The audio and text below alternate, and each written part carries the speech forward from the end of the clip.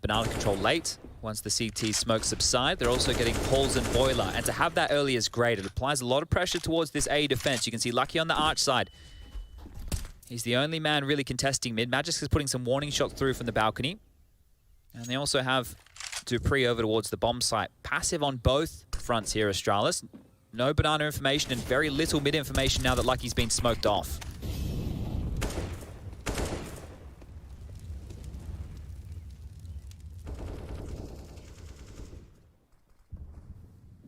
Pressure up this long side is Lucky's responsibility. Smoke will be fading shortly. Now, I suspect there's more to come from that respect. Bubble's just containing at this point. He's just playing a jiggle flash defense. The smoke will lock him off. He'll be forced to make a decision. And actually, his decision is to stand and fight. They're going to boost. Nerds! Oh, spotted out. Bubble already draws first blood. 30 seconds, Chad. They're going to wrap. Zipex pulls to address Bubble. And if he just bides his time here, it's a one-man defensive B. Looking great for Fiend for the fourth. That's the find. Bubble contributing heavily. Only Bobski on the side. A single FAMAS frag will not cut the mustard. There'll be a save here. And that's the end of that. 4 already flying out of the gates after that long technical break. And they're building a nice nest egg of cash as well, keeping their bodies alive in these conversions. You've only seen, what, minimal frags from the Astralis members. Obviously the pistol frags, but bar that, we've seen them die just twice over these last 2 rounds. That was pretty simple as well right there. So that divider smoke that they've thrown over towards Arch, I want to talk about the importance of that. Oh, hold up. The importance of this is everything right now. Dreamer on the chase has taken down Magisk, and Lucky's in a similar position. Dreamer is coming to clear this. You want to take these rifles away. It's going to make the next round easier, but Dreamer doesn't want to push the issue further. Thinks that Lucky may be hiding elsewhere. But that arch smoke we just saw that Astralis tried to boost over, the reason that's a good smoke is because if your defender is playing from Moto or Library, he then has to go back to CT spawn. There can be a timing where maybe you can creep across, but it also draws him further away from the A site. You can see here Bubble catching that boost. So a nice little attempt from Astralis to deal with that, but not being able to get what they were looking for there. Yeah, so this is where Astralis, with the max loss bonus coming into play in the next round, can go for a half buy, right? They can spend down roughly to about that 2K mark. You know you're going to get the 3,400 in the next round to play. So as long as you have enough to buy, yeah, that's the golden rule. It may seem like yesterday, but on Nuke, we saw Astralis converting a couple of these. It was a couple of hours ago. It was. Bubbles catches some heavy flak there. 2 nades to his thigh. Responsible for the entirety of this B site. And in the meantime, you have a little apartments project, Dreamer and Red Star looking at a potential investment.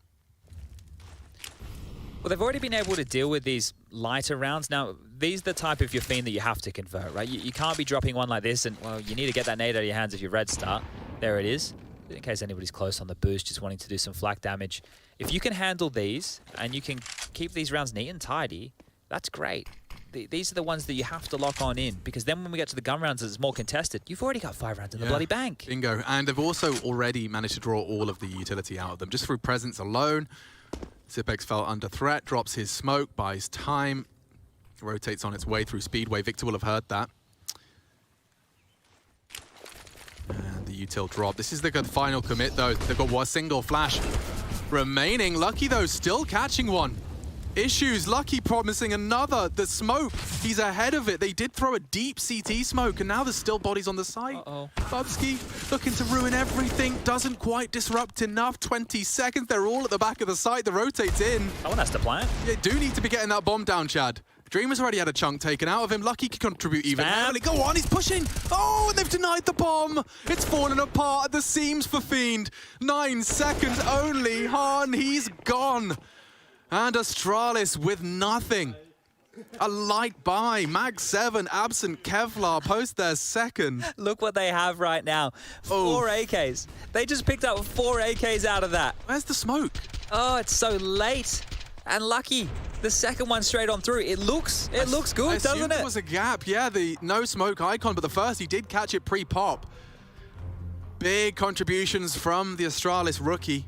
Oh, dearie me. I cannot believe how tasty that Astralis buy looks now. And the fact that that was on the partial, right? So they get a lot of money to spend. They're going to get all their nades. The kits are there. The armor as well. They have to convert a consecutive here to even start breaking Fiend. But that's a good one to win. And I was just talking about how important that round is going to be for the Bulgarians, because you're not going to get too many opportunities with Australis on the back foot.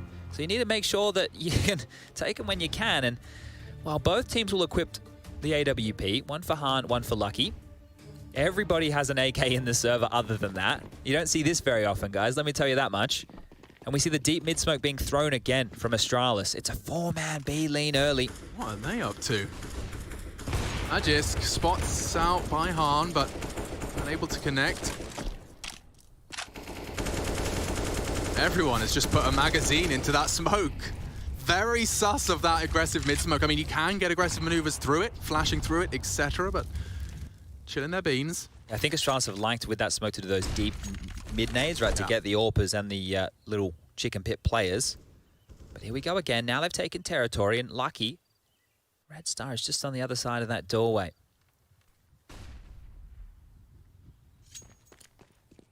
Likely a little shaken from that round. That felt like a must-win or a likely win. Smokes are deployed. Looks like it'll be a short-side advance here, Chad. So Lucky's about to get some action. And that'll do for him. Actually, wow, sticking a ground round. He does have that molly burning to buy time. And actually, Dupree wants to re-aggress on this. A flash and confirmation. Red Star booked on the brackets. Beautiful. They take the space right back from them in a smoke for good measure. What do you do now, Chad? This is huge. Where do you go? They have to go back towards B here. They can either try and flash and pop on through that. They are. They're going to fight. They're fighting mid. Oh, and he's ready. Dupree plays anti-flash. Oh. So much damage inflicted. Victor and Han have to be careful. The CT Incendiary buying more time. Oh, and they're running out of time, but not players. Bubsky falls on his aggress. They are going to pivot. Zipex is sprinting out, puts on his running shoes. It's a good fight for Han with the AWP. If he goes Coffin's side, he might just be able to deny the plant. It's a question of who they bodyguard and where they choose to hold. Lucky holding the line. 8 seconds. Victor does get across, but Zipex is there, and this is a big denial. Australis will take it. And a beautiful sequence of the defense. Beautiful mid-round move, right? It was the molly that they had thrown, right, to lock off mid, right? It meant that the top player was isolated. Normally what you see, right, is a more Fnatic-esque style where they would throw the smoke top mid from pit and then retake, but that molly completely denies any support that's possible. So a great move from Australis to take back the mid control against the default here and setting themselves up for success. It gets flustered, Fiend do their best, and they use their second timeout here already. But that's great. Now Australis with 2 consecutive rounds right now. They bounce back from this, and it is probably going to take some time for both of these teams to completely wake up and get back into the swing of things. Speaking of... drink some water, guys. Yeah, Hydro homies, pay attention. Bet you haven't quite been thinking about it. It's easy to forget. There was enough money to go for another buy here, so we will see 4 AKs coming out once more on the T side of things, and it will just be Red Star with the dirty dig in his hand. Util not shabby either. Looking good in the smokes and flash department. Be a couple of Molotovs littered across. Nothing like some room temperature water. I feel good. I have issues with my teeth, so room temperature water is my go-to. Apparently we're supposed to do that if we're talking as well, but I just love a crispy ice cold. I want like the little chunks of glassy ice in my drink. That's the badger. 3 up, second mid. Let's see if they can have some more pace to this, Chad. I suspect that the clock's been getting the better of them. They do want to like just prove to themselves that they can find an entry within that first 40, 50 second window. So we are going to see if they can shape that up. Victor's dispatched to join the pack of the apartments. A passive hold of Banana for now, not investing anything into it. And speaking of investing, their utility, it's rather light. You've got the smokes required. You'll have your Moto, your Arch, wherever they desire. And it is coming quick. Thick, fast, 3 on site. Magisk in pit. This is where he does all of his best work on Inferno. And that'll be enough of a deterrent. Long. Lucky. Oh, completely blind. White screen doesn't matter. Tucked in now. The loss of Bubsky may lead them back to B. Victor considering a wrap. They have to push mid. Australis have to take top mid control back here. If they don't move now, it's all on Zip. He's stranded. Oh, man. Good call here. They got so much time to work it out. Australis miles away from aiding him. And Victor's going to have the whole rotate down. They'll have to go Banana. I think Zip's going to give them the sight and play retake here. This is really his only choice. Right, there's no nades, but they're walking in. Oh, what an angle. Working with nothing. They'll have to hunt him. Get that bomb down, Red Star. Bomb to be planted. 3 from Banana. Zip kicking. And now a man advantage for Australis. They're making this one threatening. Quick to boost up. A quick shot out of Lucky and falling apart here for Fiend. Crossfire's good. What's he up to? Han goes and takes the fight on his own, and now Red Star has to handle 4 Danes barreling towards him. And that's the end of that. Beautiful. Again. A great reaction, again, within the mid-round. Raw. That shot is huge, right? But Astralis, they've identified the problem and they solved it quickly. That right there is the highlight to me, because Fiend, they're really punishing this arch side. That's not the first time we've seen them put pressure on that side of the map. They're able to deal with these rotations of Astralis very well. But there are solutions to this puzzle, right? And I'm kind of blown away that Astralis have been... I know it's Astralis, right? But still, they haven't hesitated in the way that they wanted to solve these problems either time. And it's worked brilliantly in both scenarios here. So that's rattled Fiend now. It looks so dire. Yeah, but that's the only way back in. That's the only way back in. Play retake and plays it well. See, there could be a problem, right? If somebody stayed mid to stop that push, that's the difference maker, right? But the Fiend, with the numbers and no utility, had to go in. But they've already broken them. So 4-4. It's going to be a light buy, some digs, P250 a scout, and Astralis, now they want to keep one clean here. We spoke about Fiend needing to convert before. This is one that Astralis can't let slip if they want to get it done in 2. And obviously by the time this finishes, it's probably going to feel like a best of 5. Dreamer won't test his luck there. G2 ENCE as well to be looking forward to. Well, lucky ENCE play quite fast Counter-Strike. They might be able to catch us up. Dreamer's on his lonesome here. You can see he's the furthest forward of the pack. It's back towards the B site. They're going to turn their attention. And Bubsky, more like Bravesky. Yeah, and that's the bomb leading the charge. Bubbles delivered it. And now utility can be dumped. Oh, he's only got 8 bullets. Burning. He's burnt a little. Careful now. Respect the half wall. Bubsky doesn't need any more bullets. A backflip from Han, and that's the finish. Silence, sure, but loud in the feed. We see Bubsky posting 4 in the single magazine. Style points for him. Astralis post their 5th, and that is 4 on the trot, Chadney. Nice stuff here. So changing the traffic here, bit of changing of the guard in this second map. Interested to see now the guns come back out if the pressure point continues to be that arch side of middle, right? Clearly able to identify, yep, Bubsky goes down. He's a B defender. Let's slink on through. Can there be a change up? And there's the man on your screen right there, Bubble. What's he going to call? What does he think the solution is? Because Han will get his AWP again. This time some more aggressive util down. You can see that CT molly just going to slow down any more aggressive maneuvers. Nice nade from, yeah, Bubsky there. That wants to deal with the close cubby, but it was actually the one deep down mid as virtue of this smoke that has done a chunk damage right now. And Magis, what are you doing? He's pipping a gap. This is nuts. Pipping a gap. Red Star does react in time. Okay, man advantage. They are the walking wounded at this point. Where did he think they were going to be? They can't be banana. Bubsky's got it covered. Yeah, good point. Are they either T-spawn or they're coming to you? So Magis there with a risky one, but I think he's feeling himself. They've strung together some very impressive rounds so far, so... This gets hard now, though, right? I know they are low on HP. Well, at least 3 of them are going to be a one-shot to the head for this M4. Safe from the flash on that half wall. Safe from that, too. Catches Bubble looking. He had so many questions he had to answer, but he does it on his own. Dreamer again up towards apartments. We've seen it once. We'll see him here again. You can see the responsibility being ironed out here. And, oh, what a peek from Lucky catching that Dreamer. Yeah, you're right. Fortunately, that's not the case for the remaining 3, but this man advantage short-lived. Well, the Ants go marching in one by one. Hurrah. Hurrah.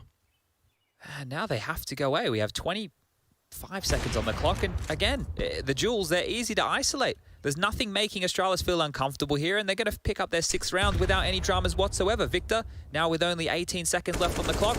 Too many to find, looking flustered on the spray. Dupree's not going to give you a thing, and that Molotov burning a hole in his pocket. And that's about it. 6. 5 on the trot. There was a pistol, Fiend with a lovely response, and a lovely consecutive 4. But following that, it's just been one-way traffic. Good catch from Red Star, but they can't build a round out of it.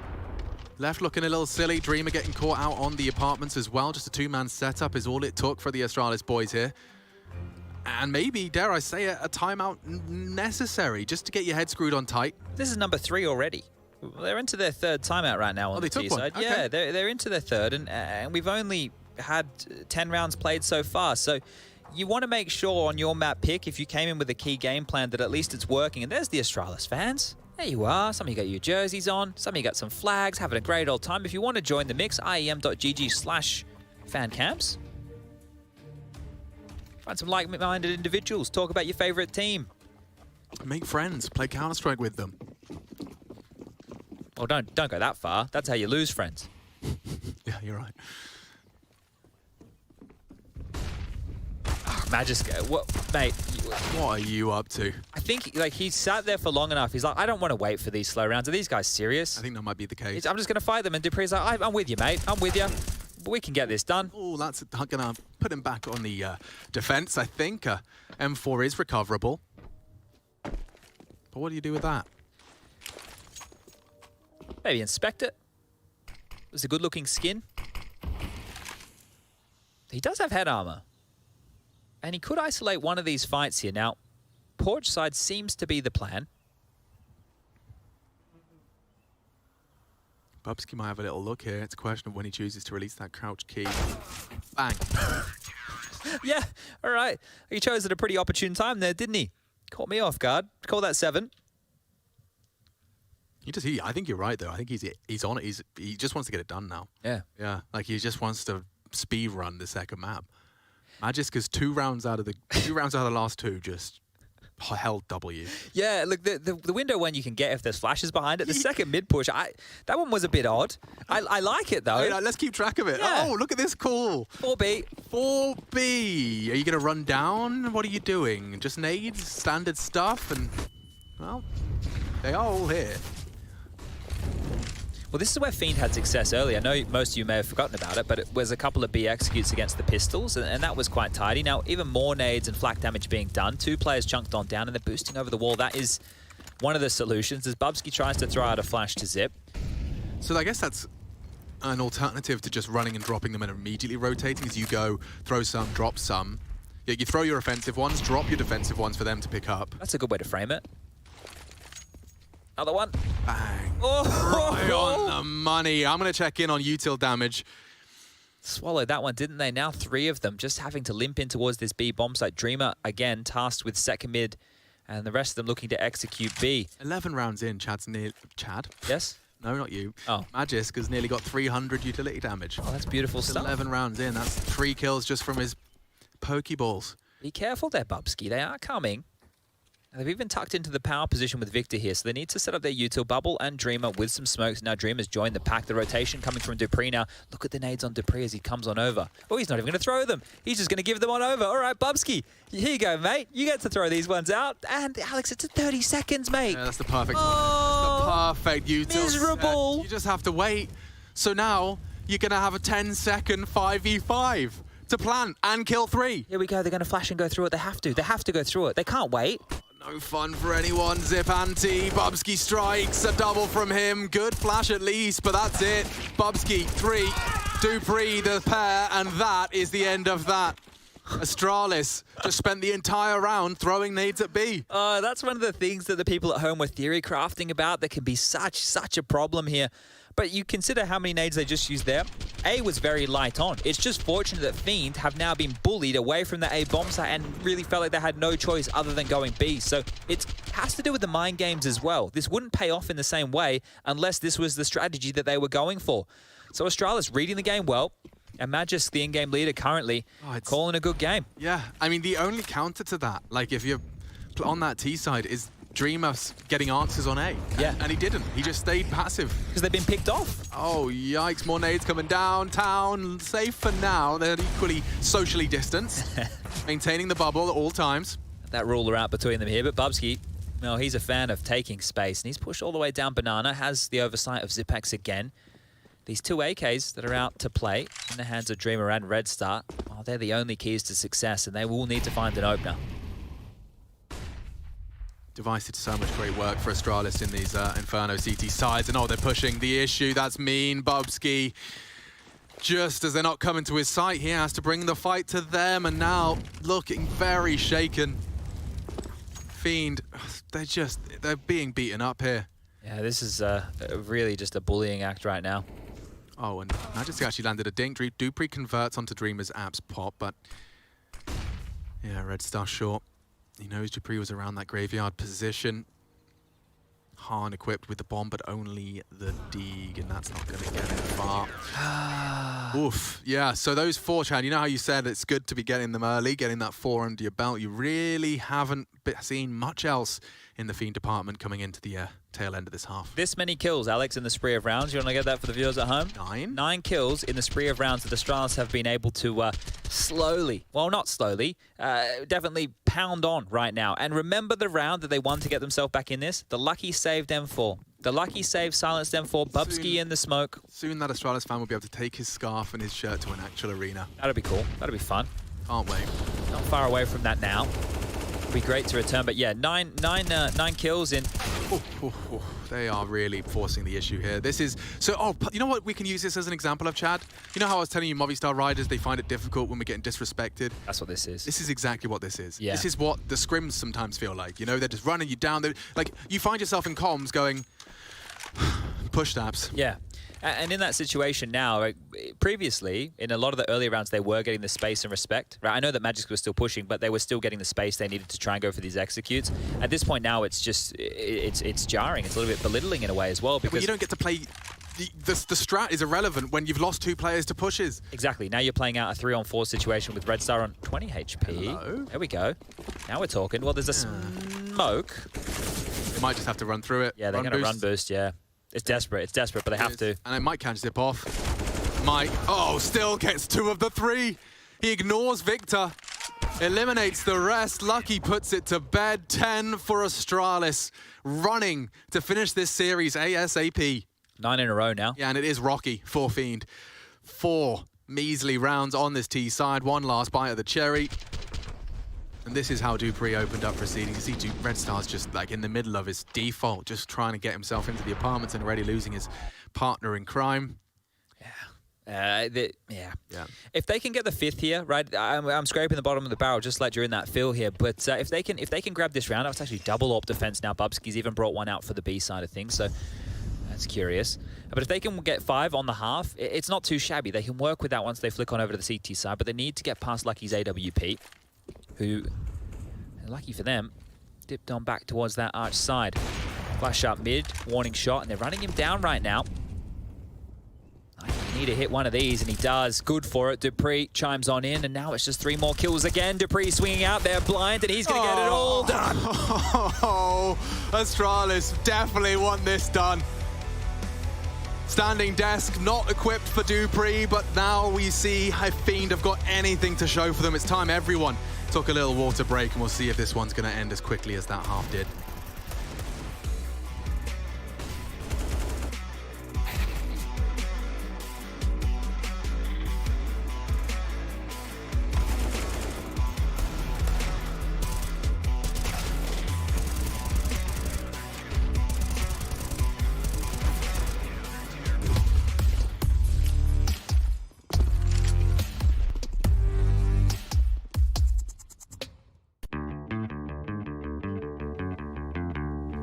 Hey Future Pros, we are back with an advanced execute for your T-side on Inferno. For this execute, you will need 4 Future Pros along with 3 Еді Брок, я розповім свою історію.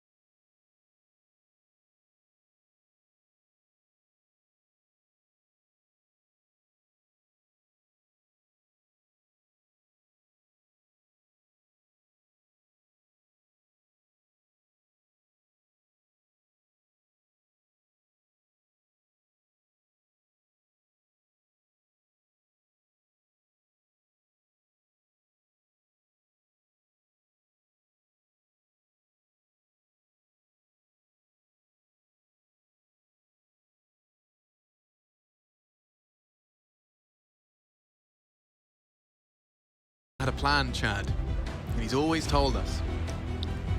Don't know if you know, but 11. Don't know if you've heard. 11-4. It is one of the most deceptive scorelines in Counter-Strike Global Offensive 2021 edition. I think there's some stats that might be a little bit on the contrary to that, but regardless, if anything, Zonic will have drilled it into his team just how important it is to close early. And, well, as the cliche goes, this pistol round is going to be very important in doing that. They're bored on in. Just waking him up. Hey, Bubsky. Hey, it's the most deceptive scoreline. Subliminal messaging while he's asleep. Oh, let's see how this one goes. It has not gone well for Fiend, at least not on the T side. Astralis looking absolutely rigid, turgid in their defense. 5 Kevs in the server, and, well, that's not their names. It's the armor right now that Fiend have. Haven't gone for any util, don't have a kit. Now, there's a HE, a smoke, and a flash for Magisk. Zipex with a smoke and a molly of his own, and right now they are turning their attention towards this A bomb site. 4 of which are trundling up through the apartments. That util from Zip, he could limp the smoke out onto the balcony and molly 2 players who don't have a smoke of their own. They will have to run, they will have to hide here. There's that smoke I was talking about. And that molly, it shouldn't be too far behind. He's going to flash him out. Victor's playing anti, but not anymore. Molotov down, the flash pop, Streamer eliminated. Victor needs the last to find a head. They are in jeopardy. Han in trouble. Now, Red Star is tucked in for this headshot angle, but he's been spotted out as well. And Astralis are in no rush. There's 3 of them hanging out in this pit. It's a little pit on site action. Nade involved. Han does find the head of Magisk, and it's up to Bubsky to try and level the odds. He's not far off the job. It does favor Fiend heavily now. I mean, USPs have been found, so it is going to be an even duel in that long-range engagement on Moto. Don't want to overextend as Bubble, and yeah, that time's starting to run thin. They have to push the site players, but if Bubble keeps going for peaks out of library, it's going to make it very, very difficult. That would be cool. I don't think you can get up that high. Okay. Problems then. Significant problems. He has to take a gap, and yeah, Han does eliminate Dupree, thrust into a 10-second 1v3. And he's trying to run him down. They're playing it passive. You can't blame him, can't fault him. And just by not moving, Bubble probably the MVP of that. Yeah, so his presence was the issue there, right? Because if he could swing out at any moment, the 2 pit players always having to be wary of that. And you can see how desperate it got. But the idea was great. And you can see Victor and that of Dreamer are forced out of position here. But Victor does an awful lot. He actually does more than he should have there. The fact he gets 2 kills is, well, really, what ends up being round winning. So here we go. On the back foot are the Danes. And Bubsky, he's having a bit of fun. We know his sitting positions can be exactly that, but he's decided to go with a Zeus. And I don't know where he plans to use that, but they are pushing the issue. Yeah, going to give them a taste of their own medicine here. Just quickly running them down mid. I think everyone's speedrunning this. This is great. This is the Antiquas how they used to be. And Inferno a long time ago where the CTs would push. Hello. What? No, they're not getting any more. Oh, okay. Victor's solved the problem. He insta-died there. That was really quick. Just insta-clicked in unison. Synchronicity. Ooh. In sync. Synchronized swimmers is always interesting. They're doing it in the water, upside down, with goggles and a nose plug in. And earplugs. Yeah, and treading water. And a swimming cap. Pretty insane. Yeah. I haven't met many synchronized swimmers. I haven't met any. No. No. Strange. You'd think there's, you'd meet a few more in your time. Yeah, definitely so, especially in our line of work. Well, precisely.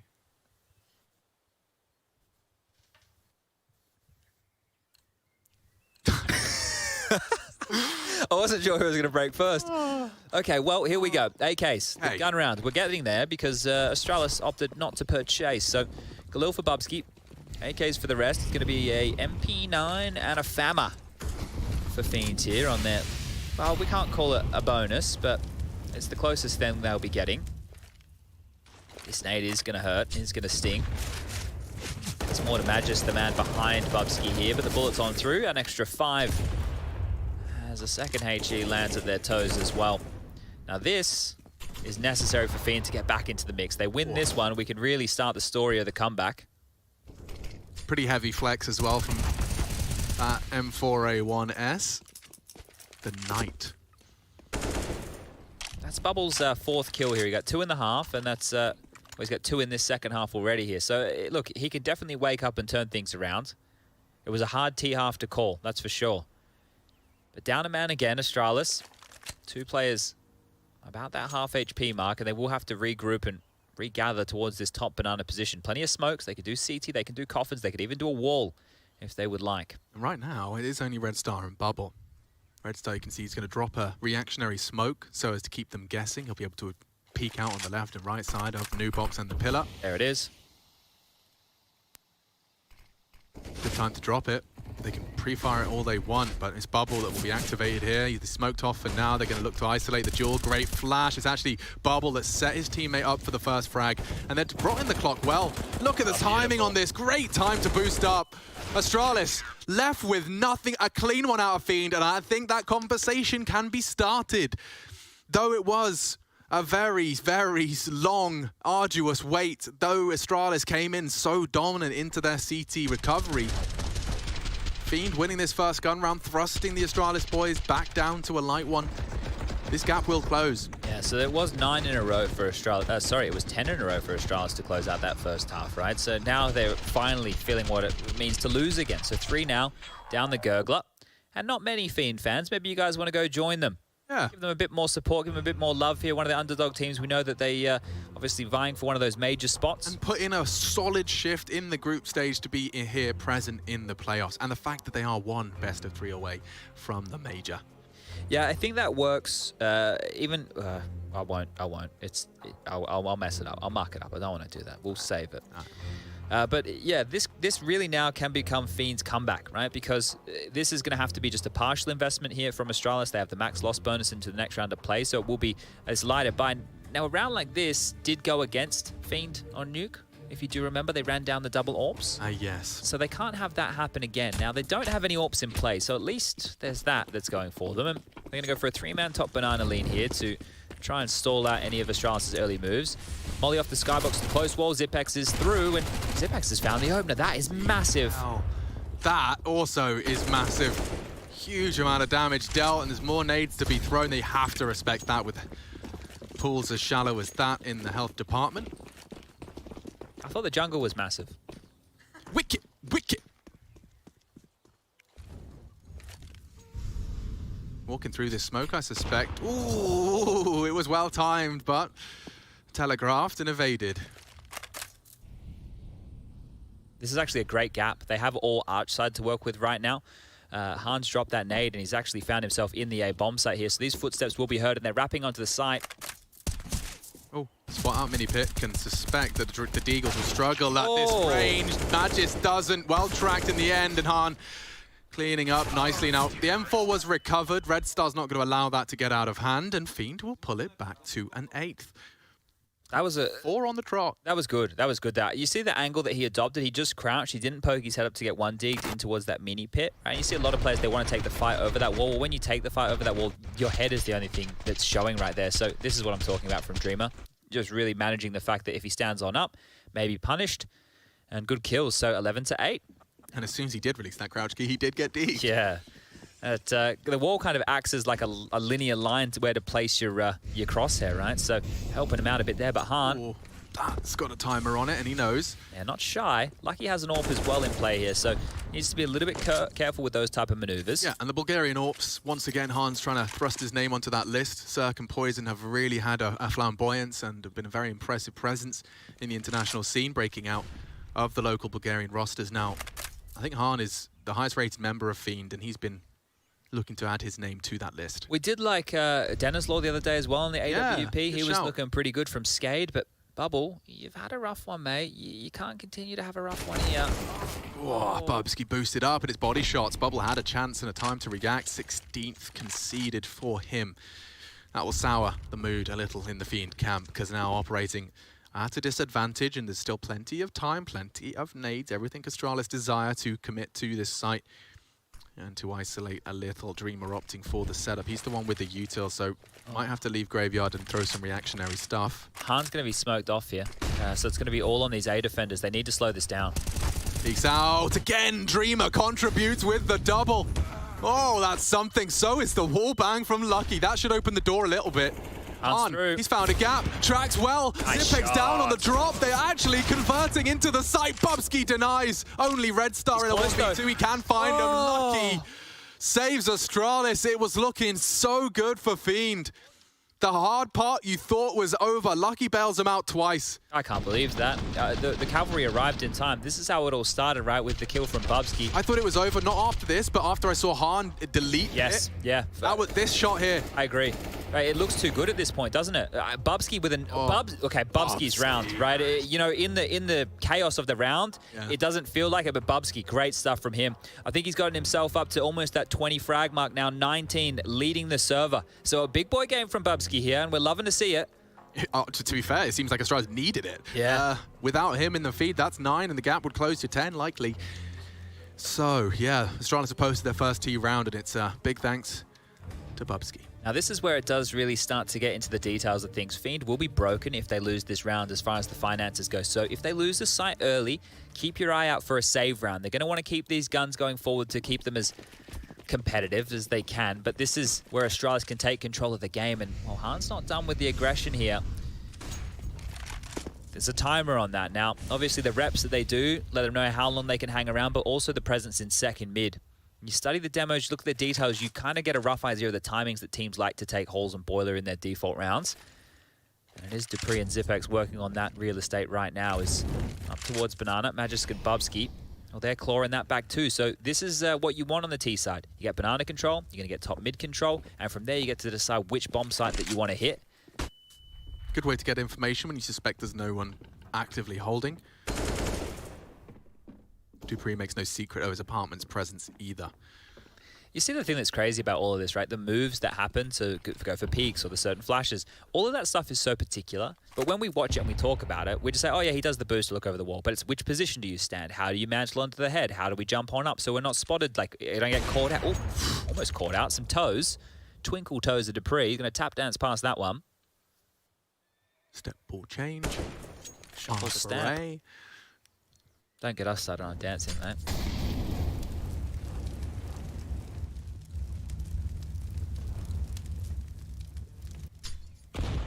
Watch them pirouette into B here.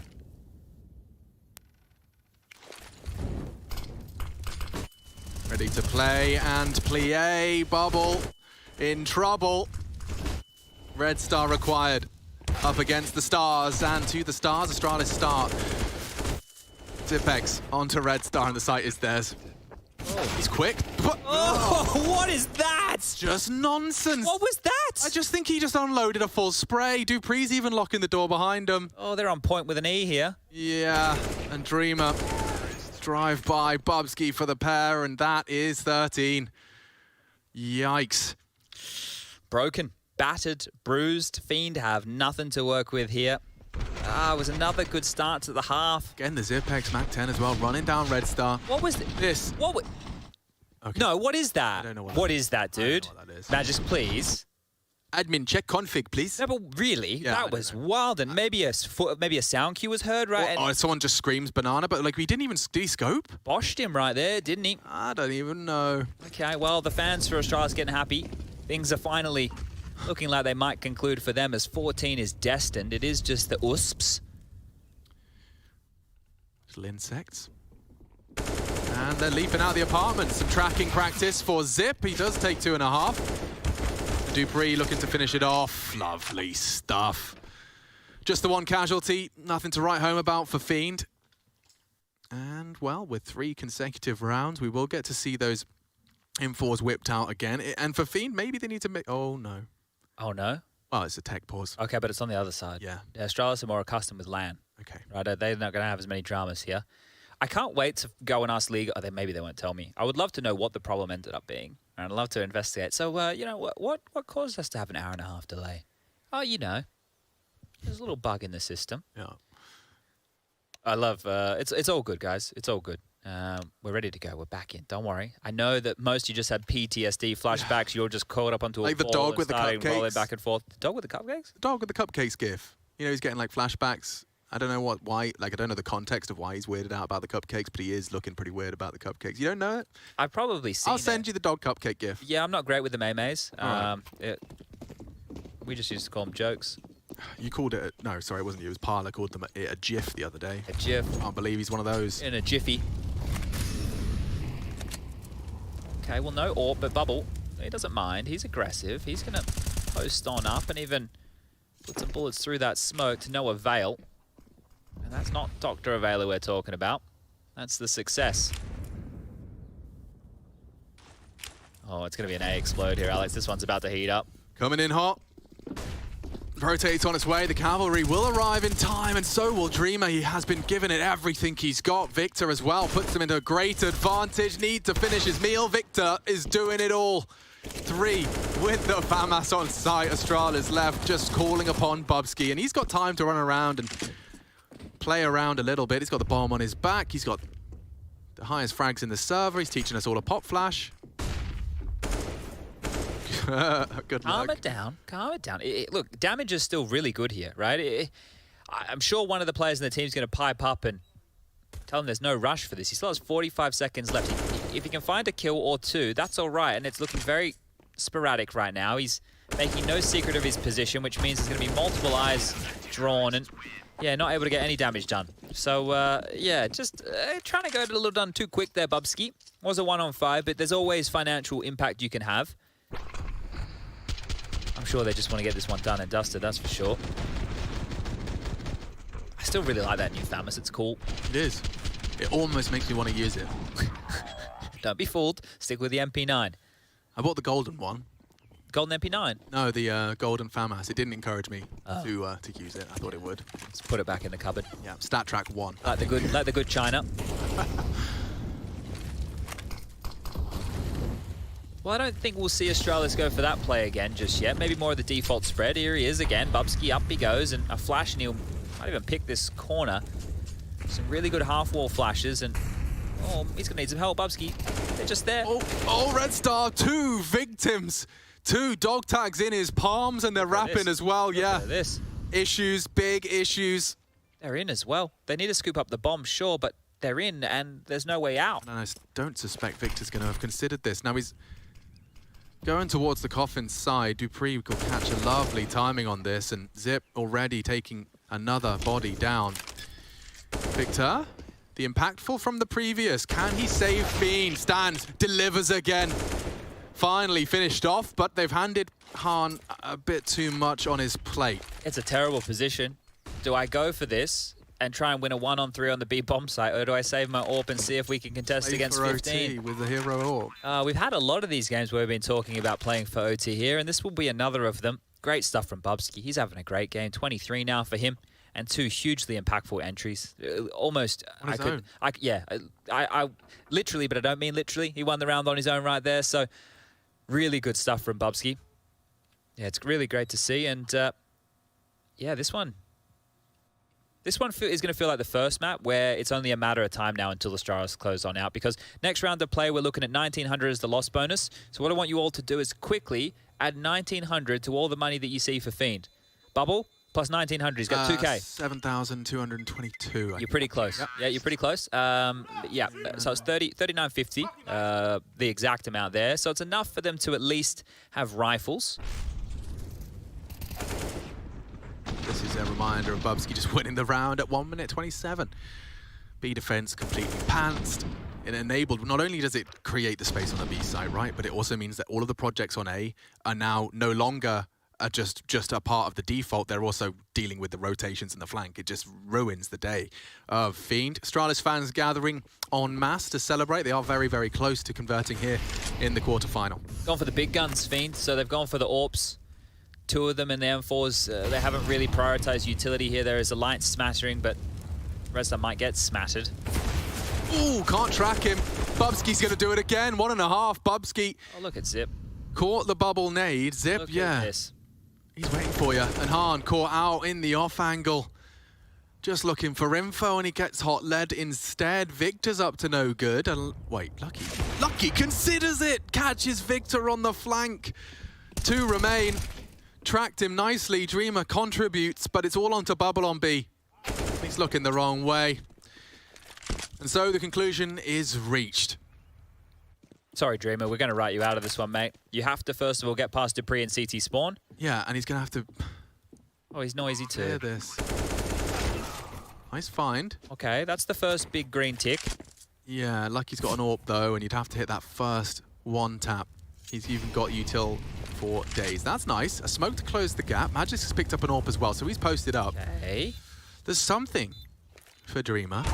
And there it goes. 16-9. That's the conclusion we were looking for. Astralis wrap up Inferno and secure it, continuing in the upper bracket of those playoffs. We'll be back though. G2 ENCE around the corner. I'm looking forward to seeing those handsome faces of the desk once again. It's been a while since we saw them. We'll be back with Trace Durantis and his cronies in just a minute.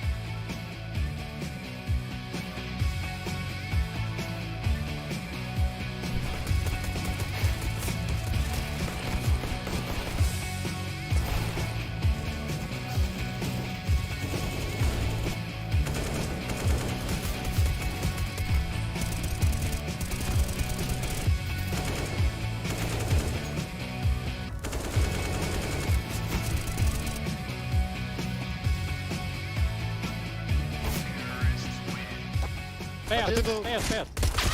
Nej! Hvor er du sindssygt, altså! Nej! Kom også, Low crossing. Nice, Ты подыграл, брат. God idé på B-søb. Gangen. Det var der små til først, som vi... Nice. En tilbage. Sæt side. Juletræ. Men F2. Nice, hvor er bomben? CT. Nice. Stop nu med midround call. Vi call, Bubba. Holder dark. Flipper! Nice. Muller væggen. Kom her. Nice, Bubba. Nice. Han er tilbage. Dreamer har AK, tror jeg. Hvad så? Nej, sorry. Kom her, tæt ud. Sidste også. Nice, drenge. Iskoldt, mates. Nice. Der er ikke smuk. Kommer, strafer. Nej, han kommer igen. Nice. Hvor er de nogle fede bøger, der, mand. Prøv som bare lige. Nice. God plads, Emil. Ej, det er Браво. Звати убили. Nice. Директно, браво. Вперед там. Nice. Уйти фаш. Nice, man! Hadi be! Много. Аркам много. Давай гулямся. Иди шорт его. Още един на едно. Последния. Браво. Браво. Sejt. En tilbage. Stille og roligt. Bare lige. Gå ned til du. Nice! Sindssygt. Hvor vi lød. Bare eller hvad? Ja, lød. Nice! Чорт, убиха! Найс, да. Ют един! Аз съм горе първи. Ют умря! Найс. Чорт умря! Браво. Найс. One мерите.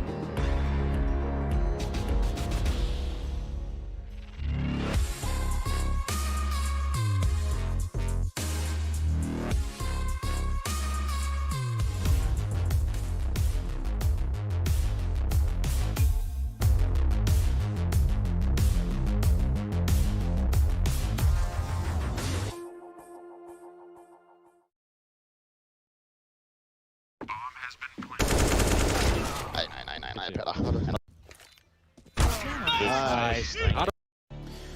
Well, in one of the longer series that we've seen thus far at the IEM Fall EU RMR was this one. And Astralis take it, they do it in 2 maps, but of course that leaves us right where we need to be with the ESL Pro Tour and DHL presenting the DHL MVP. That's all right here on the docket for you to go ahead and get involved in your Twitch chats. Go ahead and get your Twitch fingers ready and type in which coinciding name you would like to vote for. Now, at the very end of the entire show, the grand final, we'll be talking to the winner of the vote, and Bubsky just happens to be one of those players, Yanko. Yeah, he's had a great game here. Lots of impact, really. Some good frags, good game-turning frags, especially in the second half. Yeah, the biggest MVPs though, Troy, is obviously Sponge Machine there with that big fill. Just kept going. I was surprised they never ran out of topics, but yeah, they're the real MVPs for me. Yeah, and I think that goes without saying. Obviously, having to fill there for a little while, it's not ideal. But I'm not sure that we have highlights of that. There's no like visual representation, unfortunately. We do have Dupree laying his head on the desk. That's about what the synopsis of the event, or excuse me, the series was, Yanko. Yeah, I think that was like a collective, showing from everyone. I think we all had our head in hands, hand in heads, desk, head in hands, all of that stuff. It was a rough one. But let me remind you one more time. That would be you heading into Twitch, typing the player that you want to hear from at the very end of this whole shebang. And that'll be that interview right after the grand final. So Astralis Fiend comes to a close. The Bulgarians, don't withstand the test of Inferno. Where does that leave us, Dinko? Well, it leaves it with FaZe likely going to the major now. They've just got to hope that ENCE lose this next one. So one more. He does it again, Trace. He jumps again, the gun. and again, and again, and again. If FaZe doesn't make the major, this is the guy you blame. Yep, that guy. His name is Dinko. He might go by Adam Hawthorne. It's Hawker. I'm Hawker. This time I'm Hawker. Because, you can send all the FaZe hit that way. But, yeah, I think coming into this, obviously, Astralis should be a team to pick this up. I think we were expecting that coming through. I think Fiend really made it quite difficult for themselves going into Nuke and Inferno. I don't think they were able to disrupt the game plan, the system that Astralis had for them. And I don't think Fiend created enough chaos because they were a team that thrived off that, making space, playing a little bit loose, trying to be disrespectful inside of the game, and unfortunately couldn't do that. And I think Astralis just played comfortable CS today. I don't think they ever were tested or stressed out. I think it was just an easy day at the office for Astralis, and for Fiend, that's a little sad. And, just to kind of go on top of that, examples of what we're seeing right here, Yanko, what do you got locked in on round 9? Yeah, I think it's round 8 should be, but we'll find out. Yeah, I think for Astralis just winning 10 rounds in a row in the first half after being down 4-1. This just tells you, right, when Fiend was rapping, like Zipex was holding this disgusting angle in sandbags, kills the player coming in for CT. Now he's just playing to contain. The rest of Astralis cleared mid, pushed down Banana. You can see how they're just so aware of where every single player on Fiend is probably or could potentially be, and this is just a flawless retake without losing a single player. Like, that was just an example of why Astralis is really as good as they are, and tells you the communication is like really, really good. We've heard some other teams talk about it. It was a bit chaotic Vitality yesterday after the win. With Astralis, you can tell it's just flowing really, really well. And even when you think about and the constitutes of the pause and what that can do to a team's momentum. Where we left off, we were real early. I think we just even started the game, we were round 3, and then a massive pause like that comes in.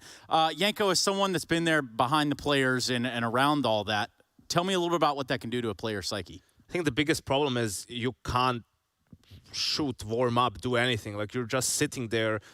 Depending on how strictly they enforce the rule about no talking during technical pauses, you're just sitting there in silence with your headset on and staring at the screen, contemplating life. That's dangerous. Yeah. Not just for players, for anyone. Yeah, right? for anyone thinking about everything. Slowly, like, everything's sinking in. Yeah, you're lucky to have 5 players on each team by the end of it, because if some of them might just walk off. That's where you step in as a coach, and some of the players, you try to get the energy up. You try to, because after that time, you're not feeling like you're in a game anymore. You're falling asleep, whatnot. You have to get the adrenaline pumping again, get excited, try to get some momentum. Yeah, our momentum continues to push us forward. We have another quarterfinal coming up for you all. That would be G2 versus ENCE. It's a best of 3, and it's actually coming up right after this break. I promise it's going to happen after this break.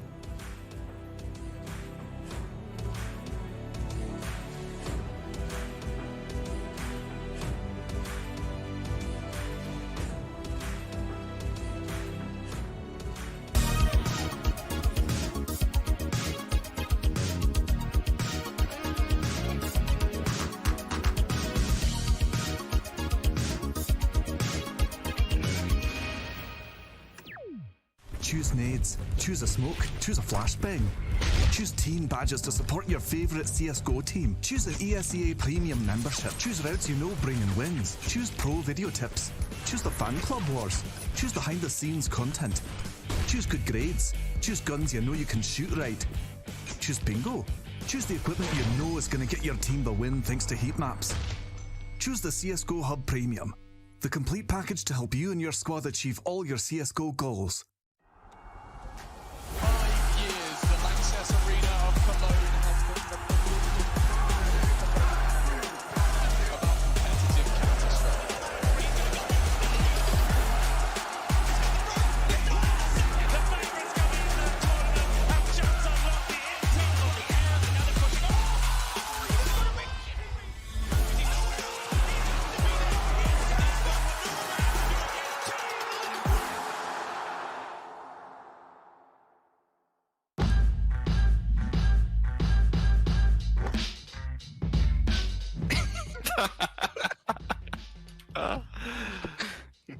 I don't remember what was on the map. I think you know where, man. Oh my god. How can I buy ammo? I need to buy the gun. Oh, Buy a new gun. what the...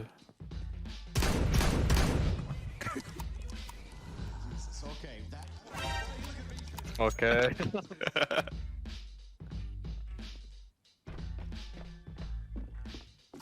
Did you kill the other guys? No, I didn't kill anyone. Marco, what are you doing? It's not. If you can move, it's fucked. You can already move. Yeah, there is no way.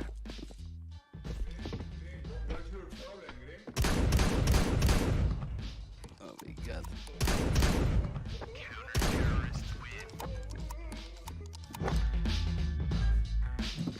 Oh, you can do banana hop when you're banana. Banana hop. Banana hop.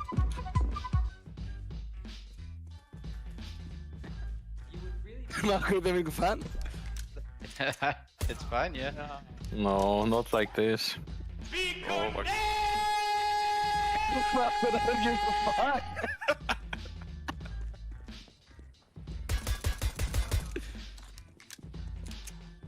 I know where you are.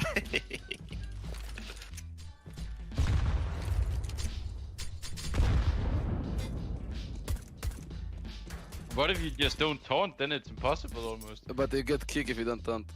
Ah, okay. I think. Alright? No! My god, the fakey boys are coming.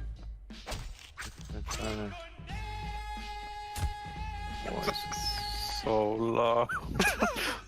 That's what you know, man.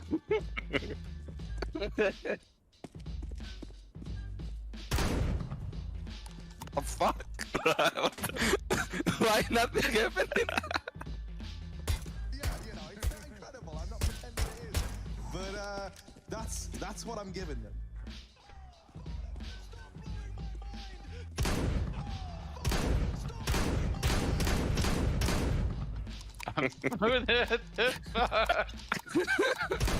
No! Ay, Marco.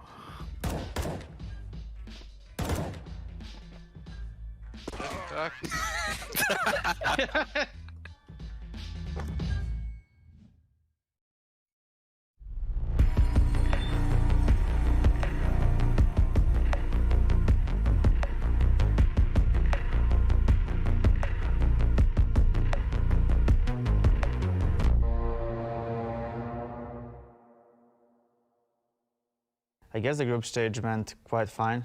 I mean, all that matters is that we qualified for the playoffs and the major, right? We have won 4 games, lost 1 to Copenhagen Flames, which they played amazingly that game. And I think overall we did okay during the groups. I think we came here with a goal to qualify for the playoffs and for the major, and we achieved it. So we are just taking 1 step at a time. And I mean, those games were really, really tough. I didn't feel this much pressure playing a tournament in a very, very long time. So it was very tough to play for me individually. Like, I don't know why, but it felt different. Maybe it's because there was way too many best of ones, or because it's the first like real qualifier for the major. I don't know, but it just felt different to what I was experiencing last almost 2 years. So maybe that's the reason why. Maybe even the games were not that close that we were winning, but still I felt like every game was almost close to overtime or like playing to overtime. So it was a cool experience, I would say. Did you feel the same? Exactly the same. Like we felt the pressure a bit. I mean, I felt a bit, not that much like him, but still it's best of fun. We are playing from practice room, and it's not the same feeling when you are playing on the stage as well. When you see other teams, it's like different feeling. And we felt pressure. Obviously, we didn't do that good last 2 events, I would say. And it was like we needed to go through this group stage, and as he said, we are going step by step. Next step is to try to secure this legend spot and try to win this event. Okay, and here are the conditions you need to be paying attention to. The 2 Frenchmen of jackz and Omenek, 2 Bosnian and niko and Hunter, and a Serbian and ENCE. We look at now how they get to the majors. If they win here, they are qualified for the majors as legends, and that's what they want, Yanko. Absolutely, that's what everyone wants, Trace. You get to skip a stage in the phase here at the tournament, and you play less games. You secure yourself more points, and that's what everyone's aiming for. Yeah, especially when we talk about like switching our aims up, right? For a G2 ENCE game, this has got some high octane potential to it, Dinko. Yeah, this is one of those games that doesn't have a clear underdog, like massively. Obviously, G2 are the favorites, but there's no one like a Fiend or Movistar Riders that are top 60, top 100 teams. So coming into this, I think ENCE are definitely going to be a more difficult team to go up against. I think in their group, they were a bit of a dark horse as well, and making it through to the playoffs is a big result for them. But going through a G2 that's playing this well right now, Yanko, it's going to be very difficult, right? G2 have just looked like exactly what you want G2 to look like. They don't look like the online team. They look like what we've seen at Cologne, and it may be even better at this point. Yeah, perhaps even better at this point. Who knows? Because everyone's still kind of thinking about that Pro League. But anyway, we'll leave that one alone. I think also you start to think about the highest-rated players, jackz being one of them, Hunter showing up in spades. Now, this is across the fall, and then you see Pro League as well in there, Dinko, or Yanko. Yeah, I think this is the biggest difference in G2's performance at this tournament compared to, for example, Pro League or Blast. Hunter, highest-rated player of this tournament. jackz sitting in the number 6 position. niko is 4th as well, and you can just see it every single category. They're playing much, much better. And I think, you know, especially jackz in his role in terms of entry, fragging and whatnot. If he's on point, you can just see when he's sharp with his aim. That makes a lot of rounds for G2 much easier. jackz has had some incredible rounds as well, just individually speaking. He just has one of those, yeah, the Deagle round of Mirage, where he's holding the B side, just popping heads. jackz, when he has a round like that, he can make a big difference for G2. That's a couple of rounds that you aren't meant to win, but he can pop off and get you those. Yeah, jackz a very interesting creature, I think, to say the least. Now, I think it's only appropriate that we hear from him before we get into the game. What is going on, everybody? I'm here with Hunter from G2. Hunter, I'm very excited because it's the first time I've met you. How are you doing? I'm doing very good. Thanks for asking. How are you doing? Yeah, great. Now, first question. Talk to me about your performance here at IEM Fall so far. Honestly, we worked a lot as a team before, after the player break, I would say, but it didn't start well for us after the CSL Pro League plus Blast. We didn't manage to go through the group stage, and it was really tough, especially 0-5 in ESL Pro League. It was a shame for all of us and for whole team, I would say. And now this event we decided, and this is the most important event so far for us in this year, and we decided just to give everything and to try to do what we know how to do, and all hard work paid off in this group stage, and now our next step is to try to secure this legend stage, what we'll do if we win tonight's game against ENCE. Given the subpar, let's say, performance at EPL, compared to how you're doing now, are you and the team satisfied with the progress you're making? Yeah, of course we are satisfied. As I said, we worked a lot, but it didn't pay off at the beginning, and we were just patient, and we knew that it will pay off one day, and it paid off like when it's the more important, I would say. Hopefully it will pay off as well, even more on major. So yeah, that's it. Awesome. Well, Hunter, best of luck, and again, a pleasure to meet you. Thank you, guys. Bye-bye. That's the G2 side. And on the ENCE side, we're looking at nationalities all over the place. Diha and Hades representing Poland. We've got Dodo from Finland. Sphinx is Israeli. And the best Mirage player that Denmark has ever seen. And Snappy, here are their conditions. A win here gets them into the major. And a loss here gets phased to the major. Well then, aren't we all conflicted? So someone is at the major. Somebody's going to the major. That's what we know for sure. That's one thing for sure. But for ENCE, you say that they're not a favorite coming into this matchup.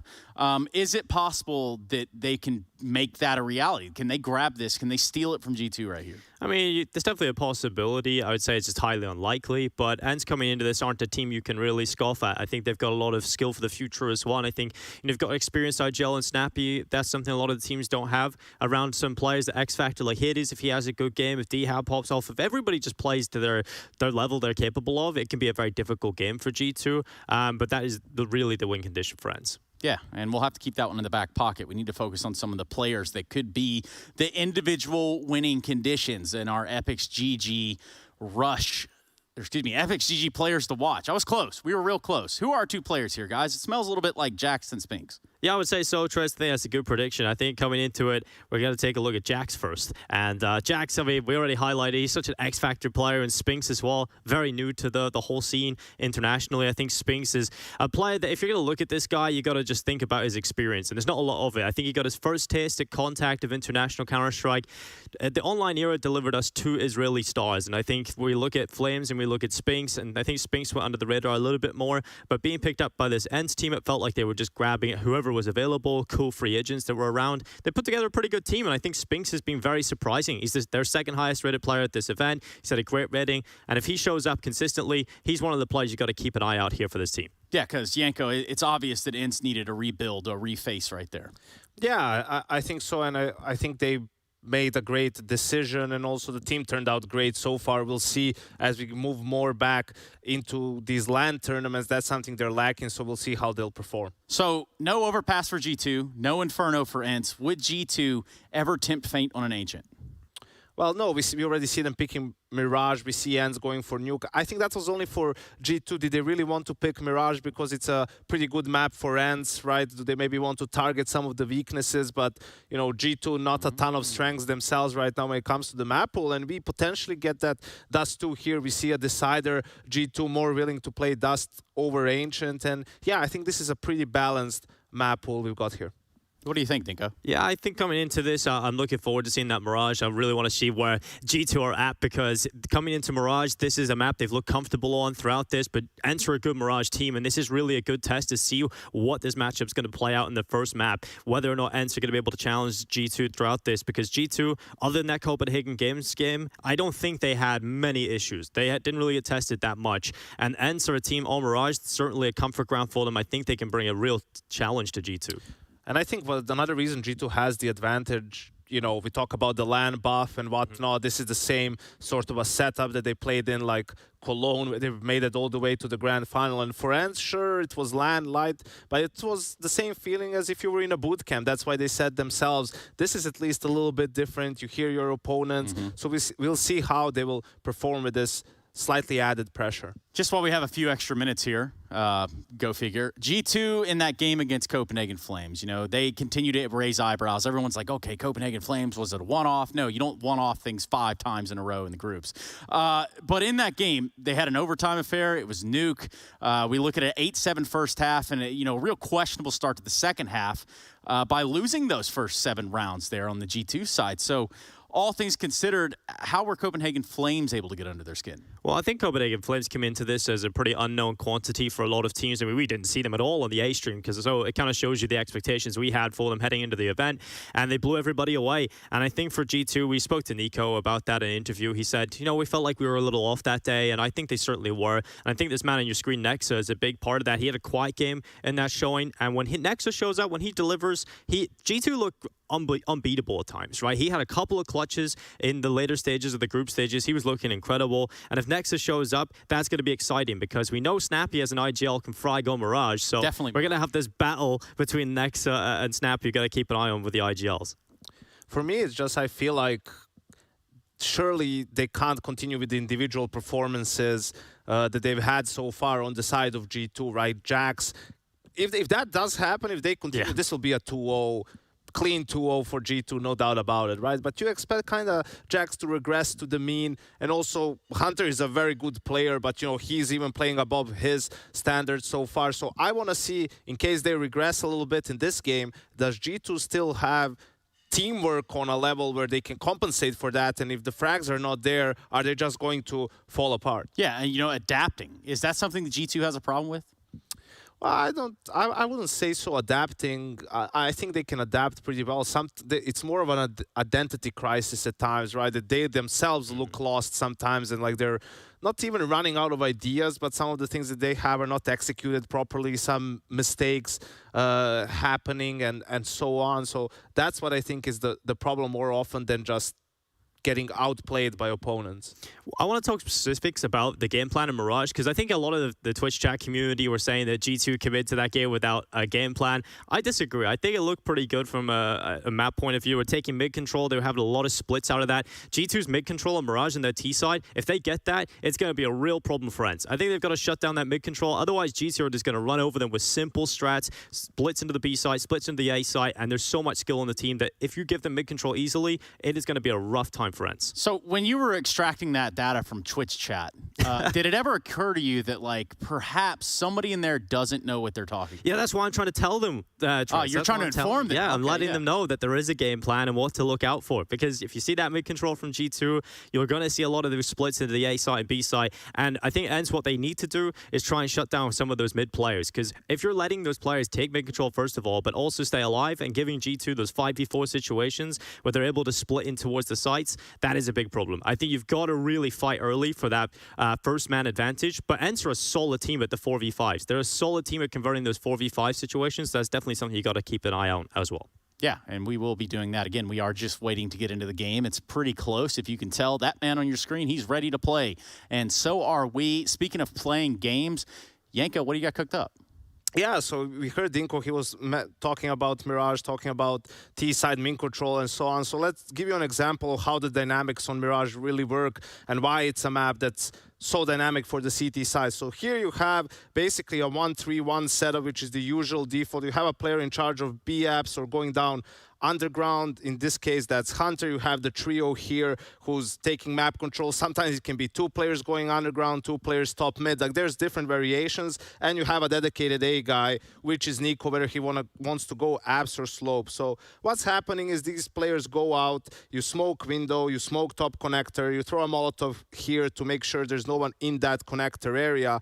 And what we see teams do from that position with the 2 smokes there, either they go for an A split coming through their own smoke, player jumping on stairs, one going towards jungle, maybe 1 slope, 1 apps, or we just see them do that and go for a full-on B split through short. This A player is probably going all the way back towards B, or in some situations you leave him as a really, really late lurk towards A, right? So those are things you do out of a default, which in turn enables CTs. You have to make a decision at the start of every round. If they're taking mid control, are we going to fight them for mid and try to like win that battle and deny them that control? Or if you're doing something else, you're not really ready to fight, then you can try to push the sides of the map. So whether that's going to be clearing A apps, pushing 1 player slope, 1 apps, because as I said, imagine if niko is alone towards A. If you push 1-1 like this, the side that has contact probably means the other side is empty. So you can try to outflank them in that sense.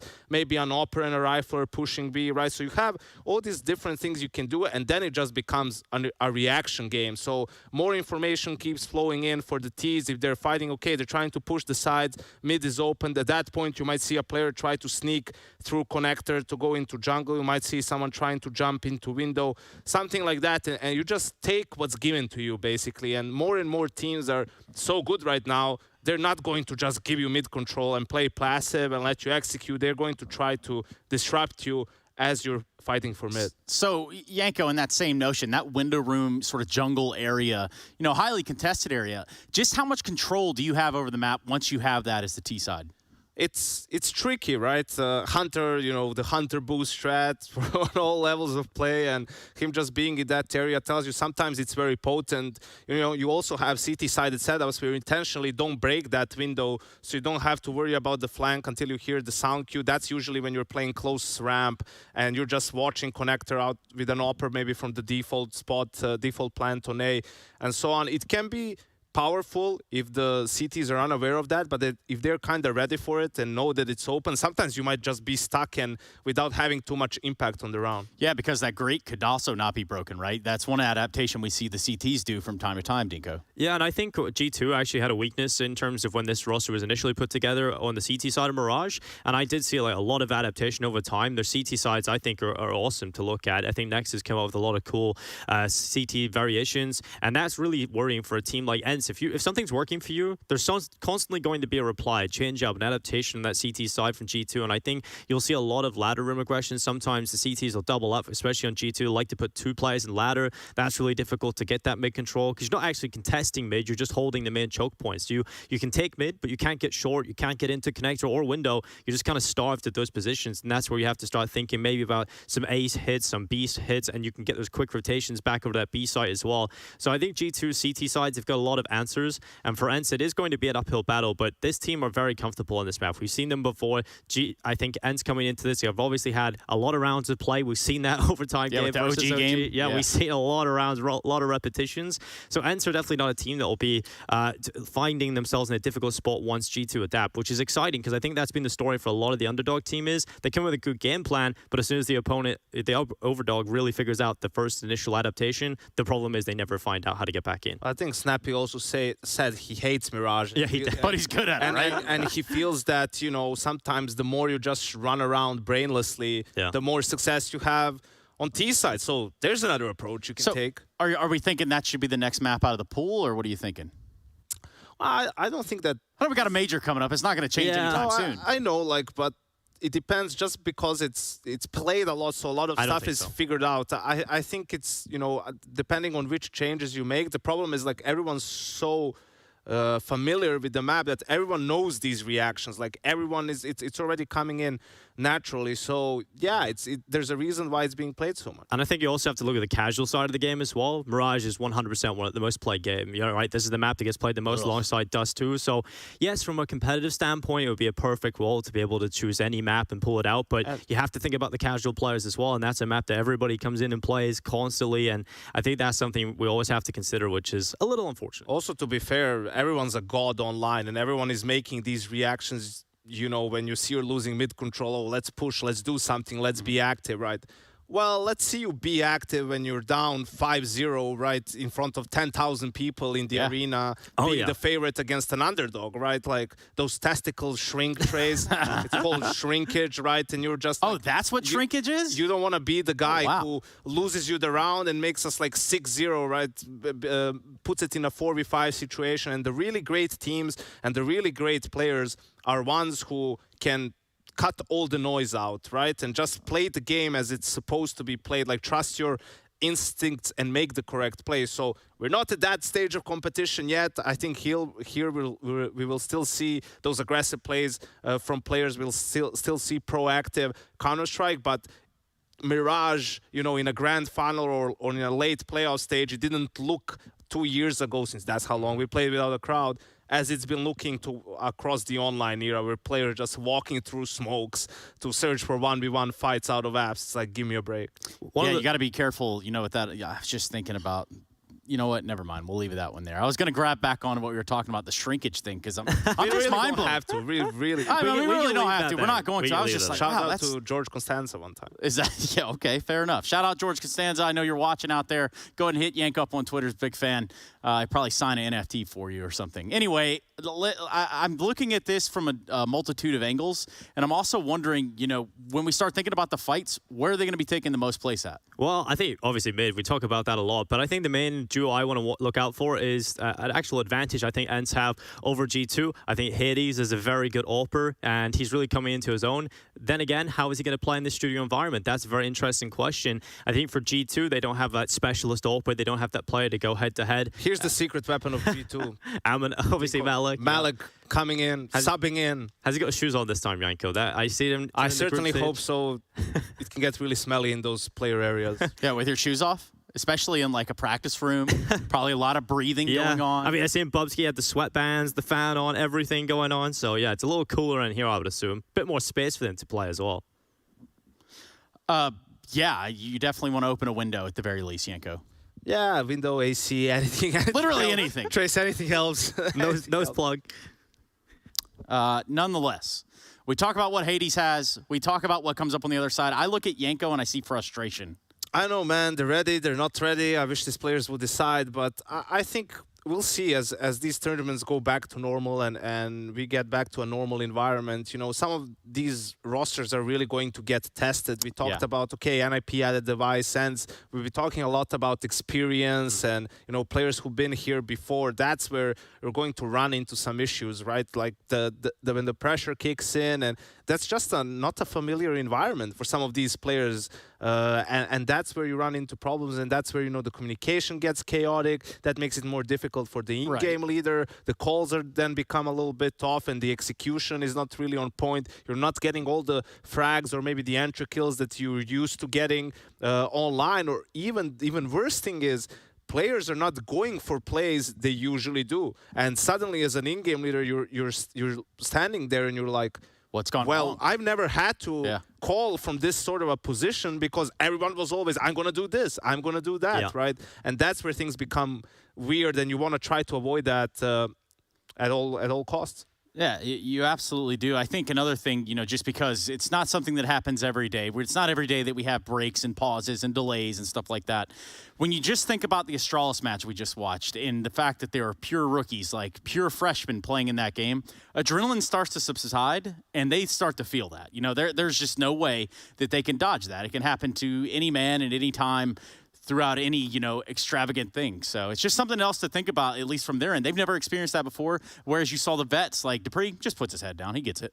Yeah, and I think it teams to have that mixed blend of experienced veteran players and some of the younger guys is going to be a nice cushion for them to fall on. For the likes of ENCE and teams like this who have a lot, the whole team's put together by these rookies, that does worry me going into these LAN environments, because when the going does get tough, when there is a lot of pressure, and then in the future, obviously in Stockholm, if we add in the crowd factor for a lot of these other teams, that will be a question mark, and see how they fall off if they perform differently. I think you look at a team like Gambit, that's certainly one to look at for the future as well, because those guys, when we went to Cologne, obviously had a lot of outside pressure on them looking in. That's something that's going to be in the back of your head if you're any of those teams that perform well online. Yeah, there's always something towards the back of my head, and I'm pretty sure it's just a thought, right? It's Paula down on the sidelines who has probably a whole lot to tell us about what's going on down there. Paula, what are the weather conditions like? What are the server conditions like? Oof, well, you've touched on one of my non-realms of expertise there, because I haven't been outside all day, Trace. So. Oh, okay. Yeah. I get that. Yeah, well, right now, stood in front of ENCE and just feeding the vibes. They're getting some stuff sorted, Trace. I'm not exactly sure what. Hopefully not too much of a delay, and we can get into this match very soon. How's everything in the studio over in Poland? Yeah, we're good over here. We're just, you know, kind of anxious. We don't really know what the deal is. Paul, get close to one of those players and make it awkward. Hey, Trace, not going to do that. I'm going to stand right here. Okay. Little update for you guys. I've got some rubber on my earpiece now, so I'm not holding nice, it. Nice. Like the guy. No DJ like Parler. Seeking out twisters. No DJ Parler. But these guys are going to be making music on the server very soon. Trace, back to you.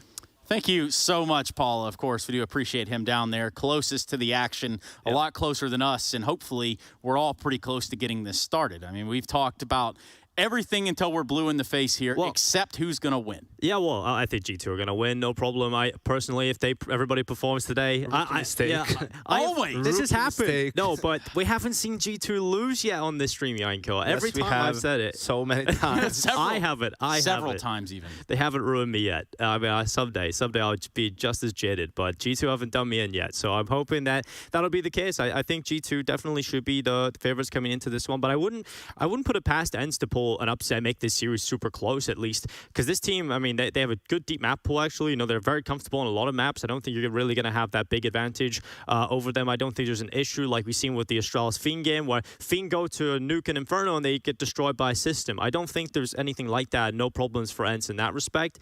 I think coming into this matchup that ENCE should not really fear their opponents as much. I feel like ENCE are going to be in a pretty comfortable position. I think they're confident in their own ability coming into this event because of the lead up they've had, right? right? These players are just getting better and better and better, and it feels like we haven't even seen what most of these guys can do, because this system is very strange, right? It's a whole international bunch of people. I was interested, spoke to Snappy about how the culture is in the team, because they're coming from Israel, Finland. These are all vastly different personalities and cultures coming in from these countries, and apparently it's going really well. So that's exciting for me. I think this ENCE project is super happy, because I looked at ENCE and I thought, what is this team? This makes no sense. We just had ENCE, a full Finnish team. We've run out of Finnish players. You just pull everybody that's available from all these international rosters, and it's worked out pretty well. So, Yanko, I'm just getting word we're about a minute out. Now, when I see it, I'll believe it, right? So, Yanko, you were just saying, hours ago, ENCE have got this in the bag. It's not even going to be close. G2 are going to get washed, kick them out of the server. Okay, yeah, he actually didn't say any of that. But is there a win condition here for ENCE? Yes. Okay, and what might it be? I mean, for ENCE here, it's just, I don't think these two teams, I think the problem, it's all about G2. If they play the same way they have recently, they're just a better team. They have, like, just individually, they're better than ENCE, right? But if they don't continue in the same level, that's where I think ENCE has a chance to outplay them. I think for ENCE, it's just about, they've shown us that they've had solid game plans so far, right? They plan well for games, they prepare well, and the execution has been good. So just like keeping more of the same, right? And hoping that G2 isn't going to be on the same level individually, because it doesn't matter what you come up with. You know, if your opponents are winning 30 to 70% duels where they're at a disadvantage, that's just going to ruin that's just going to ruin your day no matter how well you call, really. And that's something that can happen against a G2 that's fired up. It doesn't really matter what you're doing. They're just going to stomp you. Yeah, and I think this is a perfect opportunity to kind of bring in the Twitch chat at home, because that's why we do all this, right? Just not really like bring them on air. I think that would be a horrible decision, actually, probably one of the more scary ones. But I would just like everybody to get their keyboards ready and go ahead and type. I am back after my 10-minute timeout and would like to say that it was stupid. Yes, I wrote a funny paragraph. They all get it. Remorseful. Yeah, it's just an opportunity for you to redeem yourself, sort of like we're hoping to do here.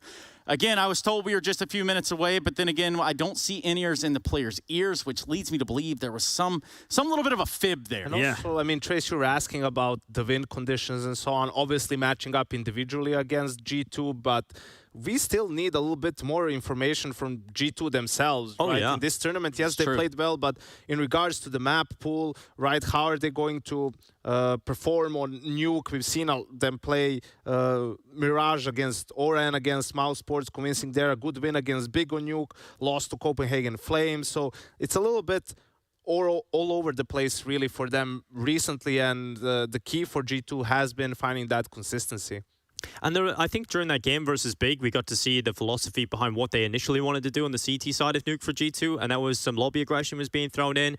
And I think Big were playing a super slow, passive, default style T side. They're waiting for G2 to do that. They're waiting for them to disrespect them. And I think G2 adapted so quickly after that, and that's a really positive sign. They knew how to disrupt and dismantle a solid approach, like a real thoughtful T side. G2 were just a thorn in that side in the CT side. I also don't really... I think the meta has evolved from this no info on yard lobby push. We see more teams doing just like a 2 players yard, 3 players lobby, expecting this aggression, and their round is just based off of punishing this aggression and punishing the reaction, right? And from experience, sometimes even when you have a numbers advantage and you don't have information on you, can you push lobby and they're still doing like an upper split? If you're just a little bit out of position, that can be hard to defend as well. So I think it's come down to either being more committed on yard, just trying to get information, whatever the cost, or sending a player secret every single round. I think teams just got better at punishing this lobby aggression once the smokes outside fall. So we'll see if G2 has caught up with that. Obviously, the way it went last time around, some of those rounds didn't really work out, so you hope so. And this G2 team, they have a sort of unique pressure on their shoulders, I think, coming into this. They're a team that are expected to be at the Legend stage. They're a team that are expected, this team put together, to win majors, to win big competitions. This G2 side from the outside look like a team that should be lifting trophies, and they haven't been able to do it yet. They haven't been able to get those titles. And I think coming into a game like this, where a Legend spot on the line, they can't afford to lose to ENCE. No, they cannot. And fortunately enough for all of you, it does appear that we're going to get to watch Mirage. Wrap that up, put it in the bank, whatever you got to do. It's G2 versus ENCE in a quarterfinal best of 3 starting right here and right now with Chad and Alex sitting idly by and ready to go. Janko could not wait to take off his headset, could he? Can't get him out of there. We're happy to take the reins. And,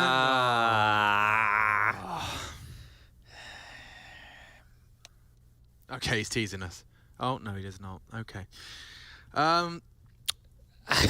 Round 2. Hello, everybody. Welcome. Welcome to ENCE versus G2. Now, the desk just did a wonderful job. They did. A really good job of setting the scene. Janko got to use the telestrator because he had a bit of extra time to explain to you some of the stuff we might be seeing for G2 on this map. If you have a look at our obs team as they fly through the sky, maybe just go have a look at Hades right there, who had the shadow daggers in it. We'll start here. We'll start as close as we can, shall we? We'll take a look at Hades and the shadow daggers that are in his hands, and he opened them just the other day. So if you wanted to go and check out what Hades is doing as far as opening skins, that seems to be the most recent for him. He's happy with those. I'm being sarcastic. It's probably not bleeding through right now. I know you're starting close to the game, but any budding esports commentators want some advice I was given when I first started over at ESL. Was they used, and they even whipped out a whiteboard. Oh. But they used like a funnel. Was this in the old office? Yeah. Okay. A funnel, if you will. Okay. Like imagine like a large triangle. I'm with you. I've seen many a funnel. Yeah. So they, it was the analogy that when doing desk segments and structuring a desk segment, you start at the wide, big picture. All right. And then as you get closer to game time, you get to the tip of the funnel, which is game map specific. Yeah. And that's the end of my casting tutorial. Well, guys, that is what Alex learned in the ESL office with all his years. All my years. Now, just for everybody playing at home who maybe isn't too familiar with what's going on, maybe you're an ENCE fan or a G2 fan, just tune in. What are these two bloody clowns talking about right here? Well, we just did a very extensive fill over during the Astralis matchup versus Fiend. I hope that you guys all enjoyed your time. And now, well, the desk we're filling, right? Because the teams weren't ready. We were clearly having an issue with the ENCE side of things. And now we just went to start this one. And people are calling us unprofessional in the chat. Oh, okay. Well, that's fine. What do you want to do about that? Nothing. Close the chat. Don't read the chat. When I stream at home, the one thing I try and avoid is the chat. Yeah, but it was working well when I was trying to get podcast mode engaged, Like this, some people ask questions there. Some people don't have Twitter accounts. Okay. Well. But yeah, you have to just weed through the wacky. That's for sure. Yeah. Now, this one is about to get underway. Yeah, and I'm actually really hyped for this one. Like, this is actually what most have considered to be like the most hotly anticipated competitive one in terms of the David versus Goliath head-to-heads that we have in these playoffs. I am seeing readies in the chat, so ladies and gentlemen, I am looking forward to bringing you this one. And ENCE, let me quickly give you a roster rundown. Because we've got ourselves Hades, who has impressed in a multitude of different facets. Diha as well, popping onto the Polish scene and now in the international passages looking for glory, pursuing that major spot. It would be huge for ENCE to have completely removed from the Finnish roster and come back hitting as hard as they are. Snappy wasn't surprised. He was given some freedom, as was the entire ENCE management, a part of this, juggling nades across, so the B site will have an extra HE for Spinks to throw on out. And let's get into this one, because we have got a 4-1 split of their resources. niko does have a smoke here as well, and the Julies are out. Rare to see the glass cannon Julies. Yeah, someone should have dropped in those. But I want to point out niko's smoke here, because he's looking for info, and he's going to drop this out, which is going to draw at least 3 of their attention towards the ramp. It's more of a lurk smoke. Oh, what a counter flash, yeah. Gobbles that one up, and now the nade could be brilliant. Good chip damage. They will need some bodies, though, and Snappy does nothing with the Julies, and down goes Spinks. Oh, big tap. Hades tested. Multiple players. He does take 2 for the trouble. Would love that. Could have cost him his life. Doesn't overextend. Does opt for the reload. Tucked back into sight. Nexa and jackz. Hands out haircuts. Dia trimmed. Now Doto. The impactful Finn. Good in the clutches. Representing Finland and ENCE. And Nexa is the one to convert. Ready. Greets him with a bullet. G2 take the pistol. Beautiful stuff there. And also with niko getting flatlined on that A site. So things looking good for ENCE out the gates here, but converted by G2. And maybe, just maybe if those Julies had landed a different round altogether, Snappy only really needed 1 here. But as they jump out the window, Nexa rips him out of the server there. So beautiful shooting. Ooh, yeah, I mean, Hades just gave him a chance, didn't he? Great shooting from him, and we'll get back underway. The desk have perfectly outlined all that is at stake, so we'll just focus on what's in front of us. Double scouts here. Snappy into one and Hades the other. Makes sense for Hades. Snappy Going to be a bit more mobile with this, able to fill the gaps. He's paired up with Spinks over towards B right now. Dihard, Dodo, and Hades today. Yes? jackz just getting 3 straight out of the gate as well. And this is a very good sign for G2 because I will highlight that he has been a third component of their superstar duo of Hunter and niko. Even next to getting 2. Remember that 1v3 clutch he won just the other day that we had? Against Mouse. Yeah, and we also saw jackz with that massive deagle round as well. Everybody had pop-off moments for G2 the other day. But one of the things that the desk did outline here is to continue to see good form for G2. And Counter-Strike, I don't know if it's talked about enough, but I think timing your peaks is important here, with the Major being the most important tournament. Getting that Legend status is key, and then if they can shrug off EPO and Blast in recent times and have a good Major, then we'll forget about the bad performances. Yeah. Spoke to Olof and Dupree about that when talking about the Major, and their both key takeaway was that you have to be hitting your peak at the right time. And for G2, you know, Parhaat was talking to... that? Yeah, I mean, it may be less of something to aim for as something they've observed. Sure. Oh, caught out. niko, long range body shots whittle away at Dihard, leaving Doto with a dig and a dream. Great shot into the head of Nexa. He is going to surely be wallbanged down. Hunter to finish the job with the HE, and that second scout from Snappy is ready to be deployed as the smoke does fade. Now, it's not going to be a triple plant. He won't be able to deny, but he might be able to post a headshot, and jackz down and out. I think this is the triple S here for Snappy. Snappy, Scout, I'll let you guess the third. Save. Thought you were being mean. No. I know. Never. I know. I'm only mean in private. It's a private thing. Yeah. Well, there's a Mac 10. He's just had a look at it. He's gone, do I want that? I mean, after hitting that headshot on jackz, he's like, nah. I'll keep Far too good with this gun. It is good to see Snappy having a good performance here. We heard from him the other day saying he doesn't like Miragi. They just consistently have good performances on it. Yeah, man after my own heart in terms of not enjoying the map. But yeah, look, if the team plays well and functions well, why the bloody hell not? That's the 2-0, and G2 should be looking to convert here. Their third with ease. You like the timing of this, right? So Dihard drops that smoke towards Connector, and at that point, niko strafes out of Palace here to deny that fallback. So really good stuff. Easy as you like. And it will just be 1 HE, 2 Deagles, a Scout, and 2 USP. So it doesn't sound like the start of a good joke. But you've seen G2 lose to crazier circumstances before. They've lost to no players before. They've done some wonderful things before, G2. The walking meme. Yet a tier 1 team. Wow, we could start a new CS poem. Oof. Yeah, they have got... They've been through some stuff. Some history. But, you know, we were talking about the fact that ENCE went international so successfully. What a better example of a team that's done that prior than G2. Sure. Formerly the French. Yeah, it's been a slow process, hasn't it? They've kind of changed out a couple of members at a time here to get to this point. Probably an under-discussed or appreciated roster move as well for the ages is going to be Nexa and Hunter. You know, sniping them just as they were starting to gain international notoriety. Yeah, it'd been that crazy project, right? We haven't seen a lot since. Yeah, like that was like Valiant. Esperanto and stuff still since. Well, let's see. Snappy down to 40, and that's perfect strike into niko's dome. Repositioning, the mobility of the scout profiting.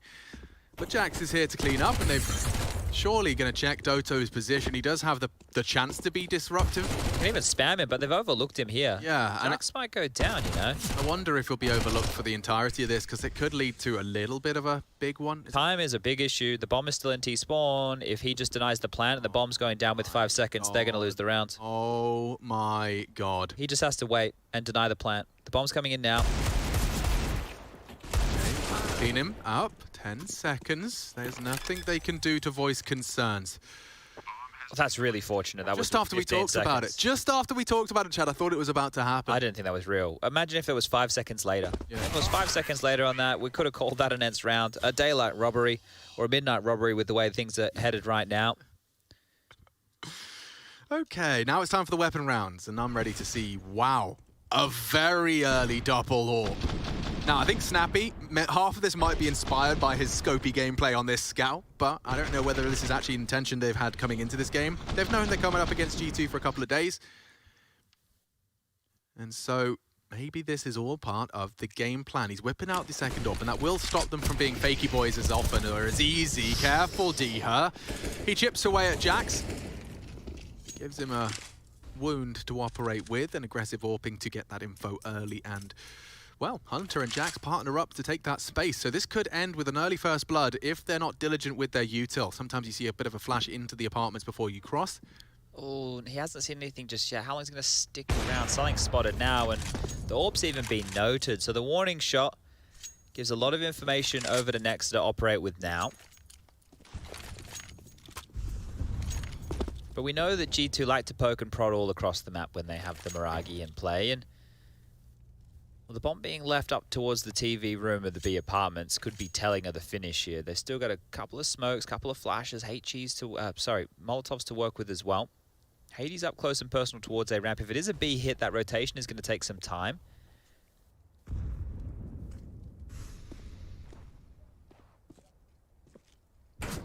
Coming in. Reaction is just in time. At least the incendiary extinguished and hunted. I think he's been spotted out, but that's Snappy striking for one ahead of the util. Oh, didn't pull the trigger in time. Spinks with a lovely lineup. And so suddenly Hunter's only got himself to count upon. Bomb will be scooped up. He can use that smoke before it fades to get that bomb down uncontested. And the rotate is on its way. Hunter. He's pulled off some miraculous things for his squad before and slinking straight towards it. The whole squad is here. And already the first head found. Oh. Hades holds his nerve and his line. And ENCE will put the first on the board. The double AWPs pay off. Beautiful stuff there. Let's see if they want to retain that. Dodo has just picked that one up as well, so seems to be part of the game plan here to run these double AWPs time and time again, at least when it's financially doable. But there, the diffusers come on in, and this is where the plant really helps out G2. They should be able to get another buy going, but remember those scout kills from Snappy in the earlier rounds? They have ramifications, and those ramifications are being felt by some of these members. Right? There's not enough cash on niko right now. Next is a little bit low as well. Hunter with 6k, you're going to get 6.7 for jackz, so he could even drop an AK if he'd like right here. So this one should still be a buy, but with everything that's on the line right now for both teams, right, for G2 being able to lock in legend status with a win right here, that means an awful lot. And the same thing for ENCE being able to qualify for the major. So let's have a big shout out to a couple of people right now. First of all, Ocelot. Second of all, Natu. And third, Carrigan. Because your crazy recipe for success is not that far away. G2 just have to win here today. And FaZe are in the major. FaZe are in the major. And I mean, it has been a stressful week for a lot of players. I think FaZe are at the top of that list. Yeah, this is not going to be an easy night of Counter-Strike to watch here. And that's even without talking about the delays. Yeah, disruptive molly pays off. Hades will have a gap to operate with. Oh, in the blind spot. Hunter taking liberties, spotted, and Diha dunks. That's what you wanted. An early first blood drawn for ENCE. Again. This will break G2 if they can't find the fourth now. Coming in hot. Yeah, a missed shot from Spinks. That could get sketchy, but still Amanek unable to piece it together. And look at him lining them up. The AWP again, an issue for G2's B play. He'll play another smoke to play around, and so he's still going to be a stubborn presence. There's two AWPs spotted. Hades has now been caught. niko whipping that one out and effective with it. This could spiral out of control. You've got to be careful. Hold on to this advantage. Nexa clearing the kitchen. Gets himself the double. Now then, there's still a lot of time to play with. And Spinks last seen short. Oh, and that's info. A lot of info. niko rocking the AWP. Oh, the slight gap, and they've actually partnered up. He won't expect Both to. left, yeah, and Spinks finishes what he started. That's a lot from the Israeli. We wanted to see that early. And you can see the ramifications. There it is. Bam. Absolutely humbled down to 2k. 3.3 on Nexa on the high end. And Spinks, despite the miss, he ends up leaving with the triple kill and the round. That was good from Nexa with this push here. Right, he has the bomb on his back, but has to take a risk because the numbers aren't in their favor. But it's not enough to get them across here. So, yeah, the save that you mentioned is immediately coming on through. 2 deagles, one for niko, one for Nexa. The rest are going to be onto the Glocks right here, and let's see if they can hit some bangers. We're looking for the 1 deags, the juicy, juicy 1 deags. Ooh, I thought he got that. That's Diha that's cleaning up. Oh, triple out of him. $900 injected into his bank account. Well, Hunter's doing what Hunter does and comes through the underpass, but that is Diha's 4th. So now just 1 more for the Polish man. or the pole. Well, he's in pole position at the moment for the 5th frag.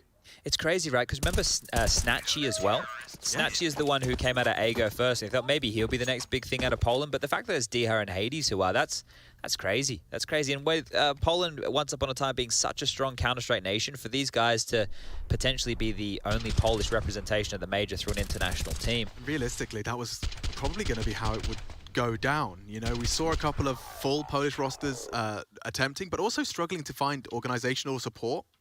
Sure. So jumping to the international roster has given them that quick kind of fast track ticket to Tier 1. Diha's talents, we saw him really cutting his teeth. Oh. And Hades, speak of his name, he arrives in the feed. Nexa just caught sleeping.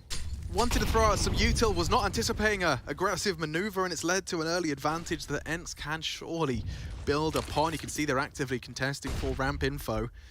This is such a good map pool for ENCE, it feels like, right? Getting the fact that we do like watching them on Mirage when we get over to Nuke as the next map. One of the things that we talk about with ENCE is just how fast they can be on those top hits and how overwhelming they can be. So I'd be curious to see if that continues to be part of the game plan. I've been really enjoying watching ENCE. Every ENCE game we've casted, like, I think it took me maybe 2 before I stopped treating them as underdogs. Sure. They've just very quickly risen in my own personal expectations. And I'm sure the community probably echo a similar sentiment because they are good. And these individuals shining bright up against the best. An early pick from Hades, and now again, they really are stubborn about this B site. Spinks managing his angles well, eliminates another. It's up to the Kovac cousins. jackz in tow, provides a headshot.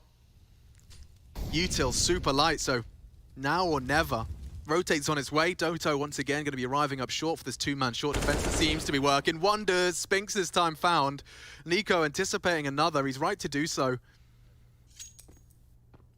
Decision making, he does evade, nice movement to confirm there was no info there, and he's got himself into the site. Oh, that was the kill. That was the kill. 10 HP left on Hades, so niko would have to find that hard clear on Doto. He's not going to do it, has no idea, no idea. Doto delivers, and that's ENCE not only taking the lead, but taking 4 consecutive rounds. This is a promising start. And right now, you're going to be scratching your head over there on the G2 side of things. If the game plan is to punish the B bomb site, and maybe Snappy's included in that conversation right there, it doesn't seem to be working. You're able to get out of the apartments, but you got to get that bomb down, and ENCE are making it so the trades are favoring them there, especially with the opener. The aggressive mid-opener, and then they just go sit back in the 4-on-5, allow you to come to them. Sure, you get a couple of kills here, but this was the kill. If Hades goes down there, jackz has done what should have been enough. Not only he opens it, he gets the determining kill. Big round from Hades. Armor, some Tech 9s for good measure. A deagle in play on jackz and niko. Both of them have had very historical Counter-Strike moments with that $700 pistol, and it does look like niko's already knocked the head off on A. Well, that underpass push becomes a lot more threatening now. Spinks has been able to dissuade that, but there's still pressure coming. Mollied back, Diha standing tall, 10 kills for him now, and Amaneck's been able to weasel his way into the window. Yeah, that's something, isn't it? Yeah, it doesn't look like it's considered right now, but Diha is going to pivot back, I'm sure. Hello! Oh, Amaneck couldn't quite catch him. That side of the head, back movement can get difficult, very dicey for him. An advantage now just petering out into nothingness. Well, niko was the one that made this interesting. Yeah. Now he's the only one left. That was a bit like a drop pie from Amaneck there. Not nice to look at. And Spinks ready as well. So now it's 5, and this is where we do need to see a response out of G2. Amaneck could buy into the AWP here if he'd like, but I think 5 rifles might be the go. Double AWP's no longer the game plan over there either. So when this is happening, from your leadership perspective, you know, when you've been trying to relentlessly hit B and it seems like they've got your number on what your initial game plan stood, do you get stubborn with it? Or is this where you kind of just end up ripping out a new page of the strat book? I think you want to look for something a little bit different now, because it's been multiple occasions where they've rotated quite quickly and had extra men. You might want to look for an opening pick somewhere, and then you could pivot back towards B. But make sure you have that number advantage before you try to punish that side of the map. Which, to be fair, we haven't seen them get too much of. jackz, it looks like he's destined to catch a bullet here. It's a very tight line, though, so it's up to Hades and his reaction speed, as well as jackz and the strafe he opts for. We've got 4 present in mid for G2, and That's Spinx's responsibility as it currently stands. They're reading this well, and they have 2 players ready to deal with B just in case, and they're also locking down middle here. So they're in good positions to contest with this. And not again. The bomb on Nex's back. They head back over towards B while Hades creeps on forward, and he even has an escort. It's going to be tough to break. Snappy down. Will they expect Hades up close aggressive? Do you get that confident without an AWP overseeing your exit? jackz tagged. Hades does not find any lethality. So now they've got themselves that man advantage. They have to build upon it. Hunter's going to be locking down the rotation here from Connector. And oh, caught out. Jump to evade. Spinx will punish. Suddenly a 4v4 and they are coming B. That was enough. Hunter just showing his face on Connector has forced Hades into an unfavorable defense of the site. But Spinx is kicking 3 on 3 and up they're a low. fuss. Will ENCE successfully defend this B site? Again, it's time to find out. It's not bad either. Not at all. Limited health now on G2. jackz gonna have to do more. He's already done so much heavy lifting to put them into a bomb plant scenario. Tag, no frag. Diha kept on notice. Spinx is crawling from short during all of this, and question of time. jackz down, getting scary. Nexa claws it back, and Amanek holds the line, a one-on-one. No time for this. Dota won the retreat. It does look like G2, persistent in pursuit of glory on B, will take some damage, will go down with the bomb. And 0 players left standing at the end of that one. Round 9 concludes. G2, this time successful on B. Okay, well that's something, right? And they were lucky that Snappy went looking there for the kill. This is jackz just standing and waiting, and at about a minute there, he was given that kill. This got awkward. This is where things started to fall apart because Spinx actually gets another frag right here as Cat is being taken as well. So that was the second prong of the B hit eliminated, and a real opportunity for ENCE to go for that one. But the score now, only 1 round the difference, and the buy is going to be looking much worse on the G2 side of things. I can already see that Amanek's bought on in to a Mac 10. There's a Galil for the likes of Hunter here. Going to be some AKs across as well. So it's not terrible, but it's not beautiful either. Now, even this Mac 10 is going to have struggles. It's been head armor on every single player for ENCE. There's not like there's any Kev. There's all the heads are covered here, so not going to explode them like the watermelon. But do they want to go for something quick? If we take a look at the spawns, Amanek has the best spawn right now if they wanted to go for a mid or a B rush. And that's where we're going to find out the difference maker. He may not be able to be threatening, or as threatening, with his Mac 10, but with his 3B lane presence alone, he might be able to draw some crosshairs away. They boost him up, and Hades goes looking. I think he suspects one coming in thick and fast. jackz is lucky to be alive, and here comes Amanek's pace. He's ahead of the molly. Down and out. Spinx again delivers. G2 can't go into this. They used all their nades as well. You keep heading into the B site, but every time, Spinx is just laughing at you. Yeah, and Hunter here, nothing he can do. They know exactly his lurky boy plays. They pushed out both at the same time. ENCE are playing this very, very well here. This is great. Counter-strike, and Diha's just looked away. That's unfortunate.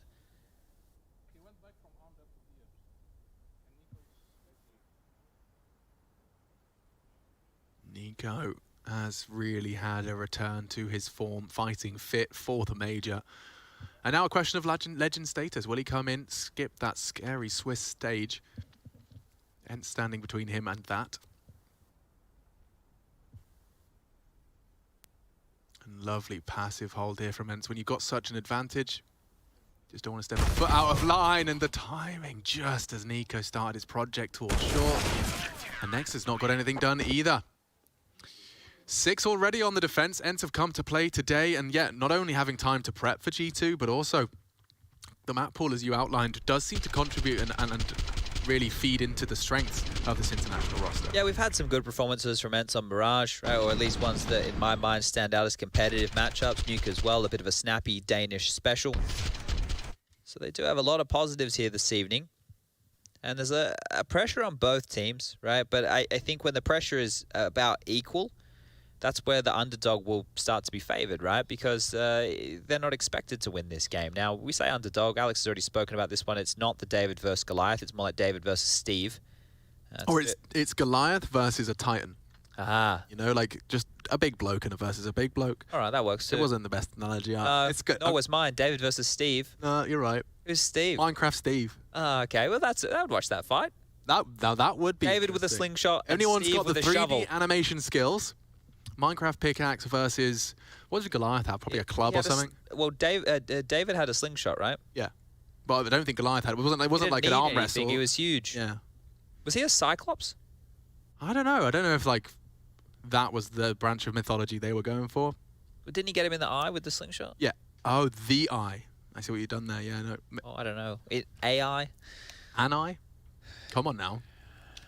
What was your English teacher's name? Wouldn't be proud. Mrs. Cole. She's not happy with that one. Detect I'm at, everybody.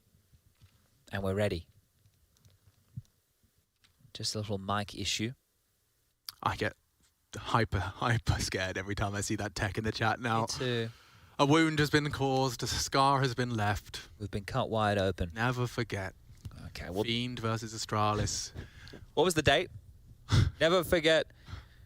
The 8th of October. Yeah, that's how the song goes. So G2, that's their second time out there burning through here now. So off the back of the tech, they'll take attack. It is early, isn't it? Yeah. But it also it embodies how they're feeling about this T side. Yeah, it is shaky, right? And I think the fact that they've invested a little means you may as well try and get the most out of it. You go into a scout, it's not the usual weapon for him. It's a deagle so far for jackz. I don't know how much more investment we'll see here, and maybe that's exactly why we are getting the timeout.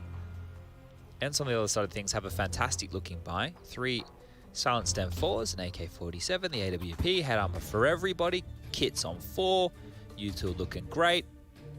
So you can tell just by the inflection in my voice, the contrast of the buys. Well, one's good on the other side. And here we go. There have been a few more lighter investments here. niko to scout top mid. And, well, he's going to get a scope v scope fight. And that is brilliant stuff. Have to be steady to hit that one. Yeah, just the sheer restraint. Doesn't rush it, doesn't just opt for the tag, and niko's happening again. Doto and Diha, the double Ds, immediately level things out. 6 headshots. Yeah, just like that. A superb flurry of frags, a chunk taken out of Diha. Doto does not surrender, does not quit.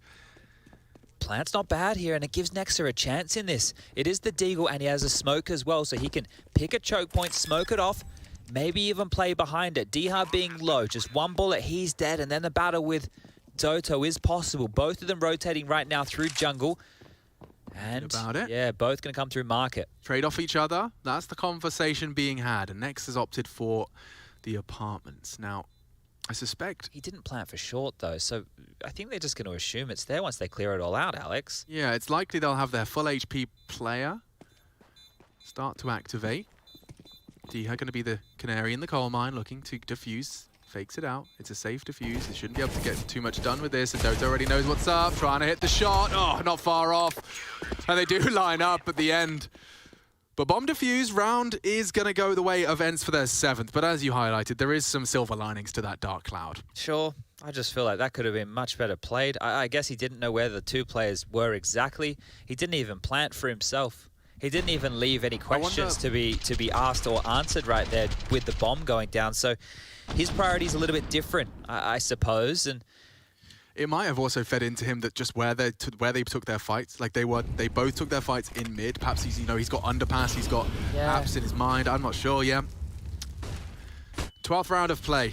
Early smokes exchanged. niko came a knock into that ramp, thinking better of it. Starting to get worried for G2 now, because it looks again like they want to go back towards B. I know it's still very early in the round, only 20 seconds have passed here, but when you're having 3 players coming through the underpass now, and, well, 2 of them selling what is a little bit of a fake on A, you got 2 options. You're either going to go back towards B after mid-presence, or you're going to continue this march up through the underpass with jackz entry fragging. You're going to have a fight in connector against multiple players, Diha and Doto both here, and Spinks even peering off the catwalk. Perfectly timed, and they stand to take the fight. jackz delivers something, though. Diha caught just as before he fell. The spread confirming more presence, and Spinks strikes. May not expect another. Concerned about A, and understandably so. Nexa onto Doto. And oh my god, Snappy! You can't be going for aggressive moves like that. He's got the bomb now, and G2 needs something. Hades needs to survive. 10 HP. Relentless spray. It's up to niko. He's got to make some moves. Where the bomb is, mate. You got to get that first, and they have to get past AWPs. Not going to happen, dude. These double AWPs, they whipped them out on like the first gun round, and it's been an integral component of the boys from ENCE posting a very big CT haul here on first map of this series. Amanek saving this, isn't he? Oh, I can't believe Snappy's move, right? He takes so much damage in that Molotov, but it's round winning. Yeah, Amanek can't win this. Yeah, I mean, you said the bomb was spotted, right? So I guess that's just Snappy knowing he's got a round-winning maneuver in him. Exactly. Exactly. Oh, well, this one here starting to run away from the boys from G2. 8 for ENCE, and they're going to be more than happy with how this one's trending. Take a look at the loss bonus. It is maxed on out. In the final, in the last 8 rounds of play, ENCE have won 7. So it was the pistol round of the conversions is where G2 have done their best work on their map choice. But I think 5 is the bar that they might want to set for themselves here. It was this one kill. You're seeing the molly lick on over and hit Hunter, so they know that there's more coming. He's not even ready for the AWP, and this is the round-winning maneuver. A bit of a Tony Robinson walking over the hot coals is Snappy. And once again, we'll remind you of our fan cams, iem.gg/fancam. If you're watching at home and you want to join the party, don't be shy.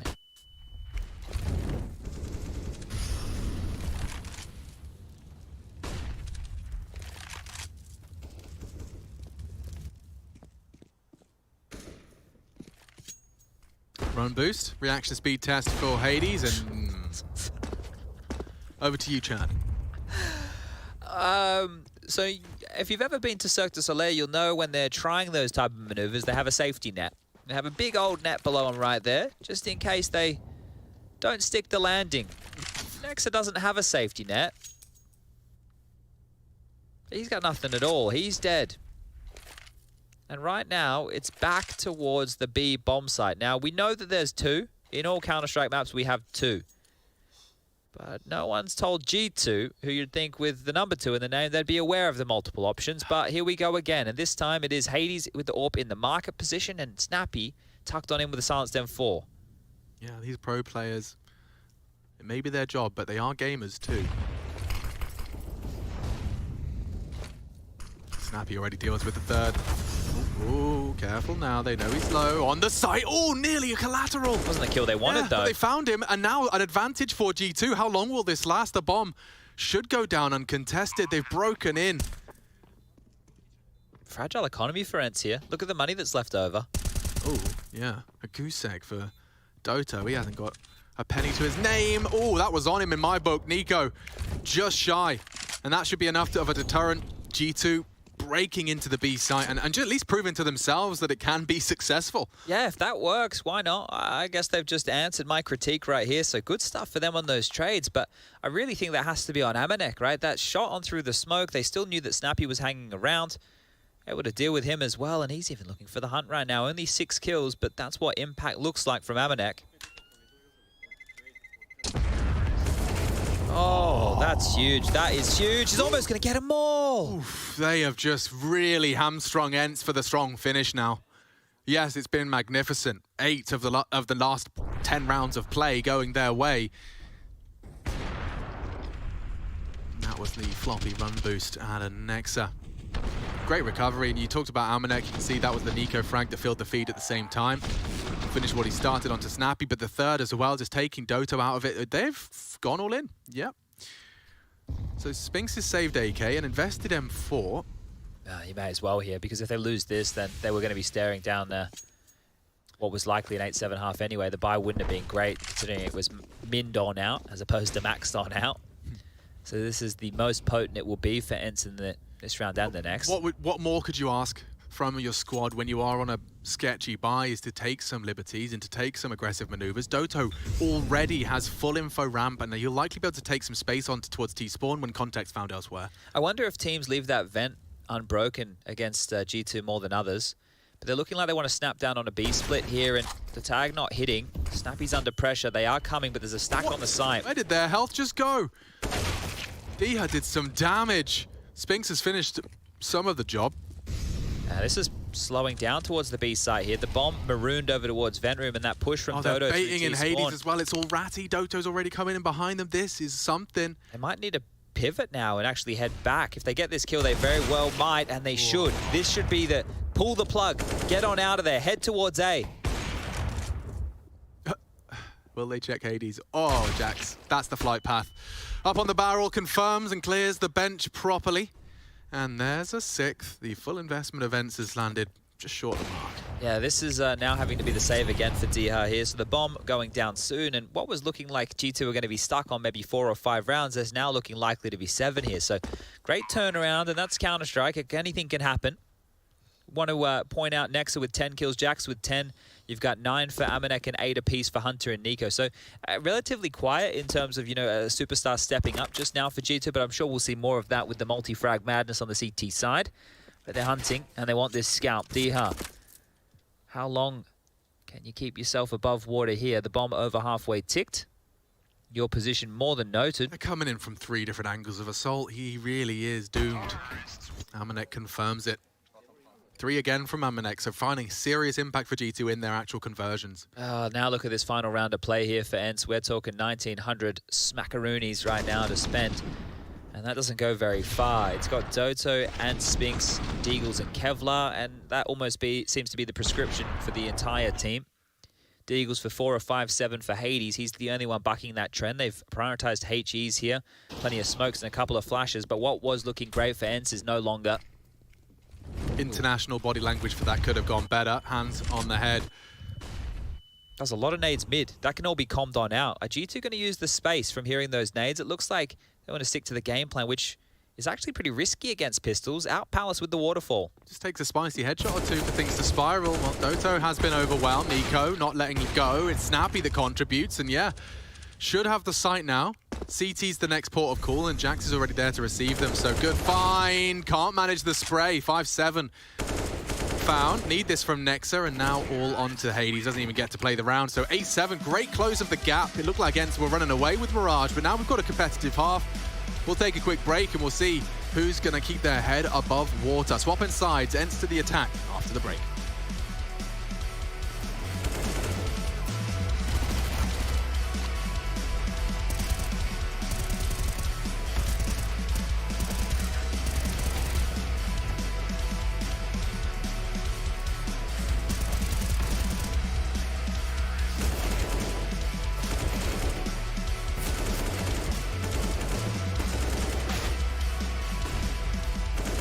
I did not expect us to come back this strong after the break, but I did expect the team to be really good because we have a really strong organization behind us who supports us. And when you have that, I think if you're able to handpick the players you kind of want, in the end you can build a team who is also functioning really good. And I think the support we have there from ENCE and basically the core we started with was already really good. So I think the goal was after 2021 to have a team that would be a Tier 1 team in the sense that we are at the Tier 1 events.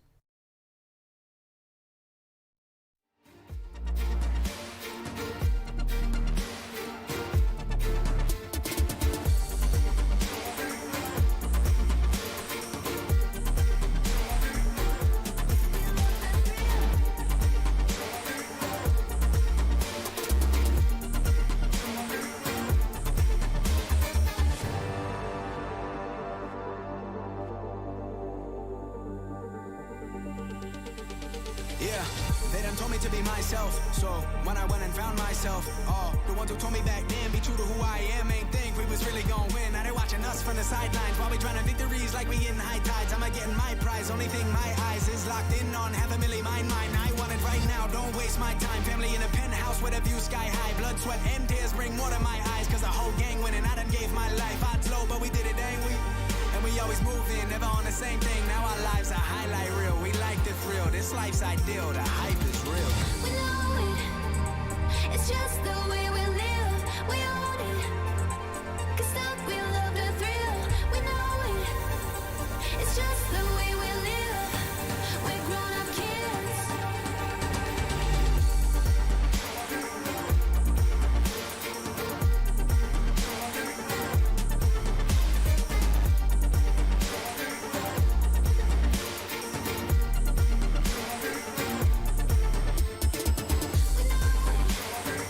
It's just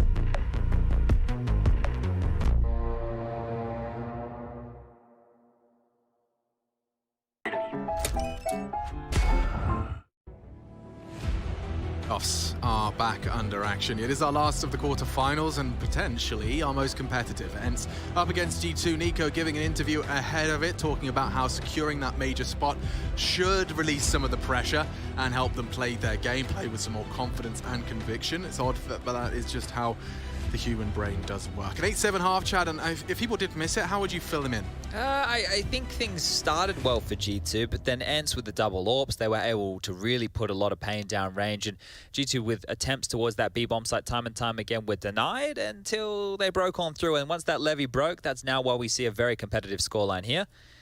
And as the freeze time ticks on down, let's see, can G2 pick up where they left off? It was 3 out the door into that break.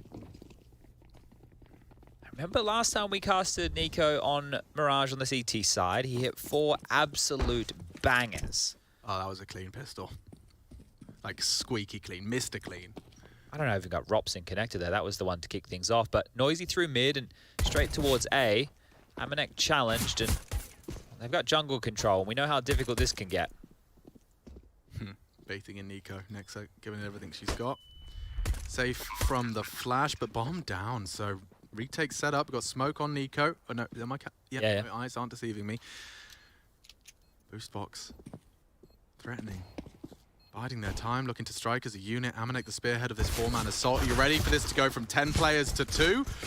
It's a biff, it's a brawl, and everything going ENCE's way. There's only a single frag to celebrate for G2. jackz will change things briefly, but time too far gone. And it looks really simple when it plays out like that. ENCE were hoping for the, or rather anticipating pushes from every angle, but they handle that 4-man CT gather with relative ease. Yeah, and really good stuff again. We've highlighted their names once. We'll do it again. Dihar and Spinks both up to 17 kills apiece. So fantastic performances from 2 of the stars on the rifles. All this ENCE roster here, but this is great from them. Now we have traded pistol rounds. Regularly, G2 do love a force buy, so we should be seeing that come on out, and it will be greeted with a scout in the hands of Amanek, Deagles for the rest, and a timeout called this time by ENCE. So that's their second. You want to make sure you convert these, right? This isn't your map choice, it's G2's, and if you can push them to the distance, you can steal it away from them. You can see the maps in the top right. I think as we move into Nuke, things are going to be looking very good for ENCE, so it almost feels like we're destined for the third if each team wins their map choices. And then Dust 2, obviously with those updates, we did see how it played on out yesterday with Copenhagen Flames versus Vitality in the server. Looks like Flames had taken advantage more so of the changes than what Vitality did. Theirs was still very standard in approach, so I'm curious to see what more teams have to offer on this map. But this needs to be a tight round if you're G2. You can see this one, you're going to be looking back at just a couple of USPs again, and you guys all know how that goes. So standard mid util, windows smoke, top cat smoke, you're going to get the molly towards connector. All 3 of those integral when you want mid control on Mirage, and now with a couple of flashes as well, the deep connector smoke greeted by one of his own. niko's done that to dissuade them from pushing on through, and well, B, it was all the hype on that first half. Looks like it's going to be again into Hunter. Doto gets that, but it's about to accelerate. Yeah, jackz is in a lot of trouble. Nades, smoke of his own design ahead of it for the frag. Does take Doto with him. It's more on the site. niko's leg sticking out, and that's enough for Spinks to build upon it. ENCE looking clean on the conversions. It is a question of Snappy. Doesn't get both of them, but confirms where Nexa is, and so the hunt is on. His scout not long to be maintained, and nice conversion. A tag into Hades, takes down Dihar as well for good measure, but Spinks ready and waiting. Nexa, the indomitable, fighting tooth and nail to hold on to what he has, but he's down, he's out. Nice shot in the chat from Dihar. He appreciates Nexa's Deagle work. It is good to see Nexa hitting some shots, right? We had question marks about him earlier on. He wasn't really necessarily pulling his weight. We know he has to do the in-game leadership role, but he was on the tip of our tongues as one of the fragging in-game leaders a couple of years ago. Things haven't been going great for G2, at least out of the break. But it's good to see him having at least a couple of nice shots here today.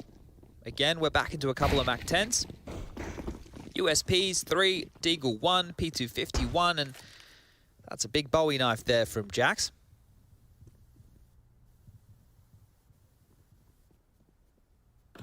Shouldn't be much to say in this one.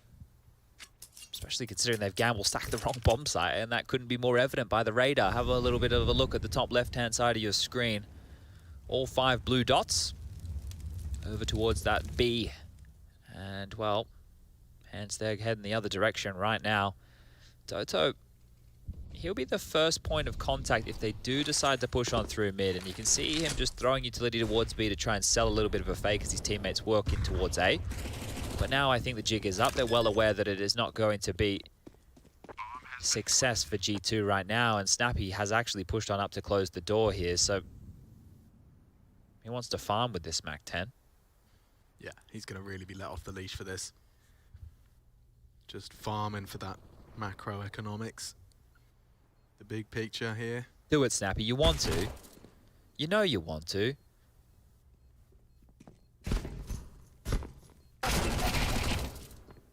Well, 600. We're going to do our 6 times tables today, guys. I really struggle with the times tables, bro. I had mine on the back of the toilet door as a kid, so you kind of got forced into it. Dihar going to try his luck. And back turned, he goes down. They do scavenge across a MAC-10, but that's nothing that you want to really be using in the next round of play. G2 are going to be purchasing on here anyway. So they're getting the AWP out immediately for Amanek, the rifles in for the rest of them. And if you want to keep track, if at home you may be interested in what your favorite player uses in terms of M4, Nexa actually has himself the M4 Fall. The rest of them all have the silenced M4. So just in case you're wondering, maybe you got a query.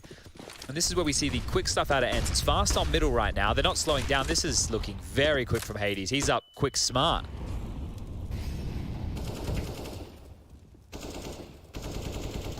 This is so much pressure already. I cannot believe how quick they have mid control. They can actually just stay in these positions. There's nobody looking to deal with mid whatsoever. It's a 3-man passive A stance out of G2, and same over towards B. They're just trying to lock down that extremity. ENCE quite literally have the map to work with, right? You can take this full mid control, you can get up in window, you can go jungle, connector, vent room, short. They have so much space right now, and I think niko's realized they need something. They need some information. Nexa pushes a ramp. niko pushes the apartment's position. And sector called clear. But right now it's misinformation because ENCE haven't made up their mind. Yeah. Amanek took a glance, but obviously with the smoke up connector, they are unable to find him much information initially. Window, of course, has been open for business. There's potentially a lurky boy established there. Here they come. Into the site and into the crosshairs of Hunter. Bomb spotted. The rotate's on its way, and Spinks is such a sharp gamer. He's found his 20th frag for the boys of ENCE. Needs another kill here, Amanek. One is not enough. The rotation's covered by Dihar. Oh, and niko's so loud about this. He's going to be tracked and fragged. Nice catch. That was the bomb carrier. They were trying to pivot. Aware? Oh, not aware enough. Does take one with him. Dihar up against Nexa in the clutch. Now, the bomb was short side, so he has to plant B. Oh, so Nexa's in a perfect position to deal with this now. Yeah, it's just the denial. I mean, unless Dihar's brave enough to fake, he hasn't got time. No time. Nexa needs to live. Oh. You nicely. Okay, don't die, Nexa. Hold on to that rifle if you can. Here we go. First round now for G2 as they look to start mounting a bit of a CT side comeback to draw things up level. Scoreline 11-8 in favor of ENCE here. And I would say it's been anything but easy. This has been the tussle. I mean, niko did a lot for them there. The second kill was huge. Yeah. The second kill was sublime right there because Dihar, you knew exactly where he was, right? And niko still put himself in potential danger right there. So a big second frag, a necessary second frag. And the buy for G2, you can see just how bad it looks with 4 players going on down. But an info crawl again. Much earlier this time. And no pop flash. Spinks again contributes in a large capacity for ENCE. One of the 2 M4s they had equipped now lies on the wrong side of that smoke for retrieval. ENCE really are looking in hot pursuit to take this Mirage. I'll wait till I have an eco next time to start unfolding the master plan here that could all go wrong. G2 still have a chance in this one. They certainly do. jackz is pushing. Yeah, jackz is really jackz pushing. could really cause a lot of chaos. Clear left, though. He's just going to get shot right in the eardrum. And all these CT aggressive maneuvers have just been met by hot lead. Yeah, it's just the MP9s here. So you don't want to really save these, but you might be left with no choice. Harold. Bomb. Hey, Oh, get your hands on it. Not enough. Hades just crab walks in. Snips their hopes and dreams to convert here in the 20th. ENCE didn't really have to do anything. The kills came to them. The kills just came to them. niko offering himself up to Spinks as easy as you like. jackz doing the same top mid. They're desperate for information. They're desperate to claw a kill back. And now that's 12. It was looking like G2 at least had a say in trying to make this half competitive now. But again, ENCE early stages of these maps looking good. A really decent lead. If they can continue to push this, right, G2 only going to get 2,400 loss into the next round. All they need to do is convert the next for 13 before the guns come out again. Then they need 3 more rounds of play. Just keep it cool, keep it calm, keep it collected. This is great from ENCE. Now, you remember the conditions that we had in place for FaZe to make it through. One of ENCE, Fiend, Copenhagen Flames, and who am I forgetting? And the Movistar Riders. Thank you very much. One of those teams had to finish in 8th position. If all 4 of those teams lost their quarterfinal games, that means one of them was guaranteed to finish in 8th. But we've been talking about G2 making a mess of the bed, to put it politely, in certain tournaments. So imagine this for a second, if you will, everybody. Imagine if G2 lose here to ENCE, then they go into that bracket for the decider from the 5th to 8th position. They lose their opening game in that, and then they're in the last game, and they end up losing there as well. Oh, double smoke. Nice catch from the ops team. So Snappy throws out 2, 1 for the connector and 1 for the jungle.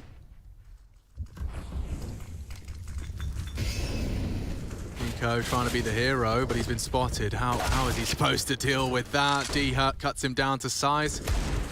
And this light buy not going anywhere. But Chad, you're onto something there, and so is Nexa. What are those headshots too? Provided Doto with the damage control, and yeah, long range not happening on that MP9. Quick reposition, maybe he can catch them off guard, and D-Hurt's having none of it. Short-lived hope for G2, but I see the picture you're painting, Chad, and Carrigan's going to become G2's best friend. No, other way around. If they can just turn it around. Worst enemy. Worst enemy. Yeah. Worst enemy. Oh, I'm getting a bit. Yeah, it is a bit. I'm a bit. Today's been a long one. I just feel flashbanged IRL. Flashbanged IRL. Yeah. Okay. Like I'm doing the flashbang dance, but it's not like a happy dance. No, it's not like when Jordan does it. You know he's having a great time. Look, we need something right now, and we need something out of Hunter and niko. They're the 2 lowest on the scoreboard for G2, but they're the 2 superstars of the team. So if they can get activated and start finding some multi-kills, G2 could get back into this game. But ENCE now, they throw out some smokes. They set their sights towards A. Doto throwing up more from mid, and it will be the A finish right here. There's 3 of them ready. 2 on the stairs, caught in no man's land. Next is dead. Oh, and niko caught out as well. Some serious damage inflicted. Look at the health of Snappy and Spinks. He's aware there could be the late prong mid. Bomb to be planted. He's so low though, so vulnerable to a nade or 2. Amanek doesn't count on Doto, and he's gone too. The nade on the nose. That's something for Hunter to work with. Chad. Yeah, but it's a save. It is the 4-letter word. Yeah, you'd love a kit, you'd love another kill, you'd love something from G2 here, but this has gotten away from them. It's not it's getting away from them, it's the tennis ball rolling down the street. And Doto, oh, he's going to be the car that's about to run over it and ruin everybody's fun. He's cut them off, they have to stay in the market, and they don't. jackz with an important kill. That alleviates a lot of pressure. Hades and Snappy not looking for the hunt. It was just a one-man task with taking away these rifles, and that lost bonus 3,400 means with the saved guns, at least we will have another competitive round out of G2 here, but it's not looking good. Not looking good at all. They almost blocked each other on the top stairs there, so just looking for some info, and it was all at the wrong timing, so ENCE are really doing it, and I can't believe it. They are really owning G2 right now. This is a 14-8 scoreline. To put it bluntly. Now, another timeout taken here, and that is going to be the 3rd right now from G2. They used 2 early within the half, that first half round, and Well, now then they have one more. Now, the guns are on the floor. Weapons have been dropped. Amanek into a scout. It's going to be rifles for everybody here. At least they've got this in their hands. But where are they going to change it up? Are we going to see them go for more aggressive maneuvers on this CT side? Are they going to opt to play things maybe a little bit different here? Because ENCE are dictating the pace. We only have one round for G2 to boast on this CT side. The other 6 have all gone to ENCE. And lining up some nades again. Top mid, smoked off, nade through. It is a little bit shallow. They know that there's a scout right now. And also, that was met with 2 M4s as well. So at least 3 players with bigger guns in their hands. And with the max loss bonus, you can probably piece this one together. ENCE has a pack. They're rolling out 4. Take top mid, and Spinks is going to deal with the extremity as they just push on up as a pack here. G2 aren't fighting. They're playing so passive. They almost look scared. The old cliche of playing not to lose as opposed to playing to win. Very hard shot for him to hit there, and a smoke for good measure, so they get across safely. They're coming into Hunter and jackz's domain. Already feeling the pain. Defensive util dropped. ENCE got so much time to work with here, and already losing a man. jackz, however, traded, and it's all on to jackz now. He's lost his teammate. Hunter's gone. Diha likely to spray this. He knows where you are. You can't have gone far, and there it is. A dink exchange, but Diha's gun is better. Options so limited now. Nex is concerned about a flank. The bomb spotted. Was on the back of Diha. Oh, and he peeks on the flash. The team utility is brilliant. That's the reaction out of Nexa, and if they could just survive, they can play into the site together. Amanek's going around the world. It's the right call. But that is exactly what Hades was waiting for. Nexa gone. Amanek now going to be a little bit predictable. Does distance himself from the drop-off so as to avoid the info. Hades is still looking the wrong way. That decision could have ramifications. He's sneaking in. Oh, Amanek, can you give G2 a lifeline? The first shot hits. Up against Snappy. Okay, careful now. Upgrades to the AWP. He does have to speed this up, and Snappy can just dance with him. Hiding in plain sight. Amanek's just shy of the mark. And that one opportunity for recovery.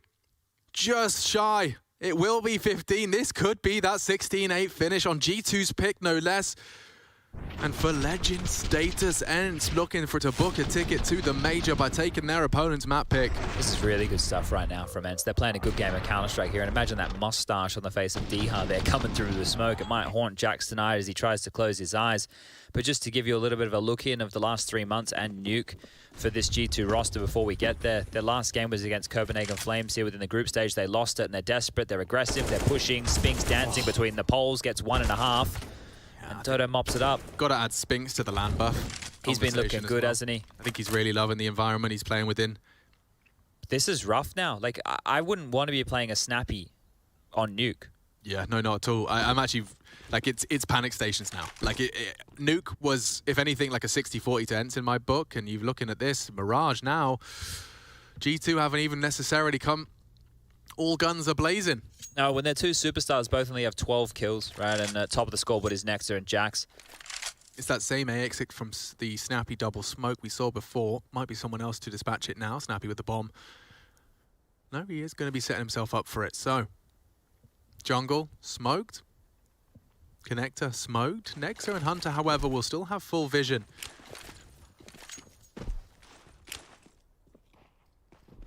Maybe not with that flash. That's got Nexa's name all over it. Still has vision now. Information gathered.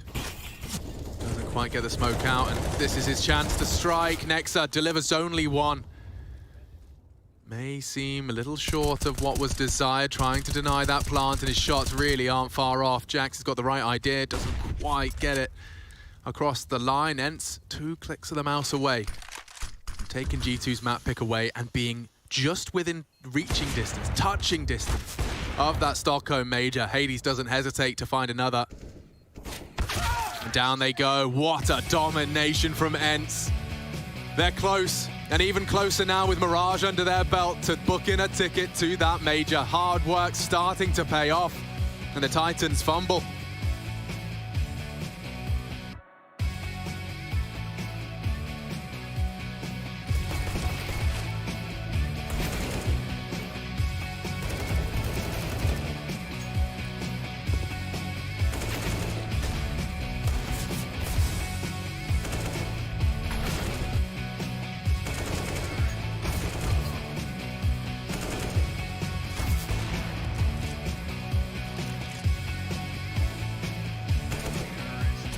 Nice try.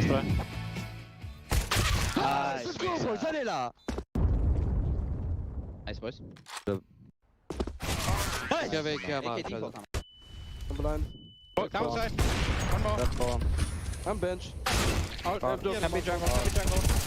Under one. Here. Bomb. By the way, and nose. Exit. Picking. Nice. Nice try. Nice, Lutsen. Sick round, man. Let's go, guys. Let's be awesome on the one. Nice Pavel. Nice. Nice. Of course, ace. Of course, you eco cobra. Nice. Good job again. Let's go, boys. Let's be focused. Nice try. All good. Okay. Nice, he died. Let's go, go, guys. guys. Not the best money. Also under. Oh, Good job. Nice body block. Nice body block. Good job. Nice eco, guys. Saving or what? Yeah. Saving. Try to kill him, maybe. Nice try. Let's go, boys. Nice. Sick, guys. Let's go. That's it. Nice. Good job. Let's go, boys. Nice. Let's go. So much better than them. Nice, guys. Oh my god. Sick. Don't worry, away. Nice entry. Nice. Sick. Let's go. Let's fight, guys. Nice. Good. Reverse default. Nice. Good job. Nice, guys. Just keep playing our match. Good call, good round. Thank you. Nice, Marco. Let's go, guys. One more.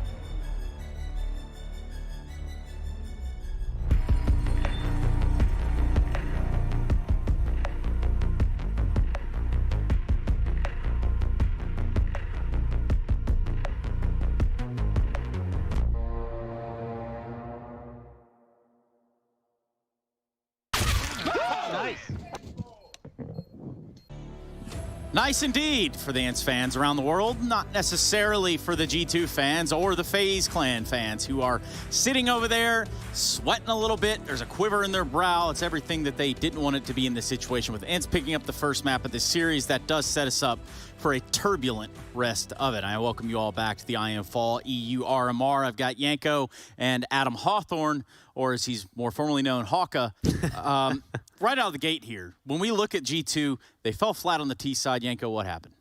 Yeah, they won pistol. It was a good start, but after that, they couldn't really do anything in the gun rounds. And I think it was, you know, obvious they kept returning to that B bomb side. I don't necessarily have an issue with that, right? I have an issue with how they were doing it. Like, you get stopped on B, you maybe want to repeat the call because you feel like the CTs are thinking, okay, we stop them on B, they're not going to come back here next round, right? So you do that, and when that doesn't work, I mean, you just keep repeating that, but just do it, you know, throw an A fake in there, right? Like, fake mid, make it look like you're just faking mid, want to hit A, and then go B, because you could see a couple of times, ENCE were just reading that bluff, they just started 3B a couple of times. And I'm sure if G2 doesn't come in the first 20, 30, 40 seconds, you know, they would return into a more of a default setup. But G2 just kept trying to hit it pretty fast, and they were always playing against the numbers there. Yeah, and G2, I think you pointed out the fact that they might drop off, trying to keep that level out of the groups of every single player. It's very difficult to get that level out of them, and I think it massively dropped off here. You know, niko and Hunter were nowhere near what they were doing in the group stages, and we've seen them just lose a lot of battles in towards mid, and all of these early fights are going ENCE's way, and ENCE were very calm. You know, you listen to the team comms there. Every single piece of information was going through. No one was screaming. No one was clogging up the comms. ENCE seemed fully capable of taking this win now from what I've seen. Every positive sign looks good for them. Individuals are looking good. That double op setup, I think G2 really struggled to find an answer against the double op. I think Spinks was playing really well, picking up the AWP alongside Hades. They don't have an AWPer to combat that. So Diha, he's also playing well, right? Yeah, like, you exactly. can't discount him. He's actually going to be one of our Air Force Aim High head-to-head players. But, you know, just in looking over the highlights, what did Diha bring to the table, Janko? Yeah, just frags, but I think the approach from ENCE was interesting because they brought the double up in the first gun round, and that was on Snappy. So that must have been, you know, something that they've seen in terms of preparation, that they didn't care about the economy. You know, it's a big investment. If you lose that round, you're definitely back down to pistols, and it can really backfire. But that was their plan coming into this one, and it paid off. They got like 5 rounds in a row before G2 could put one on the board themselves. Yeah, that second half was just such a wild ride, all things considered. I think it was like, what, 7-1, 8-1, something like that. Just unanswered rounds back to back to back. That's not how G2 goes about winning. Yeah, and if you go back to, for example, that Mouse Sports game on Mirage that we've seen on the A stream, there was a Nexa 1v3, there was the niko pistol round highlight, jackz Deagle highlight, right? Some of these massive individual rounds, and we didn't see any of that really. You know, Nexa was in that 1v2 where he just missed the timing by a little bit. niko in a 2, you know, them in a couple of 2v2s here and there that they couldn't really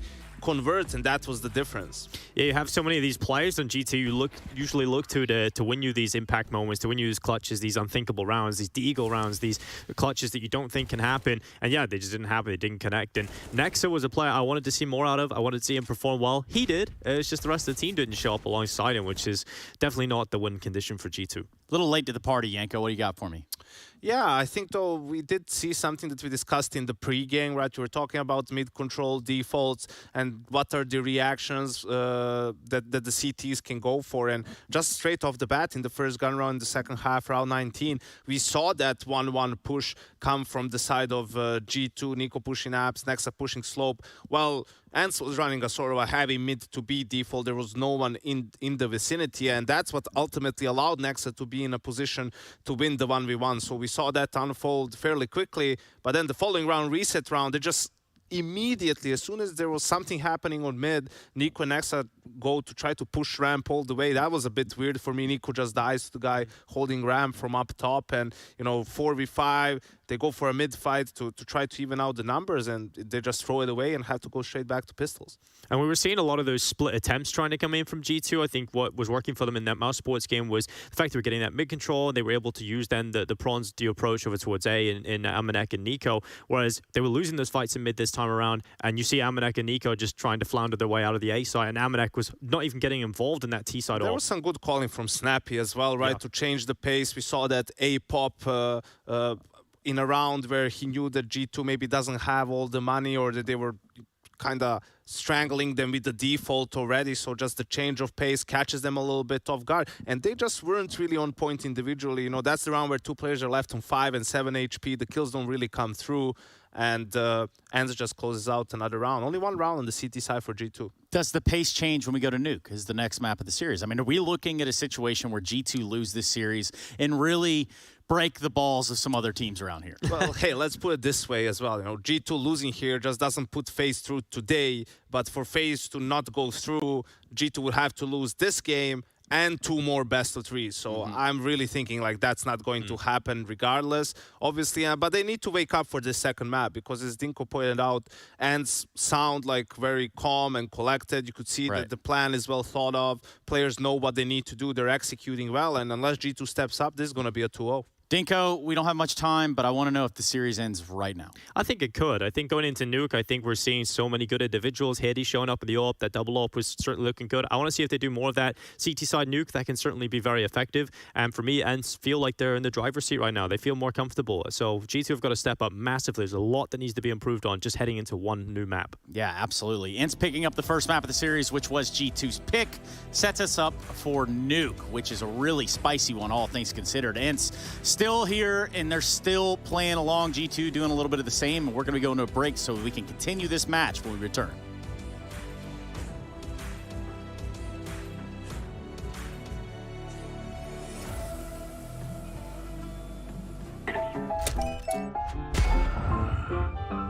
Yes, nice shot, my friend.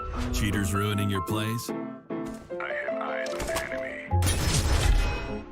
Bad servers stopping your shots? What you need is ESEA. Advanced anti-cheat to stop cheaters.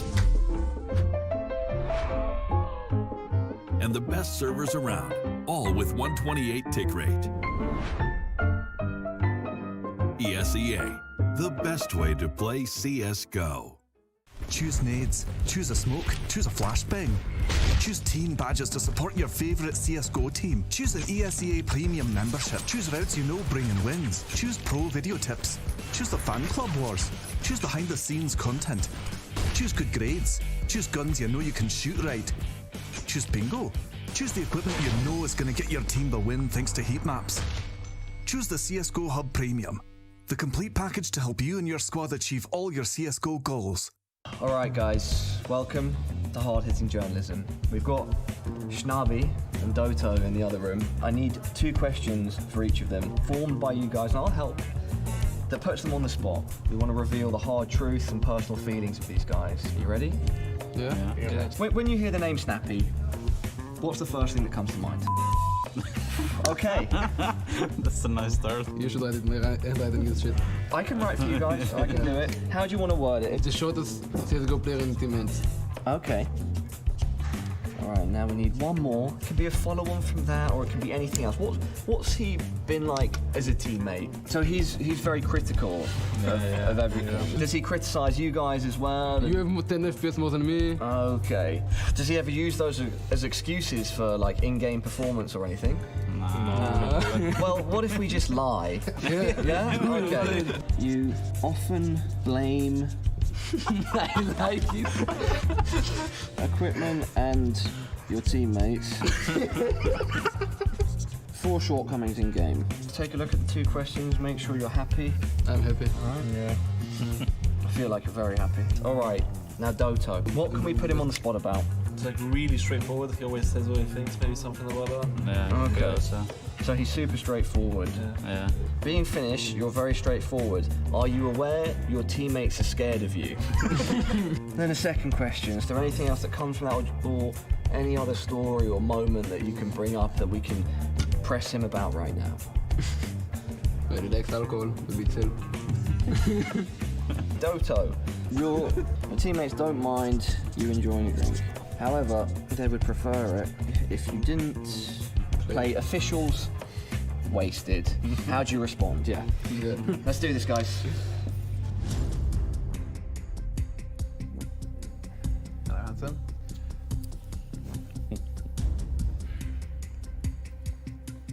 What have you learned? Do you have a busy couple of minutes, or? What the bloody hell is going on here? Oh, that's the correct pronunciation. That's how I say it? Yeah. Okay. So, Schnabby, as the shortest teammate and CS player of all time, are you proud of these titles? I'm proud of it, but I think Lawson got a little bit sad because in the media room he was put in the front because he was actually the shortest. Ooh. Yeah, when we came in, I was like, Doto, you're taller than I realized, and then Snappy just went, am I? Second question, Snappy. You often blame equipment and your teammates for shortcomings in game. Why are you using those excuses, bro? What the fuck? Yeah, what is this? It's a therapy session, I guess. I don't know, my PC crashed 3 times, what can I do? Yeah, that's not your fault. Yeah. Okay. Doto, next victim. Being Finnish, you're very straightforward. are you aware your teammates are afraid of you? No. No? No. Are you not aware? Maybe. Doto, your teammates don't mind you enjoying a drink. However, they would prefer it if you didn't play officials wasted. How do you respond? You can try to stop me. Take a bow. Take a bow, ladies and gentlemen.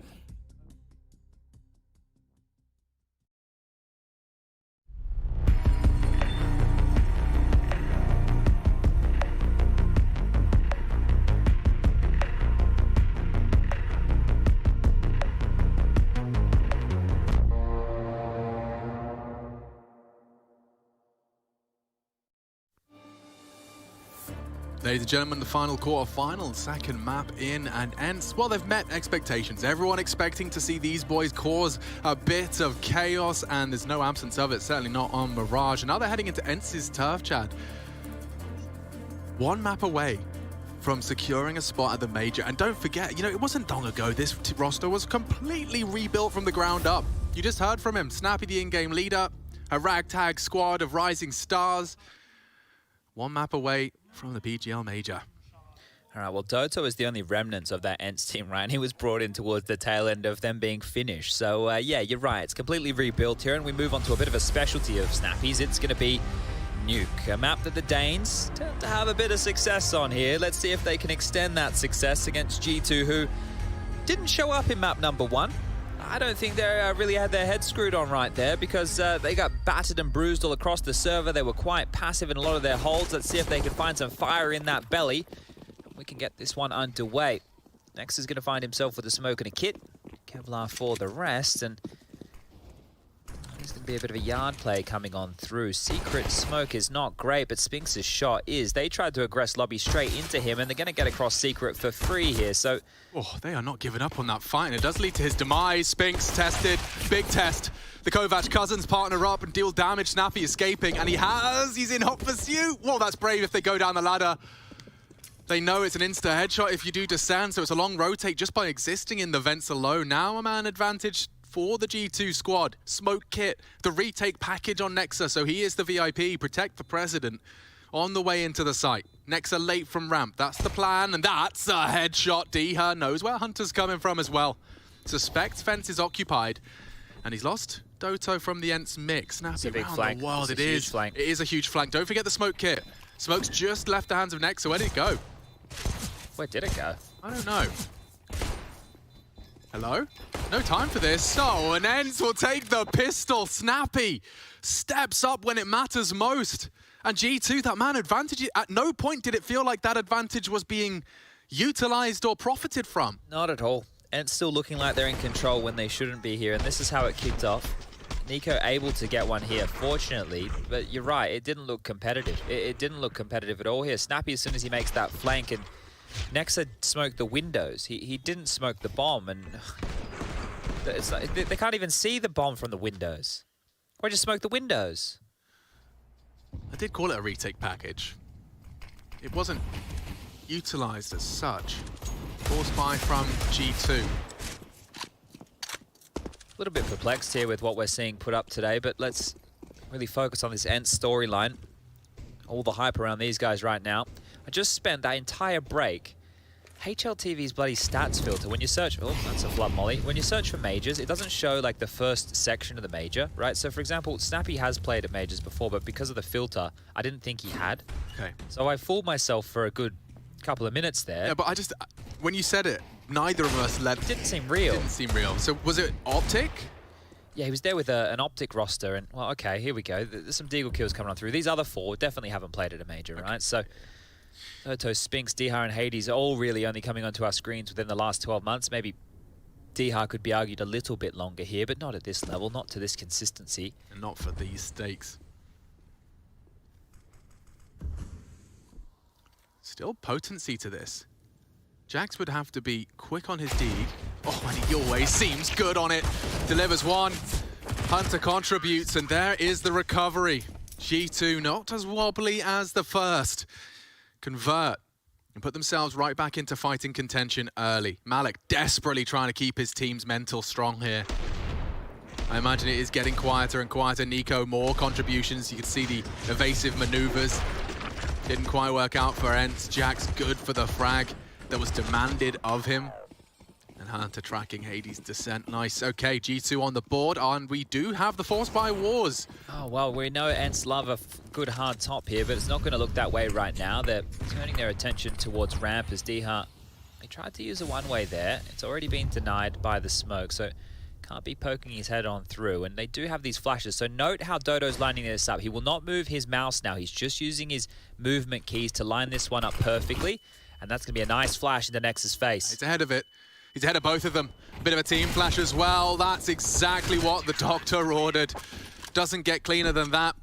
Admittedly, the loss of jackz, amanek actually a bit of a team kill, puts him down and forces the rebuy. But other than that, ENCE and their investments are cancelled, and so are the force by wars. It was less of a war, more of a skirmish. Yeah, Whoa! The Hades space program. Sorry, I know that they adjusted them in last night's update. We're obviously playing on the pre-patch to that, right? Don't want to risk any potential dramas there, but yeah, we did see these ragdolls get adjusted a little bit, and I think a lot of players were enjoying it more, but that one right there, maybe you need to make sure that doesn't happen, because that just looks silly, doesn't it? Maybe a little. Snappy. Okay, well, that was a big deagle shot, I assume, and the Glocks contributed as well. What is going on today? Hunter's trying to do some housekeeping. We'll stop the retrieval, at least initially. A lot on his plate, though. He's going to have his head on a swivel and turn up his sense to keep track of all the potential engagement. Snappy delivers one on the retreat. That's 2 from him in a round they had no right to do anything with. And again, G2. This was supposed to just be a walk in the park. You pick the apple, now the bomb's going down. Oh, this is problems now. Nexa here just on the Mac 10. Sure, it's going to shred. Oh, God. But they need to get on in, and, well, they have kits. There's a lot of footsteps. The rifle picked up, and that's the demise of Snappy. A dink onto Nexa. His position noted. jackz needs to get a move on now. Oh, he's done a lot there, Nexa. Has the Tech 9 to fall upon, and that's good work. G2 recover. And I think, to be fair, firm fist bumps across the ENCE camp there. You got a lot done with a little. You're going to be very happy with that, right? You're not expected to have anything out of that one. So Snappy with a couple of nice shots. Doto onto the Glock. The bomb going down. And so you will get to see our full guns back in play. M4s. It's interesting to see G2 stubborn in the M4. We both Nexa and niko are opting for the A4 variety. Yeah, interesting, right? Considering all the smoke walls that do happen on Nuke, I'm not sure the Ts often spam back, so maybe they want to have more bullets put through the smoke as they're crossing. Maybe map dependent, maybe they're not loving the silence M4. Personal preferences. Yeah, there's lots of decisions. So, D has actually going walkabouts. There's a missing smoke in the wall, so no gaps yet in the defense. amanek has that on lock and key. Likely going to have one on the fly thrown here from dheart to block off any info. niko, will you spray? D is across. Warehouse pressure starting to force the CT hands around for the rotations, and it is all a little bit of deception from ENCE. Oh, this is brave from niko here. This smoke's going to fade to his left any moment, and oh, he's going to get smoked out of position here. Limps one of his own forward. That's going to give him a buffer to work with and around. Interesting. Yeah, so he's locked dheart in. He cannot just escape for that fight towards heaven as easily now. Yeah, a lot resting on niko. There you go. dheart down. Problem solved, at least for now. It's crazy how the CT utility is being used defensively, right? That, like in that scenario, to buy themselves a new angle, but still setting their sights on the top site. Snappy's in main, and the pressure is coming. It certainly is. Careful on this site. jackz, pressured, does find another. Trying to be baited in. Swinging out for a good one is Hunter, and pairs up nicely. Just Spinks. Up against 3, and he has had a fantastic time here on land for the ENCE boys. Looking for his first major ticket. Not going to happen in the 1v3, but G2 4. ENCE 1 down to about that 3.5k mark, so expect to see a bit of a deco. I wanted some better stuff out of Hunter and niko on map number 1, right? The 2-star names, 2-star players, and here we get it out of them in that round. niko's kill integral to set them up with the 5v4 number advantage, and Hunter there, if you're going to play that setup, right, and you're the player who gets to bait your teammate, it's important. Now we got a buy, and it looks like a fast top because Yeah, so wall smokes then fast top? Oh, that no, would be never mind. I thought the HE, yeah, the HE from Sphinxer, I thought maybe they'd follow through on it, but it's going to be a pop after the mollies. Yeah. If they smoke hut, that would be great. That would be inspired. jackz loses vision. niko's away from the site, and if the bodies keep dropping, which they might, jackz flustered, pushed, Tech9's up close. The Glock, unfortunately, unable to activate, and Snappy's just got so many men to deal with. There's just not enough bullets, not enough time or health. 5 for G2, coming in looking more alive on their CT start.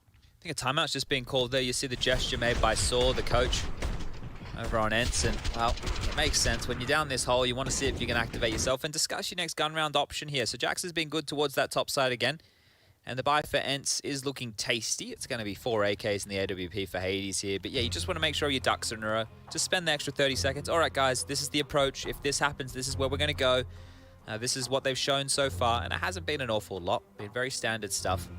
So the first for ENCE being burned here. Just the end of round number 6. We set our sights on round number 7 here.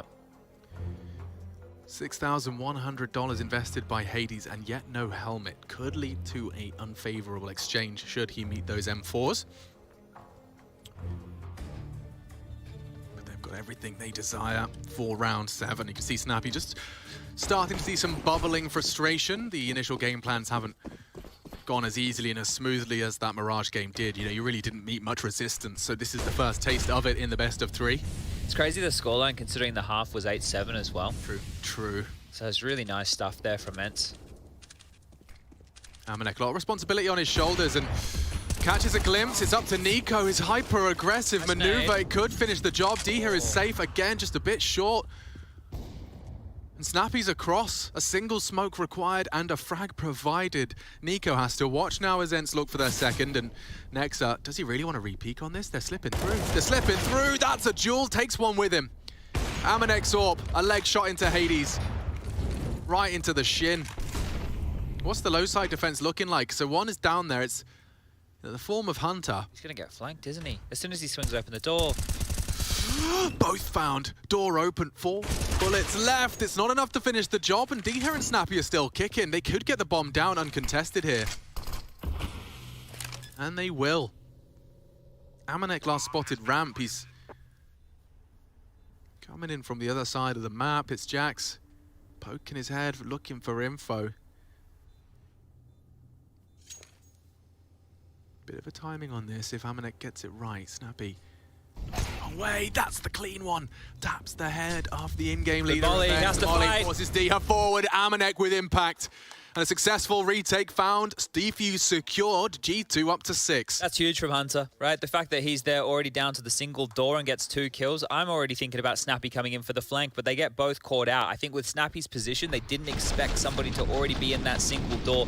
And those 2 kills were the difference maker because this is how it kicked off. Diha with the opener. Nexa only getting 1 over towards ramp here, but this push, look at it. Neither of them ready for that. And then Amanek as well. So on multiple fronts here, the guys from ENCE getting caught with their pants on down. Yeah, I mean, Hunter's door play, but then you wrap into Amanek, who was initially held. Diha considered it, but I think the timing just a little shy. Quicker Last here. top. Yeah, it could very well be. We know ENCE have got that. A team nade onto Diha's nose and a counter in the form of that can of flame flash, but he doesn't care. Look at him, still charging in. So ahead of the pack. They've been met now by resistance. G2 counting on Hunter to hold hut, and he does provide issues. And a quick one. Doesn't get much quicker than that, chat. The round just ends at 1 minute 27. You wonder where this was in map number 1, don't you? Just there's a bit more fight to G2. They're not having any dramas getting stuck on in. And another timeout called from Saw here. Ooh, Snappy with the glance on up to the coach. Really now, boss? Again? Yeah, well, Snappy, he's obviously one of the seasoned vets here. 31 years young. He's been doing it for a long time. If you don't know Snappy, you don't know Counter-Strike. He's been doing the 1.6s. The cat ears gang as well. We do have a Cyclops watching. You see that? See those sunnies? The guy under that only has 1 eye. Seen they've spiked in popularity. The Cyclopses? Whatever. Is that what they're called? Oh, those sunglasses? Yeah. I don't know. They've got a fancy name. Do they really? Yeah. Oh, I didn't even know they were a thing. Oh, they're a thing with all the cool kids. Okay. Yeah, you know I'm not on the TikToks. Oh, I know you're not on the TikToks. That's how I know. But I am on the interwebs. And it is another partial investment here from ENCE. They've gone Tekkas to Wreckers, a Mac 10 for Daddio, Diha, and Doto. He's got a deagle in his hand, so Old Faithful still getting some playtime here as smoke walls are being lined on up. Snappy to mount the silo, and oh, well, that didn't last very long, did it? niko puts a bullet between the eyes and demands even more respect. Demolly some bullets. And that smoke wall's not really going to do anything because the hit is back towards top. Now, 2 players have to throw nades on the roof. That means only 2 players can entry frag into the top side, Alex. They need to hit these cleanly. First Molly has no success, nor the second. Oh, they're going ramp. So you've faked one side, you've faked the second, and now you want to hit the third, and it has created a gap. A big gap. A huge gap. You know what? Call this timeout successful. The only person that can really ruin the plans is Nexa, but that's a pretty common clear. Tech9's going to be close as well. Yeah, he could very well get spotted out. Good catch. Diha delivers the bomb on a silver platter, and it's Hunter and Nexa combined. Make this one a quick one. Well handled from G2 there, and you can see how the master plan did come into action. It did succeed, at least in the initial engagements. Yeah, that room that was given right there immediately gobbled on up, so good stuff. And yeah, now I'm a bit more impressed by G2. This is really good stuff from them. 8-1. Not getting too frowny over there in the ENCE camp yet. We saw what happened in map number 1. It looked like ENCE were going to run away with things in the first half, and then we ended with an 8-7 half. So, oh, well, maybe ENCE can muster something similar here. 5 or 6 on the T side won't be too bad at all. But you still have to get past the big man on campus, and that's niko towards that yard position again. Down the vent, Spinks has dropped, position called. Nexa will have to rotate, get a move on to deal with him.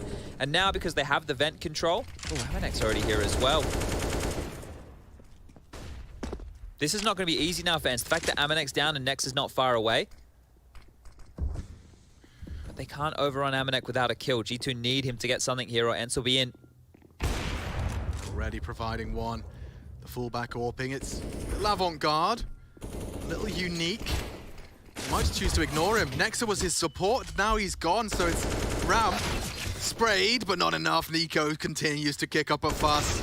He's hitting every shot he takes, Chad. 2 headshots delivered in quick succession. Hades would have loved the plant. Yeah, they're getting certainly a bit fired up now, G2. The individuals are online at the bare minimum. Well, the map number 1 was a warm-up. I guess we just didn't get the memo over here. So this is a whole different story right now. A whole different story. And I'm going to say it again, guys, but it's another timeout from ENCE. A 3rd timeout called. They're not going to have anything left for the second half. Now, to be fair, they won't have anything to work with in the second half if they don't start getting some rounds now. But 9-1. And this has happened very quickly. You could have fit in an hour and 45-minute fill-in this time. Yeah. Could have. Won't. Well, similar scenes. It's going to be another partial investment. It's been a while since we saw, you know, in the best of 3 teams disastrously losing their map pick. Yeah. That was a trend for a while. Well, OG's out of the tournament, so that makes sense. That's also true. But where are the bomb plants as well? Haven't been a whole lot of those. Only 2 here in the entire first half of play. We've had a little bit of a crash from Hades, guys. Just as I said, we won't. No, but no. All right? Nah. No idle zone, but I'm afraid they may be idle for some time. Yeah, who's going to find them anyway? They're terrorists. Yeah, you're right. They've already broken down the gate. They've already pulled up their van and they're trying to plant bombs, so... Do you remember on Old Train, there used to be like a security guard in one of the I think there used to be on Nuke as well. There used to be like a corpse of a security guard in one of the things. It'd be cool if it was like an NPC. It's like the law. Or you can talk to him. Yeah. Hello, sir. What, you want to play role play? Yeah, you get your quests. We are here to rescue you. Get your quest. What's that new hostage? Insertion 2? Insertion, yeah. Don't. Be careful now. What? I know you didn't enjoy it. Oh, I wasn't going to smack talk it too bad. What did you think of it? Do you think the idea of picking your spawns on the CT side and, you know, having more of a bigger map, do you think that has any merit? It's certainly different, and I can see how that could be appealing. Yes. Yeah. Personally wasn't particularly fond, but obviously don't forget, I think I could enjoy it once I knew all of the spawn. Sure, the timings. Because I just kept basically thinking I'd pulled something off and then getting shot in the bottom with a silenced M4 and not having no clue where I died from, and they're all in the fog and they're all hiding in rooftops. The fog is a bit of a It does feel a bit more Battle Royale-y. It doesn't feel Counter-Strike-y at all. I think the fog and the roofs is an issue because you don't know all the angles and you're trying to hold a window and you're getting peppered from a while away. Yeah. Ooh. I didn't know this existed. No. What's happening here? Is this the 1v1s? No, it's somewhere... What? I mean, the 1v1s. When you're in the 1v1s, I often pull out when we're in the GoTV and you can just see where these little boxes are stashed. It's interesting. Oh, I see where we are. Yeah. Okay, my brain really did struggle there. That's a pallet jack, everybody. Don't know if you've ever used one of those. Oh, yeah, I had a pallet truck license back in the own base days. Oh, you needed a license? Yeah, it wasn't a license so much as it was an online quiz. Okay, was it motorized or was it man-powered? Well, I wasn't allowed the motorized ones. I became a master of the motorized ones. I had to do the manual jack. Oh, yeah. When I worked at Woolies for a whole year, it was mandatory to know how to wield that beast. I had to unload trucks. I had a lot of responsibility. Fruit and veg, not to be trifled with. Remember to eat your veggies, guys. Every time you bring up Woolworths, it brings up such a bad memory of mine. What? Oh, okay. When I got caught. You got caught? Shoplifting, but not... What? You were shoplifting? Not shoplifting. Alexander B. Richardson. It wasn't shoplifting. It was I've always been a fan of gummy sweets. Oh, yes. Now what I'd fallen into the trap of is I'd been getting away with this for a while. My friend Ralph had taught me the ways, right? Ralph, he's a bit of a bad influence. He got me quite chubby as well because we'd just save our lunch money and buy Greg's after school. Oh, Greg's is delicious so though. Gummies and Greg's, not great combo. The GG. Yeah, but the idea is you put your gummies into the bag, you print out the label because it was like a scale and label situation. Oh, but then you throw in a couple of extras. So you're paying £1 for a £2 mix. I see. And I'd been getting away with this for a while. I think one of the shopkeepers got a bit suspicious, a bit tired of our BS. I got really cocky now. I'd thrown in a heavy gummy snake. I'm talking, my forearm of gum. I see. And yeah, she asked me to go back to the scale with her, and I've never been so nervous and sweaty in my life as I'm walking down, putting it back on the scale. I just wanted to run, but I told you I was chubby. Did you saddle up and pay for it? I can't remember what I did. I think she asked for my mum's number and just said 8 digits. I just want to give people just a little bit of a look in at home what's going on. You saw the League Ops team just walk over to Hades and give him the magic box. Well, the magic box is where their phones live. They're not allowed to have their phones on them while they play. But he needs it now because he needs to log back into Steam. So that's why. Okay. Well, I understand. Yeah. But that's surely a good sign. That is a great sign. That means the PC's back on at least. That's step 1 of 4. The first thing you guys should do, I'll give you my key piece of advice for when you're playing at a LAN event. The first thing that you need to configure with your team, and I don't care if they kick and scream and say, no, I want to do my aimbots. Make them do TeamSpeak. TeamSpeak is the first thing that you should do. Get it sorted, sort it out, make sure that you can hear everybody clearly, make sure everybody can hear all the footsteps. No crackly mics. All the good stuff. Yeah. Make sure it's sorted. That is the first thing. That's the one piece of advice I will give you up-and-coming gamers out there if you're ever going to attend a LAN. TeamSpeak first. And most of you are probably asking what TeamSpeak is. Well, it's a better version of Discord. It's more consistent. People are up in arms after that. Probably going to accuse me of being a light mode user in a second, and I do. Yeah, he does. Not even that, he actually only uses social media from his browser and his phone. I'm addicted to it, so I don't want to have the apps. Yeah, no, I completely understand that. That's fair. That's fair game. Instagram might be going soon, I think. Going? It doesn't do anything for me. I haven't posted on it in ages. That's fair.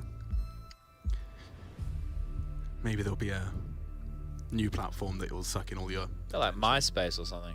You can customize it. Maybe someone should create like this platform where you can customize your profiles. You can pick like your favorite song. Oh, you could pick your own profile picture and own it almost in a way. Like you could kind of own your profile picture. Own your profile picture. Like you could like digitally. Yeah, digitally. Okay. Like as in like somewhere, somehow it would say you owned that picture. Okay. And you'd be able to have it as your profile picture. But could I like screenshot it and have it too? Definitely, but it wouldn't be the original one. But you don't. I'd own the rights to that. I see. What do you think? I think it's a concept that might take off. I think it's called, actually it's been done before. What's it called? Neopets. Ah, okay. That's right. Yeah, that was a game once upon a time too. Oh, I'm seeing ready typed 3 times, which is usually an indicator that the Counter-Strike can continue. One for you, one for me, and one for the admin team. Yeah, yeet. 9 for G2, back to their feet after it looked like it was full panic stations heading into ENCE's pick. We have seen a resurgence of sorts. I can't wait if we go the third because it is Dust 2. I'll get you excited about it again. We haven't had it played a lot. It's the least played map here at the IEM EU RMR. And this little partial buy here from ENCE needs to find them something. Now, online, they love these faster plays, and we loved watching it. But this time it's going to be a yard crawl. Diha leading the charge. Snappy calling up a storm here. And, oh, that's a great time, Molly. Only one player can make his way through. Yeah, niko's really been making it difficult for ENCE to have success through these smoke wall maneuvers. Where did niko's health just go? 100-0 from a Molotov. Spinks is in lobby. Just can't believe he's contributed from all the way downtown. Okay, this does become interesting It now. does. So Spinks is the lobby lurk. You got low site progress being made. Oh, maybe not. Nexus having issues. Big issues. Takes one with him. An M4 in play for Diha. This is looking good now. Very good. They've got smokes. They can even throw one ramp side. 2 more remain. They could lock them down. 2. They can on go the back. rotate. Vent to top. Vent to top. They will. Hunter has to react now. Can he catch him? This time it could be everything. Hades found. Bombs up. They accelerate up the ladder. Oh, playing with fire here. Gets the info. Oh, he's mollied himself. Yeah, he can't go round. They throw one for good measure. No, that's his. It's just rebounded down. Oh, Lord. Okay, kit's in play. They're low. Spinks. Ready. Not quite enough. D had to come up clutch. I think he can win this, you know? Definitely not out of the realms of possibility. Amanek has a full belt of util. If he was just throwing in some flashes, but he doesn't want to reveal himself. He doesn't want to make it clear he's coming from heaven, but Diha knows, can't manage the spray. 7 HP and a headshot found. Oh, he's done it! Diha secures ENCE's second.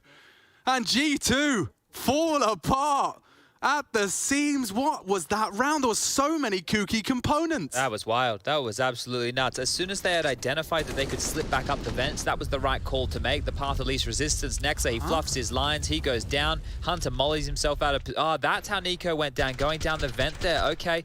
This is Nexa just fumbling a little bit here. So too many targets for him. Couldn't pick a single one. Hunter almost being able to get in their face. Makes it interesting with the Spinks kill. But Diha... This guy's a beast, right? He is actually an absolute animal of a player. So when I see him in that situation, even with the HP against him, he's something. Like, he really is. So that was...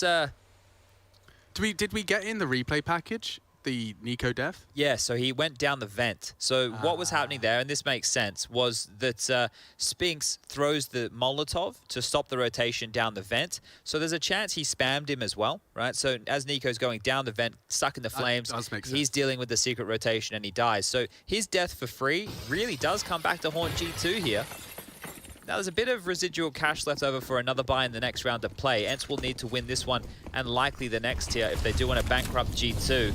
But here he is again, up to his old tricks. He's committed now. Just gets away despite the spray. Safe haven found. He's given up yard. It's Amanek's responsibility. It's it again. Now, and that's the spam. Same thing as last time. He's got the timings down. Just spraying through niko. Lucky to be alive at this point. Yeah, unconfirmed damage though. So until they see the blood on the vent, then maybe they'll get a bit of an inkling. But still, they just don't know how low he is. Still being a dug on the board here. Oh, God, and he's actually, with his low HP, actively contesting. Down goes the AWPer. That is a huge contribution from both of them. Hunter as well, catching Doto.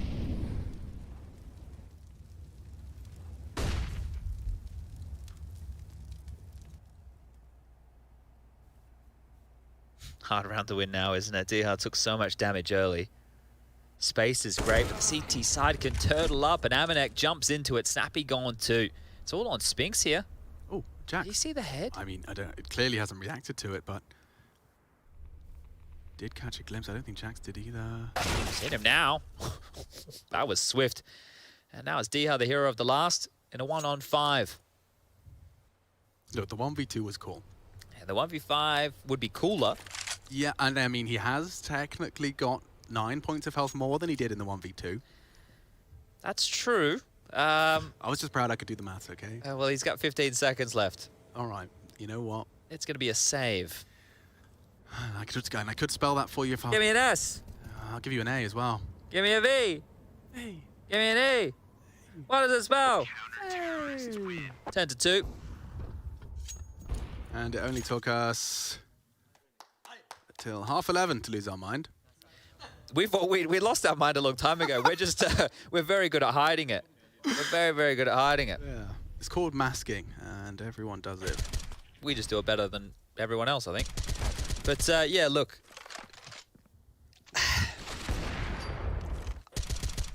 You damn neurotypicals.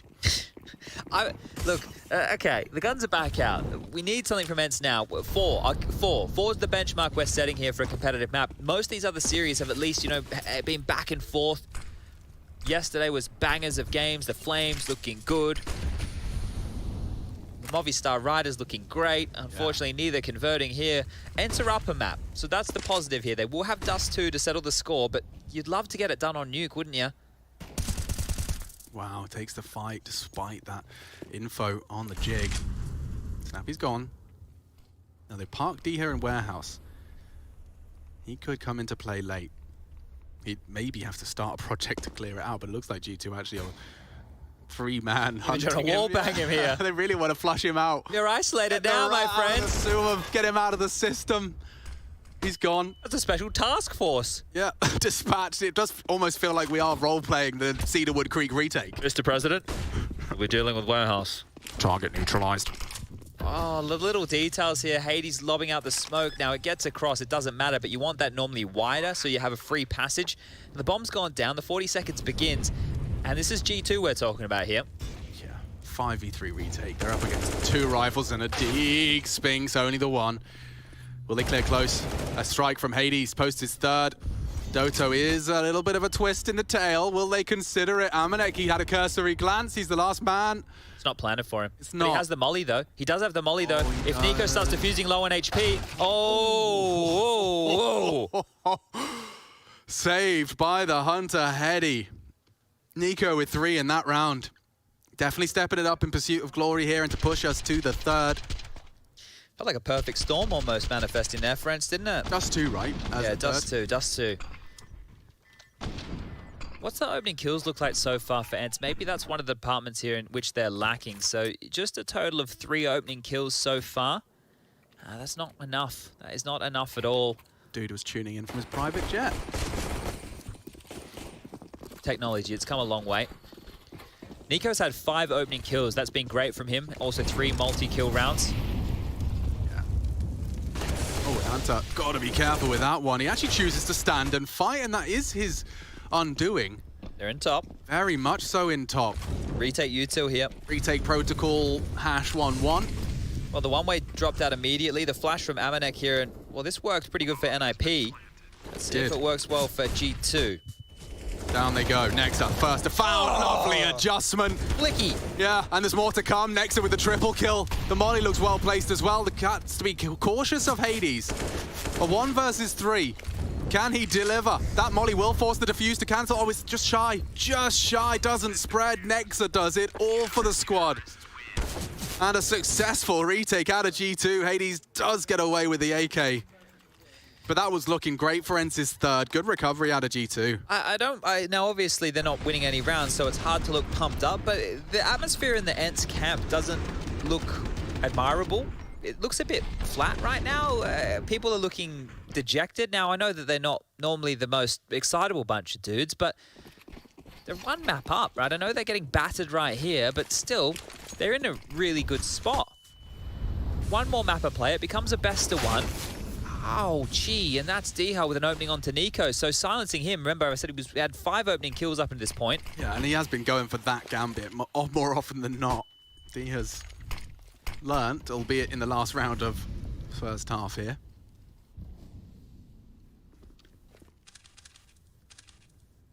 Oh, this space has been granted for ENCE or taken by ENCE several times. Main smoked off, down towards secret they go. Nobody resigns for G2 to deal with the lower plant right now. They have enough money, right? They have plenty of cash. Is that right? Does niko have 16k? It's right, yeah. So, well, it's the last round of play. I don't even know what I'm talking about. Lost my mind here. Worrying about a buy in the next round. Yeah, all good in the hood. Perhaps for G2 as well, despite the man disadvantage. ENCE have got themselves down to the low site and they've cleared out Dark, which has been an issue for them in the past. Hunter as well with his door swings open. Spinks shuts him down. Doto, has a little tag into his heels. Nexa Trying to be everywhere at once. He's tracked him at least.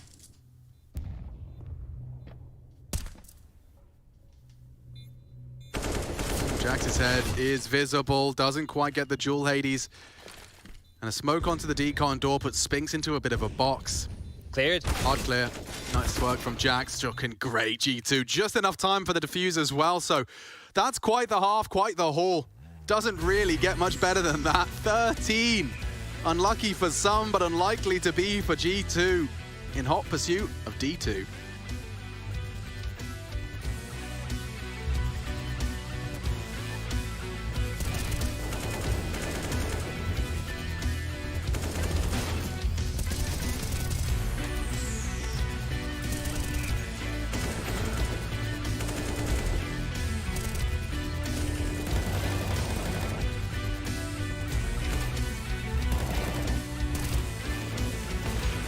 Team energy is quite fantastic, to be honest. Like, we've always been pretty good friends, like even outside of the server.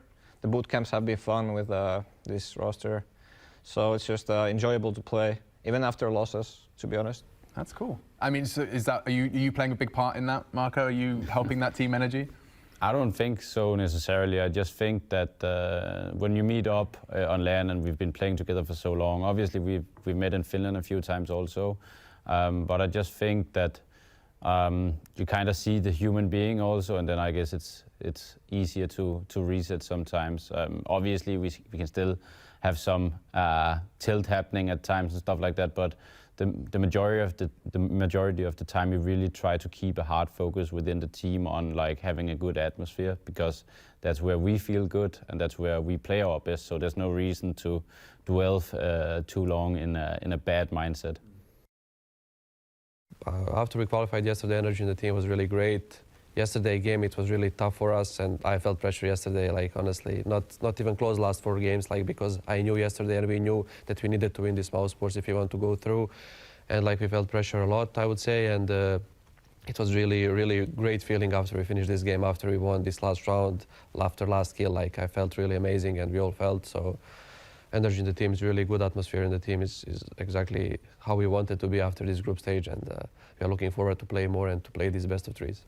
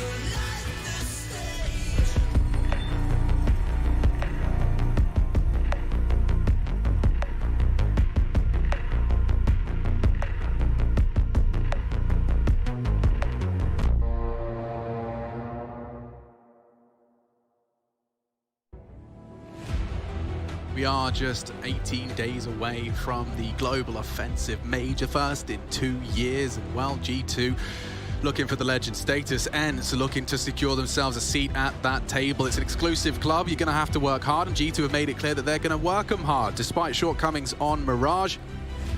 We're ready to rock and roll with what could be a quick second half, could be being the operative word. I'll take things I didn't expect for $100. Thank you, Alex. As G2 with a 13-2 first half is not how things should have gone after that Mirage collapse. Well, it didn't even start. I don't think it was a collapse. I'll do it. Nuke is a CT-sided map chat. G2 known for the occasional fumble, right when the ball looks like it's in their hands. But how important is the pistol, Alex? Oh, well, I'm so glad you asked, chat. It's incredibly important for the CT side here. It could be all over. Red Rover, maybe some ravioli involved. A couple of red beans. Certainly for good measure. They're going ramp. Heaven might be the play here because this was identified early from ENCE that it wasn't a top fake, so they must have had a good idea it was going to be over towards ramp. You can see a heavy rotation from them down to the lower site. That's 3 players. But top of heart, Hades has to hit one clean onto niko here, who's looking poised to push on out. Interesting. So they park Hunter to arrive late Heaven. This is like a deviation of the Hugo.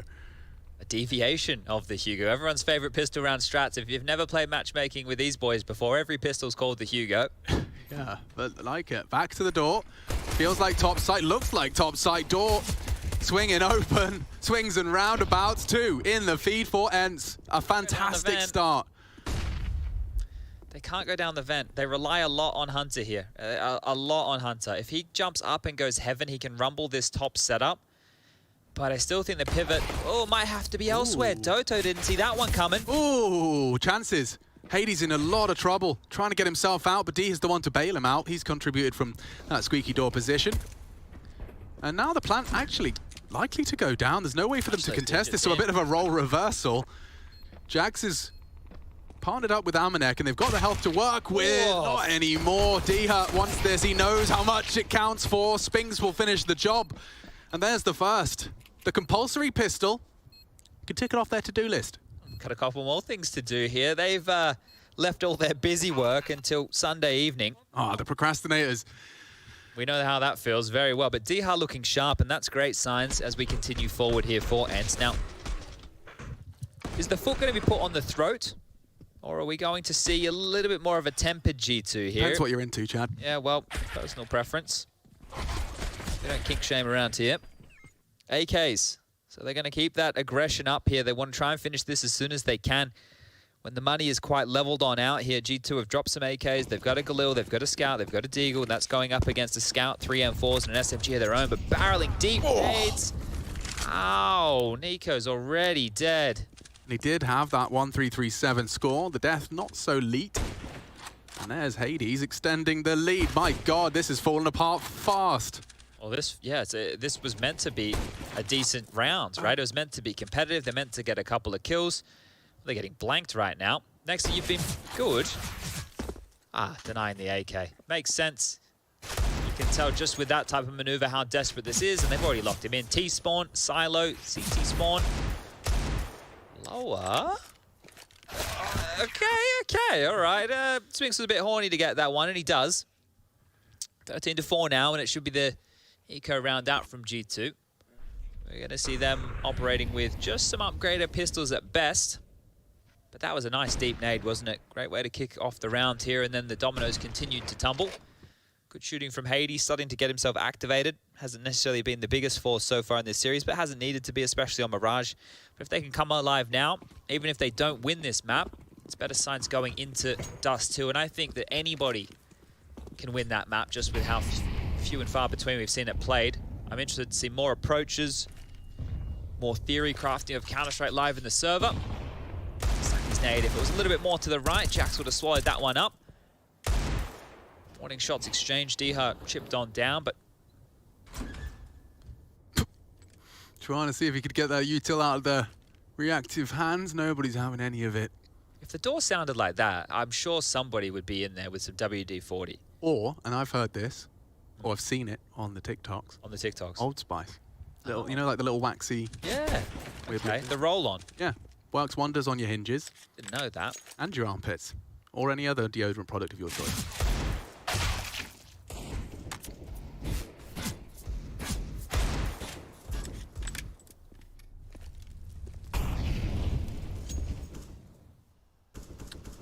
I like this from Snappy.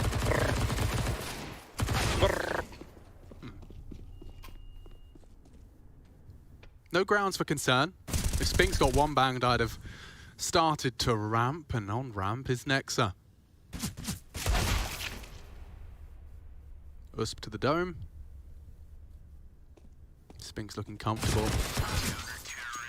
Just chilling like he's at home. 12th found for him in the individual fragging department. And yeah, ENCE continue their campaign. This is going to be the first real test. Round 19. Only getting the MK47s out, and interested to know what Nex is cooking up. He's probably going to want a quick finish here on the second as well. Make no mistake, G2 in hot pursuit of that third. They just want to be able to shrug off Mirage, and, well, finding 3 more rounds, they'll be able to. And you're right here. This first gun round can be very telling of just how many more rounds are left of play. Smokes, they're in the air. And turning our attention towards the top site, Doto on the hut, Diha in main. Spinx is behind the silos and the smoke wall being crawled behind. Now we saw Diha battling with niko towards yard. Well, we've got it Shua on the other foot right now. Hades trying his luck with some pot shots, but niko has made his way on down. 68 points of health remain, so that's enough. And Doto, he's also taking a bit of chip damage here. Now with niko down, 1 smoke remaining here for the T side. G2, they have to operate as a pack. Nexa has this hut push. jackz was over towards ramp. Hunter and Amanek are waiting for their marching orders. niko, that Molotov is usually indicative of a lower play coming. So by throwing that out, they're hoping to really sell this in forced rotations. It is just 1 man, that's Snappy, down towards B. Hades standing tall, not flashed, and wow, that AWP is going to get a lot done here. Sure, that was nearly the collat. He's dropped a smoke to play around. It will make the hunt more difficult, but the molly still burns. Hades cooked. Next with 2. Yeah, that's exactly what the doctor ordered. Suddenly an advantage, and lots of time for them to hold on to this. But Snappy is still lower here. Yeah, D has secret, so he can react. Doto's going to be doing the dirty work. He's got a clear lobby, but admittedly no one's home. Here they come. All right, Snappy's been here a while. The headshot angle, he succeeds and topples no idea. up. They finally work it out, but he takes all 3. Oh, G2 just absolutely collapse. The silencer, a big component, I think, in the fact he strings together 3 there. They just didn't know where to look, couldn't work it out. Yeah, they didn't acknowledge his position there, especially for that second kill. Hades is trying to mask himself with his smoke there. Nexa gets 2 kills. He threw the molly deep ramp and also had the flank cover. But this first one, Nexa wasn't looking, so he doesn't know where he died from. The communication always going to be sketchy in those moments. So the in-game leader stepping up when they need him. And still on the T side, Goose Egg at G2. Now they've gone for Tech 9s and a couple of Deagles here. The Meat Cleavers needing to find something. That's a hut top molly coming on in, and that's going to throw a vent dive into question. But with Diha in the vent, there's no way down. Mollied out of position, and the top pop looking likely. Spinx is ready. No one's looking. And it's just as easy as that. Swap into the USP for star points. And a quick third. Keeping it conservative on their investments, but they'd have loved to have seen a bomb plant. Will not get anywhere close to the site. And this fight is being shown to see just baring their teeth a little here, ENCE. First gun round goes their way. Let's monitor this, right? So in the first 5 rounds of play for G2's T side, they have managed a total of 5, 6, 7 kills. 7 kills in the first 5 rounds of play. Now we need to see bombs going down or more frags coming through if you want to start thinking that G2 can close this quickly. If not, there's going to be a lot more stories to be told about this one because it's 3 rounds for G2. And if they're not coming easy, if the rounds aren't seeming competitive, it becomes more and more unlikely. And it's not saying ENCE are going to win, it's just saying this is going to be extended. Oh, yeah. That's a rough one for Diha. Swallows the flash just as he's going for the Aggie maneuver. Hades is chasing. Speaking of aggressive maneuvers, this time the bodyguard will strike 2 to the good. We've seen that before. Yeah, how can it fall apart again here? Now, if they're able to be a bit more procedural about this, make their way up heaven, the bomb is in yard on Amanek's back, so that is all right. The same molly from niko again, and this time niko's trying to take a bit more space. Just sound cues. Nothing really given here as heaven is taken. Spinx is forward. Implied that he'd gone round to the single door. Doto could have... Oh, a quick one on the flank. Yeah, niko's dealt with it, so... G2. Why am I still questioning whether this is safe and secure? Isn't it crazy? I shouldn't be. No, I don't know what's happened. What, they've just put me in this box. I don't envy anyone that's in the G2 HQ watching this one unfold. Just doubt sown after a dominant half. But a 5-2 advantage. And yeah, you can see the CTs looking very passive for now in lobby. They've grouped up. Wow. Stapled to the wall. Yeah. Plugged in, switched on. Hunter struggling to find him. Snappy getting away with 2 there. Look, it's the end of the round. niko does finish the job. The dinner plate is clear, and I think for a second he was thinking about it. niko doesn't strike me as the guy who's gone for knife kills, though. He doesn't strike me as that kind of guy. But ENCE have plenty of cash. There's no dramas in that department right now for round number 22. Their buyers looking juicy. AWP, M4s for all. And on the other side of things, it's G2 into 5 AKs. So if they can do a similar type of round, you maybe even want to run the same thing. Right? You might not get greeted with those 2 openings like you did onto Hades and Diha, but the maneuver. Oh, taste your own medicine right there, Spinks. Spammed on through. He knows just how dangerous that game can be. Hunter avenging his cousin from the first half. And now Hades with even more responsibility here.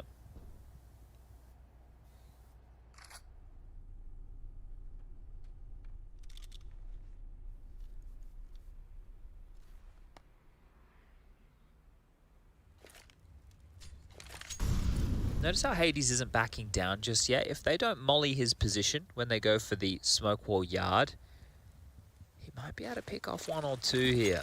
Lobbed on out. That's the tell that they're coming. There's the Molotov. There it is. It's right on the money. Flash for good measure. Hades could go down to the spread. Yeah, loses 60 HP for that. Doto, you can see his frustration. That's, might actually add more insult to injury. They were both on top of each other. niko still gets them both, and now, well, the top side's lost, as is the round. Hades was secret, unconfirmed. Snappy waiting for their flames before he can have a little look. They should save here, but I think they may as well give it a go. You don't want to have to defend against 15 with 8 rounds in a row. Looking at 1900 in the next round. Hades dropping lower means maybe they will just go for the save. You can see Hades with a full bucket of utility. And if G2 were to start hunting, with Snappy's position, he could dive out of heaven and go for a bit of a goblin defuse. niko is coming, though. He's dropped down the vent. He's been able to weasel his way towards this lower site, and he's gone looking in the wrong direction. So the game of Where's Waldo might need to be revised here. Snappy perched in heaven, plenty of HP. He's not going to go down now. niko's going to use the sound cure. I think Hades has heard him coming. It doesn't matter. niko takes the AWP out. See you later. This one looking like it's set now for G2 to finish us off and take us to Dust 2. It's crazy how these maps have been traded between both these teams. It is going to be super interesting to see if G2 are in category A or B. You know, we'll use Vitality and Copenhagen Flames as those options, and whether or not they'll fall into the kind of playing it as was, or whether we see the Copenhagen Flames deviation. Some of our members of the player management team. I think they're in enjoying the games. Love that. Looking after the players and now cheering watching them. for them, yeah. Awesome. And so is that from Diha. Will he get away? He's off for secret and actually off for some more. You know, Hunter will punish. Didn't finish my point. What was it? Oh, yeah. Will G2 play the standard Dust 2? I suspect ENCE, like I'm almost guaranteeing ENCE are going to have something a little spicy up their sleeve. Both teams are probably hoping that they've solved the puzzle already, right? That's going to be a Windows smoke, so Hades is going to have to peer out to the left. You can see that just bouncing off his wall to his left-hand side. Scuttle's in front of the windows, cannot play from lockers. Now, they can stay on the right-hand side of Unbreakable there, and they will. So pressure mounting now for Hades, and he knows it's coming. Still gets a kill, though. Yeah, does not hesitate. Deletes Nexa. He knows they have to be up, though. Yeah. And surely. Book himself. If he jumps through the window, though. It's broken. Okay. Pep in his step now. Yeah. Oh, sound cue. Was it? I think so. Might have had walk pressed. That could have been okay on the velocity. Oh, he could get checked. Maybe it is okay. Oh. Tough one. Flashing into the top site now. Amanek from main. They want to clear out this position. It's hard on the Z-axis. Even trades. It's up to Amanek, really. 20 seconds. Yeah, he has to find Dote. Oh, that's a sound cue and a half. If they can clear Snappy now, they know they've got the site to themselves, and they know where he is. Oh, Amanek looking to come up clutch. He's got a little bit of time for this. It's going to be close. Oh my God, it's so close. There it is. Amanek clutches up. We're off to Dust 2. All to play for now, essentially a best of one. G2 in pursuit of glory and legend status, and the boys from ENCE one map away from the major.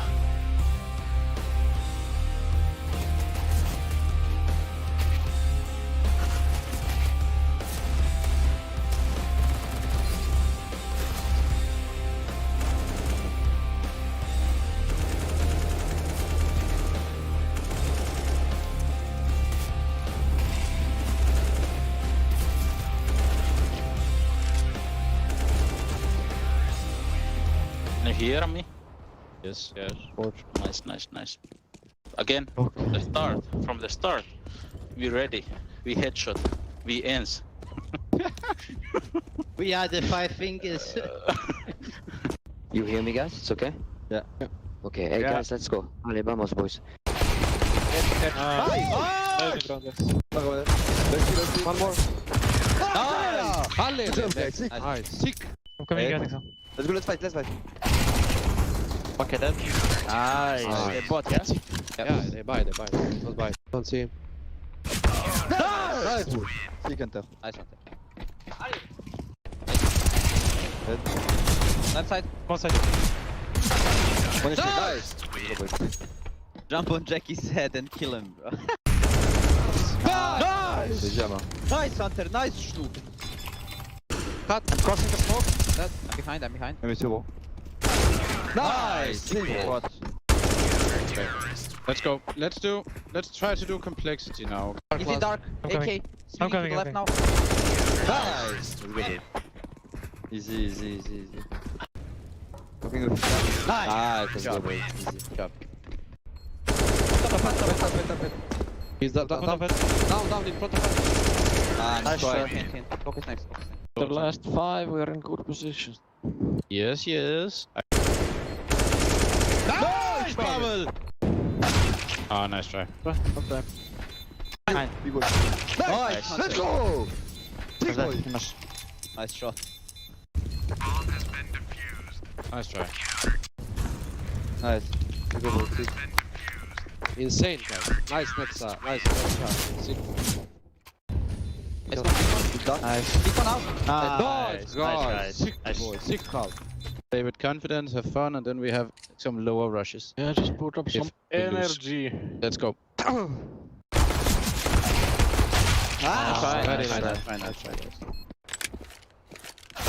try. Nice shot, ball. Outside long. Can go under. Nice. Marco. Nice. Good job. Nice. Sick round, Niko. Nice. Nice Racha. Sick round, bro. Nice.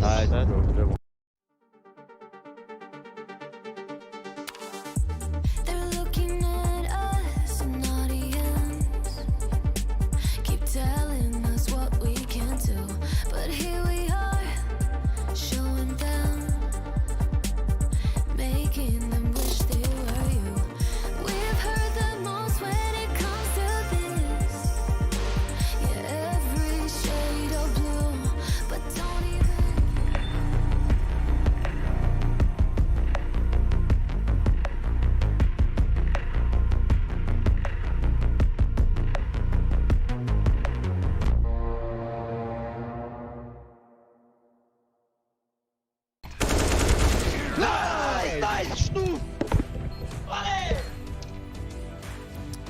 So Nuke goes handily in the way of G2, and that does set us up for a third and final map here in this quarterfinal. We're still on the top side of the bracket, everybody. G2 fighting tooth and nail, and I need to introduce my co-host here. Of course, we have DNK, or Dinko, formerly known as, and then if Yanko is the QB, you might as well consider me Lombardi. Wow, that's pretty humble, Trace. Sorry, just want to throw myself out there. Well, listen, I think this map is a good example of why we said a lot of what happens in this series depends on which G2 shows up. And True. G2 or Nuke was the G2 we saw throughout the group stage. I mean, a 67 scoreline with losing both pistols, really impressive, and they've just been on point from start to finish. So at any point in this, was ENCE in control of Nuke at all, period? No, I don't think so. I think they were getting into the sites enough. I think they were doing a good job of getting into the sites, but retakes from G2 were just so solid. They just looked so good on those retake attempts. And also, I think G2 just looked good in comparison to Mirage in terms of the individual stepping up. niko and Hunter didn't do anything in the first map, but they were there to play. And I think for G2, this is exactly what you just said, Yanke. The fact that they are the team we've seen in the groups, they're just much more comfortable here. I think it's important to explain because you're watching this game or you're listening to us talk and you're like, well, what does that mean? Like, these guys just decided to play better and now they won the game. Like, how does that work? Well, it works in this way, right? Any strategy you use, like whatever you do in terms of team play to help yourselves out, flashes, all the utility is there. It's there to give your players an advantage when they face the opponent, right? So that the duel is not a 50-50 or you're at a disadvantage. It's like, you know, obviously if you're running in and your opponent is full blind, that's like a 95-5 odds in your favor, right? So what we mean when we say, well, they just stepped up individually and there was nothing the opponent could do is, even when ENCE put themselves in positions, they put their players in positions where they have an advantage in the fight, G2 was still winning those fights. And when that is happening throughout the map, you know, that really limits what you can do to fight it. Yeah, the team play from G2 was just on point. You could hear the comms again towards the end. It was a lot less hectic than it was over Mirage. And I think that it just seemed like everything is going well on this map. Like everything's linking up. The team play solid. You see there's no one peeking without a flash. I think the flashes were perfect from G2 throughout this entire game. I'm going to touch on a round a little bit later on where... Why don't you do it right now? Yeah, I'll do it right now then. We'll talk about a round coming through. It was just a perfect flash from Amanek. Yeah, send it. Yeah, let's do it. Yeah, it was a round here from Amanek. He was pulling off the retake in round 14. His 3 teammates are gathering up in heaven, throws a flash on in from CT spawn. It completely blinds the opponent here in front of him, Doto, and the dive just comes in. You see G2 just grouping up. The timing's perfect. No one's going alone. niko does get blinded, but Nexa able to just drop down and take out 2 players that completely blinded. And that's just giving him a huge advantage into these retakes. You know, ENCE getting into the site here, getting that bomb down, but G2 just winning all those important fights. Utilities on point. Communication and teamwork has to be perfect there. Yeah, on top of all the multi-kills they were already getting, they also had a good amount of team play going for them. And, you know, there was a couple of situations where ENCE has a pretty decent call in terms of what the setup is for G2, but just, you know, jackz in the inner bomb site gets an extra kill, Hunter gets an extra kill or just stays alive for a couple of seconds longer, and that allows the rotation to come in, and that's all it takes. Nuke is a lot about rotations. They're pretty fast, going up, down, right, all of that stuff, and G2 was just on another level this time around. So where does it change? You know, what does the script look like? Because I didn't read that far ahead in the script. We only are privy to it a few hours before broadcast. When we go to Dust 2, because it's the next and final map. Dinko, what happens here? Well, I think G2, if they just play like this again, you know, good, simple team play, it's exactly what you need on Dust 2. It's just perfect team play, good flashes, really bring it down to the simple Counter-Strike. Coming into Dust 2, we will hopefully see some of that aggression into short again, some of those lower tunnel peaks. We didn't get to see too much of Vitality yesterday. Maybe G2 have a little bit more aggression up their sleeve in towards mid. I definitely want to see that. And for ENCE, they didn't really seem too fazed by that loss. They should be, but the comms were still clean, and they're heading into this final map. I feel like just try and turn it into this best of one mentality. Dust 2 is a map that could go either way, but G2 with that team play should be able to pick it up. Yeah, and I give the advantage to G2 as well, not necessarily because of Nuke, because even outside of that, ENCE isn't really a Dust 2 team. You know, they play it mostly when they have to, and G2, you know, it's been their map for a while, then it hasn't, and so on and so on. They just have more experience on the map. So even if we disregard the map change, they are still the more drilled team on the map. So we'll see what they have done in these 4 days to really figure out if is there something that they want to do after the update that's a little bit different than what we've been seeing so far. Yeah, and we're about ready to see that map, which means we will stop talk and we will start match, but not now. We need to go to a break. You know how, no, we're going to the damn game. I'm going to tell you again, we're going to the damn game. That's right, Dust 2 to end the series.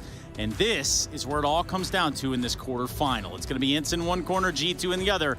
Who do you got? Let us know. Hashtag IEM and whatever social media platform you want to choose. And we'll be right back after the break.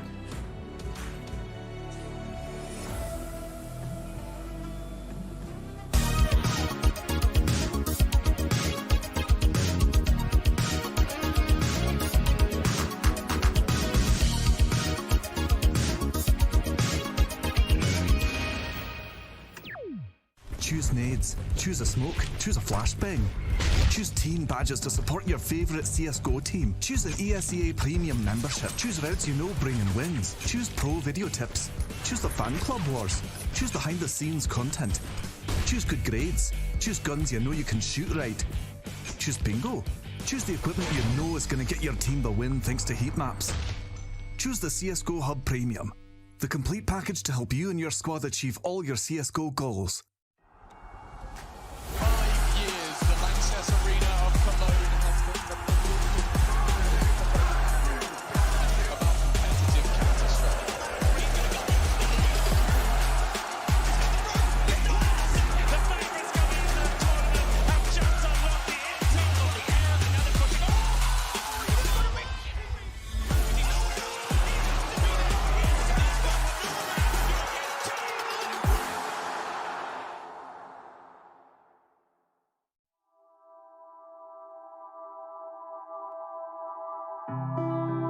Выберите идеальный состав из состава G2 и esports. В любом случае идут два брата, это niko и Hunter.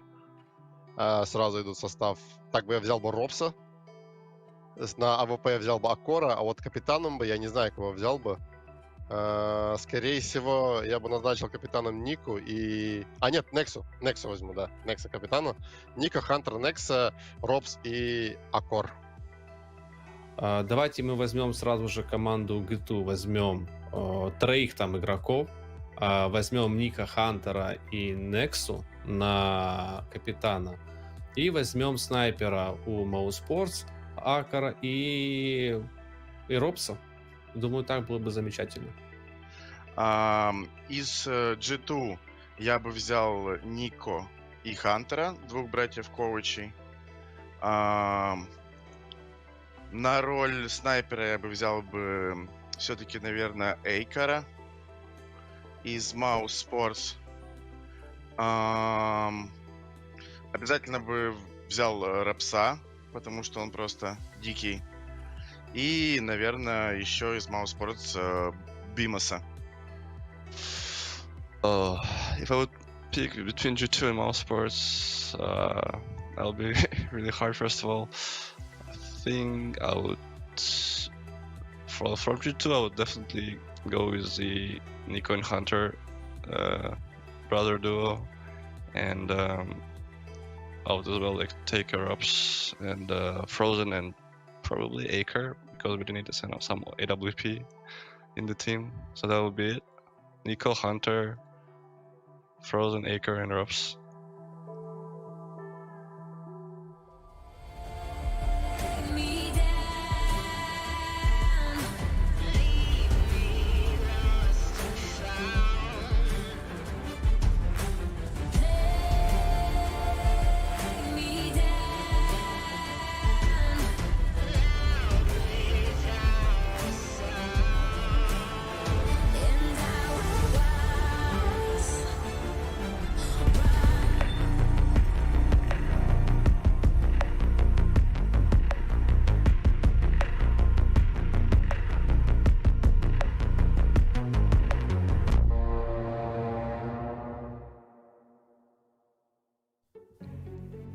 Very good evening to everybody watching and joining us as we do burn the midnight oil in pursuit of the conclusion of G2 and ENCE. They're just knifing for side now, as you do on the third map, and I've got Chad Sponge Birchall with me.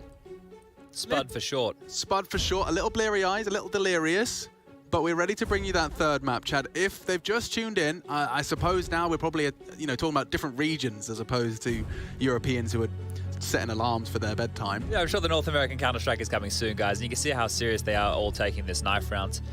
So yeah, looking in on this one, you missed Mirage. That was the pick at G2, where ENCE, well, they're not shabby on that one either. They picked it up in quite convincing fashion.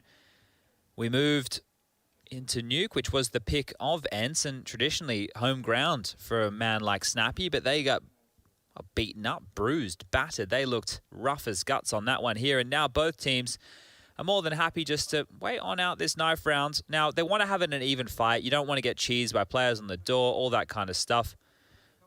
League Ops is actually getting involved in here to make them hurry on up. This has been a long day. So, knife round now as they charge on in. The winners of this one, it's looking like it is going to be ENCE. Now, I'm curious to see what side they want to start on. If you have missed the recent update to do with Dust 2, there have been some changes to the map itself. Right here in T-Spawn, there's a bit of a bollard that's been put on up so you can't see all the way on down. And that's going to adjust the ways the CTs play. Also the Ts, are they going to have slower defaults? They're going to be more precarious as they make their way into the tunnels?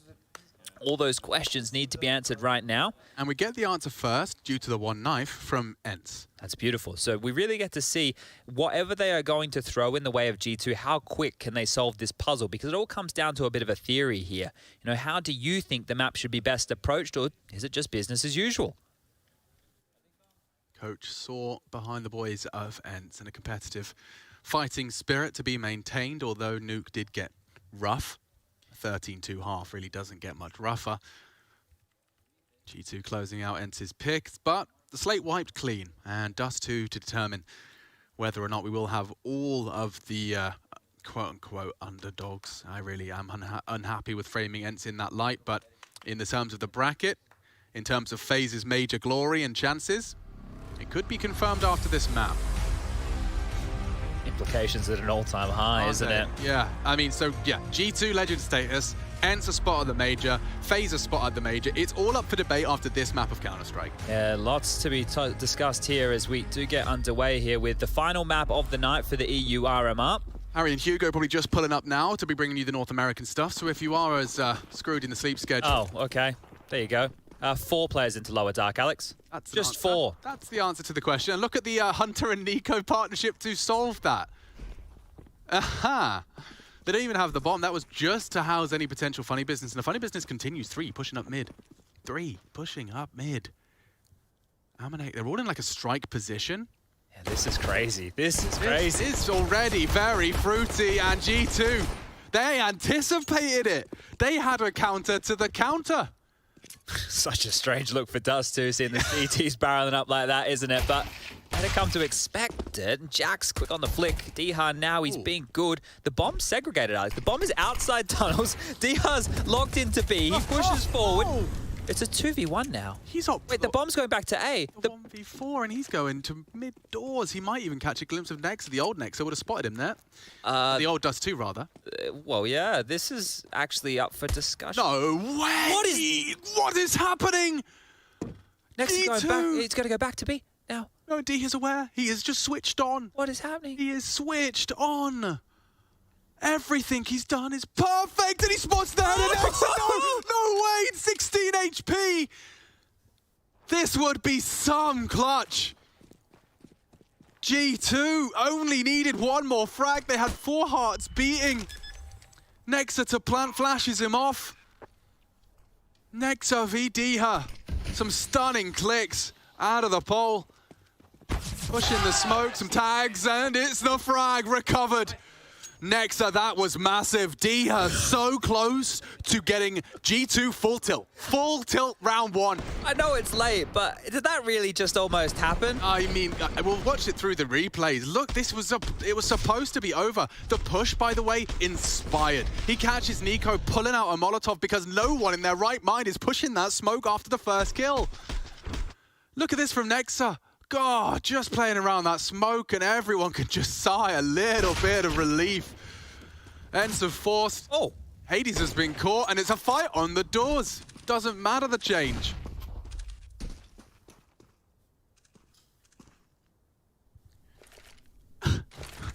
You all right? Yeah, sorry, I'm still just... I just can't, but I couldn't imagine any worse way to start off the 3rd map with so many implications if G2 had lost that. Well, I mean, or incredibly for ENCE, of course. I'm just thinking about the G2 tilt factor. Those boys aren't... Known Known to let it go. Let it slide. I sent Carrigan a DM. I said, hello, Carrigan, looking for your official prediction for this final map. He said, overtime incoming, just to make things... just to make me full stressed. So, wowzers. It is going to be looking like an A finish here, and 2 players to get past. Snappy scouts out. niko is out and about, down towards CT spawn. Diha's found us his wood, though, and another kill for Diha. He continues to fight. He's on a heater. And now Doto's hitting shots as well. G2 counting on Nexa. He saved them once. Can he save them again? No. A stern response from Snappy. And Diha, I don't know what fighting talk he was given by the coach, but he has come in all guns are blazing in pursuit of his first major. He's swinging for the fences now. He wants to get there. He's pulling up all the stops in pursuit of it. Well, this is how it started, right? So Amanek playing the peak from the Death Alley position, does get the trade on, but Diha just pantsers niko there. He's trying to play in that smoke. Doto with a nice shot off camera as well there, and a couple of bangers here out of ENCE as we tie it up 1-1. The force spy back, Deagle's out for G2. Scout for Amanek. Let's see if he can have another gnarly shot through the doors here, but this one is going to slow on down a little bit. Lower Dark steps heard. Snappy should be aware that they're close now. This is looking more like a standard Dust 2 round, so no funny business here. You wait till Diha starts pulling the trigger. Damn, Amanek. Oh, that's 2 in a He's row. 2 for 2. Through the doors into the head, the scout setting G2 up for a competitive one here. They're surging into the site flash. Ooh, forces Hades off. One more chance. And niko seizes it. Okay, this is going to be a very spooky dust too. I can feel it in the waters. Diha continues to kick up a fuss. Every shot connects. Diha, he wants that major, denies it. Oh, get out of my server. He's a monster. Absolutely possessed. G2 just got everything. You get your opener mid. You get the follow-up into the site, and Diha, yeah, he is full locked on his screen. Just a little nod. Barely breaking his concentration. Just a little nod. Mate, you've almost had the most epic of impact 3 rounds in a row. Wow.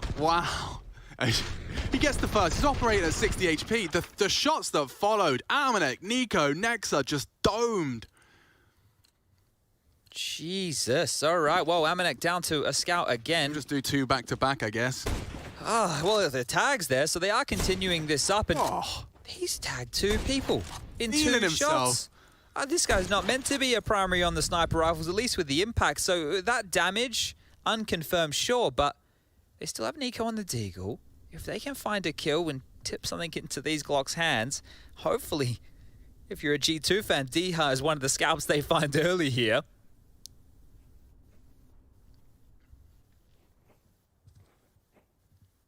Well, making their way silently up towards this catwalk position. They're all here. But this is where you do have to hope that niko's deagle rings true. And we've seen him hit some bangers. This would be the perfect time to do exactly that. Hades is in transition right now. Actively held by that snappy player, so... Hades. Ooh, evasive maneuvers. He just needs one chance. That's nice wide from Snappy.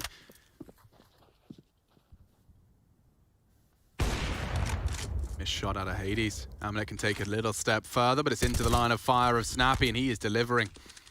Just housing any potential that was set up by Amanek's tags. A Glock and a dream. Scout shot doesn't quite connect. Hades holding on to his AWP. Can't afford to lose that, but his teammates will be scooping that up regardless. Oh, right on the money. Diha, of course, posting his 10th, and it's with a nice nade to the jaw.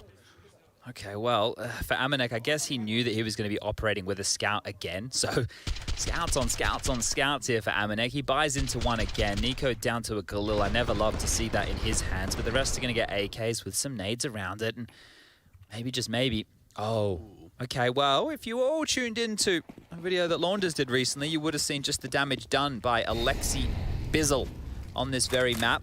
The util from that CT position can be fantastic to pepper players trying to work on the short control. And there's the first of what I'm sure will be many. Diha drops one out. Nobody close enough to take a lick of damage to that. And actually throwing them up. So we should see a HE from Snappy here towards lower tunnels. And this is where the map is going to take shape. Another nade coming. niko's gotten out of there quite quickly. He's only going to sustain damage from the first. It's going to be 3 nades out of Snappy's hands here. Oh, niko. There's another one coming. You better watch out. You better not cry. Oh, they flubbed that one. Well, you can see what's destined for this half, ladies and gentlemen. Expect a lot more of that out of ENCE here. It's naughty. But you can see what it's achieved, and I'm sure niko's not too happy about things here.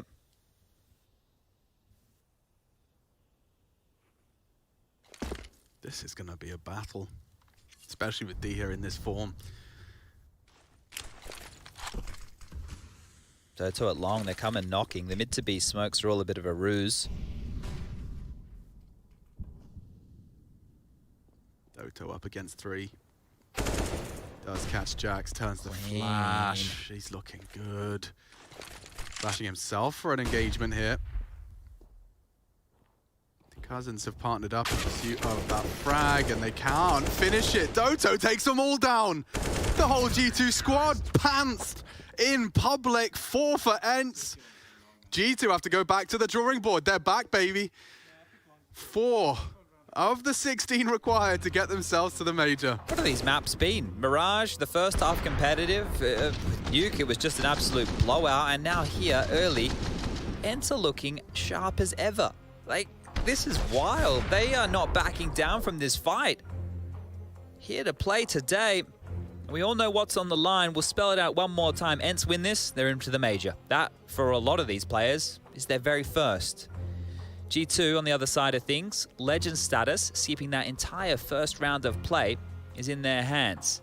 And just to recap the first round of play, because they tweeted the format, right? We're going back to Swiss with best of threes for promo or elim. Yeah, so the way it's going to work is you're going to need to win 3 games in Swiss to get you through to the next round of Swiss, right? So technically they could be skipping 3 games if they banged it out. Even potentially more if they lose them as well, right? So there's 5 matches total that could be played. 3 wins, you're through. 3 losses, you're out. But you have to do that twice if you start in the contender and challenger stage. Touché. Okay. Back to Long. No Doto to worry about this time. He's doing things elsewhere. And actually, I say you don't have to worry about him. He's got a nade right on the money. Juggling that deagle, making sure they can find some value with it.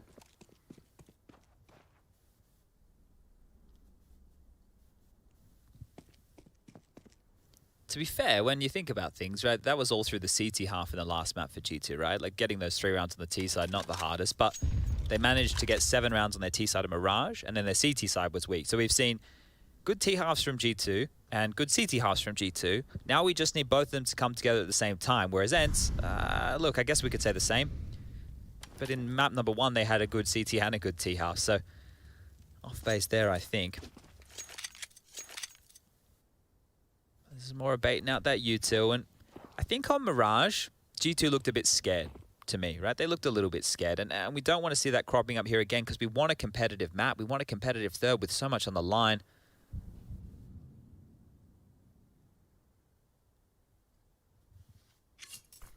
They go back towards A. Another smoke to deny. And, well, with 30 seconds left, they either have to play through it, and they will. Dropped into spawn. Amanek, that's huge. Okay, 3 pistol kills in 3 seconds. Scary. Yeah, it just goes from a very quiet minute and a half. And they strike in unison. This could be unchecked. Oh, dHut continues to pull ENCE forward into a 5th. Can he close? They got the kits. A flash from Spinks. Coming in from CT. Not going to be easy to set up his teammate here. Nexa to take the first engagement. niko low. Just a deagle. It's on this AK from Nexa to contribute here. Flash indicates his position. Good play. 1-on-1. Has to clutch again. Play the time. Nexa looking to secure it, and he does. G2 on the light buys post their second. That is a sign of life from the Samurai. That's crazy right there. Both their rounds have been converted by Nexa, right? In the final throws right here, and both actually threw pistols. This is the Amanek kill that came on in, but then multiple frags across. Nexa got another kill in the fray of all of this, and you're right, dHut doing absolutely everything he possibly can to keep ENCE in a round like that they should have been securing, but now, well, both teams have a buy and 2 towards lower here. That's for niko to deal with. Alex and Hades gets the opening 2 kills immediately. Enters aggression, it pays off. A disaster. Lost. Space. Taken. Tons is under CT rule.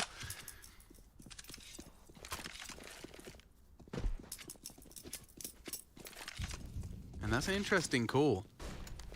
Knowing that all that tons was taken, all that space was taken in tons, they choose to return upon the fade. But now they can just reset into a normal Dust 2, right? And that just melts so much time off the clock, right? You know when we have a map like Overpass, guys, and we talk about the CTs going forward up to Playground, wanting to take fights up there, Fountain, and then them having to comb and claw back through the map. Well, they have to do the same task right now with upper tunnels. And even if they get this area of the map, they don't know what the CT defense looks like at all. No info long, no info mid. Everybody nestled in upper tunnels, and that's coming towards Spinks and Snappy. Yeah, there's one way in which jackz could catch Spinks on this jiggle. But jackz the AWPer. He's not going to get the early warning sign. A nice escape from Spinks. Smokes it off. Turns the flash. And, well, that might be enough from G2 to change their plans. What on earth is going on here? Well, denied, and there's still only 2 players residing on the site here from ENCE. I think they're calling the save. There's so much indecision right now. And that, I guess, comes from the fact that they don't know what's going on the map. So ENCE, just through the early phrase of this one here, cause absolute chaos. They'll save the AWP for Amanek, great. There's 2 AKs to carry through as well. Amanek has enough to drop an AK, so that's all right there too. Oh, you can maybe even drop 2 AKs here. So with that little piece of information, you can understand it a little bit more, but here we go. We did think that ENCE were going to be the ones throwing out more of these looks, and well, what position did that leave you in? If you're G2 and you're not getting the bloody long spawns and you're wanting to go for a default round, just think about how much more cautious you're going to have to be taking that space. And, well, they don't have a long spawn. It's just one player who did have a good position for it. It's jumped on down the suicide, dropped a molly to stop them from going suicide. Sorry, lower dark. And that's helped, but now they're pushing upper tunnels. Here we go. Oh, this is mental. What a gap. I love this. Yeah, jackz. Oh, it's already gone down. Hunter's next, and yeah, they're feeling the wrath of ENCE. Look at all the nades they're playing with as well, Chad. They are going to bully G2. Oh, my caramba. They immediately responded to that molly. Like, they just, well, we'll just push upper tunnels. You're so worried about lower dark. We'll have pressure elsewhere.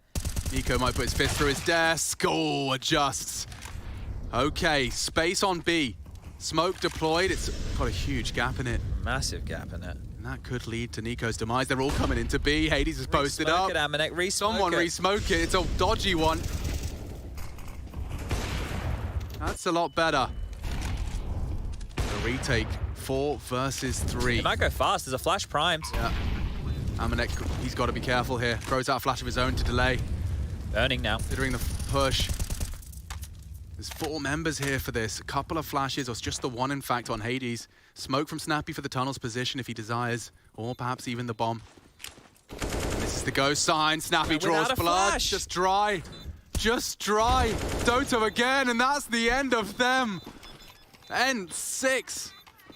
And G2 looking discombobulated. That's a great word for things right now. And this was the question mark. What was Dust2 going to offer? What kind of look on the CT side? Right, remember ENCE? I think they were the ones that won the knife, right? I don't remember which way it unfolded. Yes. Yeah, but so then they've opted to come here on the CT side. They've opted to throw all this at G2. And if there's one way you're going to unravel them, oh, this is how it's going to be done. Oh, okay. Like they've just, like ENCE have cupped their hands and just slammed on their eardrums. Oh! From both sides. That was huge from Amanek. Hades is gone, the AWP on the other side's down. He's been playing like that Dust2 cross simulator. Getting it drilled. And niko puts a second on the board as well. Oh no, they've lined up for long. He nearly took down 3 with 1 spray, bro. Oh, and Sphinx is pushing the smoke. This is chaos. Calm it down. Bomb long. Snappy screams. Hunter's taking fight. Snappy takes a third. And straight into the AWP walks niko. They are getting rattled here. ENCE, man. This is going to be the good vibrations they needed. Where were the smiles on the faces on Nuke? They are back in a big way. Nothing they can do is a foot wrong. Look how this started. Amanek banged shot through the doors as well. They had a 3v5, and that was nearly 3. He finishes off Hunter in the end as well on pit. Pot shots taken, and yeah, that's a smile from a Finn. That's how you know things are going well. Oh dear, I think Dodo's a different breed. I remember we got to interview him, and he actually gave us some words, so we knew immediately that Dodo wasn't like the others. And he cracks a joke or two. It was great to play with him and parhaat. I'm glad that we've seen a timeout here, but I may even consider back-to-back timeouts if I was Malik, the coach of G2 here, because what's being thrown your way is something you don't know how to expect. And the issue is, you only have limited time to discuss through the theory of reactions. So once they do this, how do we react? Well, right now, there's a couple of options of how they can deal with this, but it's not looking good. ENCE are really exploiting this new change. They haven't had to worry about the long takes whatsoever. It looks like G2 have an answer with that fast mid molly, but it doesn't stop a lot. Doesn't stop Snappy. Using that Xbox smoke against him, we'll get information that there's nothing. Oh, niko's going to swallow that as well, or at least tickles his toes. Half investment here from G2, just looking to put themselves on the board, and they've done it a couple of times. We saw not only the pistol, but the Deagles did put their second on the board. Oh, and the nade juggling. You're going to get more. An extra chance from Snappy. The timing looks perfect, and that is perfection. Look at this CTU till raining down terror. G2 don't get to play the game. They only have 2 rounds. One was the pistol. The other was a light buy. Wow, may as well almost have been called an eco. Yeah, Deco, a stretch. Oh, another nade coming on through. Oh, bowling from Diha. They're all just inspecting niko's corpse. Hey, you got anything we can take? Any loot around here?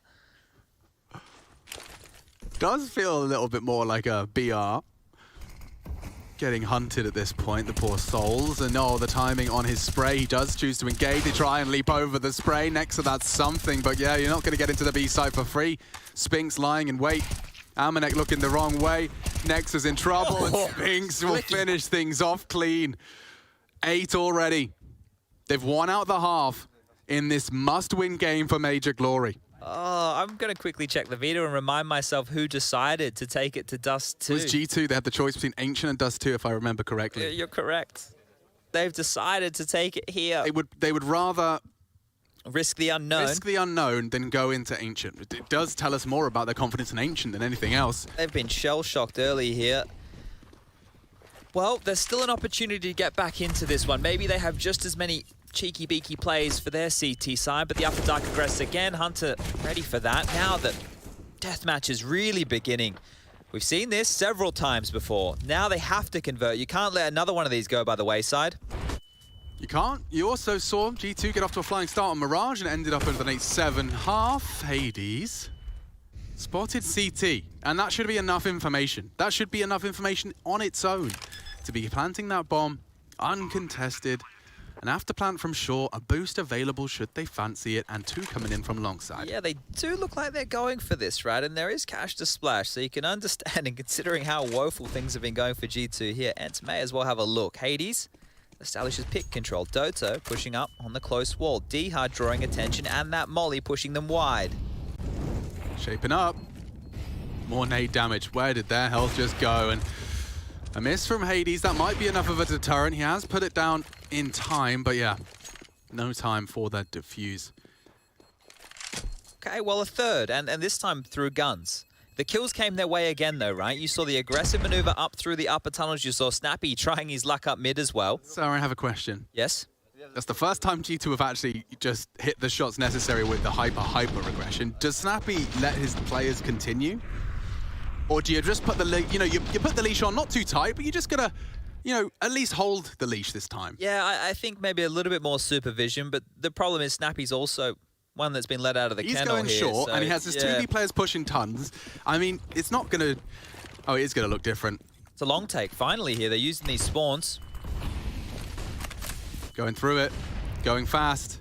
It feels different already. Now, with the mid push right now, you can push on up, and that's what we've seen as an answer to this all in long. Spinks is already taking advantage of that, right? You know that there's not going to be an AWPer and T-spawn that can stop at least this. So he's gone on through, and now we're looking more regular programming here. I was wondering when we'd see this round. It took us 12. Yeah, and I think that was a big issue to do with the spawns that were available for G2 here. So finally, with the guns available as well as the spawn, it comes on through. But a flub flash. Yeah, Snappy's got all the vision in the world, and actually just dropping out smoke to play around. That might buy time. They'll throw out their wall. The first part of it, that underhand nade is good as well. We'll be checking in on They have to go damage. A, though. They are coming. niko's legs going to be spotted about. Oh no, Snappy on the jump. That is quite the condemnation. Now the deep one towards Ram. And niko catches another. Spinks on the advance. Diha, what a strong start it was from him. But I fear that is just a demand too high. Yeah, might actually have to go for the save this time round. So not even going to consider the look in on the retake. All 5 staying alive, and G2 are now changing the narrative. And I think that frustration was starting to bleed in, especially the round where they retook B and Snappy swung dry through window, right? Because that's not the type of Counter-Strike you're expecting. He was on his own, and that's where the frustrations would start to really boil over for G2. But I think it's a frustration that would help them. And what I mean there is like, oh, this is the type of... I see now. This is what you want to do. Yeah, and they're more than happy to do that, right? Don't question whether or not they want to biff in that same regard. So 4 on the board. I had that exact same thought when I saw Hunter being pushed in tons and him actually finally kill Spinks. He's like, this is... You guys are... Like, they're hitting them with that... You know how Astralis were treating Fiend? Yeah. It feels that same way, and it's probably quite rare for G2 to feel like they're being treated that way. Yeah, I understand. I'm with you there. And I realised that may not have been a perfect and easy to understand explanation. But yeah, ENCE have really thrown some fuel on the G2 fire with some of the aggressive maneuvers they've been pulling off and succeeding with, as well as, of course, the individual brilliance of dHut coming in long. Good spot. Hunter not quite on the mark. Vision restored. niko again with the double nade swallow. Snappy looking for a third. It's provided by Hades, and ENCE right back to their fighting ways. Nex has got a grey screen. He's trying to play around it towards that blue bin. This could be something from Nexa, but the combination of bullets and flame put it all onto Amanek to extend their lead in this CT half of a must-win map. So many ramifications, and Amanek's having a walk. It is only dHut. It's not like he's going to get shot in the bottom. Only the highest fragger in the server, I suppose I should specify. And yep, looking the wrong way. Knocked down. Double AWP was available. Don't opt for it. That was a regular round there, though, right? Yeah. They went for a standard long take with 3 players. And you can see what G2 are doing. They're dropping the flashes on the way so that one individual, maybe 2, can lob them all out as they try and push through, and raining flashes above is the opener that they're looking for. Chad, without looking, what do you reckon Snappy's utility damage is at? This early, he's hit a couple of nice ones. I'm going to say in the ballpark of about 350. He is at 477 utility damage, so not far off, but almost a grand total of about 5 kills in 13 rounds of play. Okay. 120 ADR for him, 128 for dHut. That is high. High. 6 here is, well, another mark that's been set or left for G2 to get in this first half. And, well, again, there's no long spawn, so it's going to have to be the pivot back towards B, and maybe some lower presence was being flirted with. You could see multiple members around the mid doors, and Amanek's had success on that, but only 5 kills. You can see it has only come through the scout and the AWP, and not all the rounds where he found those openings were even converted. So, might be feeling hard done by this impact.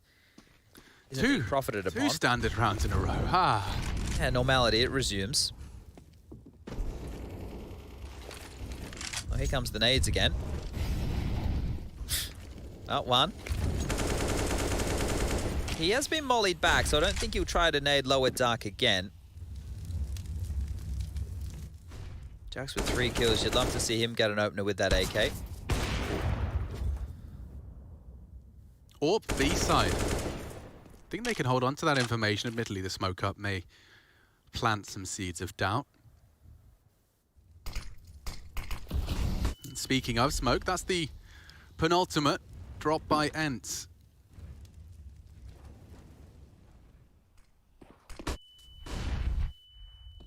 Short control taken. We're at that 40-second marker. Hunter lingers tons. Will continue to try and... Splitting B, I think. Split B. Oh, yeah. Quick, so just deny short. Snappy calls for the flash. They are doing the dance. Even trades, leaves ENCE at an advantage. Spink still tucked in aggressive. It's up to Nexa. He needs this duel, and he does get it. Through the flash, Hades has revealed himself to be in the sight, and Nexa has made space in pursuit of the 5th. Do they consider this? They've got cash. They don't have players. Doto last, spotted out as well. And so G2, when they get to play standard Dust 2, seem to be thriving. Some long takes successful. A mid to B after short control taken. Keeping ENCE in the dark as much as they can. We need to make sure we're singing the praises here of Nexa. A lot of impact for him. Remember, the 2 rounds that they got early were both his conversions late, and now with a lot of impact to lock down this mid to B strategy here. So good to see him stepping on up. Would love a teammate or 2 to start doing the same. He's 11 kills, and yeah, you are seeing that frustration building maybe more so on the ENCE side, even with this phenomenal start. And G2 are keeping their cool, right? When you notice, we can normally hear the teams through the wall if they're getting loud. You guys can normally hear them as well through the mics that have been set up. And so far from the G2 camp, it's just keeping it calm, keeping it cool, keeping it collected, and believing in the process here, as it were. We spoke about timing your peaks a little bit earlier on Mirage. Well, this would be the perfect time for G2 to peak in this series. Yeah, if anyone's looking or struggling to comprehend where that frustration comes from. I mean, you just put yourself in Hades' shoes. You know, this has been such a quick rise to power, and now you're so close to realizing that ultimate goal. So many players across Amanek's screen, and he just gets blood splattered on the back wall. That's the only conclusion reached by him. 2, aggressing the Tons. Hunter has struggled with this multiple times. The two cousins partner up, participating more, and both connect. ENCE up to their cheeky antics. Spinks, they know he's a B player. Snappy's pushing along here as well. Yeah, and Nexa was, and it still is, actively patrolling. I think it's probably a good call here for Snappy not to keep pushing. The 2 deaths have come from aggression here, and the rounds that G2 have started to pick up is all through ENCE pushing the issue. So those tricks that worked earlier starting to be found on out, but Spinks trying his luck here. AWP posted on a very aggressive line, and he wants to look for more. The flash that's well timed, but he's ahead of it, and the shot is good. There is a trade from jackz. Yeah, surely they know that that's the B player down. At most, it's Hades. There's the indicator that he has rotated, so they're piecing it together. They really are, and with 50 seconds, Chad, the world's their oyster. The map is theirs. Nexus going long. Oh, he could ruin everything, and he has. Takes down 1. I think he suspects jackz was the partner with him, and that's the bomb. So jackz needs this. Does succeed. You know where Hades was? You do. And the bomb trying to get across, but they have to get across Hades' line. He is aware. Look at the time. This could be real. Oh, no, look at the okay, problem. Big problems for G2. Hades suspects the ace base has been taken. Here comes Nexa. Can he save G2 again? The answer's no. Hades, the god of the underworld, frustrated, but sends Nexa there. 10 for ENCE. 6 away from the major. G2 legend status getting a little farther away in the distance now.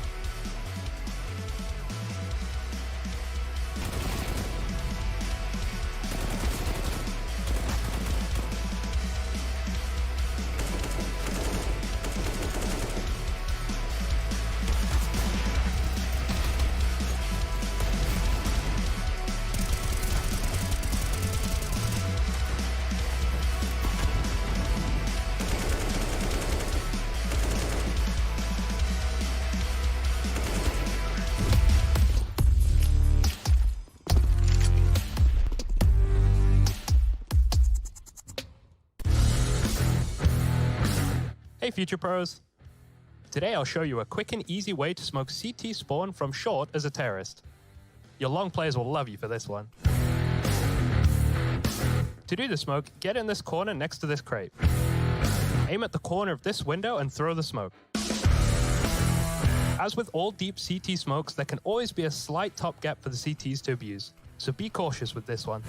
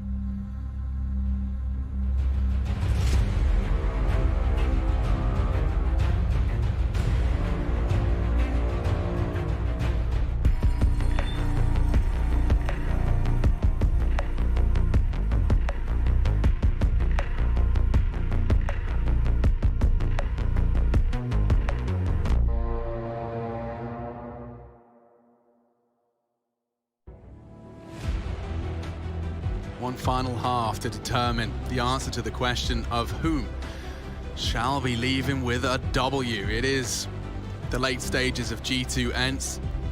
Coming into Dust 2, G2 had the option to take it to H, and they opted for D2, and I feel like ENCE have thrived in this environment. They've been great. They're gimmicky little maneuvers, and maybe it'll become meta. Maybe it's not gimmicky at all, but they have taken this map update and they have milked it for all it's worth right here. I think G2 have done the same level. I don't think so. Of preparation. I suspect not. I suspect not as well. Let's see if we do get that ENCE pistol underway. They traded pistols for most of the maps. Nexa has been the hero here as well. He had a big impact in at least 3 rounds. They only managed 5. So somebody else having to step up now as we do turn our attention towards long. Hunter straight in towards lower, and it's a heavy B lean they as well. suspect they might be getting cheesy towards the tons. So if niko caught in transition, he's got the whole squad to deal with.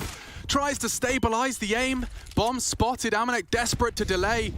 And they're scarpering to try and back him up. There's no smoke for the cross, right? They haven't had confirmation that the whole squad's there. It's quite a slow rotate out of Nexa and jackz. Oh, they did a deep CT smoke to get across here. That's brilliant. That is brilliant. And Amanek, aggressive. Catches him on the reload. It doesn't matter because D is here.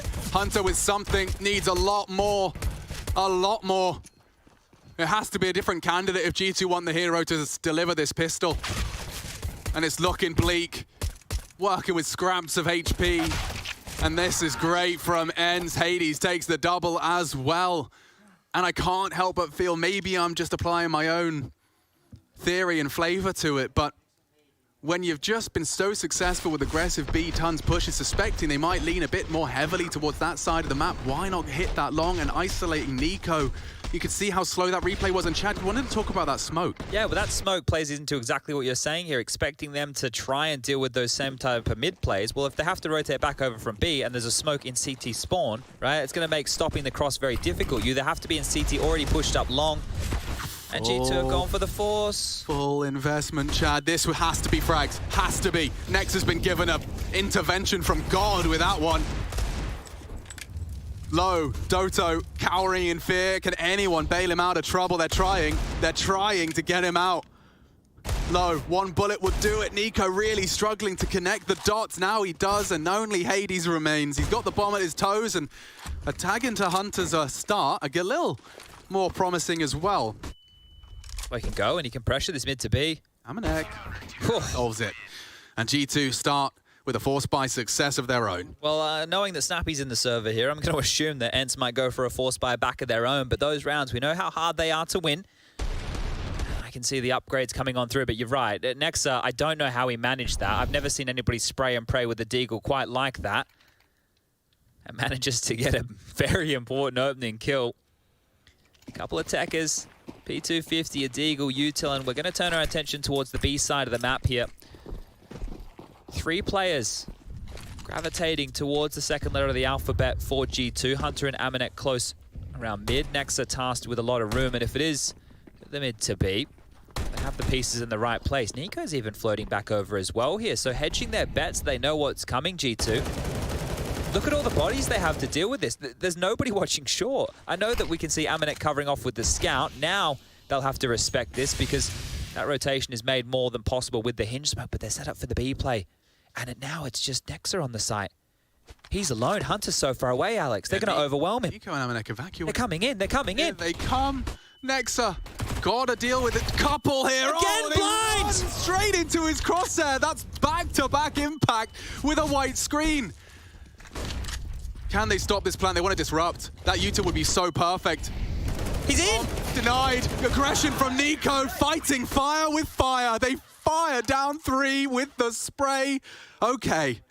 G2 recover, and they've got Nexa to thank. They got a little bit loud about that one there because they gambled correctly initially, but then they rotated back, and Nexa clotheslines him. He's just closing his eyes. The kills are coming to him. niko, he was fed up with this happening to him in the first half. Exactly. Get stuck on in, rub the salt in the wounds, and force ENCE down to the pistols here, this one. What a finish this is. What a finale we're getting. This quarterfinal ending with a bang. There's an alternative to counter the CT aggression. Just hang around in T-spawn and set up a bit of a tank. We haven't seen that one before. Imagine rounding that corner. Yeah, they're happy to wait out the util here, but I think luckily for them, G2 threw out a lot early, so Molotovs top mid, a lot of HEs. You always need a bunch to deal with anything long. And it really is just Glocks here. The human centipede right now as they're going to follow each other around. Amanek more than happy to pluck them off one by one. Hunter churning them up to the MP9. It sings. And Amanek into the Tech 9 as well. So going to call the score 11-8. And the guns are about to come out here. Hades can buy a glass cannon AWP, even can have a smoke for his troubles. Amanek upgrades into an AWP of his own. And the buy right now for G2 looking good. They've got kits. They're going to have full nades as well. Need to get this first gun round here if we want this game to continue and be right down to the wire here for the finish. Now remember, I did say I spoke to Carrigan and he said overtime. Let's see if that comes true. The boost erected, the kill not found. Amanek aware of the potential. But no longer done. Push and stepping into it. Hades, that is quick. There's a star in favor of ENCE.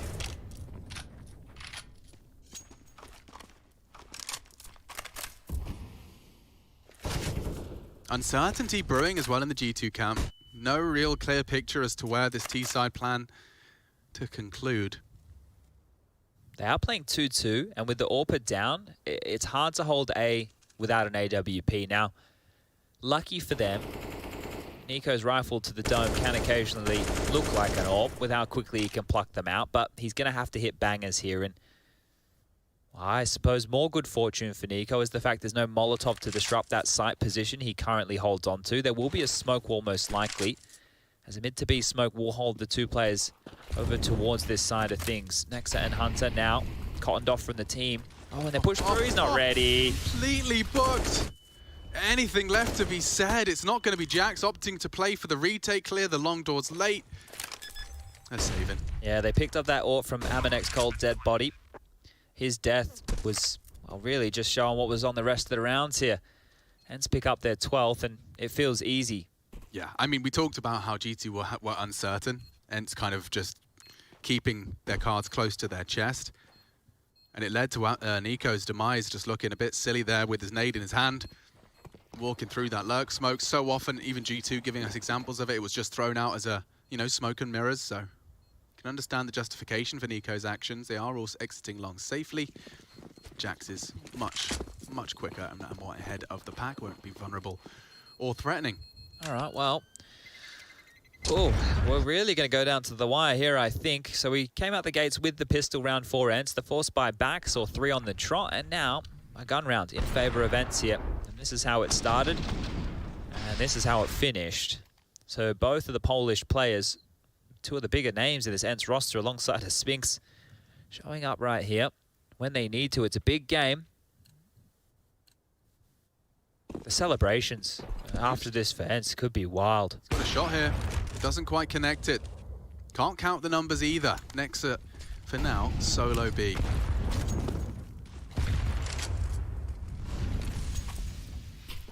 Insignificant flak damage, and as I say that, there's some significant stuff found. Diha, Snappy. Looks like G2 are also playing the nade game. Yeah, niko's been able to pick up another here. Now, that second nade can be used if he hears them jump on up towards Xbox. He could also save it as they start to regroup for the short. Execute and tag. jackz, you need to think better of that push, and he will. Lucky boy. Yeah, Hades holding that line. Probably going to be scratching his head as how that one didn't finish him off. Molly close doors. Clearing out anybody lurking up close and personal here from G2, but Snappy's out. Ahead of it. Ahead of it, and knocks the head off of niko. And that's all they wanted. Gets the CTs back into a defensive stance. They're about to just wave into this A site. They need to pull Amanek back here. He needs the orb to contest this. So they're changing positions with jackz, but is it too late? He's got a lot to do. That's the chance, and it's shy. They were lined up. Could have been 2. It's none. And the flashes continue to suppress. Space is taken. Sight is theirs. ENCE flying that flag high. It might have to be the save again here. Peeks off his own flash. That would have been inspired. Are they going to go for this? There's a lot to lose. Maybe if he posts another. And Hunter's flirting with the idea as well. This after plant should be locked down. The flash is decent. Good snappy one out of Hunter. Diha trying to save the day. It's only Spinks now. G2, this retake was such a risk. And now, hard part surely concluded. Already on the cover. Where's the cover? He's going to get them both. Spinks brings home 13. And ENCE shatter G2 back down to Pocketlin and Peanuts. I mean, 8K on jackz. 4K for Hunter and niko. They went all in. Snappy started this, but it's Spinks that finishes. 13, Chad. They are 3 away from the major. Oh, dearie me. What a huge round right there from Spinks. He didn't even hesitate, right? Nexa hadn't even touched the defuse again. He just wanted to take the fight. He just wanted to get it done, and he does. And that's the last timeout now. Malik cannot contribute anymore. This will be the 30 seconds that count here for G2. What a map. Delivering now, and yeah, you're right. So that cash you recounted right there should get the buy going. But there's a couple of unlucky, unfortunate members of this one here who are going to have to stomach a Famous on jackz, who's given the AWP over to Amanek, and MP9 now for Nexa. Amanek cannot afford to go down to that Hades fight. I wonder if he's going to be dissuaded from taking it. Yeah, he has to get something done with this, right? They've invested a lot to make this part of the game plan here, and it's going to be the 3-2 split. Back towards long, they're going fast. Okay, well that works for the G2 setup. There's 3 here to receive, the smoke to guise the cross, a chance for niko to strike, and he does string together some damage and a frag. His own nade looking promising too. There's more to come. Shots into the smoke. The Kovac cousins partner up and have succeeded. Spinks, the hero from the prior, does really look like he's up the creek without the paddle. Bomb loose under CT control. Spinks at 16 points of health. Do they push forward, though? There's so much time for this. Amanek helping them clear out the corners, and Spinks just hanging. There's 2 players that are super low right here. niko's 1 bullet away. Hunter as well, and well, Amanek with the AWP. If he misses, he could die. Spinks could pull off something magical here. Oh, never mind. They're ready for it. They knew he was home. They clear it on out, and that necessary right now because we're talking about the finances here. ENCE are the ones who are stomaching a little bit of a struggle streak right now. It was really up for debate, these fights. Nade from Nexa finished off what niko started. You can see Diha was an imposing presence at times, but okay, niko's double wraps us up. It's getting the fans excited. You can join them at iem.gg/fancam if you want to talk through how this map is going to finish. Make your predictions. It's so up in the air, I truly don't know. Look at this buy, Chad. Double AWPs here as well, coming out for G2. So ENCE have pushed all their chips into the middle of the table with this purchase here, and they're hedging that the B bomb site might be quite susceptible. Amanek going to post up towards back of plat. That's going to be perfect. Nexa over towards Car as well. It is a good setup to deal with a B pounce. Amanek to be tested. Support in the form of Nexa. You can see what Snappy's doing here, right? The hinge smoke will traditionally draw that CT player back, so he won't be able to contribute quickly if it is a B play, but Hunter being ahead of it, oh Amanek's dear. leaving. Oh dear, Amanek. Amanek's leaving. He's gobbled up the bait. The hook is in his cheek. Nexa has got so much work ahead of him. Still able to contribute on the first. Blind as a bat. Nexa's down. Enter into the site, and Hunter activates only for the 1. This is so up for debate. jackz going around the world. He will not have a chance to contribute in a while. niko only just arriving on the scene. They've all got guns now. They've all got rifles here to lock out this site. jackz's utility from tunnels. What's he going to throw? How's he going to help them get back in? It would have to be brilliant. You got a Prix molly from back there? Oh, no. Snappy playing 5D chess. Pulls the AWP out of the site. Nexa isolated. He wanted to bring the fight to them, and he snaps into niko's head. G2, what have you got? Nothing is the answer. 14. It's secured by ENCE. They edge closer to the major. And you can see a stiff upper lip held. Do not break now. I think they're broken, G2 right now, and actually some giggles coming out because if they realize what they've done to the finances of G2 now, the red carpet has just been laid out. 2 more rounds. G2 have no money. They managed to get a total of 1,400 coming into that, and they've invested behind it. They have gone all in for this. The deagles are out. The armor's there as well. And this is it. This is the best opportunity ENCE are going to have to secure themselves this major slot. Just 2 more rounds. They win this. 1,900 in the next. It's going to be the same again. G2 have nothing to contest against this. And G2 are going to have some more Counter-Strike to be played, not only determining their fate. FaZe fans watch on in horror. And they've stayed up late for this. Bit of a horror movie. Yeah, the late night special. I'd be munching through my popcorn at this point as well. Dust2 delivering. Take a look in the top right-hand side of your screen as well, changing and losing their own map picks. Both of these teams thrust into the new environment that is Dust2, and moments of heroics from everyone there. The call out Snappy inspired the fact that G2 completely fell for their trickery. I don't see how G2 can win this round, guys. Look at their buy. Somebody needs to step up massively here. This needs to be a mental individual performance on the pistols, and that's all they have, just pistols. Genuinely has to be full frag movie. Like, we need Linkin Park to start playing now. Oy, oy, oy, you wouldn't repeat that. niko's been brought down, cut down to 30 HP. There's a small window of opportunity onto the Hades. Oh, he dropped down. Does take the head. niko hitting shots. 2 down. Maybe a glimmer of hope into round 24. He's delivered whatever he could. Knew it had to be something special. It was. The boost, they've fallen off. It could be punishing. Almanek's filled the gap. The void is... They're pushing! And oh, jackz another on the dig. G2 are not relenting just yet. It Spinks for the one. Only Diha. He saved them once. Can he save them again? He has been so good. His impact early was felt, and here, jackz, the warning shots are through. You know where he is. They have the bomb. G2 have been given a lifeline.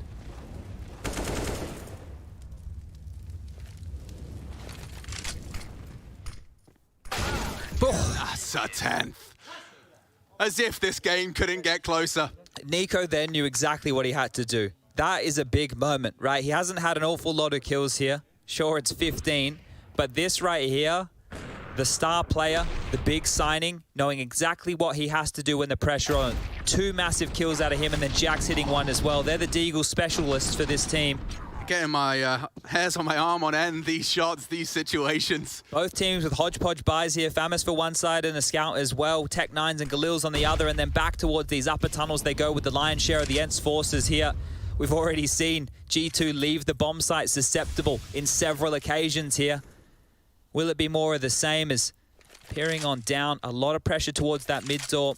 The hinge smoke dropped again, and they know exactly what that does. They know exactly how G2 reacts to this. There goes Hunter. Yeah, but that's the thing. They could just go towards A this time. And now if you're G2, you're going to want to stay stoic towards B. You're not going to want to cheat that rotate. Oh, there's paranoia spreading just with Snappy's moves. He's pulling the strings, the puppet master. Okay, conducting business now. They don't know where to be, where to stand. Think about when we saw this lurk smoke come out before. Diha ran through it, killed niko, run the round. When they've rotated away from the hinge smoke towards A, it's been the B here, and now it's looking like the mid to B. No one's looking. Hunter's considered it. That's the 2 smokes. Often with 2, that is the indicator of the commit. Both smokes have dropped. niko, what are you up to? That's quick. Super quick. That's the bomb as well. Can't quite catch Hades on the lip of the smoke. Game on. Play on. 30 seconds they're committing to B. Hunter to be tested. Nexa steps up as well. And G2 with all the names in the feed. Last of all is Hades. And G2, they weather the storm. Oh, battening down the hatches here. This is going to be some comeback. They've got their feet on dry land again, Chad. Okay. ENCE down to no money here. It's their turn to stomach an eco round. Their round to chill on out and just consider those chances that were. Bloody hell. Bloody hell. This is a game of Counter-Strike. The game we all know and love. I'm not sure any of the 10 people in the server love it right now. It's a love-hate relationship right now. Yep. And we've seen this from ENCE already within this half. Now, when they've been forced down to the pistols in this similar stance, they just sit back and wait. They're doing the same here, playing in the fade of the smoke. They actually run on through. There was nobody aggressive, and they're barreling down middle right now. There is still a Deagle to play with here, and that's in the hands of Hades. They have the short control. A plant here would be great. Any damage they can do, any kills right now are worth their weight in gold.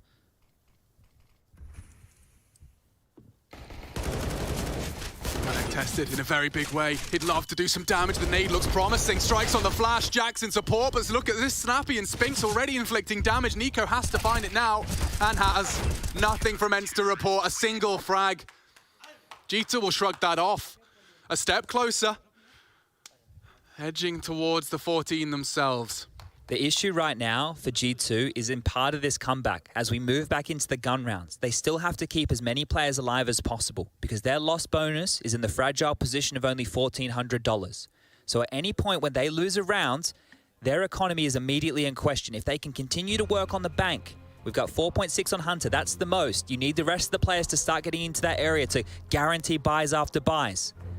So this is such an important round right now. G2, they need to keep at least 3 here. What do you do with Amanek? Like, that's my first question. Last time he whipped out this AWP, Chad, it was the beginning of that B-site end. I think at least the fortunate factor here is ENCE can't afford an AWP of their own, and Hades hasn't gone for the scout. So the presence on the other side of the scope doesn't exist. Okay. Now, long spawns not in the favor of ENCE here, and they have taken a timeout to make this discussion. Sword chipping on in to talk things through with Snappy. 3 players currently positioned looking towards that B bomb site. I'm going to send 2 over. Spinks and Doto. Snappy scoops up the bomb and he will join them. Xbox smoke out. Hades with an aggressive Molotov there. That's going to deny niko having a look for this. D-High outside long, and it looks like a default spread here. Really just going to bide their time and take their time. Amanek has been posted up towards long. That's where you want your AWPer to deal with these short plays. The flash helps clear out lower. They will be able to get the space that they require because the passive stance of G2 now has niko, the swingman in CT. Hunter and Nexa locking down towards that B bomb site. Amanek and jackz are partnered up to hold A. And we don't know exactly where ENCE want to finish this one, but as they start to jump up towards short, we're getting a good idea. Snappy's got a full belt of util. Spinks as well. So both sides of the map, both of this 2-pronged assault are equipped with viable nades. niko's hedged. He's head back over towards A to help on out. If he can tuck into Goose or A ramp, that could be perfect. But right now, the defense is completely split. Great catch. Snappy has a backup smoke. It's going to imply there's a lot more presence long than there is. And that forces them into a bit more vulnerable positions. Amanek's a sitting duck for sure. He only gets the 1. niko's down 2. Opens up on the site. And down goes jackz. What a call. What a play for 15. Do they go for it? You can't risk this. They need the money. It's 1,400, remember the loss bonus. What a call. It looked way too simple. All the eyes were drawn to long, ours too, and the kills came down on A. Because you see 2 smokes and flashes coming in. Spinks confirms your suspicions. jackz is called in long. Amanek actively starts to move away from being exposed to long. Your ramp players can't be sitting ramp when the calls are like coming out like that. You put yourself right in the vice. Doto strikes, niko falls, and ENCE. 1 round. 1 single round for 4 players to secure their very first major. You can't believe it here for Diha, Hades, Spinks, Doto. Yeah. This is the dream. Just 1 round of Counter-Strike, 5 frags away. And Snappy giving us another prime example of someone just absolutely soaked in experience. You get to see it here from Spinks' position. What a shot. Spinks rising up the ranks of FPL. Noticed in a region that's so hard to break out of. But the beauty of the modern day internet era is he can turn heads and pop them from his bedroom. And now he's looking to knock a Titan down and secure himself a spot at the first major Counter-Strike has seen in 2 years, a 2-year hiatus from it, and his name could very well be inscribed in a sticker in the game if he could just find 5 clicks onto the 5 heads starting on that CT side. 10-second countdown begins, series point. They've prioritized the AWP here from Amanek. That is a key, apparently, for this G2 game plan. It's in his hands. He doesn't have any armor to go with this, but a little bit of util. Next are into a Famis, the rest have rifles. There's even defuse kits. Now, if we get into sites, the retakes have to be on here. And this is fast towards middle with the util just to stifle that niko push. ENCE looking more prepared for this update so far. Deep mid smoke. Holds them at bay and spraying on through. Doto, his position is noted, but just take a look. The CTs were hanging around at short for a little bit long there. niko backpedaling and looking at Amanek to potentially do the same. They're gravitating towards this B-bomb side again, all getting soaked on up through the lower tunnels, greeting in upper dark, and it's all going to be on Nexa and Hunter here. They have to go at least 2 kills between them. At least. At least an incendiary is all that separates them from them. Commit. Defensive flash, time to strike. Snappy's already started as he means to go on, swinging out. That's something. Nexa starting some resistance of its own, but Spinks again contributes. Diha can plant, the site is lost. G2 counting on the remaining 3 names. It's not easy, and AWP for the retake ain't ideal. Kits are present. Fights to be taken, and they can taste it. They can almost touch it. Util to be dropped. Amanek to strike as the flash and the attention is drawn tons. A lurky smoke should enable them a little bit of space to maneuver. Half bomb ticked. Striking again is jackz, hiding, cowering in fear is Diha. He's gone too. Can Spinks do it? Can he get himself to the major? jackz denies. He says play on.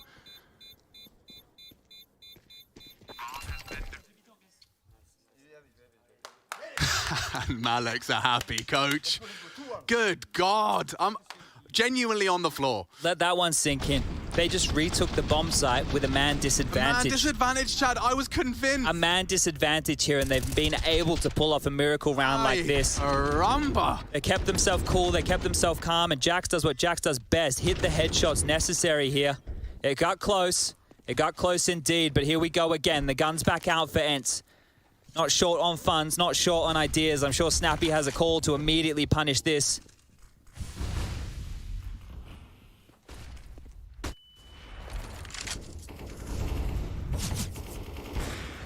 Amanek contributes. Well, they can just play the number advantage now. You can see immediately they just pull back into the site. Set up the barricades. You're going to have to ask some real hard questions here in the next minute, 20 seconds if you're ENCE. That 4-letter word. No, I'm not. But if something else goes wrong, if they lose another player, and then at that point, you really need to start having that discussion, because next round, I always talk about the money here. Wait, they've slipped in head of the molly again. niko's gone down to this before. He needs to be careful. Smokes. Has he got anyone with util? It's unlikely. Swallows the flash. They're going. The bomb's going. They're accelerating straight into the B site. Hunter and Nexa have to do it again. They've hit pause. They've hit pause. Coming in top mid, I wonder. He gets no info on this. Spinks just out of the smoke, strikes again, but suddenly it's all blue on brown, and we go again. They're left with nothing. ENCE. Last round of regulation, and it's not pretty. Is it hero AKs? Do you go Tech 9 armor? What is the answer? I can't believe we're about to... What was the... We're about to go to overtime. In the first half, Chad, G2 won 3 of the last 5 rounds of play. Otherwise, that half would have been 12... Like, my maths is so bad. 13-2. Same score as Nuke, but on the other foot. G2 recovered with some solid T play. And it's put them in a position now where they can keep the dream alive of legend status. Look at what they got here. Smash the dreams of ENCE down. This is just some deagles, some Tech 9s, a scout in play here. There's plenty of util, and it looks like, again, they want to head towards B. And we've spoken about throughout this half, that hinge smoke, how it draws G2 into question. Just a smoke is able to confuse them here as Hades is looking for a pick. Toto working on their Xbox control as well. And, well, if you're Hunter, be very, very careful. You don't put a foot out of line. They're heading over towards niko, who's waiting for the flash of Amanek. He's going to be mollied. He can't step into that. He has to drop on off. Molly to slow them down. A deep nade, but it's a little bit too late there. Snappy's the only one to take some damage, and they've got this short control that they were looking for. A lurk smoke towards B, and one in exchange from the CT, so negating each other's presence here. Out the doors again. Hunter striking, and not gently. So many bodies. He mows them all down. We're off to overtime unless Spinks has got something out of the realms of possibility. Nexa confirms it. G2 extend play, and we have to go to OT. It's Valve rules. 10K. Start it from the top again. This game delivers. We'll take a quick one and be right back to find out exactly how on earth this ends. Okay. Nice. Nice, guys. Maybe you? Nice shot. Too bad, sorry. Whoa. Let's go, got guys. it like a god. Guys, let's just open north. Waiting. Nice shot. Nice, guys. It was just single scout. No, nothing mid. Maybe short was. Nice, guys. Let's keep it up. Let's keep it up, guys. Half by now. Yeah, let's go. Nice! That's league, bro! You're insane. Sick, bro. All good. Nice. Still 10 HP. On top. Holding tunnel for a bit. Back planted. 10 HP. Nice. Be long as well. He killed me and I went lower. He could be Nice! Marco! Marco! Go. Right, flash. Window. Window this one. Nice! Well, the nades must have hit because I got 2 assists. Yeah. Nice. Let's go. Let's go. Nice, good job. Nice, good job. Let's go, really. Let's go. We can still win the fight. Come on. Nice! Let's go. See, come around. Nice, good. Next time. Nice! Good job. Focus. Finish fast. Let's go, it's Ready? Let's go, boys. 3, 2, 1. One more thing. Nice, guys! Let's go! Let's fight till the end. Your channel was There you go. edited. Play. You're gonna win. Let's go. All good. I can reflash. Nice, Nico. Be short. One more. Nice entry. Take Pavel and Oleg. Ball is 2.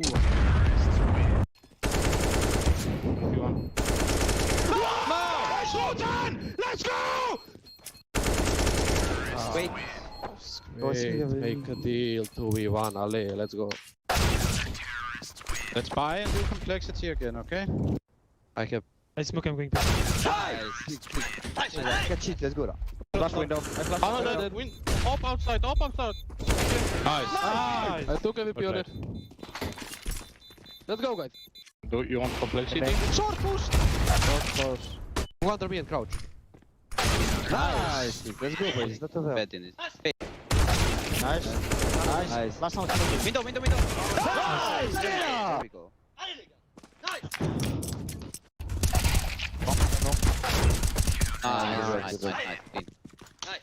Focus. Nice!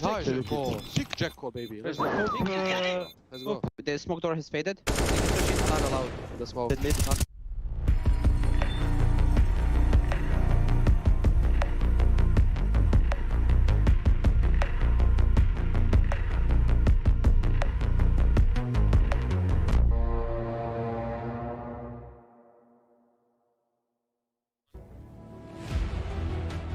It was 14-9, Jad. Niko had to step up with a frag movie play, we said, and yeah, we find ourselves slap bang into overtime. Inseparable. I can't believe it. He had to step up in a superstar moment, and he did. And the chips were down in a big way here, but the rounds that G2 were able to scrape together... Retake? The man disadvantage retake? Insane. Absolutely insane. But the work's not done for either team here. And now, as you mentioned, MR3, but with 10k, Valve's rules. We won't have the 16k. The economy will play a big factor in this one right now. So let's take a look, because some players might be a bit more conservative, especially on the CT side. Orpa's not being able to invest as much here, but let's take a look. We're getting this one underway. ENCE continuing on the T side. G2 on that CT half, and towards B with the early presence. Didn't catch a glimpse. He was looking for info early there, Niko. Didn't get too much to work with. And a CT smoke doesn't seem to be too much of a deterrent. Diha making it clear he's ready to fight, ready to brawl. I'm curious if G2 think they can keep getting away with what they were doing, right? Because it was them who were being dictated. The game was coming to them and they were having to defend. It doesn't look like they've opted for any changes here. jackz, our most forward member right now for this defense, is, as you can see, almost in a line over towards middle. 5 players from ENCE make a bit of a T-bar. 1 towards lower, 1 up short, and 3 in that mid corridor. Niko's nade, again, a little bit shy, and baiting these out has never been more important. There's the limp smoke over towards the bridge. Niko drops the molly to slow them down. Diha this time round will respect it. Starting to run out of nades here, Niko, still with 55 seconds left on the clock and 1 smoke in his hand. He doesn't want to let them through. He pushes closer to it. Confirms. No funny business. They're still coming though, aren't they? Squad. It's going to start there's a fading. gap. niko's committed. It's fading. He's going to get flashed. Has to unload his mag. Spotting another. Not quite finishing the job. It's damage. Two of them are low. Spinks and Dota limping. Amanek, he could get pressured from this swing. They flashed him off. Good adjustment. Can he get anything more done? The answer is yes. Spinks loses his head too. Amanek handing out haircuts and with the big green.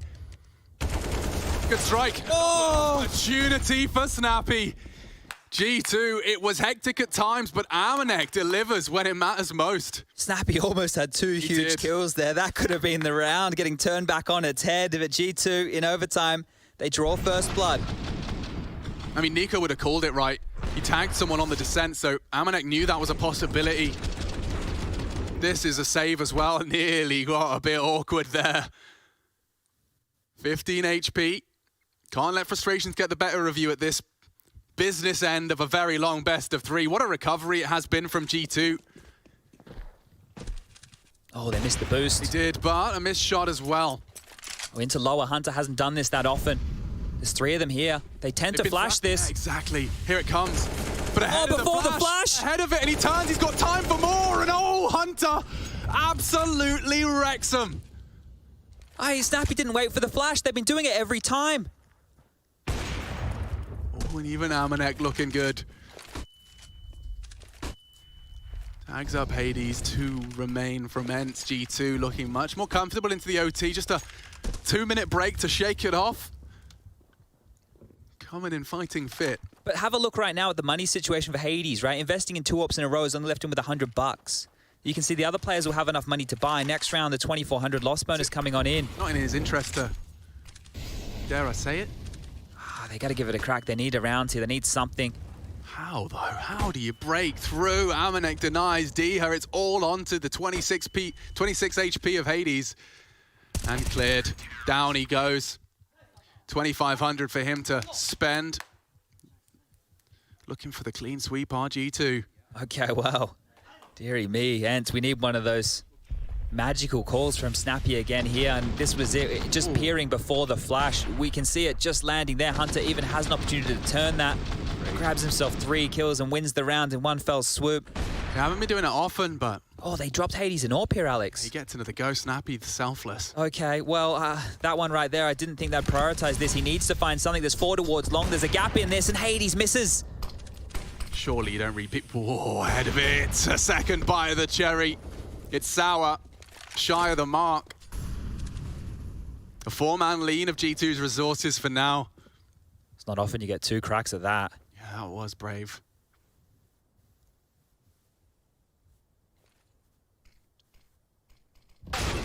Oh my, Doto hands them a stern reminder. Oh my God! niko! It's like a guillotine. Chops them up. 2 clicks off his mouse, Chad, and there's 2 bodies in the dirt. Any more? Where that came from, he's still flirting with the idea. Doto is something. niko down. Sight open for business. Hunters turned around. Yeah, they have a pivot. And ENCE have surely got this one in their pocket. What a recovery. What a recovery. Necks are up and down.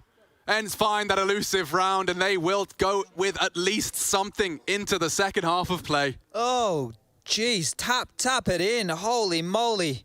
Massive shots from niko there, but it doesn't matter in the mix of this. This was massive. You can see that. The wide peak with the crouch from Doto. These. Bang. Bang. That was massive, but Diha, think about his impact early, right, within this game. Diha's impact in the first 3 or 4 rounds in this game was gargantuan. Well, now, taking down niko, who was looking unstoppable right there on the site. He's found some more, given a lifeline to ENCE here with 1 round, and back underway we go. G2 struggled in that first half.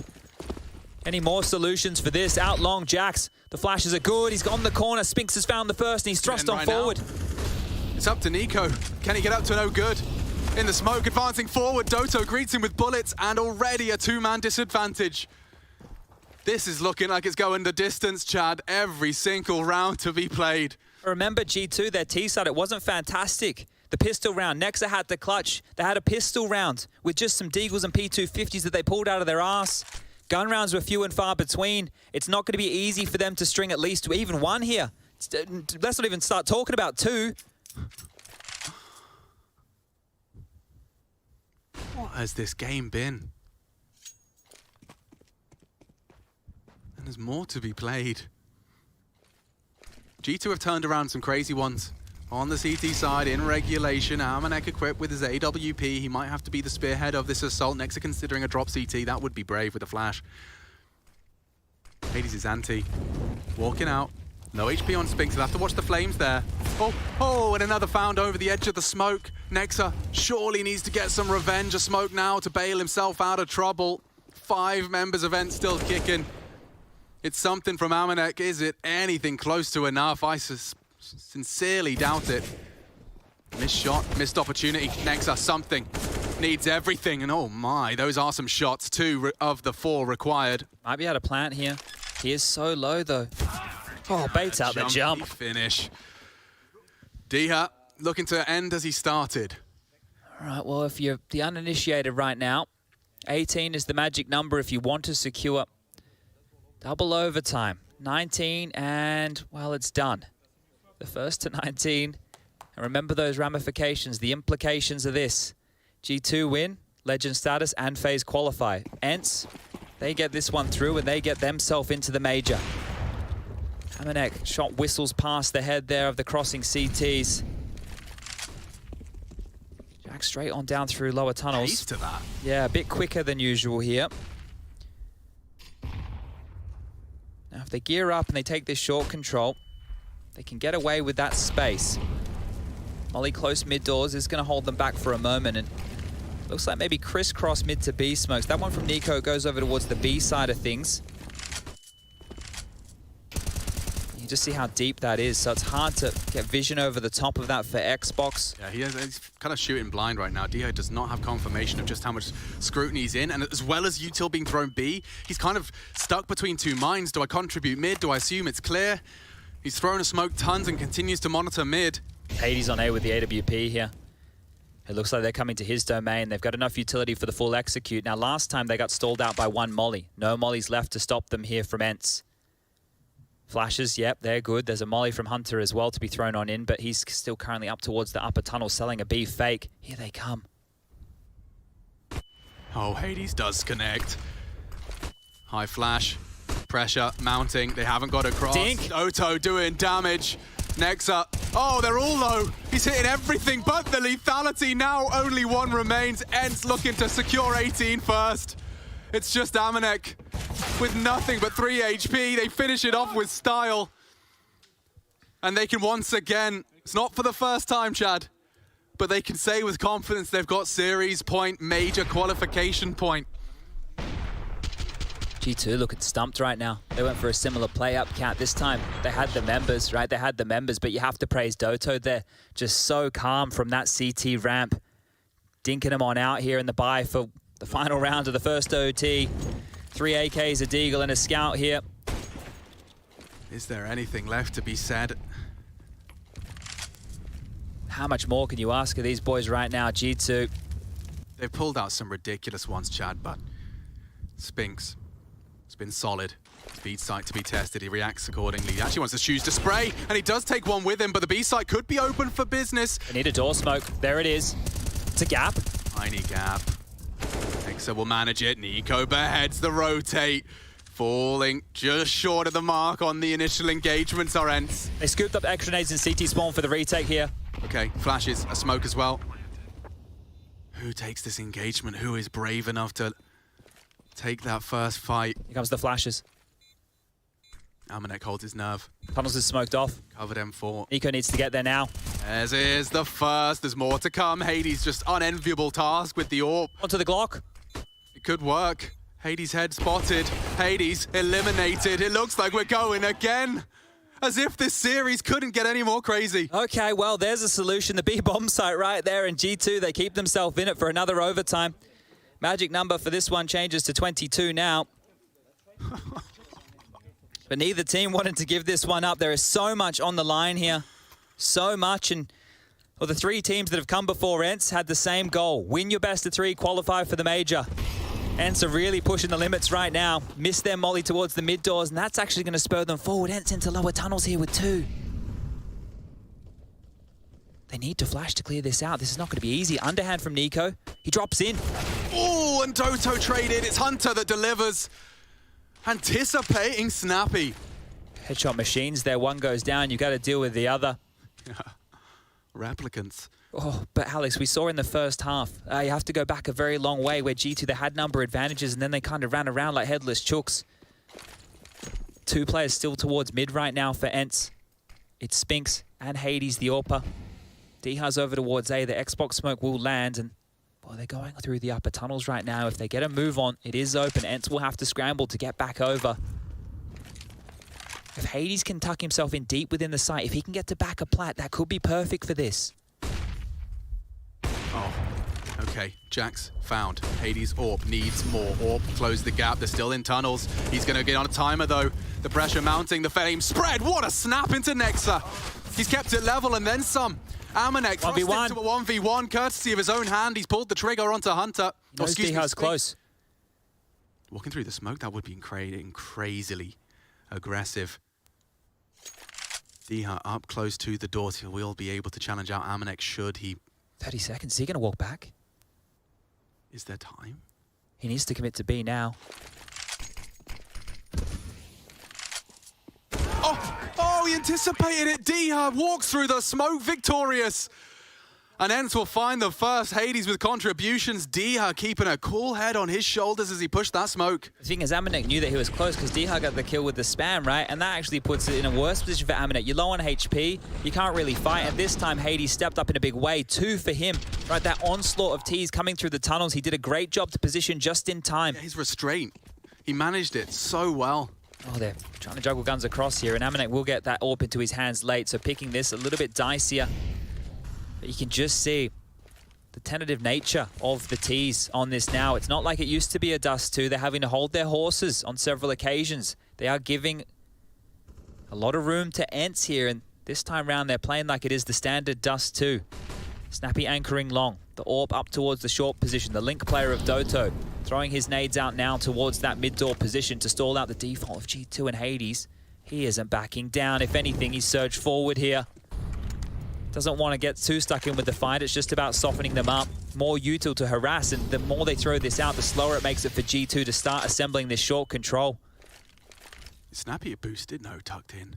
They've gambled correctly here, though, because Hades is here as well. Well, he was. He's back and forth between 2 positions right now. It's going to come down to the timing. Safe from that flash? I suspect he is. Full vision. Oh, no. Still unloads his mag. It's a 1-for-1, nearly 2, and Hades sticking around. Makes the AWP presence known. Back to short. Cancel, and look at niko and Hunter. Already, make it just Hunter. They need to go Doto's B. fast on the flank. ENCE set up for success on the defensive start. Have to go B. Yeah, there's only Amanek left. He has all the freedoms in the world. 30 seconds. It does have to be a B finish. He knows that. And so do ENCE. The smoke indicates his presence. Spinks unwilling to commit a high nade. And Brick's position predicted Amanek. Cogs turning. Oh, uncertain. Bricks. Oh, spotted now. And he's that shot. Gap closing fast. Amanek with it all to do. First found, and yeah, just enough time to plant, but they will close the gap. Surely not a no-scope. Time, sensitive mission. Getting it down. Just about gets the bomb down, one ahead of him. Oh. And Diha pulls him across the line. Amanek, fair play. He put up a fight, a team ace for ENCE. Every single member contributes. Oy, oy, oy. 28 now for Diha, 27 for Hades, Spinks on 26. The names are online here for ENCE to actually do this. One more round and they've kept a clean sheet in the CT side of this overtime number 2. Scratching their heads a little bit. G2 running out of options here. They've tried to go back towards this B site. Hasn't paid off for them. Amanek will get the AK out. Just a smoke to his name. Hunter light on util as well. And well, now they're just sending everybody over towards those upper tunnels. It is just going to be niko left to his own devices here. Snappy's going to call a lot of mid-presence clear here. Oh, that nade looks destined for glory. Big, big damage, and there's more to come. If they continue to linger there, Snappy may get into position to drop it again. Confirmation from the Tracer Fire that there is more action. Close mid. They need a round. They need something, G2, going into the second half of this. ENCE pulled it off with the 1. to extend play. Look how so many more nades for there are. him. If he throws one mid doors, if they throw mid to B smokes, he might just devastate them. Whoa. About 4 members of G2 white there. Here comes a HE. Oh, yeah, spotted out one CT. jackz with a solid headshot. Snappy's unloading into the smoke. They're committing. Just Spinks. Has to be. It's chaos. Absolute pandemonium. Spinks does fall. Doto left all alone. He's being spotted out as well. jackz gets that info safely. And this is the elusive round. Can Doto pull anything out of the hat? Been good in the clutch. He knows he's low. You can see why he's pre-firing the molly. That should be the kill. That's dead. jackz. Is he going to spread? Hooked on the spread, surely. Surely. Staring at it. It may have cost him his life. 1-on-1 now. Mano el mano. Doto versus niko. Oh, no. Bomb's half gone. Where's the pre-aim? Cool head on his shoulders. Crosshairs in the right place. So are the bullets. Doto. It's a clean sweep from ENCE. Touching distance to the major now. One more round again. We've been here before. But ENCE, they're feeling like they got the momentum behind them now. Bruh. Just one more. The incendiary, I'm not sure about the spread, but just seeing a barrel bangs him out. Closes the gap. Reads niko like a book and finds the headshot. He's a gangster, certified.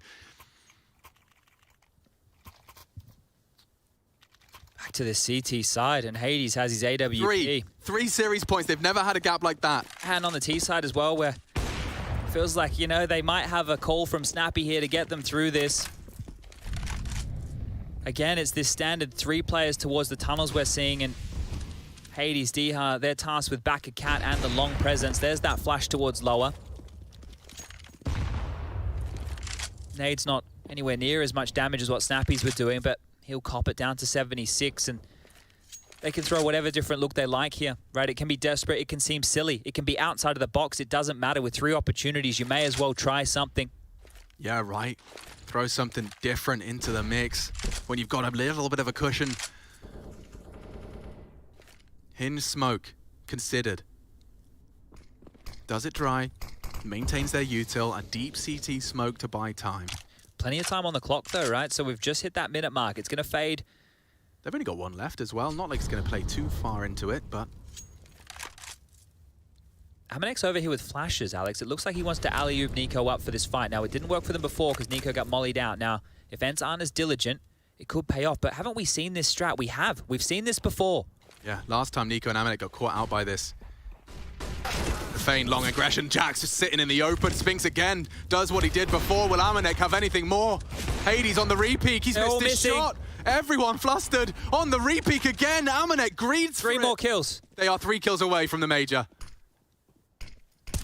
And Spinks falls. Bomb's loose. Bomb is loose. The flank's coming. Snappy's still coming. You can count on Doto. That's one thing for sure. The flashes are turned. No one losing vision. 12 seconds, Chad. And already Snappy tapping away. Necks are low. Down and out. 6 feet lower. All onto Hunter. Has he seriously got anything left? It shouldn't be. And there you have it. Blood, sweat, and tears. Snappy leads 4 rookies over to their first major. Outstanding. You had to work so hard for that. And it's gotta feel good. G2. Not locked in for the Legends yet, and FaZe fans head in hands.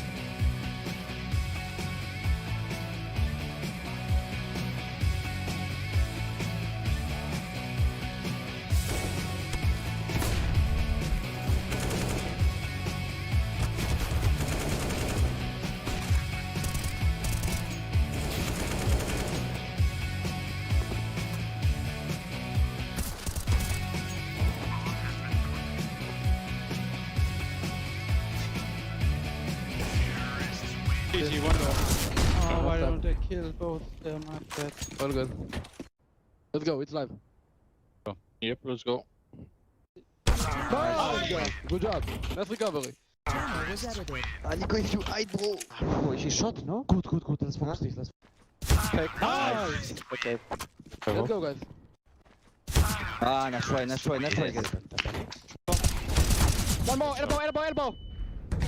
Elbow ding. Nice. Let's go, guys. Amazing. Big boys. Amazing. Nice, guys. Nice try, Emma. Very nice.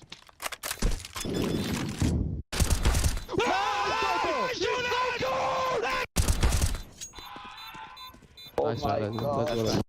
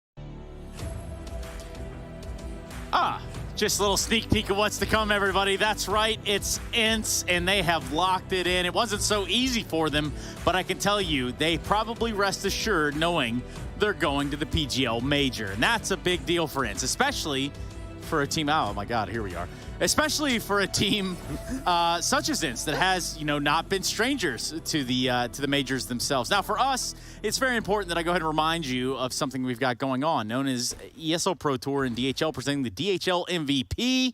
We look at plenty of candidates right here that I'm sure Yanko would love to tell you about.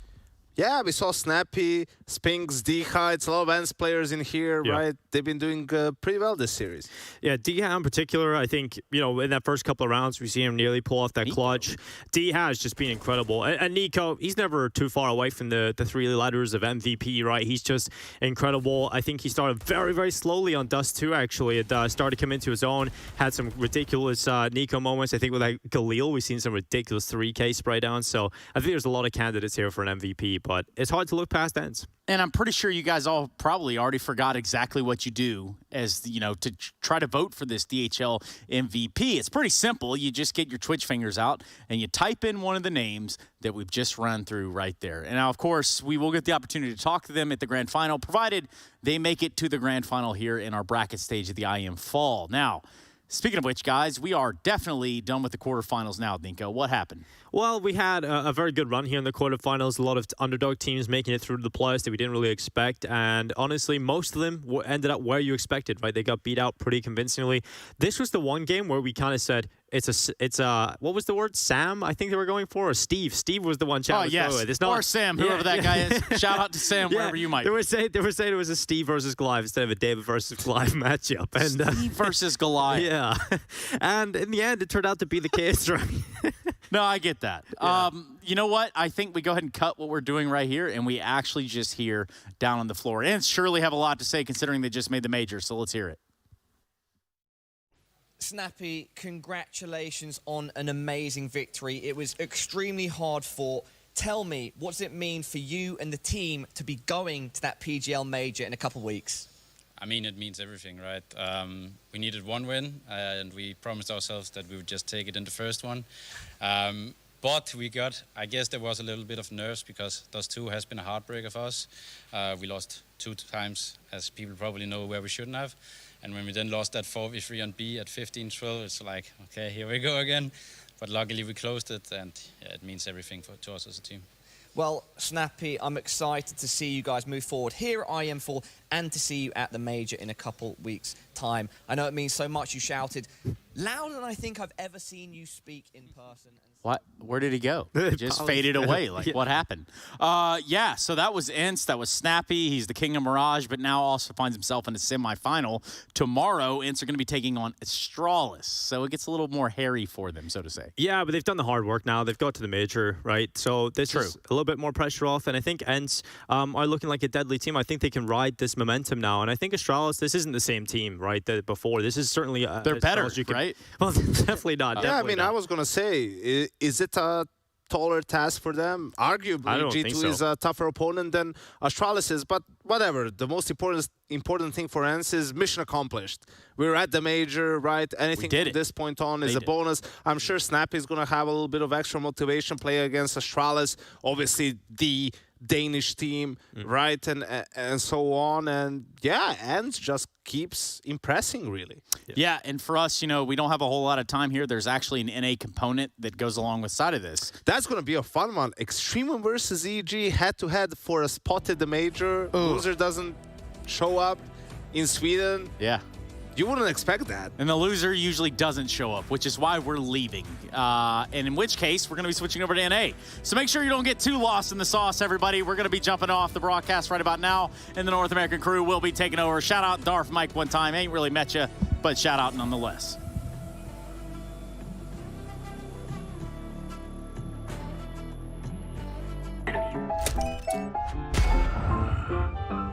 Yes, nice shot, my friend. Cheaters ruining your plays? I have eyes on the enemy. Bad servers stopping your shots? What you need is ESEA. Advanced anti-cheat to stop cheaters. And the best servers around, all with 128 tick rate. ESEA, the best way to play CSGO.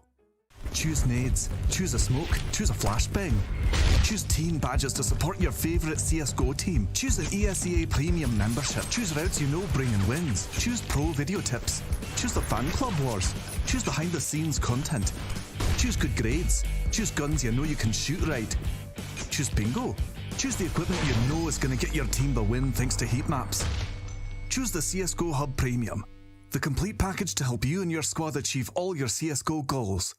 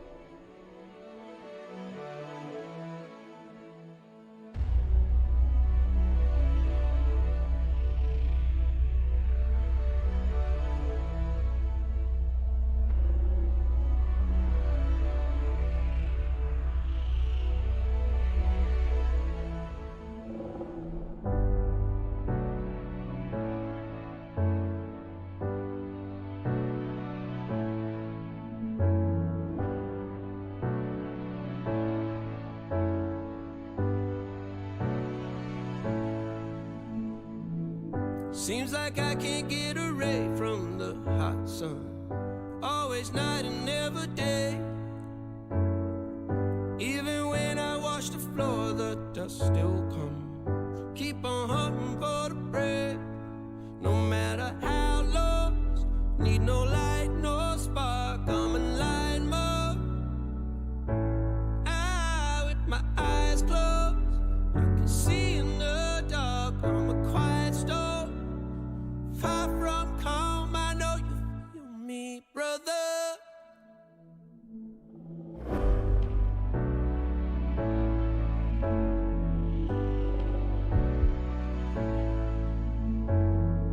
Seems like I can't get away from the hot sun. Always night, it's never day. Even when I watch the floor, the dust will come. Keep on hunting for the prey. No matter how lost, need no light, no spark. I'm in line mode. With my eyes closed, I can see in the dark. I'm a quiet storm, far from calm. I know you feel me, brother.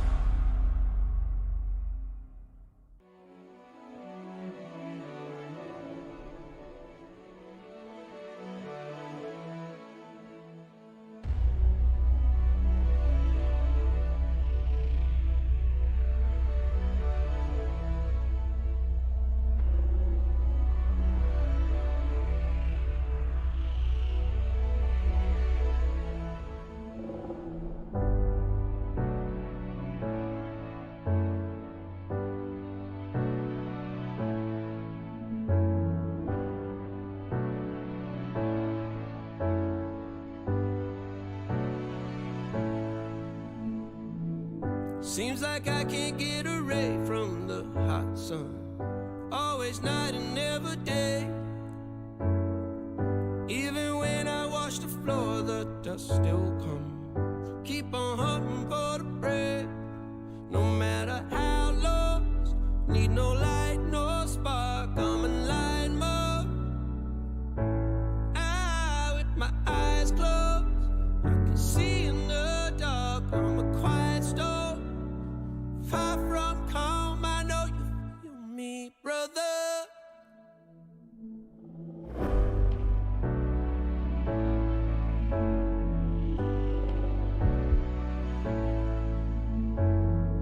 Seems like I can't get away from the hot sun. Always night, it's never day. Even when I watch the floor, the dust will come. Keep on hunting for the prey. No matter how lost, need no light, no spark. I'm in line mode. With my eyes closed, I can see in the dark. I'm a quiet storm, far from calm. I know you feel me, brother.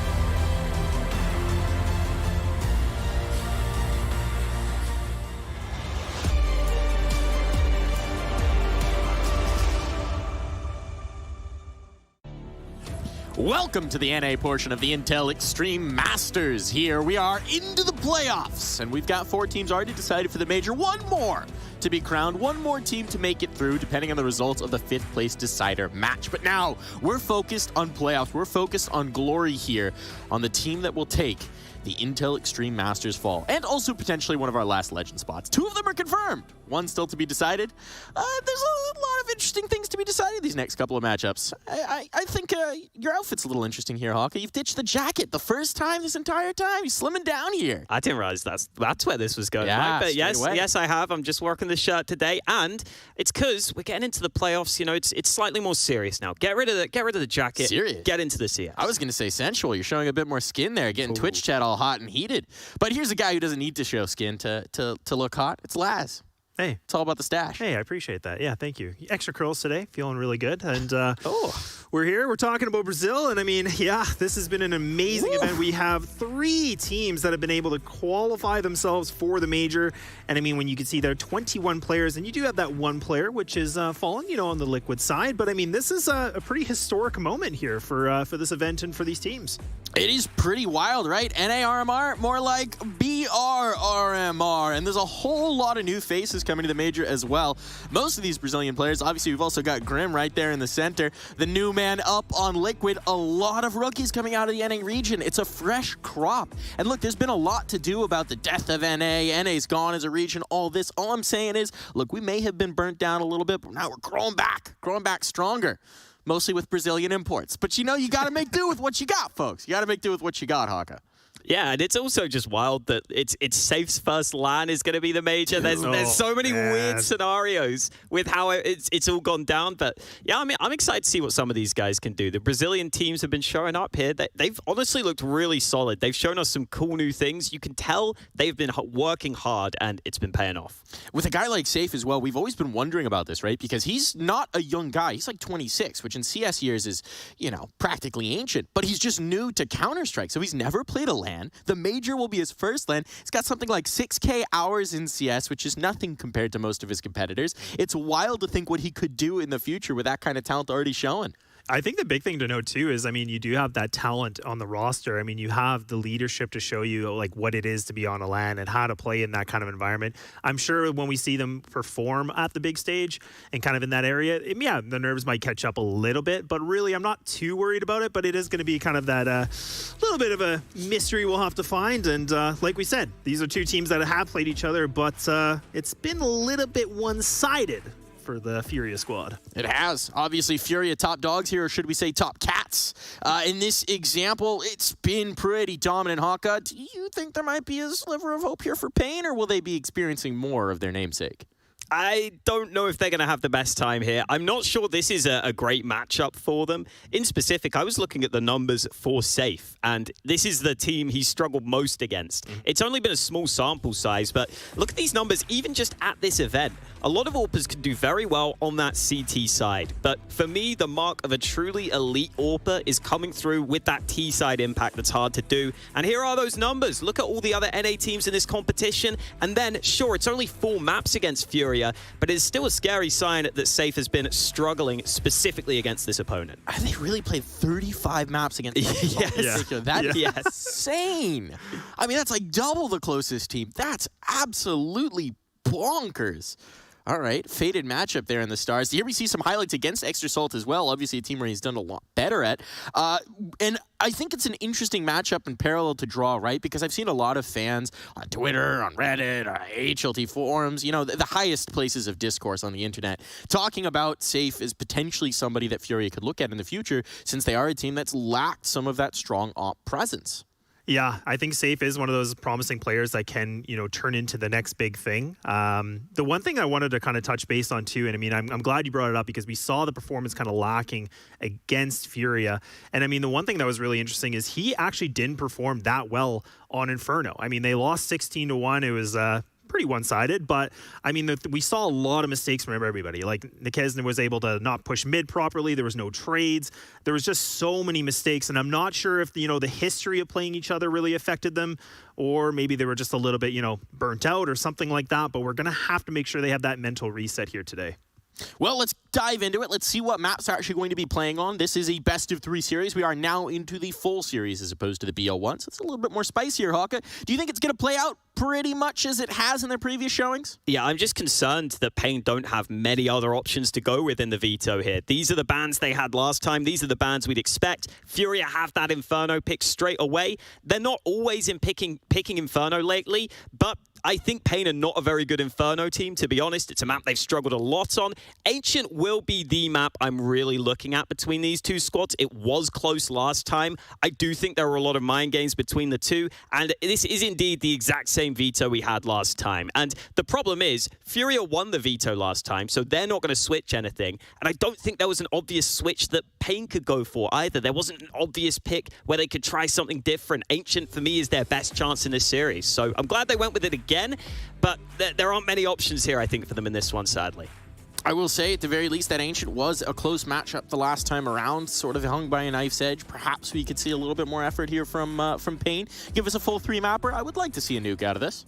I would too. I really would. And I mean, the last time these guys did play, I mean, and the thing to note, actually, is that they have not been able to get more than 13 rounds. So, I mean, the only time they did was on Ancient. So right now, this is about redemption. This is for them to kind of push themselves over the 13. But even the last time they put themselves on Nuke and any other map, it's been about that 16-12, except for the write-off of Inferno. And I agree. Like, I really do think Furia got away with that, and we were definitely predicting that to happen. But I think this is going to be very critical because we need to see Ancient be won. If that goes for Furia, it might be a little bit of some swampy waters. It's also just concerning. Looking into the Inferno, I said I don't think they're a great team on this. Laz, we've been talking about some of the kind of concerns they had. We were watching back their game, and Pain just play super passive on CT side. They're willing to give up so much space. And against Furia, I don't know if you can afford to do that. Now, this is going to be an incredible matchup, and to get to an incredible matchup, we had to create an incredible caster. So we went into the lab, and we fused two together to make a monstrosity known as Harugo. Where on earth am I even meant to take that one, mate? This guy's got throws, Harry. I'll give him that. Style as well. I thought you were going to pick it up, run with it. Anything to add? Doesn't look like it. Welcome, folks. Pain, Furia, and Brazilian battles. Always good on Inferno. Well, it wasn't for Pain last time around, as set up by the desk. And we're going to knock it down as we see if Pain can flip this one on its head. It's a fast B play. Yuri checks the boost, and it's all gone awkward for Pain. Little double opener out of Yuri. Love to see that. Big Azera trying to do what he can, but he can't stop that bomb from going down. He can't really change the outcome of this round. It should just be a save from Pain. welcome back to Inferno. Yeah, no, man, I am excited for this one. I want to see if Pain can do better than the last time these squads faced. Shouldn't be hard. I want to preface it by saying that they did get 16-1. You know me, you know, with this Pain squad, I've held a few of these guys to a pretty high standard throughout this thing. I still feel like we have to see, you know, yet to see the best face of Safe, this lights out AWP player on Pain. So excited to see if we can get a bit more mileage out of him today. You're certainly going to have to, right? And this is kind of the team to maybe get away with a bit more up against as well. Obviously, Art donning that up while he has looked good throughout this event. And it's something that he's always done, right? He's always at least been that secondary AWP player. It is always a bit of a turn, you know, having him take the primary AWP role. Oh dear. We've just come off the back of some slight delays over in the European region, and so we wouldn't be right getting into NA without some of the same. But hopefully they'll be relieved shortly and we'll be back in. When the music starts playing, that's when you know it's not a 20-second break, Harry. Yeah, that's fine though. The thing is, you know, if this was like an NA game, I would get having a little delay because you want to, you know, after the delays we've already had, you want to make sure all the Americans are up and watching their team. Yeah. But the Brazilians, unlike ENCE, these guys set their alarms. They're always on time. They're always, you know, behind their boys. And, you know, don't get me wrong, it's going to be heartbreaking to see a Brazilian team lose in this matchup, but hey, Brazilian team's going to win. Exactly, right? So no matter what, Brazil on top. Yeah, and I mean, remember, guys, 4 out of, you know, the 5 teams qualified to the major looking to be Brazilian rosters. We have, 3 out of the 4 teams, sorry. But we also have Sharks, which is why that through the SA qualifier. So, yeah, lots of Brazil representation at this next upcoming PGL major. It's going to be a lot of fun. I think it was it 21 players Brazilian at the major, which is just unreal. Right. Great time to be a fan of Brazilian Counter-Strike. Yeah. And I will say, you know, like throughout the entire, you know, online/pandemic era, the Brazilian fan base has really been behind their boys every step of the way. So I'm sure, you know, that's been a real driving influence for these guys to try and make it to the major. It was already a dream, and now, you know, now you've done right by your people, by the folks back home, and that's a very, very nice feeling. And now the real challenge starts, right? To compete against some of those top teams that we haven't had, you know, even set on the desk for a guy like Safe. He's never played a LAN, you know, and first LAN being the major, that's one way to do it. For Bit, his first LAN was, you know, to go and get Cologne. Second will be the major. And so that's a good way to start. And we've started off again, forced by in for Pain. Safe will not get flash, but he will also not connect the shot. Going back for a second chance against Art is dangerous. Only Art runs deep down middle with no support nor utility. But Vinny has come from ult to usher him through. Fury can go back, grab that bomb, pick a bomb site. Pain still have a lot of smoke grenades. They are doing a great job of holding on to these even now, but Fury might not care. Fury might not wait as they commit up top mid. 2 tags from the scout. You see a barrel, and Safe doesn't want to go any further. It's going to be PKL to re-aggress as Pain set a man up. There's a worrying sign of the times right now for Fury. They're getting picked apart one by one. Yeah, this is going to be very, very rough to try and recover. Throwing the AK into mid by shooting it off the roof. That's kind of... Art goes, hey, I want it. Yeah. Give it back. Art did that so quickly, though, he made it look really intentional. Yeah, he was just actually trying to get it out the map, and then he goes like, oh, boys, watch this. Wait, you have a Mac? Oh, come here. Rotate coming back to B. Those smokes were all up until a second ago. Now only 1 remains, and it is down in the pit side, so... It's all up to this flash play from Pain at the back of B, and Furia, they've only got smokes of their own. They don't really want to telegraph the play. One goes over Coffin side for Bigazera. He's going to try and fight for it with that flash. Yeah, how many can Neckers get away with here? Deagle, back of the site, does have supportive flashes. Art looking the wrong way. Oh. Drop has done what he can to level the playing field here. Tag from Safe, won't land the second one. That would have been drop dead. That would have been a retake made that much easier. Instead, Serato brings us back into a doable round for Fury, and now he just needs the 1v2. They double swing him, and it's a damn good try out of Serato, but not enough to put a stop to Pain. who do come in with that 4-spy round win right away. Yeah, I like that. Just chase him down, right? Like, it's scary, he's going to hit a spray or something, but the smoke probably distracts him as it lands right at his feet and just double swung immediately. Pain don't give you the room to get comfortable in that post plant. Nice try out of Furia, right? Very difficult round once those 2 scout kills come through, or 2 early kills. One from the scout, one from the SMG of PKL. Furia beat their way into B and get a bomb plant, so these 4-spy wars are assured to continue here for Furia. Not the end of the world, you can brush it off, but Pain already found their first round, and Furia only wield 2 rifles as a result. Lots of A1Ss. Oh, and Vinny will take them all.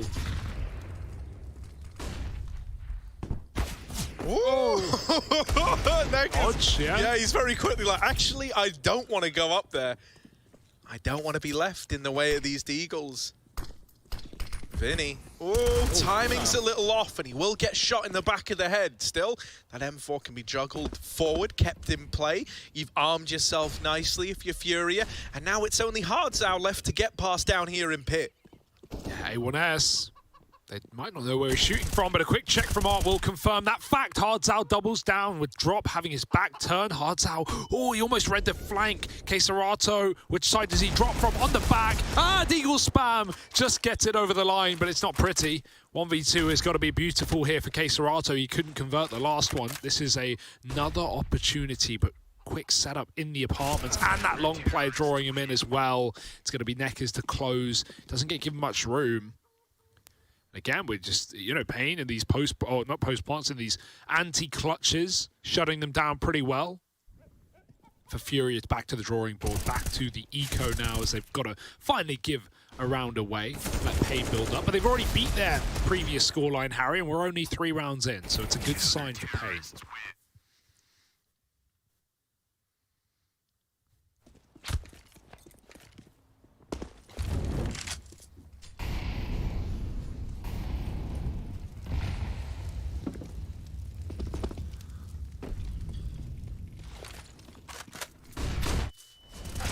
Forced up again, trying to capitalize on the damage done last round. Okay, Serato attempting something pretty desperate, runs through that smoke at top banana. Now the rest of the team are coming in as well. Don't forget, this was another 4-spy, and somehow Vinny and Art have come through with openers. Ballsy. They're now better armed than the fellas trying to retake against them. This gets weird. I can't believe Fury have gone this balls to the wall with the aggressive purchases early on. I just presumed, I didn't even notice it. I just saw PT50s, I went, yeah, it's a little eco, but no, Furia, and now they're favored. Art, he has a flash, but he's going to keep gun out, head up. Eyes in the middle of the monitor. PKL waits for a peek that won't appear. Art's still locking it down just by living. He's winning this round. And PKL, he's drawing him in, but just being played, toyed with. Sees the second, but tucked in the corner. Has confirmed it for Furia. Kill all you want. You're not winning this round, and Art takes them down with him. No time for the defuse, and Hardzao's got to run. That's going to be Furia equaling it up nice and early. That's a crazy buy. Yeah, like you said, they know the economy's low. They know the util's low.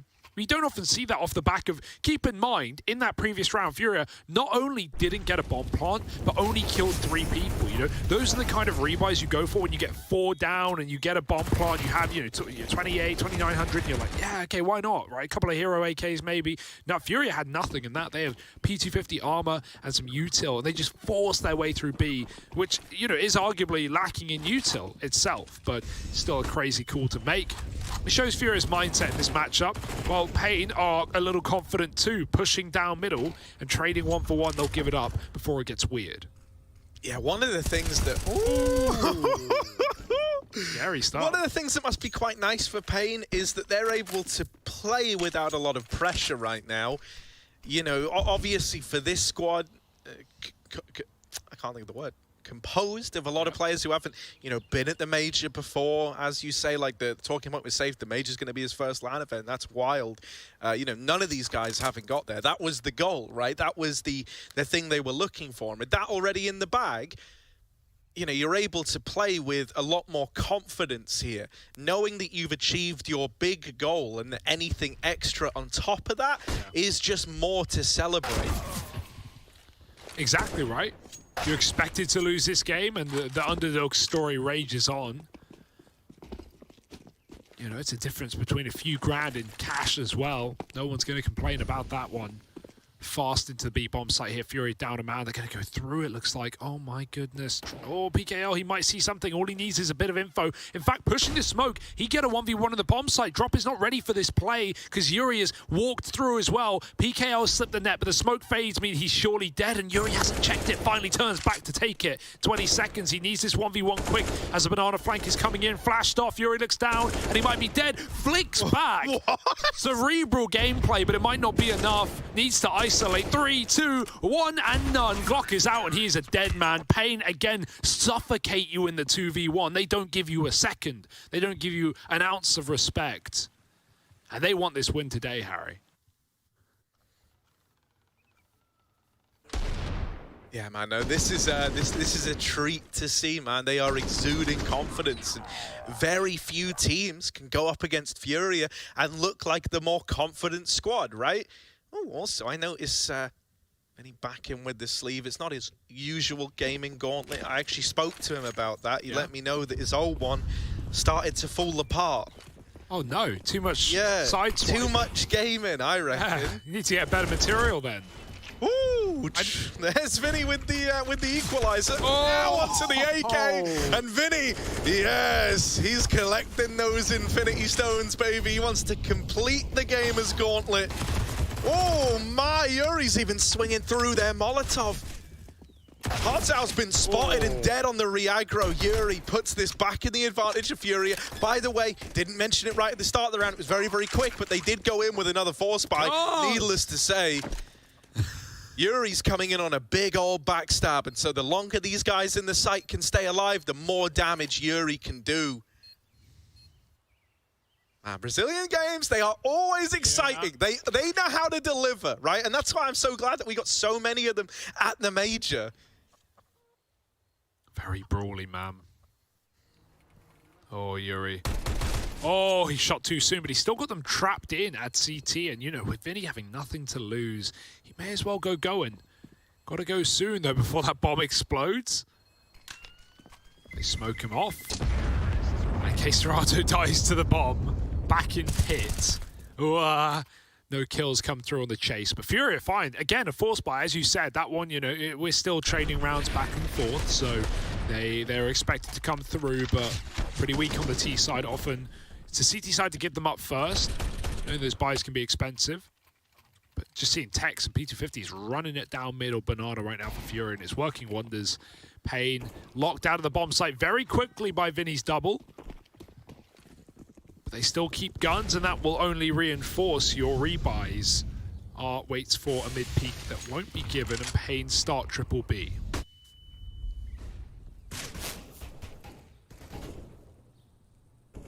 I like this. They're spamming the smoke, like kind of giving the illusion, hey, we're not up banana yet. Right? Hoping that if anyone was there, csgo could have caught them by surprise. These force buy wars continuing, and it's all teetering on a knife's edge right now. Whoever starts to win them out will look to leapfrog ahead in this game. Yeah, also when someone shoots and, like, say they're spamming car and there's a wall bang and you hit someone, you might not hear it if you're close because the gunshots are so loud, but your teammates will if they're up top and the gun's at the bottom. Furia just going, man. This isn't a bomb play. This isn't a full execute. They're just trying their hand as the smoke spam comes through. No info kill for Big Azera. PKL will get traded, but Big Azera's keeping it going. And the third man in the site is not what Art was ready for. Pain start and stay 3B. And so Furia realized the weakness. They slipped the net out on long. Vinny, gloves off, sleeves gone, knuckle dusters ready to go. And he's flashed off the angle. Perfect peek for Saf, or Safe rather, to take him down, leaving Yuri in another clutch. Bit of damage, looking for the second player, and he's found him as well, but can't transfer, not this time. It's going to be Pain getting another, and Furia will that force a rebuy? Probably. Their money's trash. Yuri's getting me excited early on in this game, though. He's looking like he's warming up to give us a very big performance, right? Some of the And you used the word cerebral earlier, mate. Some of the kind of cerebral looks we've had out of him have been terrifying. It's all the makings of someone who is so nearly where they want to be for like these crazy reads, these crazy clutches, these crazy clips. I feel like we're destined to get a good game out of the guy. And they've gone back in with the force buy again on the Furia side. Of course they have. Serato dropped an AK to Art. That's all he had, 2,700. Oh, and it's worthwhile. It's worth every penny. Dodges the reflash and calls for a second. Serato's left Glock, no Kevlar. Would love the gun, but will Pain be able to get it out? Furia have reset, and they don't know that Pain have this information. That could allow for not only a flank, but even a rotate on. Both of them come through. Save just needs to stall the mid play, dropping his util. They double back. Serato, with the bomb, could lose it at the bottom of mid. He might not even get his util out in time. He's made a drop noise. Nekkes is ready right behind with a round in his hand. A missed shot, but he's still got that bomb. He's still got that package, and the molly's up in front of it. The smoke will do nothing as they have to wait for that molly. Yuri's actually moved through from ult, but he's still not able to get that bomb. Not yet. There's a heavy A-side stack right now, but Art has still crept in through. Oh, dead to safe down in the pit.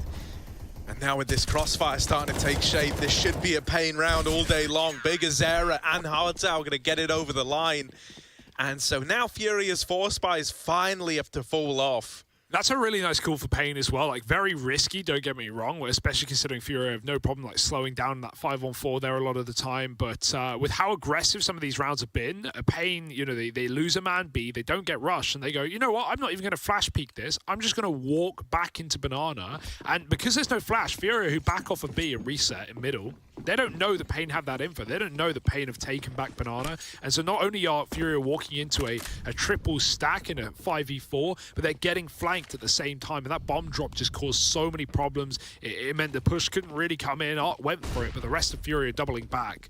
And so a very awkward round. But all off the back of the dry contact re-aggro from Pain. And they're doing it again. Safe isn't T-spawn. Oh, big Azera with the double mow down. PKL and Neck is going to help him out, and there we go. It's quick, it's clean, it's everything you wanted out of Pain.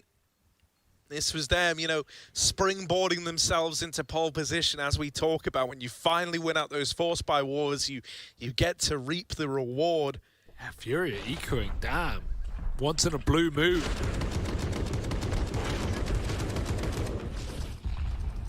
What makes a moon blue? I think it's like, you know, what it's been eating or something. Okay, yeah. Oh my goodness, what have they been eating? Oh my god. Yeah. Never mind blueberries, it's blue balls in this round for Pain. They're just gonna have to go back and wait, mate. Go next. Bombs and spawn. Serato wasn't expecting this success, not this much so quick. Double AK kills middle. Furia's eco, well worth the wait, as this rifle round is already over.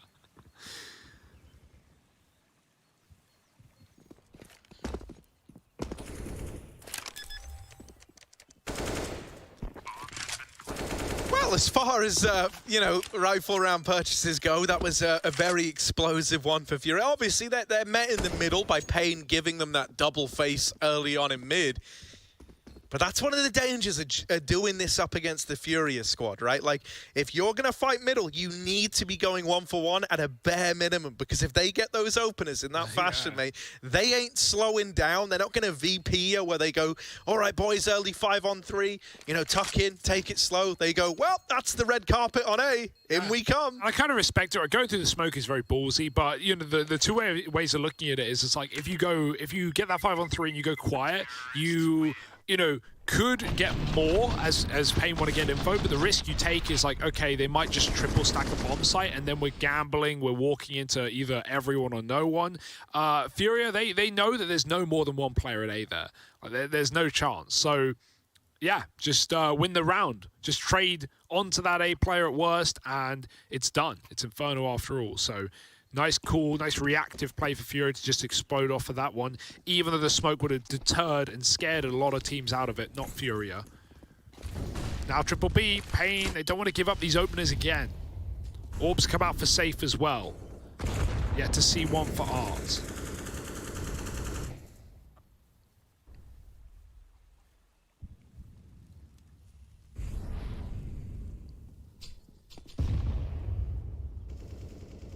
Oh, Yuri knows he's hit a bit of a timing here out into top mid. Taking away a lot of info with this map control. Vinny spots the pit player as well. That molly's going to make life awkward for him, but PKL will catch the Upslurk. Vinny's been dealt with.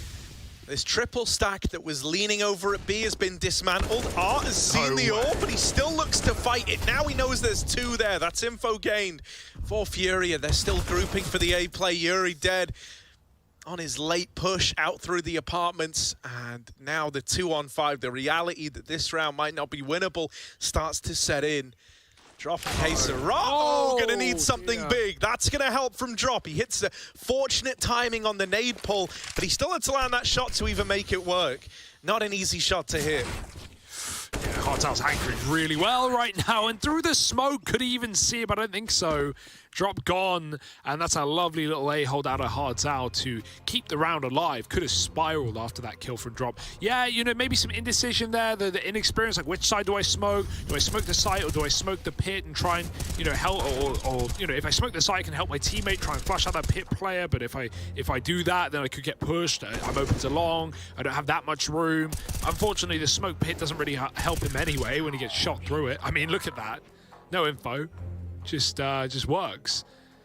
And so an awkward one for Drop, a moment hesitation. But Furia are pretty screwed there, even when they realized, like you said, Art got that info that the B player had leaned over back to A, but it was too late. They were already out of the apartments. They couldn't rotate out.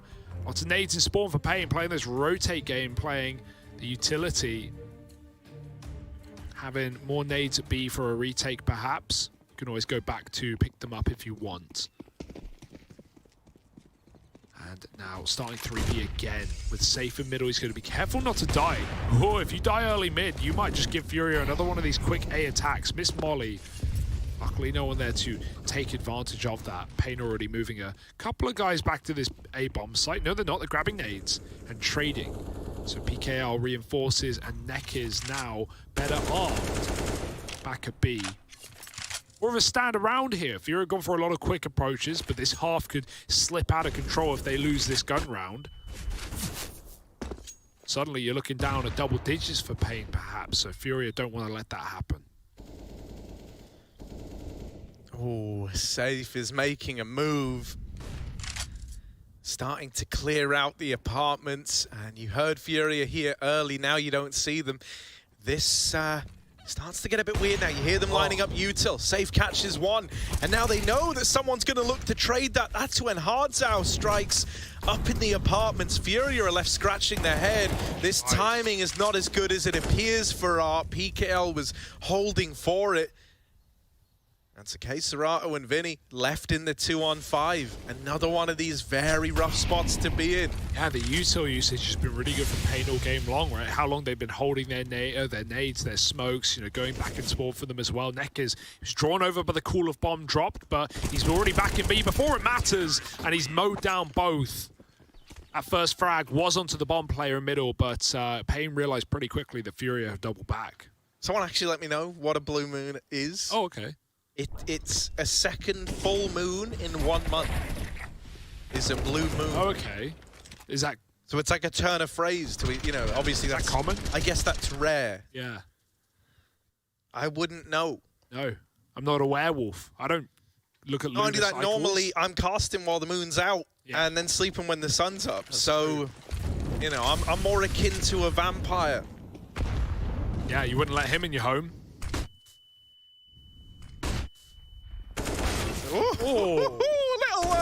Little double swing there for Art. Timed perfectly from the sandbags and from the top of Banana, and now they up and leave it. Pain, no slouches here on a bit of Inferno, and this is what, you know, playing with a little less pressure and a little more confidence can do. Last time we see them face Furia here, they got 16 wand on this map. That was in the qualifiers for IEM Winter, obviously.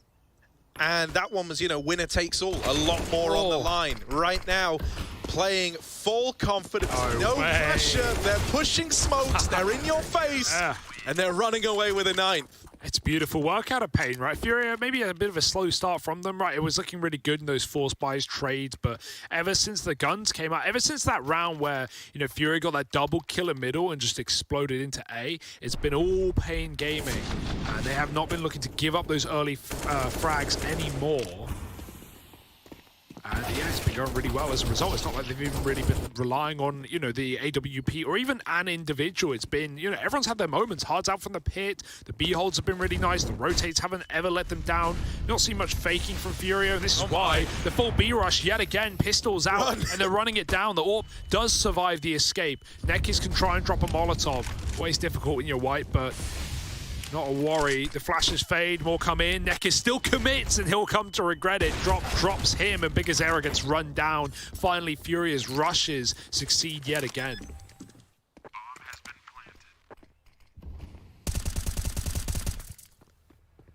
Kind of wild, you know, they tried the same thing with rifles. It doesn't go smoothly. Then they charge at you with the pistols and they get away with a very clean round. That movement speed, man, that run-in accuracy. Oh, it doesn't let you down, does it? And yeah, you're wondering why Pain are going for this. They've got max money, man. They can buy next, so may as well give it a go. You're not giving anything away at this point. Get some kills.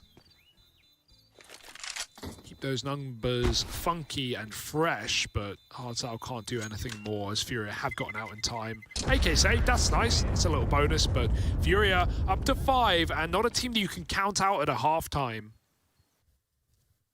Can Pain find double digits, though, to alleviate some of the stress?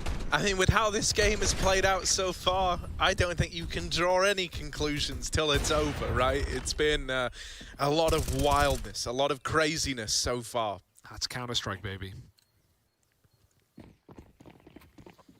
Oh, double AWP in play. Bigazera back on it again over towards B. Safe taking his towards the short side, so no early mid-peak today. They double nade Bigazera, but all things considered, like for a double nade, that's not a lot of damage. Ooh.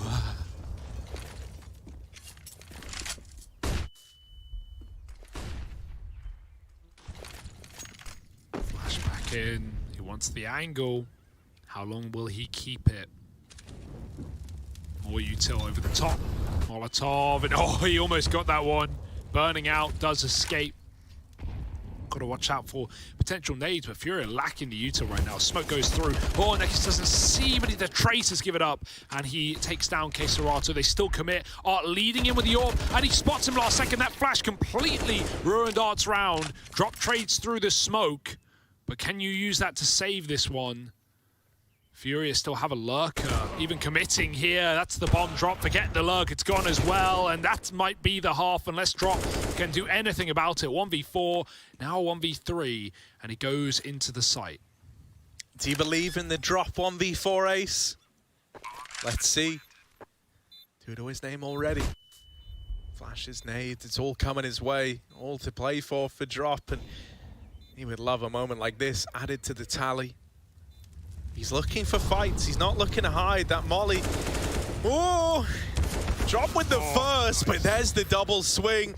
Lovely little response out of Pain. They just never give him the room past that first fight, and so they're on their way to a 10-5 first half. It has been exciting. It's been brawly. It's been back and forth at times, but Pain managed to outmatch and outbrawl Furia in the first half. Can they keep it up? Let's find out in a moment.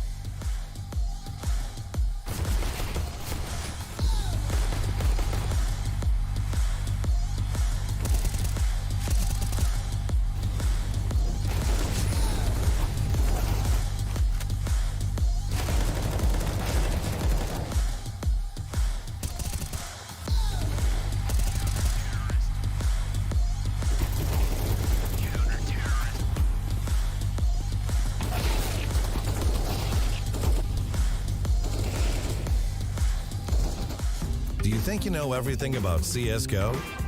Then stay alert and look out for the DHL drop quiz on the ESL CSGO Twitch channel.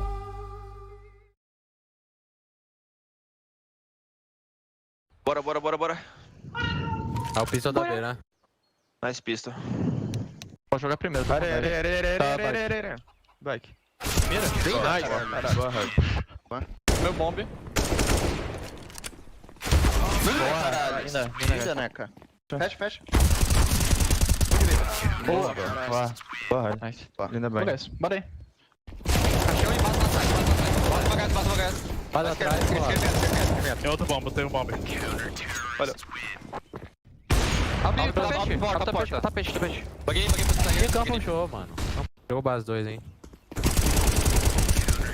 Sério que ele passou na hora que você passou. I think something that we created since the beginning that we built this thing is just like enjoying the process, you know, because winning, like, it fades in one day. If you win a tournament, like the other day, just meh, you need to practice again. It's just like routine. I would say just what you build, like, with the players and the social aspect that you have, like, in become a family, you know.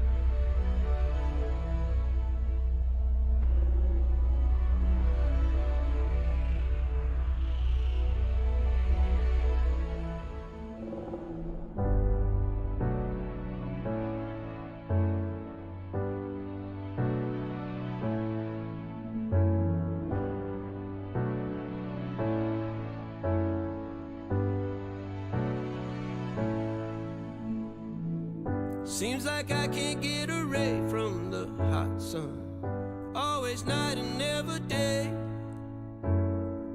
Even when I wash the floor, the dust still comes. Keep on hunting for the bread.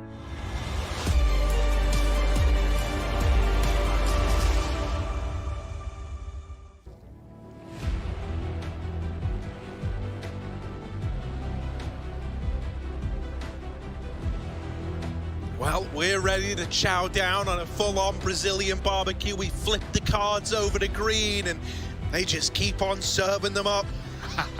10-5 at the end of that first half. Now it's Furia with some beef, baby. Yeah. Baby beef. Give me a plate of meat on top of a plate of meat. And Pain, they are serving up. Oh, little headshot. Okay, all right. Bigu, can't you see? Sometimes your frags just hypnotize me.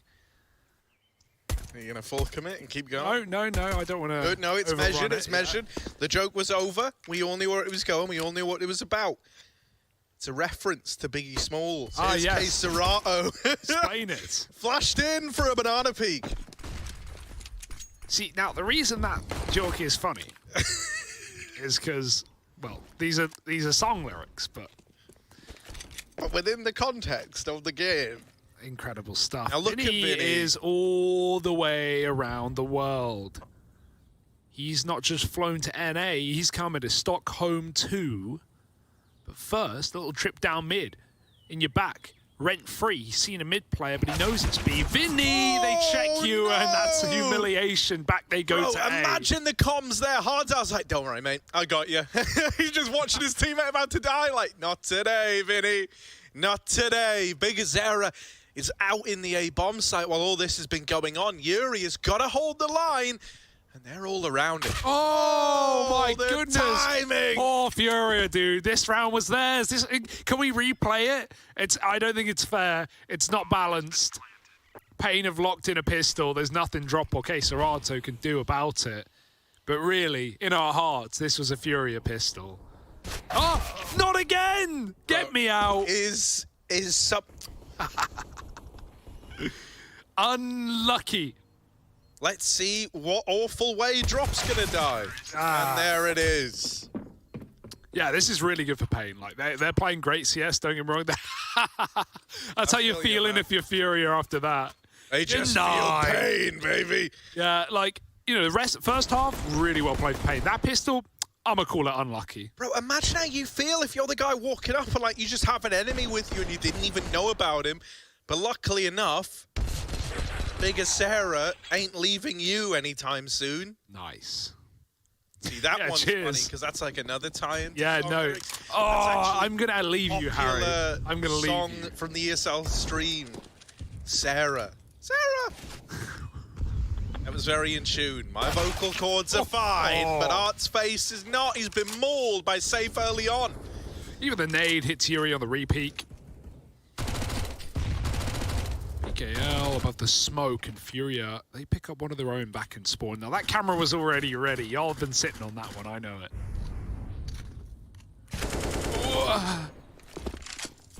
Got enough for an execute here on B. At least you can double pump if you want. Lie back when the going's good. That's trading. Yeah, they do say that. Yeah, they have. They probably will. Only one man at B though. Furia are calling the bluff of Pain. And what will those cards show, Harry? That's the question.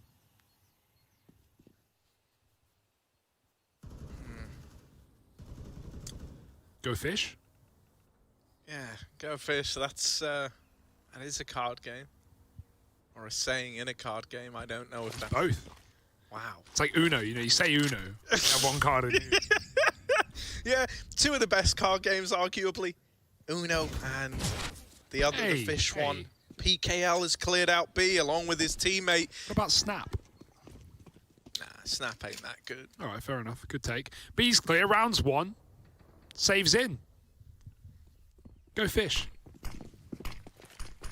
I don't know what it means, but I'm going to keep using it. You pick up a card when you say, like, go fish. Okay. So it means you can't play your next move. So you go fish. You get a card. Well, the reel's out. Neckers has put that. See, I don't know fishing. Let's try here.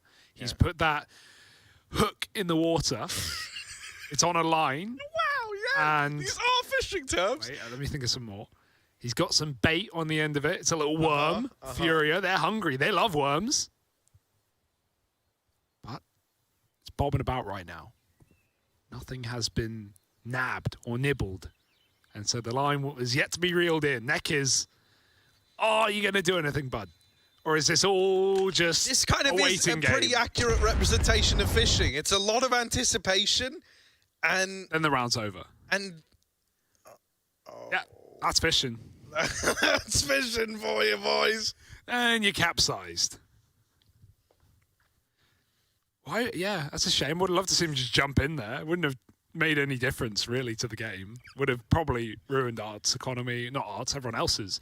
He's making money. Okay, Art. All right. I'm always down. I'm always like, if Art came over and he was like, look, invest in this, and it could be like the most questionable investment ever. I'm like, yeah, I believe in you fully. Whatever he does it with confidence, and it's enough to get me on board. Art with the Nova. Nova Scotia. Oh, little flashback in, but they were so ready for that, man. They were already ready to back up. Oh, Drop's kind of trapped out here on an island. Art's going to move in to help, smoking the Molotov with a shotgun ready.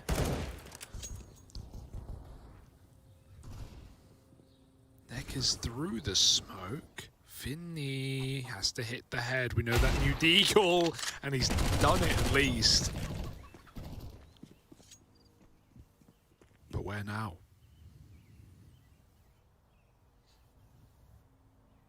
Oh, the bomb's still floating around in top mid, but they are starting to go back and clear out Banana. So, you know, keeping their own options open.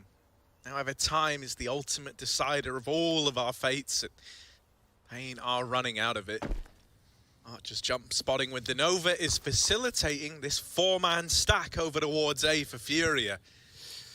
Is this going to be enough to hold back the coming tide of Pain?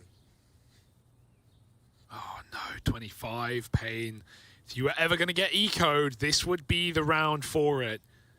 The shotgun's not going to be flanking. It's really just up to this hold right now. By the time Art's here, the round will already be decided because it's a contact play. 10 seconds and they go. And you got a lot of corners clear, a lot of bodies to drop. There they go, safe. He's all that stands in the sight with a bomb, and it's a done deal. Trying to get out with a Galil, he will.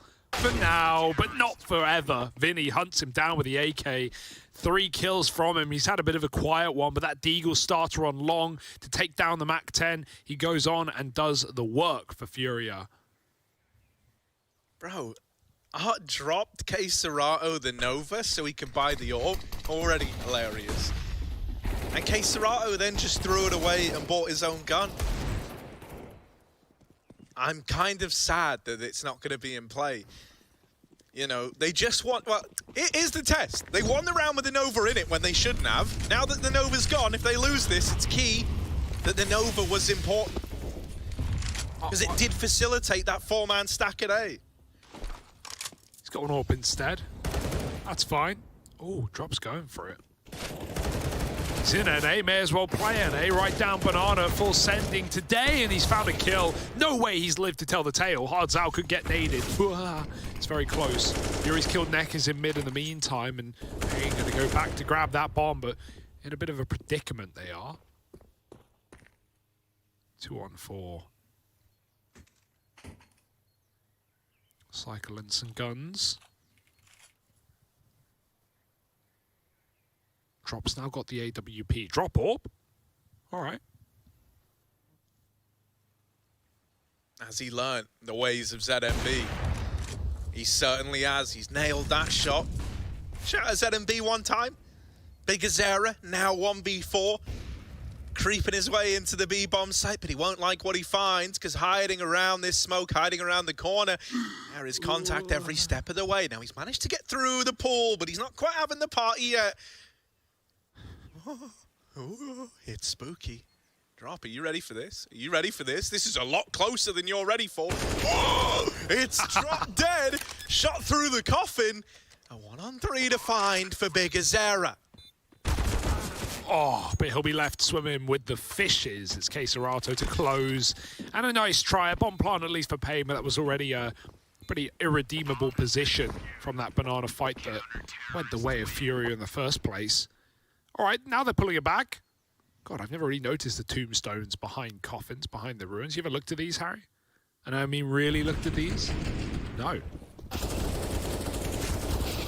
But yeah, Furia, if there was ever going to be a comeback, it would start here off the back of that eco win. They are trying to build in. Payne are going to continue to have rebuys, though, from their bomb plant.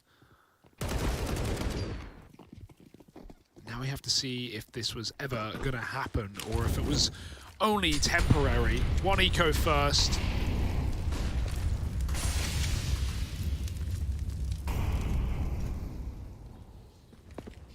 Have you woken up the big bad wolf coming to blow your house down? Oh, with the mow down, good for the double. Drop with 2 of his own. Yeah. And a 3rd as well. He ends it in style. Sticks to it, man. So as I was saying, have you woke up the big bad wolf to come and blow your house down, or will it be the other way? What would be the opposite of blowing? Sucking. These nuts! Damn it! Got him for real this time. I don't know how you did that, Harry. Walked right into it. I did. Just like this mow down, it was all laid out before our very eyes. Here you go. Damn! And so now we got that reinvestment back in for Payne. Oh, never live it down. I thought I was better than that, Harry. I thought I was invincible. Crikey. Oh, that's a meaty old nade. Hardzal is the walking wounded, and yet still, he's able to find the opener.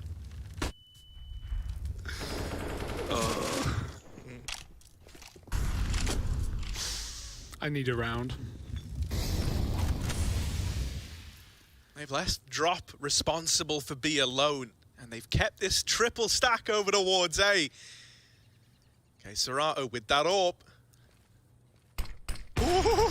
Oh, he sees an arm, but opportunity sails right by him, and now Yuri spotted. Oh, Vinny doing what he can, but they're all around Vinny.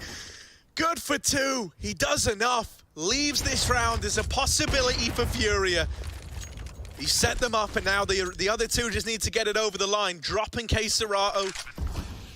Left in an even odds bout, but that re-smoke down at Moto causes them problems, Hugo. Big problems.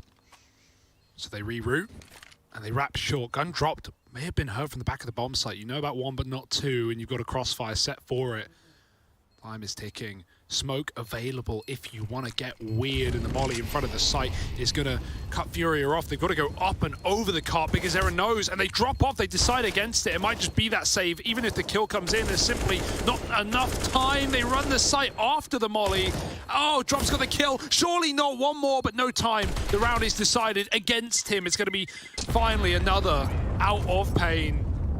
T-side gets going, and yeah, Furia stuck between two mines there. One half trying to climb over the cart together, the other waiting out the Molotov. They couldn't make up their mind, and by that point it was decided for them. Pain, they take a bit of a brief moment, a break away from the action, but they come back in with a gun round on A, converting the 2v2 that Furia had enough time for in the first place. Drop's looking good though, man. Like, say what you will. This game's not perfect right now for Furia, but Drop's having impact. Mate, out of all players, you know, anyone who's been that Furia fifth will tell you that it's not an easy spot to be in, right? When all the attention's on you, you know, it can make or break your situation. And for everyone they've tried and failed with so far, it has been the latter of those two options, right? So, you know, the fact that we're getting this kind of mileage out of Drop, and as mentioned, he's been a consistent reason behind things like their wonderful pistol round stats, him and Vinny being the heroes of pistol rounds. All this stuff only makes a better case for the guy.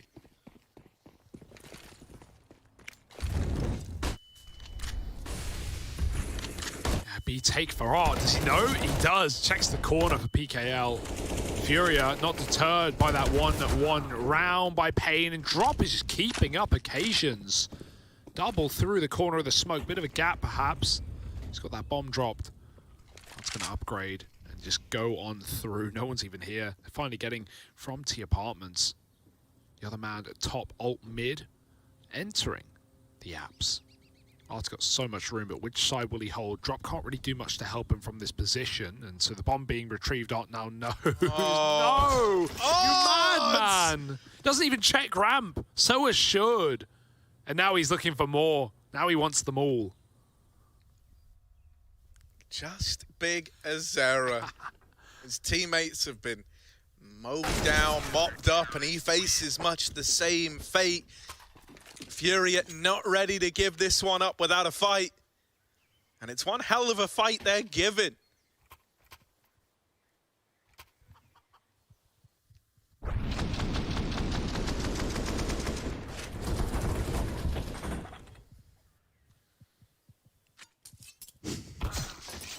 Crazy, man. He just runs it. He just goes for it. Doesn't clear anything. Furia are still feeling it, man. They may be down, but they're not out. 4 rounds separate these teams, and a full eco will get them there as Vinny sprays through the apartments. Oh, one more bullet would have done it, and he gets out just in time. The nade sets Yuri up for more, and he wants them all as well. 3 out of 4. Oh, okay. Oh, no, not again. Don't throw the round, Furia. Don't lose lives. I do. Your bloodlust. There's something about the way Art plays. There's something about it. We all wish we could be him, but there's only one Art at the end of the day.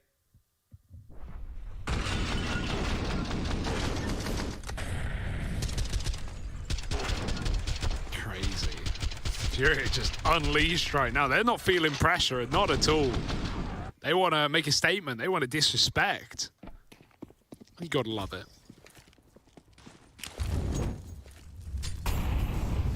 Not really even seeing any of these like aggro mid-take rounds. Furia have been taking a lot of banana control in this game on the CT side, but have yet to really push the limits down on A. That's always saved for later.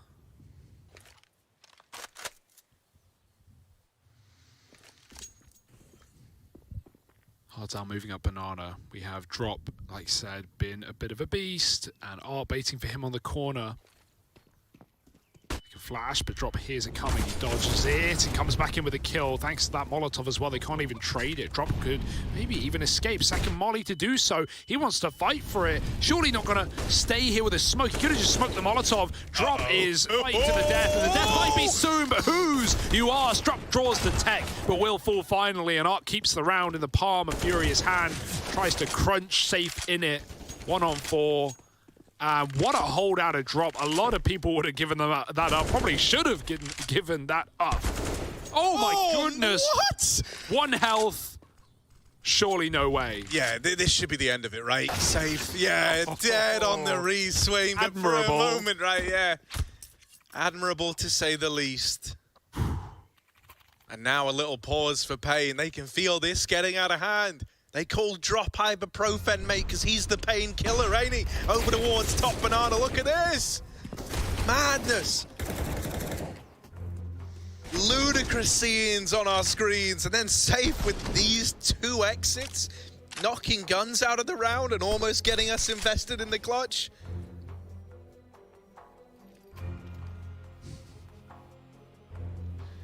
He's got that skill, man. Didn't really have to do much on the AWP on the CT side, but this is where, you know, it's even less likely to be seeing it. I mean, Furia haven't really been running one as well. K-Serato, Art had it, he gave it to K-Serato, and we haven't seen it in the follow-up since, really. So Furia leaning away from the AWP, but with how they're playing, with the aggression off the rifles, with the tendency to fight for banana, even to keep car. Furia, they don't need the AWP. More pistols is only going to close this gap, tighten this game.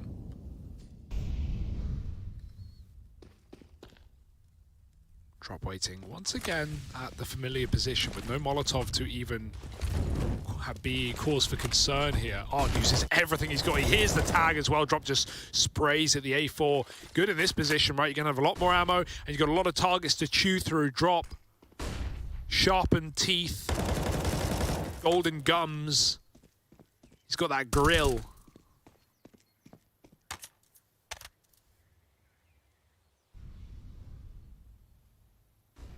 Oh my.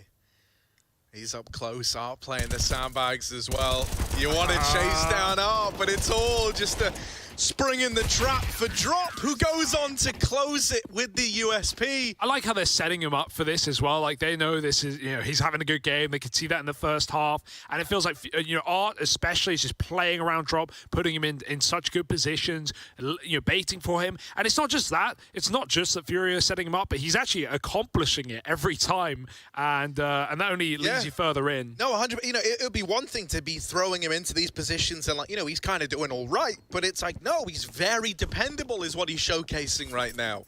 You know, if you're gonna set him up to win you the round, he will win you the round. It's a treat to see, but it's Pain's worst nightmare. Yeah, remember when they were winning? Well, they still are, but it certainly doesn't feel like it. The CT side has been all Furious ever since the conversion, with one gun round sprinkled in there, that 2-on-2 ace site. Oh, I mean, you're just running the same setup again. And is there any doubt in it? Probably not. More Molotovs will delay. Oh, grenades into logs. BKL's in the other corner.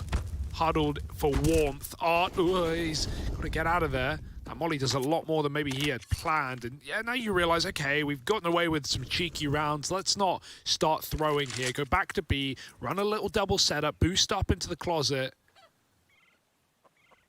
And this is a good position, right? Flash isn't going to do much to drop. And again, you got Art side by side with him. Pain regrouping at B now. Have enough just for the execute. Art can drop his smoke. But at this point, Pain might just go through. Yeah, I'm wondering what the intention is behind this safe lurk as well. It might be to catch rotations. That's what it looks like, because he's not striking first. Instead, it's these players at B making first contact. And to Safe's round really does hinge on the bomb actually getting into play. Hartzau has just made this round even more deadly. Those rotates are so far for Fury as well. They weren't thinking this one's going to be lost. That looked like a lock-in. Even the third man behind the smoke. And Safe made noise running away. That's delayed K-Serato. He was scared of Boiler. He had a lot to clear. Now, Yuri can get position. K-Serato can flash him in, but it's this crossfire, the pit position, so hard to clear, because as soon as you get that pit player dead, there's going to be a repeat for Safe. Hartzau's got that first contact. Got to worry about the coffins. There is Yuri coming in. No flash needed. Time is ticking. You need the kills right here, right now, and they're not being offered up. Pain in these 2v2s, locking in another, and that is going to be the conversion in a 2-on-4 back into B. Sick round out of Pain, and one that Furia were not ready to lose. It is all Hartzau. Like, that smoke for the double up, like the shot through it, this one. What is that, bro? Vinny like makes one step, probably a step he comes to regret, one step too far. And it's enough for Hardzow to turn on a dime, smoke spam him out. Normally it's Vinny doing that back to you, so it's a nice taste of his own medicine. And you can see Art does not look happy with that round slipping away. That was a 4-on-2 out of Pain Gaming to keep themselves in the lead.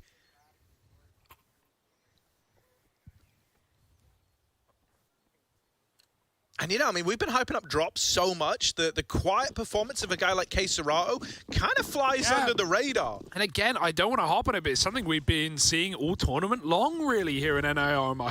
He's had a couple of maps, but, you know, he played so well in Pro League, and then he comes into this event, and like, yeah, again, you know, kind of low stakes. Furia ran through the group with ease. They didn't need him to have these crazy maps, but he certainly has had a few like this where he's gone completely cold. Oh, and he's hot and heavy, warmed up, right down B, and he saves his teammate's life with a double. Only temporary, because a smoke spam is Pain's best friend. biggazera doubles up again, and it's going to be Pain in a 3-on-2, but Furia yet to rotate. Oh, no! That is ugly. Adenekis, you would have loved that to pry open this A bomb site. What? They're going to try and deal with Vinny. That molly will force a wide swing out of him. While this is happening, biggazera is clearing out Banana. The question comes, you know, what point does that bomb look to go back? Because both players are here in A. csgo could end the round right now. That's the bomb. Oh, no. biggazera, all of his efforts might be in vain. Because suddenly this is a rescue and recovery mission. He's got a smoke to get it at least. He could just grab it, honestly. It's a hard shot to hit for csgo, but do you really want to play that game? In he goes, and out he gets. He's going to run towards B. Furia, they're going to take time, but they will rotate. biggazera won't. Calls the rotate, calls the fake out, and Vinny stays with only 10 points of health. It's biggazera now having to make noise. 15 seconds into the site he goes. Vinny's tucked, but he's going to hear everything here. Exactly what plan it is. Vinny can move in, or he can wait for his teammate. Oh, something spotted there. biggazera knows. He's fired off. It's clear as day. And he's got the kill running away. It's csgo, bottom performer right now. You talked about him. Pressure's on. biggazera. This would be one hell of a clutch. csgo with the swing, and biggazera locks it in. Doubles up all that time ago at the bottom of ramp. Both through the smokes, one on the fade, one just right through it. You think he's done enough to make the 2v2 interesting. Then the bomb is cut loose. Then he calls Furia's bluff. That is not an easy bluff to call, by the way. Furia, heart of the cards with this squad. That shot is just madness. Had no business getting it. And then he goes on to brush csgo aside like he's nothing. Oh, that was a scary round as well. That 2v2 was a little bit, you know, balls to the wall for Pain, right? Splitting up in a 2v2, and you know Furia are happy to play together and just play that trade game, and you don't do that, and you lose the bomb, and it still is all fine. Saved by the bell. And one more to find here up against Furia's full investment. Double AWP as well. And all of these heroics from Drop, these double setups with Art, who's also popping off, and csgo going cold when we needed him the most. Could have redeemed everything by just winning that 1v1 and keeping Furia at ease, avoiding an overtime or a loss here in their map pick in the series, a map that they won 16-1 very recently over this team. Quite the change today. Art's going to throw himself into middle, but got to be careful. His Scarp is out of sight just in time.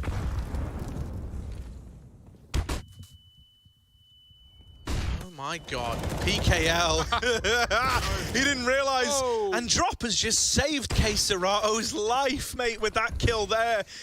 Up here in mid, he hears footsteps. He knows he might be about to get challenged. Wrapping through the apartments is biggazera. Well, might be blind. Is still good for the kill. Safe. Throwing into the clutch. But shot in the back. That's a low sense gamer right there. You can tell on that 180. Yeah, right. Not have enough mouse pad for that one. Harry's doing the numbers already. Maybe I'm wrong, but certainly looked like it. And now this game heats up, Harry, horribly so for Pain, who don't have any breathing room despite being on map point first. They've got to take an eco and give away 14 and play for the win here to avoid that overtime, where you know the experienced teams often come out on top. It seems like a, you know, just a cliche there, but it's so true. You know, it's where a team like Fury should go, okay, guys, come on, get it together. Let's shut it out. Let's close it down. Not even that low, Sense. 2 at 400. Yes, that's pretty the most standard. Default. Yeah, all right.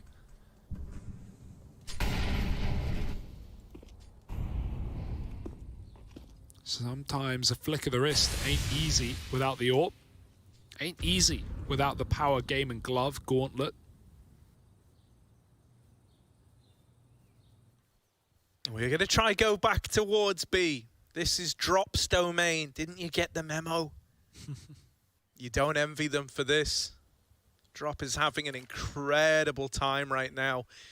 And it might have, you know, some eco frags to push that number up even more. Art with the swing. It's a little ugly on that first peek from Art. And now these pistols are closing the gap. He's out of ammo. He needs help. Art is dead. And now they know about Drop. He needs to turn. He needs to mop up the double, and he will. Drop holds the line at B, and he's kept Furia in this up against the pistols. Oh no, he nabbed it. He still goes through.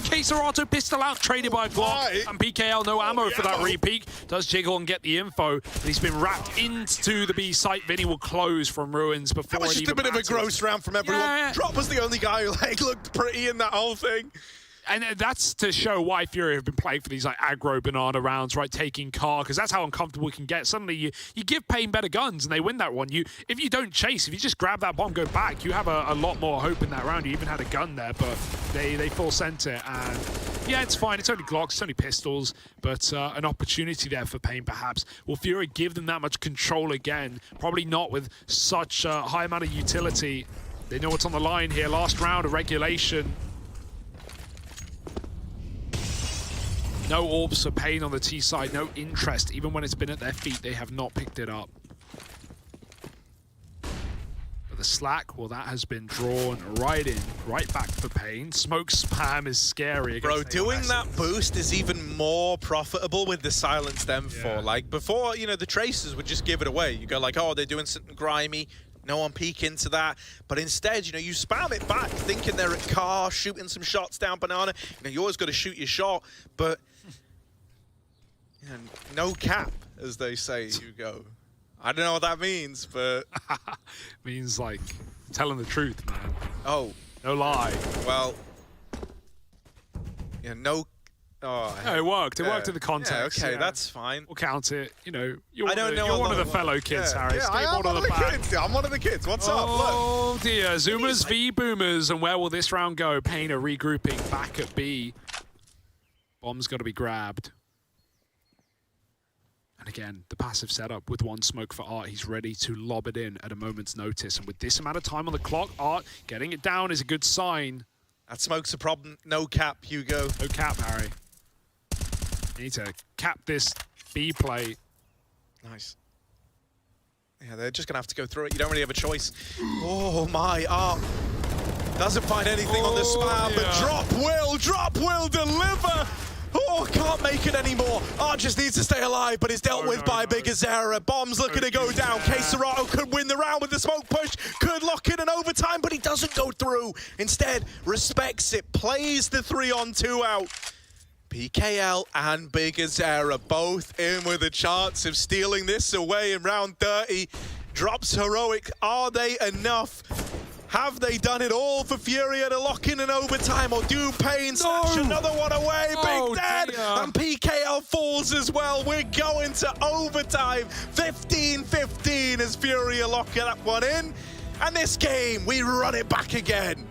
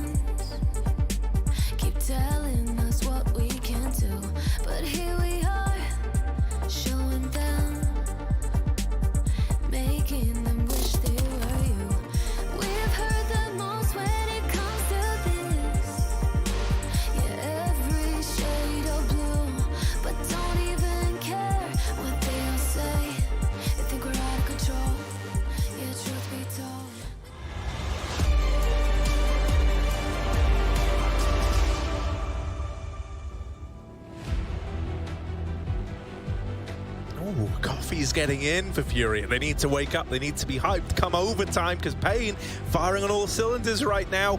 And on the Furia side, you know, it's the recent graduate from the Furia Academy in Drop that we're putting a lot of our attention on. The valedictorian of Furia Academy, perhaps rising to the occasion here and looking damn good while he does it. Yeah, quite the GPA on this guy. 32 kills coming into overtime and lots of impact in that as well. Not just numbers, he's got the rounds to back it up, and Furia have pulled back this game from the brink of defeat. Neckers, got to watch out. We said in overtime, this is where the experienced teams come alive. This is where Furia pull their pants up. Bootstraps secured, laces tied. But is that the case?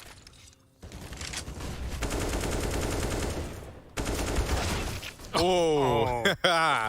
Don't spam no smokes on the fade when you're up against a guy like Art. These banana aggro pushes out of Furia have been great. I'm glad that we see a return to that come overtime. They've sniped away an early man advantage, and so now Pain left reeling from the hurt of that one. Yeah, going to group back up a B, but Art's fine playing solo. Drops even coming back early as A is very quiet. Long smoke is down to csgo. Just said, I've got it, mate.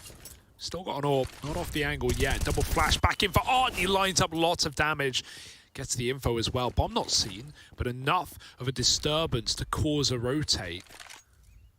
csgo moving back, Yuri moving in. Pain, they basically just have to go. 30 seconds, they've got nothing else to show for it. Drop's gonna burn out if he doesn't swing wide, gotta fight for his life, and instead it's just death. csgo now smoked off, and he's often been very passive in these positions, not wanting to give up the advantage on that post plant. It's gonna be stolen back by Furia instead. Now they own Banana, CT, and Ruins. They've got Pain locked in a box. What's in the box? That's the question now. csgo. Ooh, jumping across, and Vinny's going to steal that kill away safe. Needs to come up huge. 1-on-3 behind the pillar. First man down, but Yuri trades it. And so Furia managed to convert one of those, 3-on-2's man advantage retakes. We've seen them struggle with them. That's why I draw attention to it, right? We've seen those elude Furia before. But now that we hit OT, they lock it in safely. That's one way to find impact if you're not actually having a great game, right? And obviously it's not just that. csgo's position with an orb, retaking coffins, it's a bit awkward. So yeah, he just takes a one for the team. He dives out with a pistol. Vinny gets the kill, and even then in the 3-on-1, just runs in. He knows he's dead, but his team have his back. His team have the trade. So yeah, it's admirable. But is it enough? One done. Tick that box, but you got a lot more to fill for the papers due. Back up middle, Pain. They haven't really done these AXX. They've been all over the B side, feeding Drop and Art on this double setup. So they run a Molotov, and I didn't think that was the change we were going to be seeing. The bomb could just get sidelined by csgo. And even though safe Zorb, one of the only times we've seen it in this map, especially on that T side, does get a kill on the flanking player down Banana, you still got to go back for that bomb. Yeah, the bomb is the problem note in the round, right? It's sad because normally, under normal circumstances, you get that pick on the flanking player and suddenly you're in a real position of power here in this 3-on-3. But with the bomb out in the open, you can try and do whatever you want. You can't win the round without having the package. And so they've got to recover it.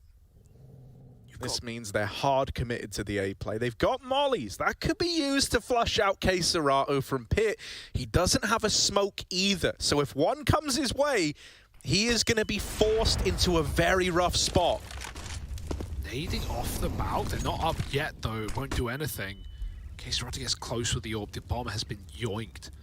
That's going to force Drop to leave, and csgo just feeds. And so now PKL can commit back into A. Yuri swap sides, getting into the pit. It's a nice position change, but he can't afford to be the same result of csgo. He needs a kill here, and he's found it. Drawing Drop back just in time. The flash renders him blind, but Yuri just trying to buy time, and he's stalling well. Drop's traded. Yuri is still here. Safe can stick the bomb, or he can play with the hearts and minds of Fury. He'll go right for it. Yuri's walked up wide on the left side. Low health. Safe needs one shot, and he can't find it. Yuri's closed the round, and some bodies not getting shot, but at least getting prodded as the defuse comes in for Furia. Nice round out of Yuri as well. And K-Serato, it's a bit awkward with that re-aggression, thinking they're going back. But he at least dropped the bomb in the first place, and that's what wins Fury the round. Dropping a banging little moment there as well. It's him that saves Yuri's life down in the pit, and then obviously, you know, he goes on to clutch out in the 1v1. You see that top bulk position used a lot now to clear a pit player.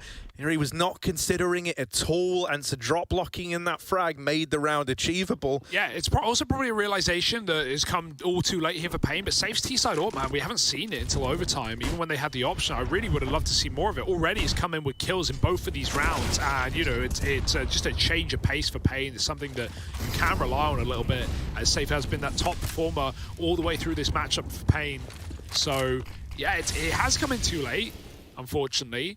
But he's drawn it in again for a third round as Pain got a plant, so that allowed this buy. But yeah, you're looking for scraps right now. It's no surprise to see Furia leading once we hit OT. I mean, you know, they do say there's never much love when we go OT. I pray Furia can take all three. I pray, here we go. But can they? Furia might be enjoying the views of success right now, but this little double setup in the pool, it's either going to be really cool or they both die and then B's open. So let's see, which dice roll is it? We've got the D6 locked and loaded.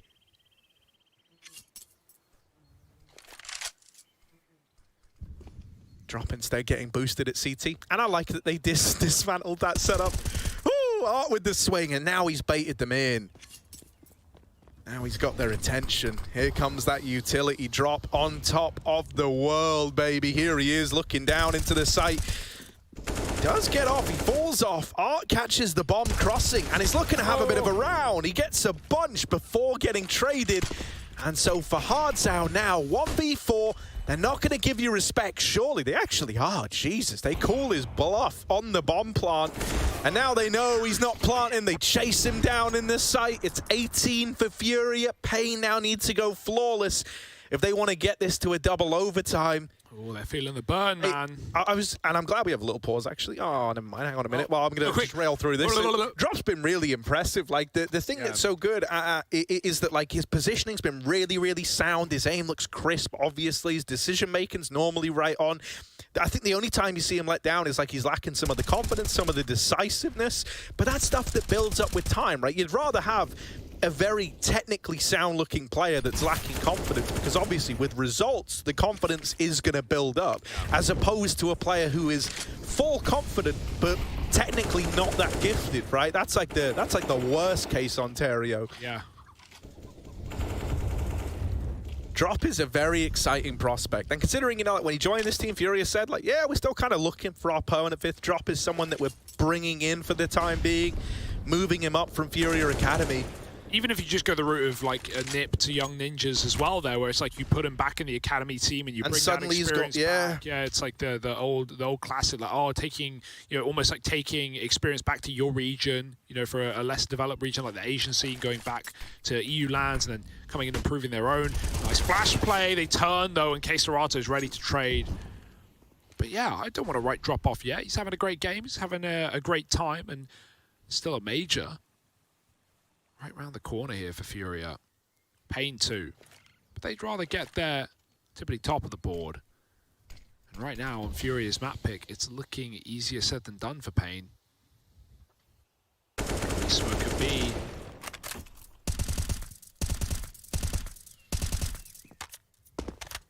But once that's gone, Furia will commit. Big Azara smoked off.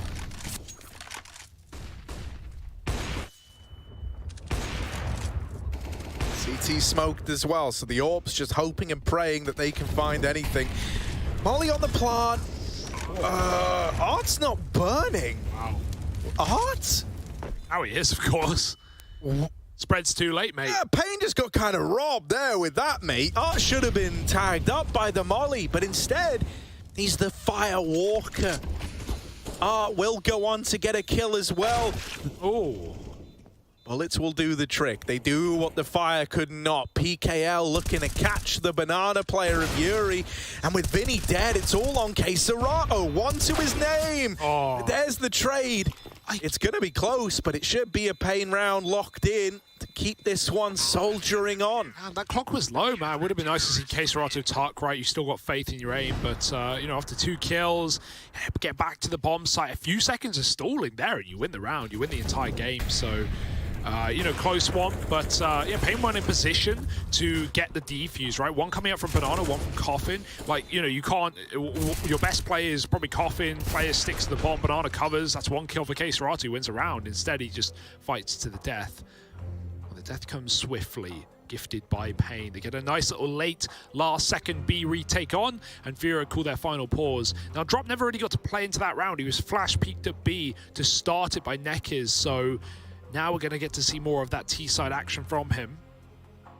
Been a while since that has come through. And the double AWP for Pain that they were running in reg as well. Still need more of that impact from Safe with this AWP, if it's allowed. Starting on the triple B again. Safe's AWPing on the Safe side, back in short. More of this banana aggression. Oh, he's burning. Pain trying to deal it out.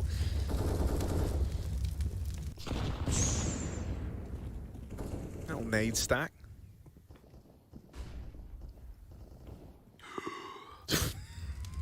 Oh, he was so close to pulling the trigger. You could feel it coming.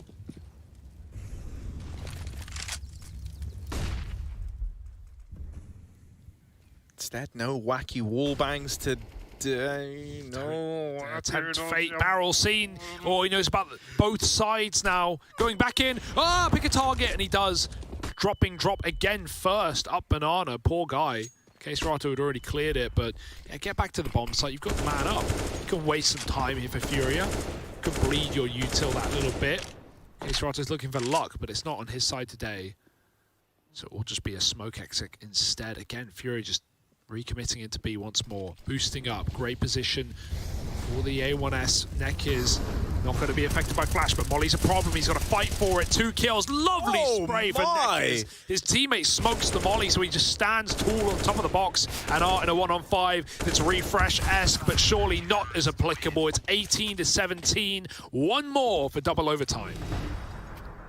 Yeah, man, it's Neck is left looking heroic at the end of that one. Lovely little 4-piece out of the guy.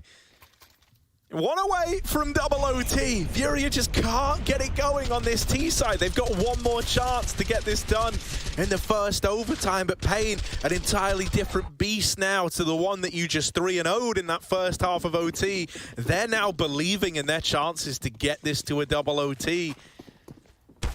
Parhaat with the AWP, lands the leg onto Safe.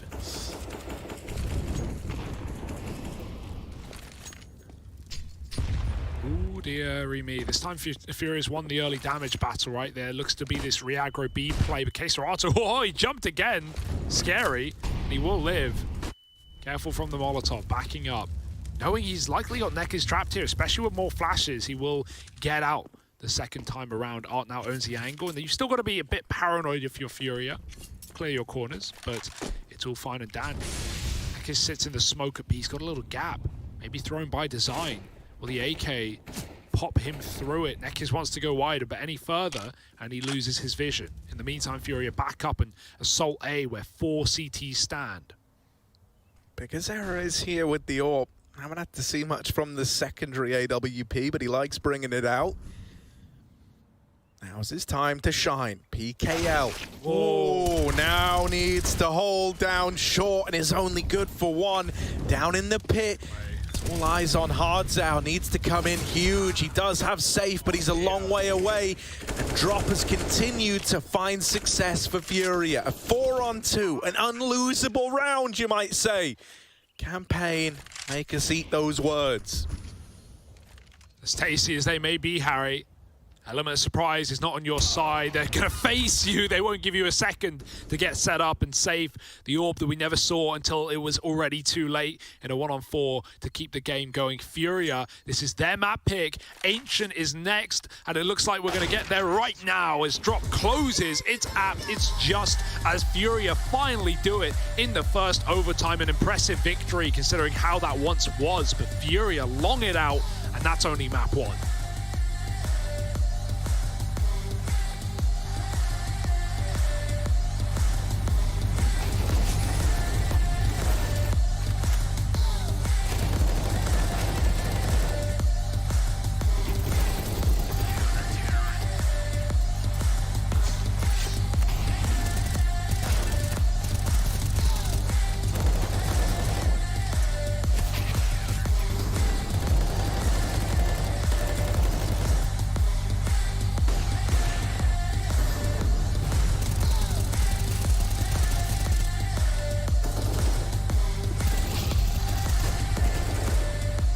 Do you think you know everything about CSGO?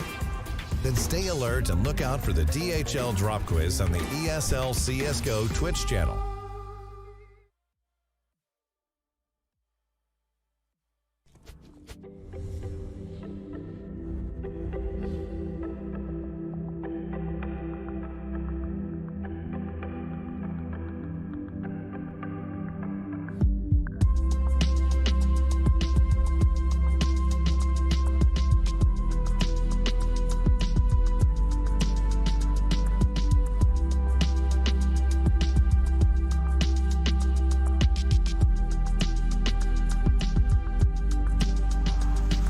Еді Брок, я розповім свою історію. Чому я? Усе, чого я прагнув у житті, це бійня.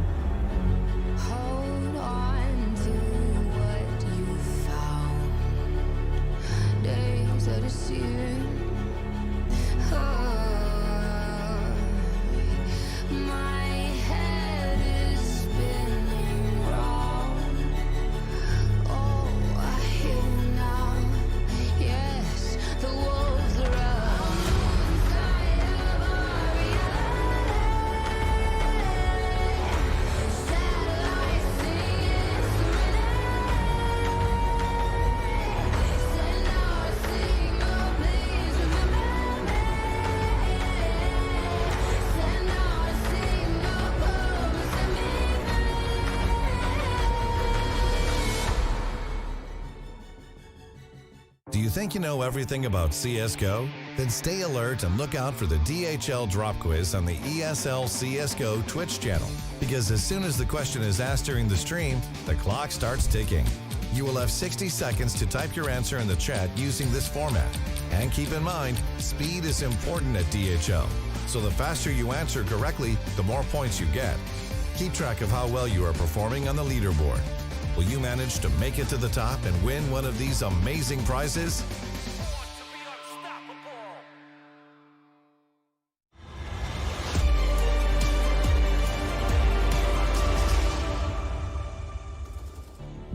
Now, a lot was made of Furia drop in that particular matchup as they managed to take it on over the line. But before we get into breaking down his performance, we've got a different drop to talk about here. It's the DHL drop, folks. That's right. It's time for the DHL drop. Get in Twitch chat, type !DHL drop, space, the letter of your answer, in the answer to this question. The question is, how many of Navi's players were in the top 5 rated players at IEM Cologne 2021? Get up in Twitch chat, get those fingers going, type your answer, choose the letter of your correct answer, and if you get it correct, you could win a fabulous prize. Now, it's time to get into the breakdown because that was a much fiercer Inferno than perhaps we were expecting, Hawka.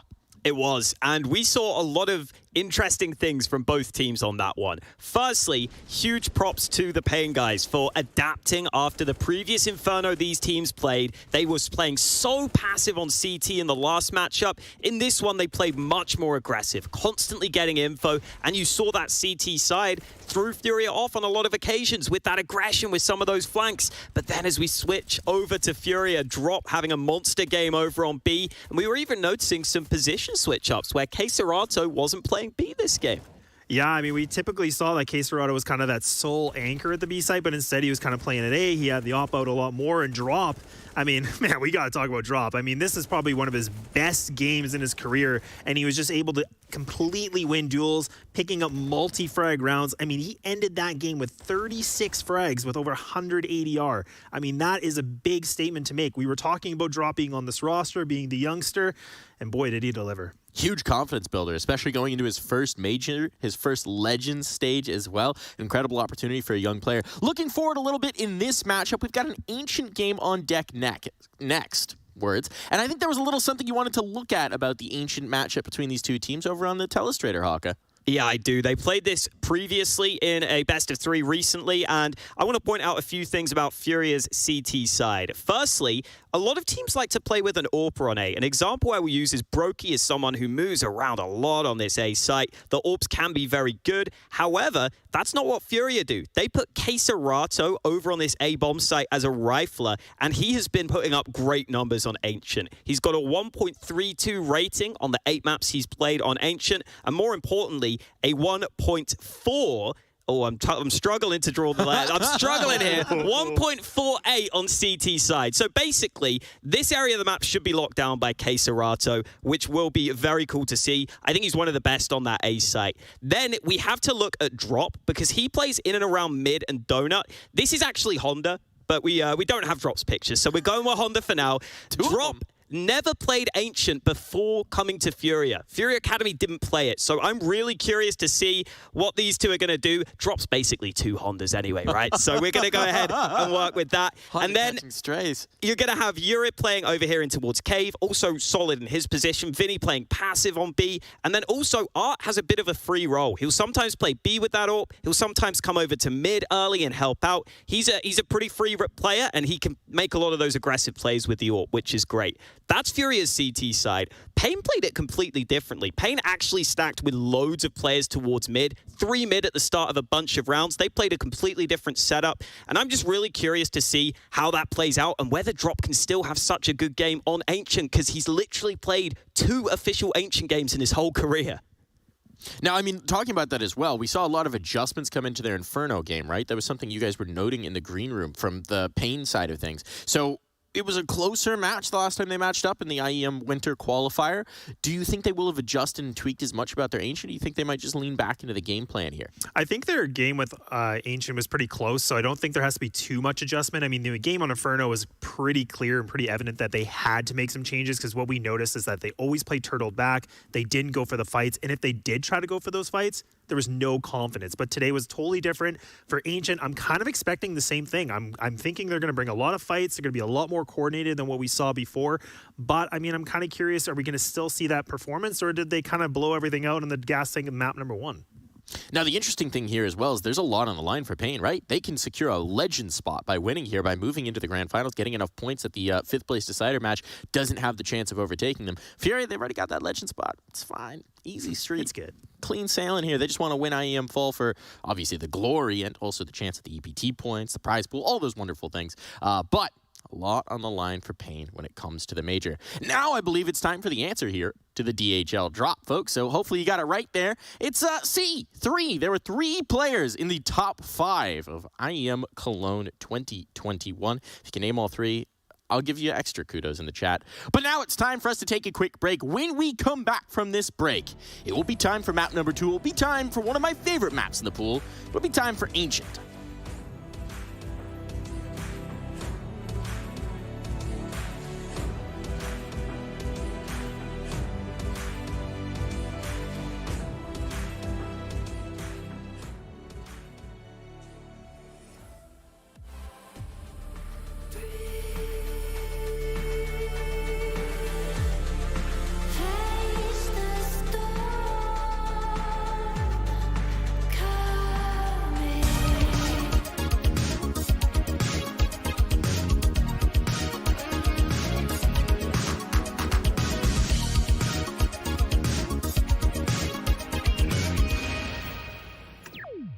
Choose nades, choose a smoke, choose a flashbang. Choose team badges to support your favourite CSGO team. Choose an ESEA Premium membership. Choose routes you know bring in wins. Choose pro video tips. Choose the fan club wars. Choose behind the scenes content. Choose good grades. Choose guns you know you can shoot right. Choose bingo.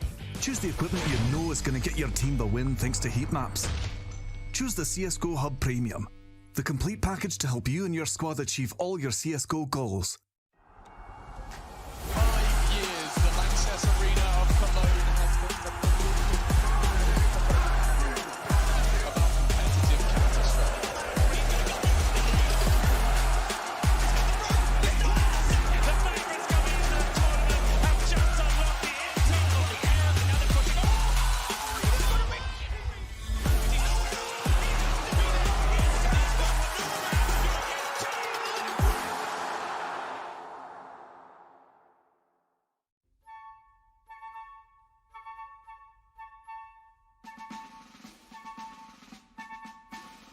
Oh, I see one up at this house. I'm just gonna go on the right side. Yep, on the right side, trying to go in. Other one's inside the house. Oh my lord, wow. Oh, oh, oh, oh. Two of them. I'm coming, but I'm low. Inside, in the corner, right doorway.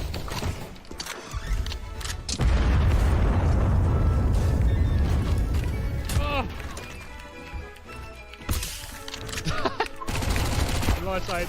No! I'm reloading! Who's dead? And there's a fella towards gas station. He's gone inside Terry. The one in the gas station is probably gone inside as well. There's 2 at Gassy. They're not on the same team either. I'm gonna dome. Hopefully there's people there. Well, hopefully I saw. There was a guy close. He spotted you. At this house.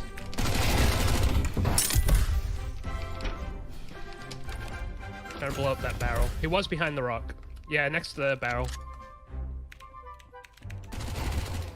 He's looking at me. A little bit of a surf going there. Under the patio, just here. We're on close to that ping. Yeah, he just scouted at me. I'm coming. Nice. Yeah, I'm on a go. Good luck. Nice. I don't know where this guy went. Okay.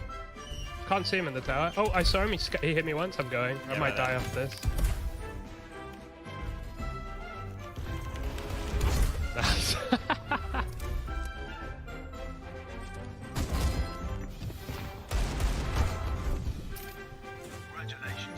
That was a cool dive.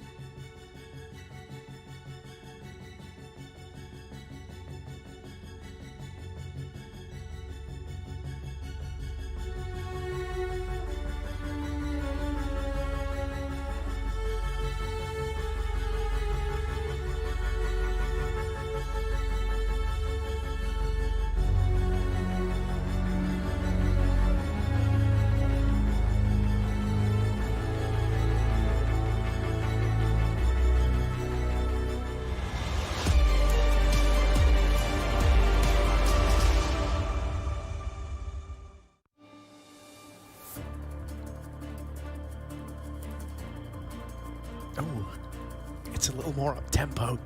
And that's because Furia looking lights out back on overtime. You know, we get into it. It looked like double OT was on the horizon. Pain, one round short of locking in a double OT. Might have rubbed them up the wrong way as we get ready to head into an ancient game that we're sure to never forget. Yeah, for the last map for Pain, it's just a story of coulda, shoulda, woulda, as they had multiple chances to close out at map point rather on Furia's pick. That would have set them up for a 2-0, Harry. That would have set them up for the flip-flop, the inverse of what we saw last time around. They got 16-1 on Inferno. They go to overtime this time, but it's still nothing of the sort. Ancient now, a new map for Drop perhaps, but he certainly showed up in the first. Let's see if that warm wrist can keep waggling. I don't know where I was going with that one, but he was hitting shots, safe to say. Yeah, the wrist is warm, and God, there really is nowhere to take that one. It's somewhere you tie in the Vinny Power glove. I haven't watched Batman Begins or whatever that, you know, is from. Yeah, it is from that. Pissed off a lot of people with that. No. It was, I think it was the Joker who used that for the first time. We all remember that scene where he's beating the crap out of Batman. Also, Brazil, I do have a question for you. Oh. Why do they call Vinny the sausage shark? Because his explanation wasn't incredible. I asked him directly. What did he say? He just said it's something that Goals came up with on his stream. Okay. But like that, you know, that's Still where it's from. open, That's the origin. But like, what is it? What makes him a sausage shark? All right. Well, let him know. Let's find out as we get into a let me know. Yeah. Let him know. You. Fast into B. Drops here. He's not stealing Honda's spots. He's right back into the bomb site, though. Pain. They double back. They won't commit. Art's clearing out a lot of map. I like this. He's not just insta-flanking B. He's waiting around. He's checking the back line, seeing if this is a fake, because Pain have yet to commit. Now you got to walk the water. Bro, only Art would be in T-spawn Ancient in the first 30 seconds of the round. I've never seen anyone flank this quickly, ever. Oh. Art's running through the water. They must have heard this, surely. Oh, Art's got a lot on his plate, and he's hungry for more. There's three from the wraparound, from the water. He's the real shark, finally.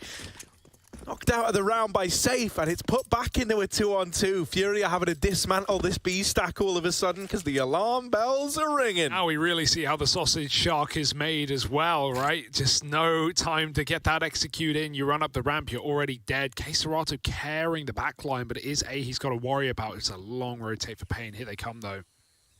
Ow. He's going to hit the footsteps as they get close. No nades to do it. What plant do they go for? Lots of open options now. You can plant safe from every position, one way or another. You're always open to something. They're walking it. Oh, csgo's going to get backstabbed. Surely they clear this. Oh, no, he couldn't even take a kill with him. It's Yuri to bail him out. And now hot water here for Bigazera, getting cooked in the bomb site, 1v2. He's going to get hunted. 10 seconds, though. They realize he's got to stick that bomb, and so he taps it once to try and force another.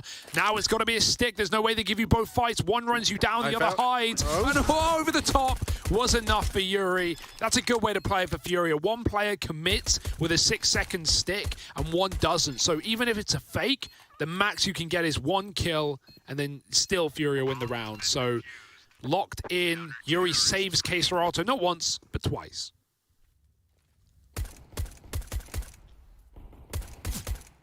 Hey, I mean, considering this flank comes in, the fact that you're even able to get out of the round with a bomb plant and be left in a 2-on-2 is impressive for Pain.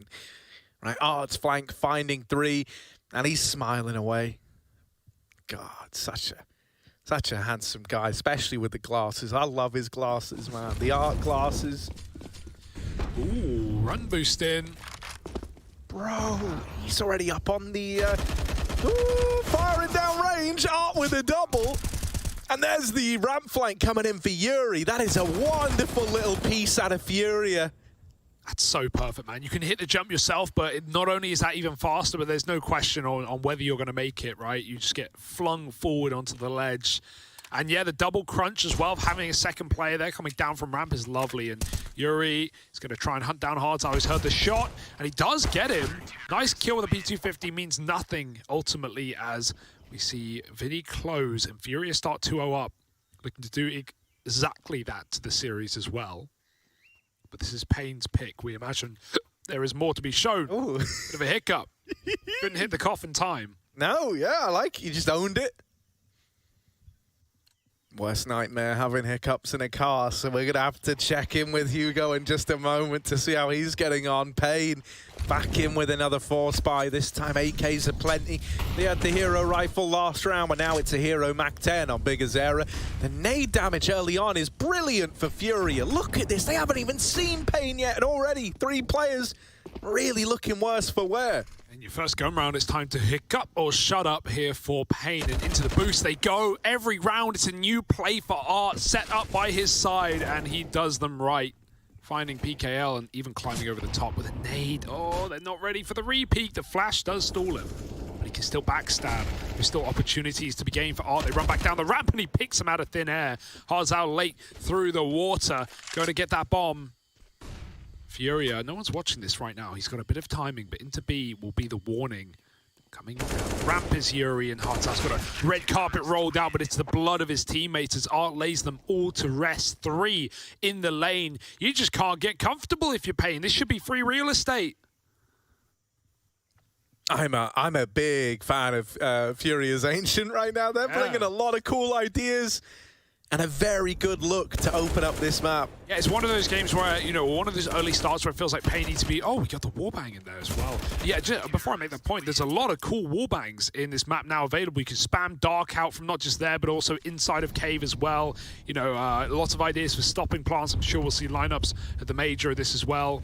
Teams have had time to focus them. I'd like to see some B rushing out of Payne, right? Like when you know that Furia have not been playing triple B in any of these gun rounds, it's a little susceptible. Smoke lineups do take a second to land, though. It give you a bit of a warning if you're Furia, and rotates are very quick. Can be called very quick at least. So yeah, maybe some B rushing once we hit gun rounds here for Payne. We'll see what kind of executes they have in the pocket. Furia leaning heavy A in this round. I love how fresh they're keeping it, right? Even though the B site's open to be rushed, those crossfires can be gnarly. And Yuri's still got cave control as Vinny watches ramp from the site. As things go quiet on A, Art rotates out of donut, moves back to B, or to middle rather, reinforces. And even flashed in from Keserato to get that info. Yuri can smoke off cave and even wants to fight for it. Payne just have to respect the smoke. One bit of util and then they'll go.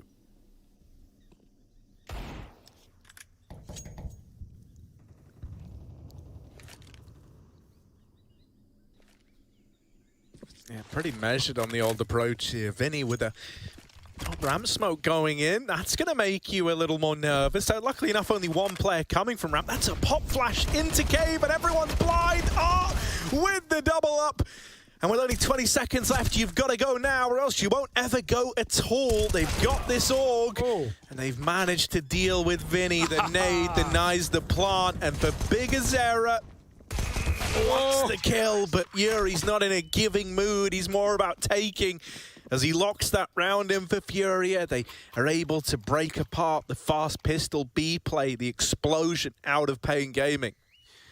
Sick rounds out of Furia, man. And yeah, they've got the util to back it up as well, or even seeing lineups at the back of spawn to re-smoke ramp. The little flash into cave is perfect from Vinny. Furia looking very, very good on Ancient right now. And I think that's a big question going into the Major as well. Like, what teams have been practicing this? What teams have been, you know, cooking up strats? And, you know, a lot of teams have been banning this map, but I can assure you that that is in preparation for the Major. They may still have things to show that they don't want to. That makes your veto just that little bit more spicy, especially in those confirmed BO1s at the Major, right? Which teams float Ancient? Which teams force their opponent to ban it? Essentially getting more of their own bans as well. Nice bit of spam damage. There's only wood there. Not going to stop bullets. Yuri looking to do even more. Shooting down below, and he's going to get jumped at if he gets low on ammo. Nekis can hear the mag run dry. So Yuri gets out safe for now.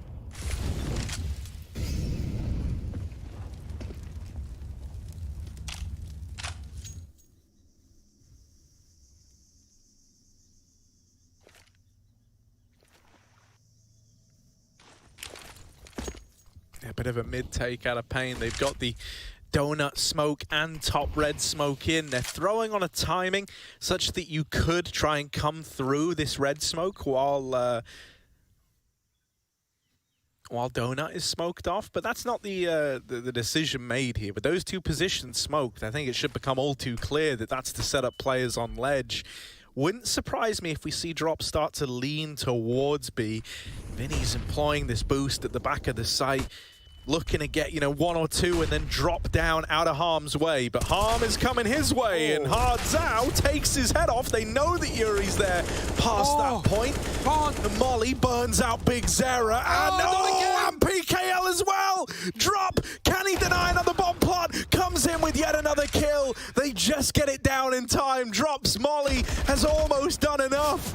And it is enough for Furia to run away with the round. What? Not just once, but twice. You had smokes down, you had room to plant, but PKL goes back to it, tries to stick it where it's so unsafe. That felt like that Molly lasted forever. And Drop even moves in to kill the cave player as well. He knew couldn't stop the plant with no more util, but does a damn good job in that round.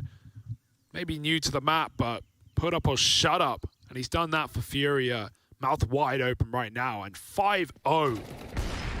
Damn.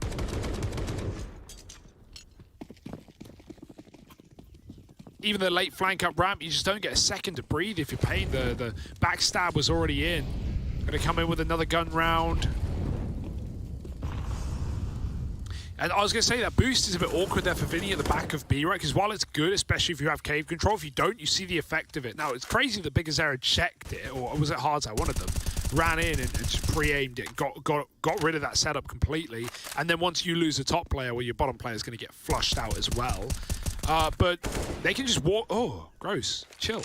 They can just walk out cave when you do that boost. So that's the danger.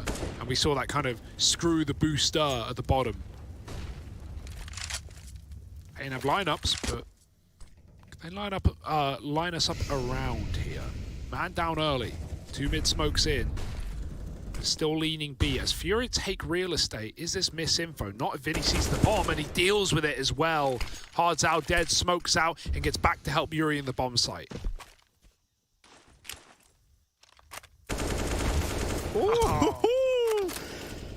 Vinny just says, nah, don't smoke. I want to fight. Yeah, Vinny. I love this guy. 3 in the round. Beautiful stuff from him. Dropping the bomb as well and really, locking in this 6-0 for Furia. Don't get me wrong, T-side Ancient, it's not an easy side to play. It's not fun. But you are getting dominated right now and a lot of times barely even making a dent. It's certainly worrisome. And, this is one of the cruxes of going into an Ancient pick. Right, you know you're going to have to start with a T side. You know that's what you're going to have to open with. And really, if you don't hit the ground running, if you don't find a pistol and look to, excel that, to kind of lift you up a notch early on, you can be left struggling. And that's kind of what we're having dealt to Pain right now. Yeah, I still want some faster rounds, man. I feel like this is a map that can, lean towards quicker mid takes and quicker B takes at times. This is going to be one of them, but they got the Molly down. It's done a lot of damage with the nade from Vinny. He's going to try and spray, and he only gets 1. And this is the problem. Furia locked out. Smoking cave. Drops coming in on the ramp flank. Even the spam almost takes down Big Azera. He's a little bit safe from the pillar, but not enough, and not to stop the nade. Drop dinked back on lane, and they're coming in for the retake. They're coming from everywhere, mate. Hardzao with his CZ, trying to hold down the long side while Save is caught wrapping. Drop catches him by surprise. PKL has made it interesting with 1. But he's going to do it all from ramp. Hardzao might be a lost cause here as he wraps CT. He's being held, he's being accounted for, and that's a Yuri kill. PKL has got the lineup. He knows what's afoot. Spam on the bomb, and he does knock them off of it. They get back on. It's going to be close. Have you got your first? No, Furia. Last second defuse. The lineup for PKL, you thought that was going to be enough. You can see the ideas for Pain, right? They've got the strats, they've got the plans. I got to say, really good, patient play there for Drop. He shows on ramp, he gets dinked, gets a kill, and then he goes back to hide in cave. He doesn't assist his team with a retake. We have enough players on the bomb site. You know, it's already comfy for Furia. And so he just tucks in the corner. Pain try and retake cave to try and backstab the bomb defuse, and Drop is just there, tucked. You're wondering, why is he holding? So safe. And so safe buys an AWP. That be a way back in. Again, you're leaning heavy B out of the gate. 5 here. You haven't really shown anything on that A site other than that late recommit in the pistol. Smokes are in, full execute. Vinny drops his own bit of utility. He welcomes them into B. The nades don't let them go any further. And a bomb plant, you've got to be careful of this spam without the cave control. They get it down for long. Yuri tucks behind the box. They don't check. Where do they think he's gone? What? What? No communication for Pain. No! That's a headache, all right. Yeah, this is raw. Fury's on a tear. He is churning through them. Finally, PKL comes in with the trade on the wrap back through cave. The molly is ruining Safe's life, and there's the nade to close it. Just PKL left again to try and give a clutch over. They're already out through long. They're spilling into the site now. Time ticking away, and Art locks in the frag while blind. 8 on the board for Furia. Yuri gets away with 3, and Pain, I don't know what to say. Are they even talking at that point? Where did they think he went? He was just spamming. Like, look, there's barely like seconds between him getting that kill and just nothing. He's shooting an AK right behind you, mate. He's killed your teammate. And yeah, Nekis knows, but it's too late at that point. I don't know what's going on for Pain. That is not a round that they want to think about ever again. Brush it under the rug, but things need to be said, and maybe too late. Oh my goodness. I can't fathom. I can't rationalize that round. 8-0, and now you're going A. All right. Let's see what they've got planned. Double AWP on the T side. Hell, yeah. Nekis is 0-8. Try what you've got. It's not enough. Dog ruins them, doesn't it? They only show up for a second, and look at him go. The training wheels are off. Art with a 3rd. He's pushing you in your spawn, for crying out loud. Safe. They're running at him. They're running at him. And he's so low. Shot in the back. Vinny finishes it off. Fury are just having a good time, and Pain, they don't feel a thing right now. Oh, it's so sad. Yeah, timeout, probably good call, good moment for it. This is a humiliation for Pain, who were at least able, it's the inverse of last time, right? They were at least able to put up a fight on this map, 13 rounds against Furia last time. It was Inferno, they got 1 on, and they look great today with an overtime loss. Furia, yeah, they're having fun. Safe to say, how can you not be with some of the cheeky rounds you're getting away with, some of the shots that are being hit, and some of the calls that are just being corrupted. Even though Pain have ideas, and you can see that. You can see, you know, what Pain are bringing into this. I mean, Furia just have all the answers, all the responses. K-Star is 2-2. The one time they come A, Art's there with the org, doubling up. K-Star was like, well, cheers, okay. I'll just go back to waiting. Sure, B's fun, but... Is this how Gary felt? That's the classic, like, oh man, I just want to get involved. Can I come B? Yeah, go B. Yeah, go B. Oh, they're all A? Okay, cool. Got it. 9-0. Fast out middle. And first real mid-take we've seen. Even then, I'm being optimistic. It's a man tucked in front of a smoke. And they're going to clear him. Of course they will. Drop is ready. Yuri's in the cave. And he might re-aggress yet again. Ruh-roh. Ooh, that's a nice deagle out of Big Azera. And it's made the round a little more dangerous now. Fury have to taper off with a lot of this aggression, right? They don't want to risk throwing away, you know, a round to pistols when you're up flawlessly. You cool? It's the right way. You got to look, Burrow. Where you got to look. Finney's saying, nah, I got it all. Look, don't worry. I'll hit this 90-degree flick. Just chill. It's all mine.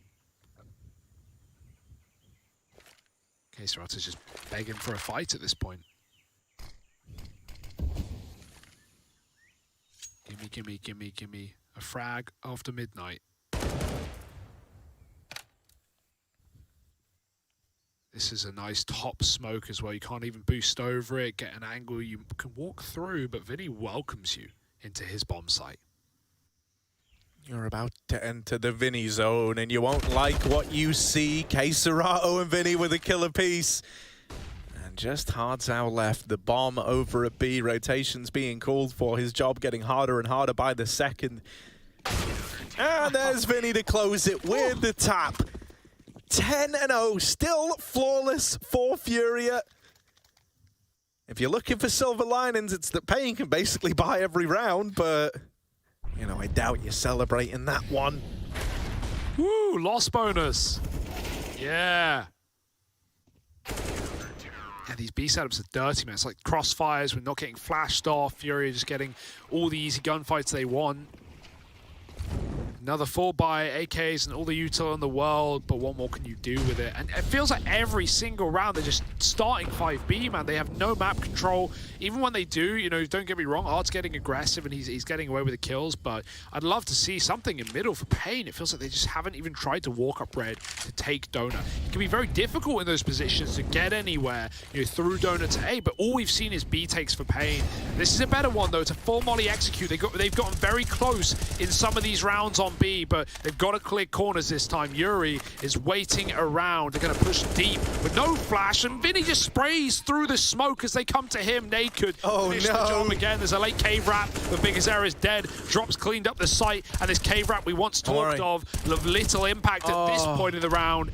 And yeah, Pain, they just feed the beast. It's belly not full yet. Okay, all right, boys. Yeah.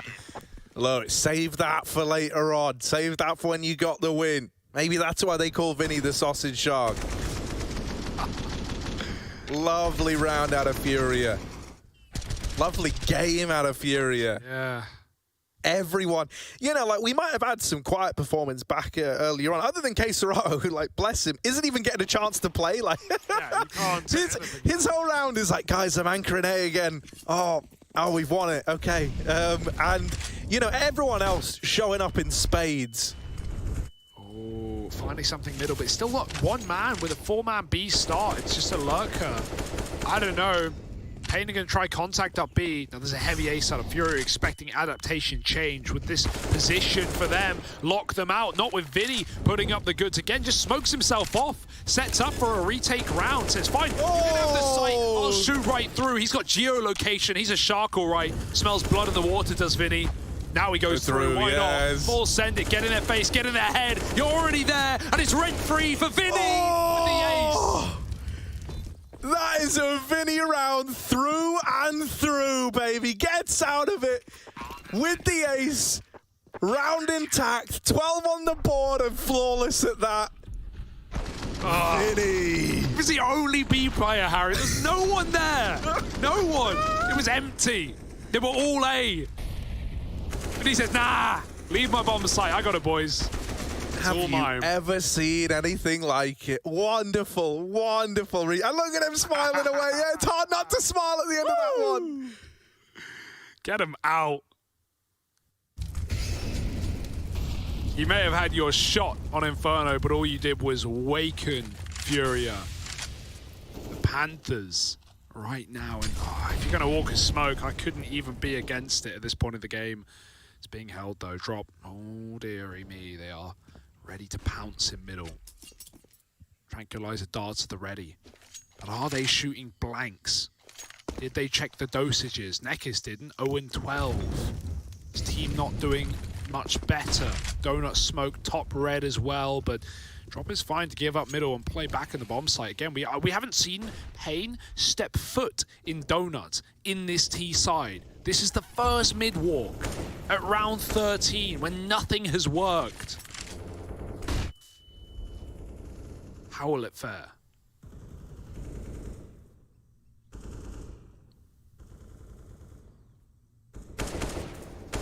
Well, they get this guy over in red, right? You get a player that can come in on this big wrap. You're hoping that Big Azera can do it all, but there's no respect being given. Yuri has now been spotted on this ramp push. Oh, this could be misinformation, right? You haven't seen the bomb yet, but that was the player that was meant to pick it up with only 30 seconds left. Yuri, with that one kill, has thrown this round up in the air again. Vinny is so suspicious about middle as well. Oh, you want to try and mid-lurk me? You ain't mid-lurking a guy like Vinny, I can tell you that right now. He's holding for it. PKL, such a sad state of affairs as he's shot in the back. It's another Fury around. They're spraying, they're praying, and they're up on a 13. Oh, he's not even trying to help his teammate. He doesn't need help. No one needs help. Every fight being won by Furia. Every kill being taken, and they're still reserved. I love some of these setups as well. They're so reliant on these two-man B crossfires. Even when we finally see an attempt at a mid play for Pain, like, again, like that's a play that, you know, looks silly, but it might work if you're getting entries into B, if you're drawing Furia's attention back, if you're making them doubt themselves. But why would you doubt yourself at 13-0?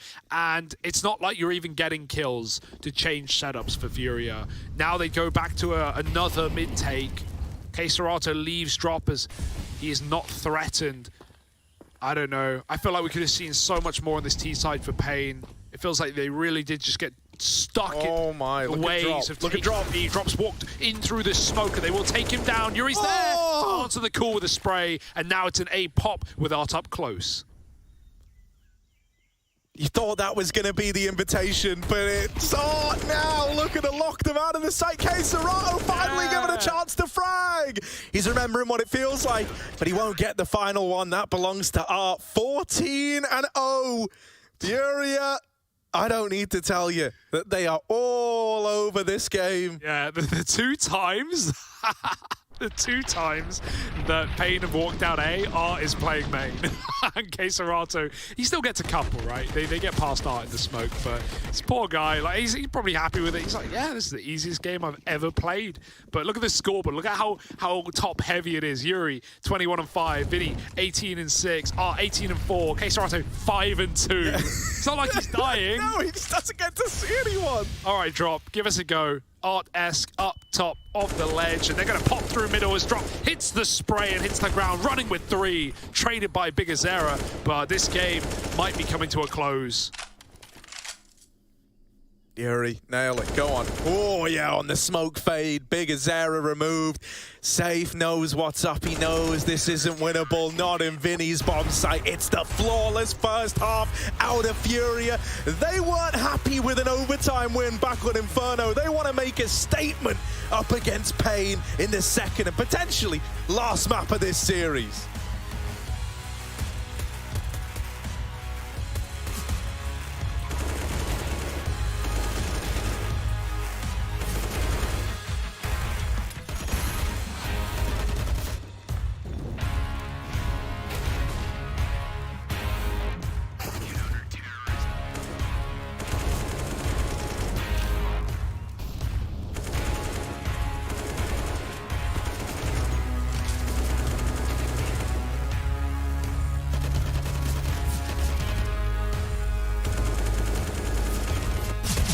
Nice. Linda, guys, caralho. Bora, porra. Mano, Linda. Boa, guys. Linda arte, amassou, velho. Meu Deus do céu, velho. Ah, um de HP, um de HP. Banana. Banana, 3D banana. Foda, bomb já. Ajuda. Forte, você viu isso? Banana vindo no costas e pilar. Banana indo pras costas, indo pra você, indo pra você. Default. Nice round. Linda, guys. Você Plantar na direita. Vou lá direita aqui, guys. Banana. Vou pra esquerda, na esquerda aqui, na sua direita aí, Vinão.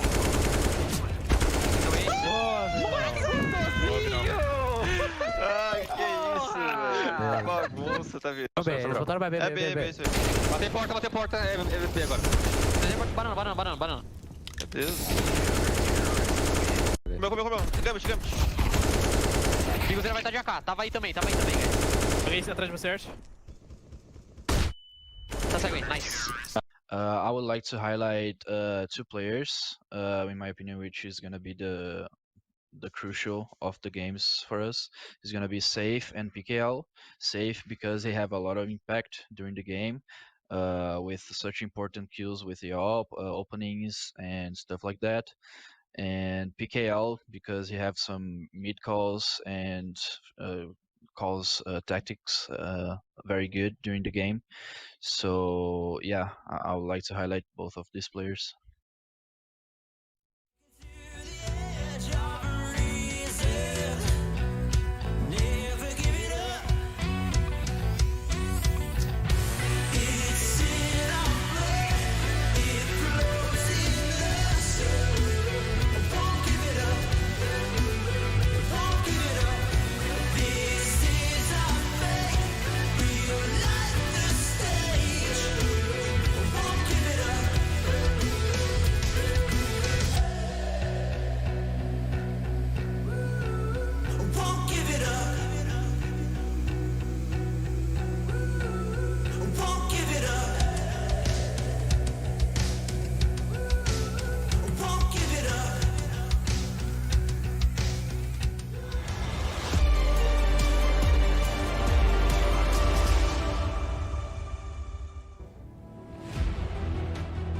Where did the night go? It all comes by so quick. Furia, 15 rounds in the first half, a CT side to die for, and well, Pain did many a time, more than enough. Inferno may have been a close affair in overtime, but Ancient is no similar story. That graphic's not incorrect. This is what you're seeing. Furia looking to lock in that grand final placing here at IEM Fall. One more round to get them there. Yeah, and it's just looking like a B play. Why not? I mean, mate, you've got so much room to play around with here. This could be it. This could be it for Furia. In with the push. Dear. The dual Berettas silenced. They're dead. They're gone. They're brushed aside. They're not even looking to plant yet. They've pushed up with the bomb. The bomb is swinging on Vinny. You'd think after spending 15 rounds rushing B, you would play more than one player there for your pistol, but no. They're going to come to regret it. With another 5-on-3. Pain don't want to get 16-0, but that's the thing about a 16-0. You don't have much of a say in the matter. There's this crossfire between Vinny and Keserato. You ain't getting through that. It's only Neck as he gets his first kill of the game in round 15. And it might be the last kill going Pain's way. 16-0 on the way, and it's delivered by Art to close it. What a statement out of Furia. They're going to the grand finals here, and they get there in one hell of a Furia fashion.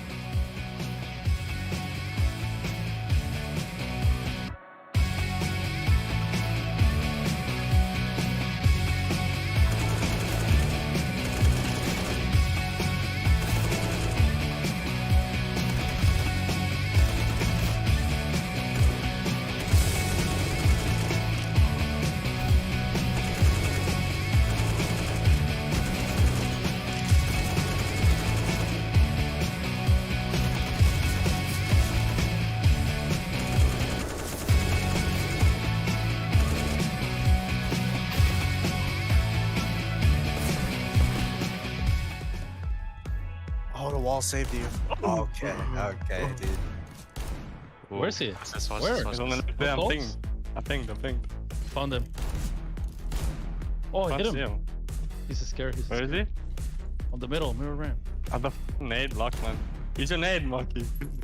I used it already. Wait. Trying something. Oh, what the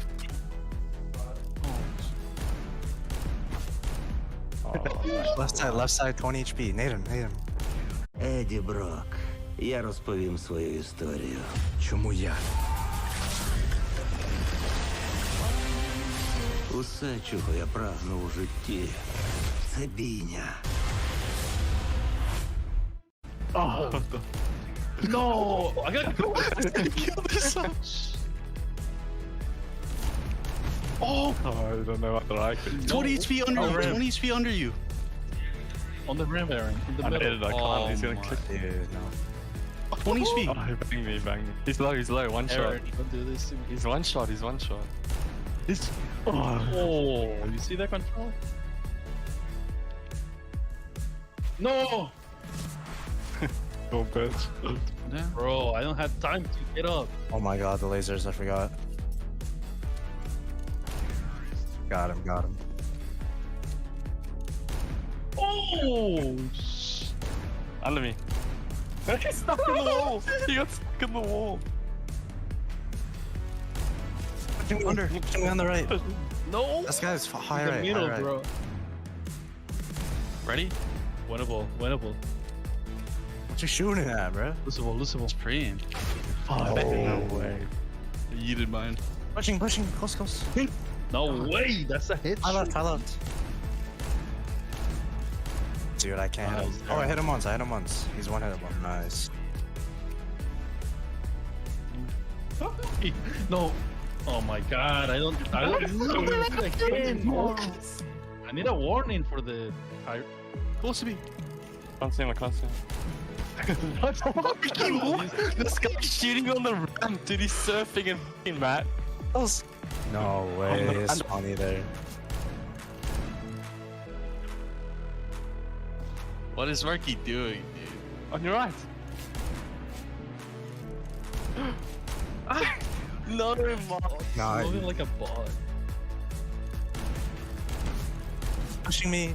Hit once, hit once. God! Wait, we're on match points. Honest, get this. I ain't even worried, Listen to bro. me. Marky, where you going? Dude. What's going on?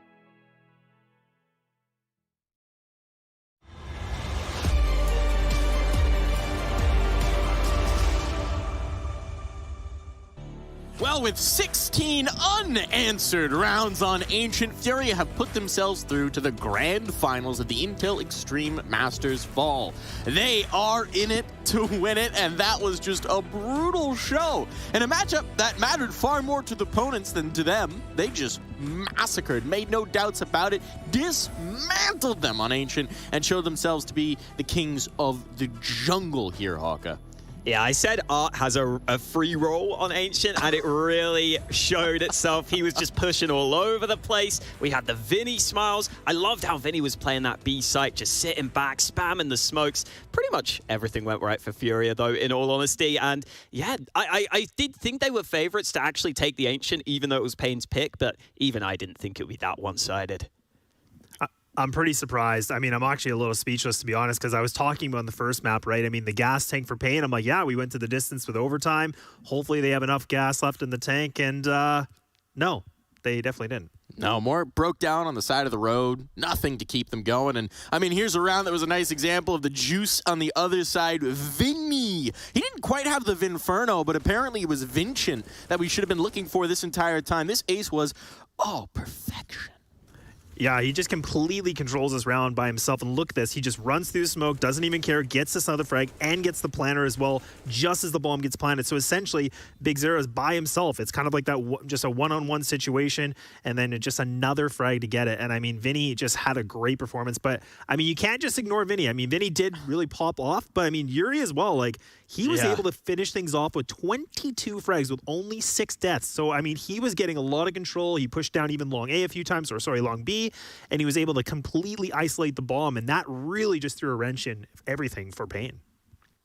Absolutely. Like, his aim as well was just so crisp. So many of those rounds. The problem for Payne was Furia had AKs pretty early on, and they just kept running into AKs and kept running into instant headshots. Like, I almost want to see what would have happened if they won that one round and just took the AKs out of Furia's hands. But obviously, that is a simulation that hasn't happened. I think one of the things that was wildest for me about watching that map is they went A so infrequently that it felt like Quesarado could have spent that entire game kicked back in his chair, you know, full lounging, just taking a nap. And then, like, just when his teammates call, they're going A, he just has to wake up and anchor for a quick little bit. He had to do very, very little there. Something we're not used to seeing for Furia. Yeah, and that's such a boring position to play, too. I mean, Quesarado, you know, he had a good game the first one, and they're like, you know what? We're just going to keep going to one site. You can just kick back, relax. But in all honesty, I was a little surprised that we saw so much anticipation from Payne just to keep hitting that site over and over and over. It didn't work the first time. Let's try it a couple more times. 14 times later, still not working. And they tried, I think, once or twice going A. So I'm not sure. I'm not sure what the plan was in that. But, I mean, that was a great performance from Furia. And my God, what a statement to make in Map 2. Well, now we've got a guy who can shed a little bit on the game plan from the Furia side, as much as they may not have needed one. It's Art! Art! Yesterday, I cast some doubt on whether you were Legends yet. I can now say firmly, I was wrong. You were already Legends. Now you're definitely Legends, because you're in the final of IEM Fall. Congratulations, man. Thanks a lot, bro. Appreciate it.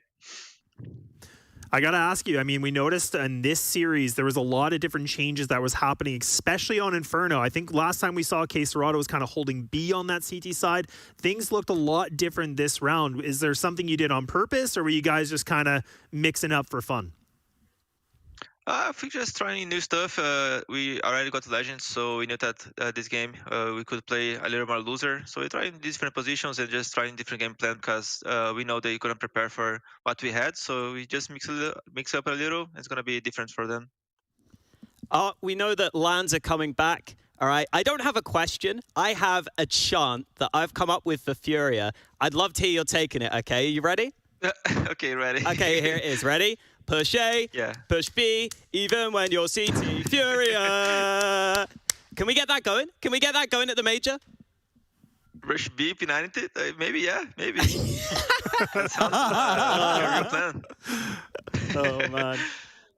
Well, congratulations again. You're saying you're mixing things up. I'm sure whatever you wound up trying out on Ancient, you're now thinking, maybe we should just keep that full-time. That was working pretty well. It's looking pretty good. Saw some nutty clips from you. I mean, the fact that you were in T-spawn on the pistol round right off the rip, was that a read, or was that you just saying, I'm going to hold W, let's see how far I can get? That was, I think, half holding W and half expecting them to go B again. They did a very good pistol against us on B, and I kind of expected it. So I just kind of sniffing around, see what's happening, and I got like a lucky timing. Well, congratulations again on the legend spot and on being in the final. We'll be watching you in that final game. Now you've got a day to kick back and relax and watch which opponent you're going to be playing against. Thanks for joining us. Thanks, man. See you tomorrow. We actually won't see him tomorrow. Yeah. He's got a day off. I don't think he even knows that yet. He's got a day off. He's going to be able to kick back, relax, and chill here. Talking about some of the highlights we had in that particular matchup, there were a lot of them. So let's take a look. Yeah. Let's take a look, because, I mean, look, Art at the start with that flank, you're talking about it. There's going to be a lot of rounds where Art is just in different positions throughout this. Even the dude, that like first gun round, I'm pretty sure he got run boosted in through mid. You could just tell he was just having a lot of fun. And I will say something slightly more serious about this, that I really like that Art has that ability on Ancient to go ahead and play a bunch of different spots and have such a free role. Because I really do think right now, the best teams on this map are the ones that have an in-game leader who's willing to play across the map, get those reads. And you can see in the aim high head-to-head, I don't even know where to start on these numbers. 158 ADR for Yuri. I know there was one cave play in particular you loved for him, Laz. Yeah, I mean, that was in round 8. I mean, that was when he just completely pushed the room. And then, I mean, there was 2 players behind the box. And I mean, he just completely swung and he was still able to get a 3-frag round. And that was, that should be coming up here pretty quick. But I mean, like we were talking about, Yuri was just able to get away with murder. The guy was just running all over the map, picking up frags, getting so much impact this game. I mean, him and Art really just did all the work. And this is the round I was talking about. Gets 1, 2, and able to get the 3rd. And I really think that's where Pain kind of crumbled. All the communications just kind of went really down the drain there. Well, now, before we wrap up for the day, let's go ahead and take a little bit of a peek in at where we're at in the tournament, right? We've got our playoff bracket. Let's look in. We've got our first finalist here in Furia. They are locked on into the matchup, but it's going to be the other side of the bracket that has to play out tomorrow. That's a matchup between Liquid and Godsent. The other legend team in Liquid, Godsent actually cannot further their status in this particular major, but they can earn themselves some serious ESL Pro Tour points and some serious dough, Ray, me, and just some general ranking points as well with a win over Liquid. So a lot of enticement there for a Godsent squad that would love to build some confidence before the major, eh? Sure, and just to prove themselves too against top competition, right? You get those wins, people start to look at you a different way. People start to realize you are a team to take seriously. So definitely one they'll be looking at. And honestly, could be the toughest test for Liquid so far, really. Like, Liquid have just been running over a lot of teams and just been using their individuals. Godsent's individuals have been popping off so far. They have been. We've seen some really spicy play from players like Dumao, from Phelps, from Taco. Man, Taco's been unreal this tournament. Yeah, I think everybody on Godsent's been able to play a very good amount of games. And I definitely agree with you, Hawk. I think this is going to be a really good test for Liquid. I think they've been able to pretty much have convincing wins, except for the Extremum game. That was a bit shocking for everybody. But I think this is a good test because Godsent, they've been able to put up some pretty big numbers, some pretty convincing wins as well. And now they're kind of that underdog a little bit here in terms against Liquid, and I don't know if Liquid are going to just keep pushing on with that aggression, or maybe they'll take things a little bit more slow-paced. Well, we are going to have to save some of that analysis for tomorrow, boys. We got a whole pre-show then. We're going to go ahead and wrap up here tonight on the Intel Extreme Masters Fall. Thank you for tuning in. We'll see you tomorrow bright and early, or late, depending on where you are in the world. Bye-bye.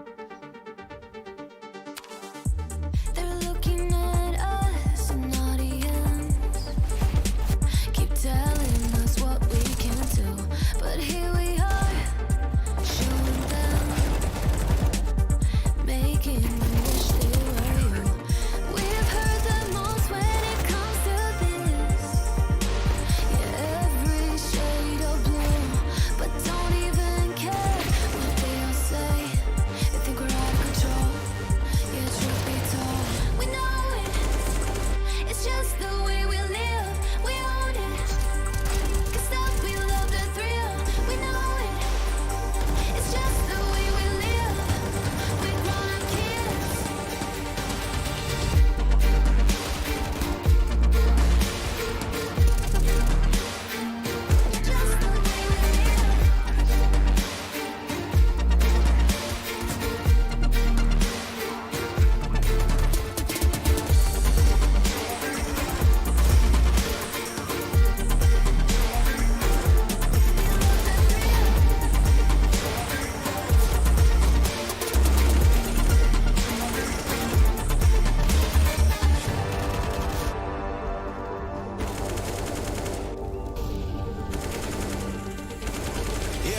They done told me to be myself. So when I went and found myself, the ones who told me back then, be true to who I am, ain't think we was really gonna win. Now they watching us from the sidelines while we drowning victories like we getting high tides. I'm getting my prize, only thing my eyes. These are those moments I don't think anybody else is going to forget.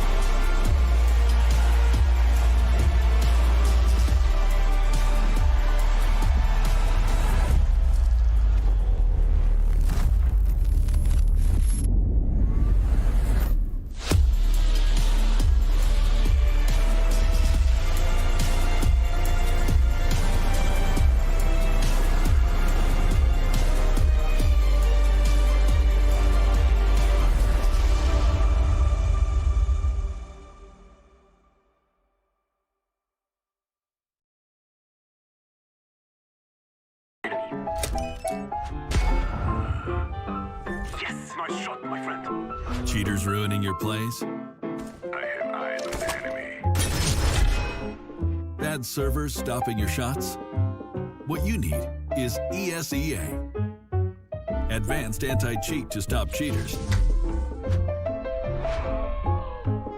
And the best servers around, all with 128 tick rate. ESEA, the best way to play CSGO. Choose nades, choose a smoke, choose a flashbang. Choose team badges to support your favourite CSGO team. Choose an ESEA Premium membership. Choose routes you know bring in wins. Choose pro video tips. Choose the fan club wars. Choose behind the scenes content. Choose good grades. Choose guns you know you can shoot right. Choose bingo. Choose the equipment you know is going to get your team the win thanks to heat maps. Choose the CSGO Hub Premium, the complete package to help you and your squad achieve all your CSGO goals.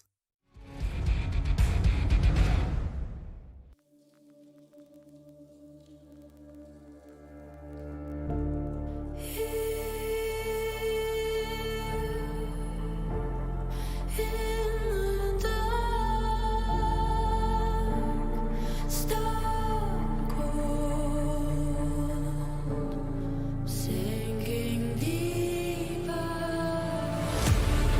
we are here.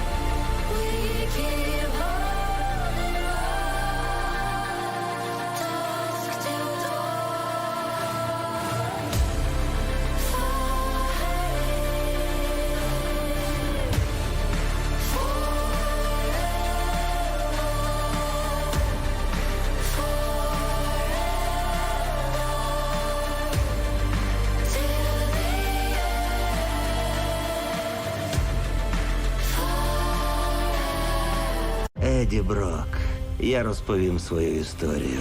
Чому я?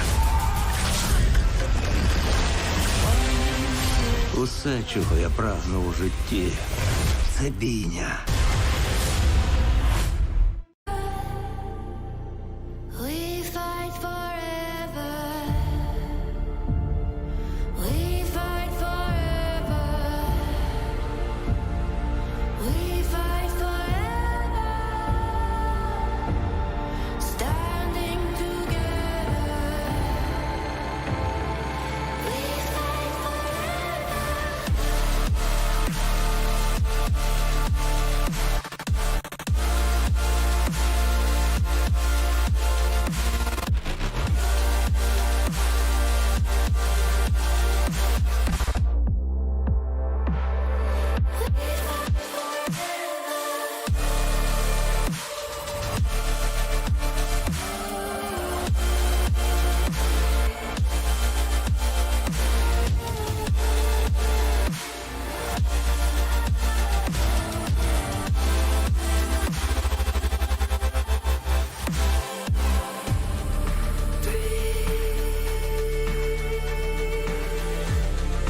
Face the storm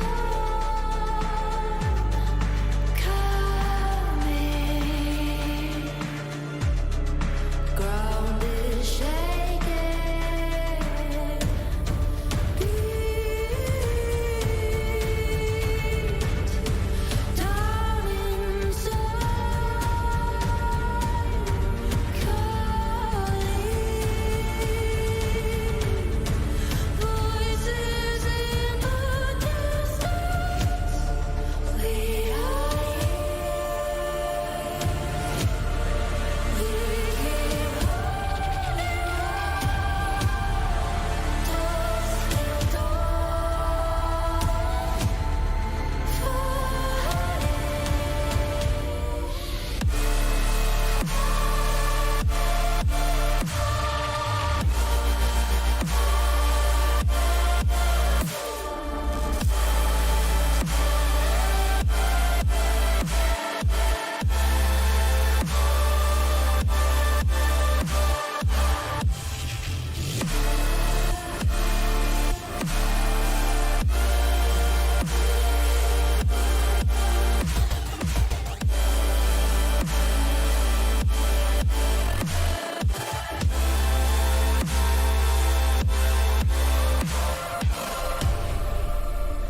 when the water rises, when the world burns down, we will stand together.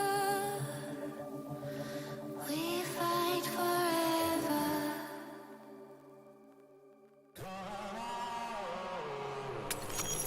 There are storms in the helpful hand, broken bones and the bloodstained flag. Open road and nomadic plans.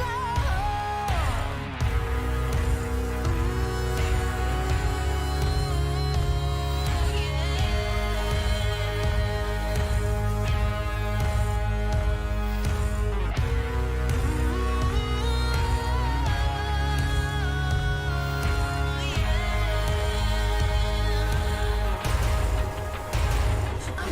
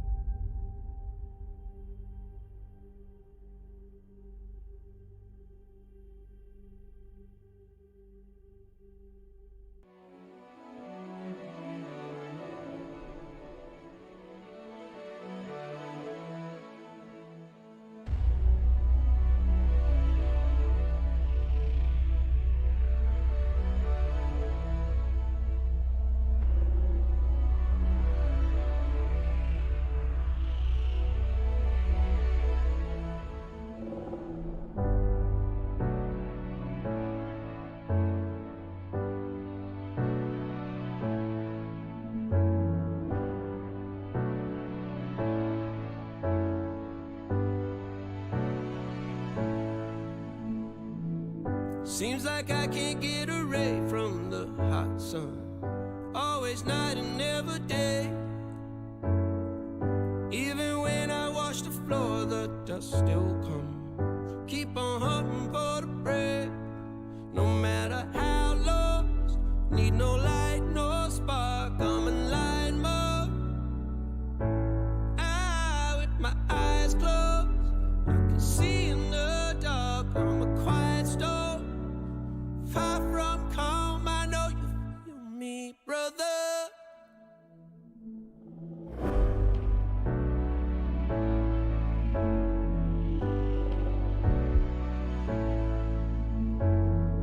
Seems like I can't get away from the hot sun. Always night, it's never day.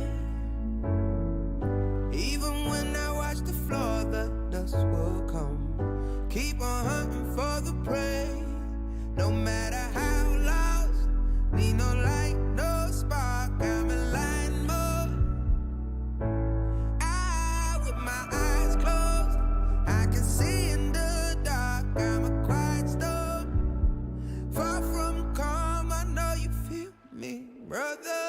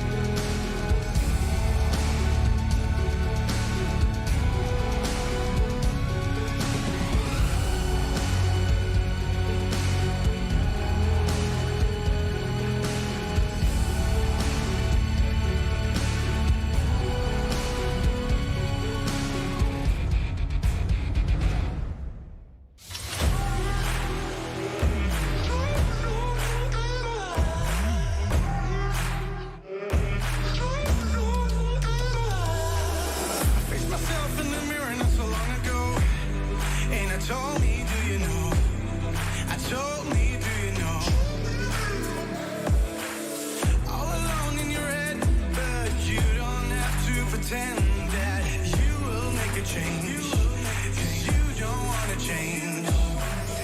I'm gonna be real honest this time. I'm okay with it, I am more than fine. I'm gonna roll all less red dice now. Tell me I won't get out.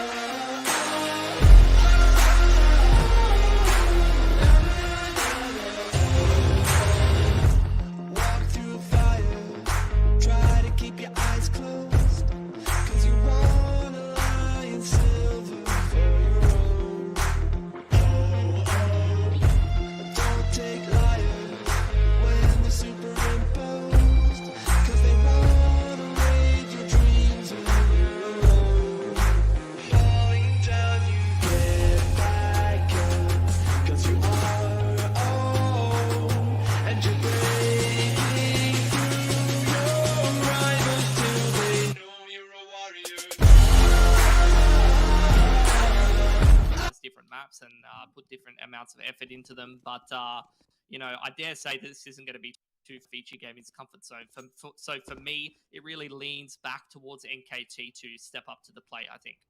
Yeah, certainly. I would agree with you as well. And to be honest, looking at the odds there, I'm actually surprised that NKT is as low as they are. I feel like this is a matchup that you would probably expect it to balloon out in a little bit, but that hasn't necessarily been the case. So at least as far as the bookies are concerned, they're saying that NKT might have a bit of a chance. Maybe that's only for map 1 though, and that is their choice. So there is that. Yeah, I think it's going to be one of those cases where, you know, there's not as much of a known quantity and not as many reps. So you don't want to go too crazy on the odds in a matchup like this, or you might end up unbalancing the books perhaps.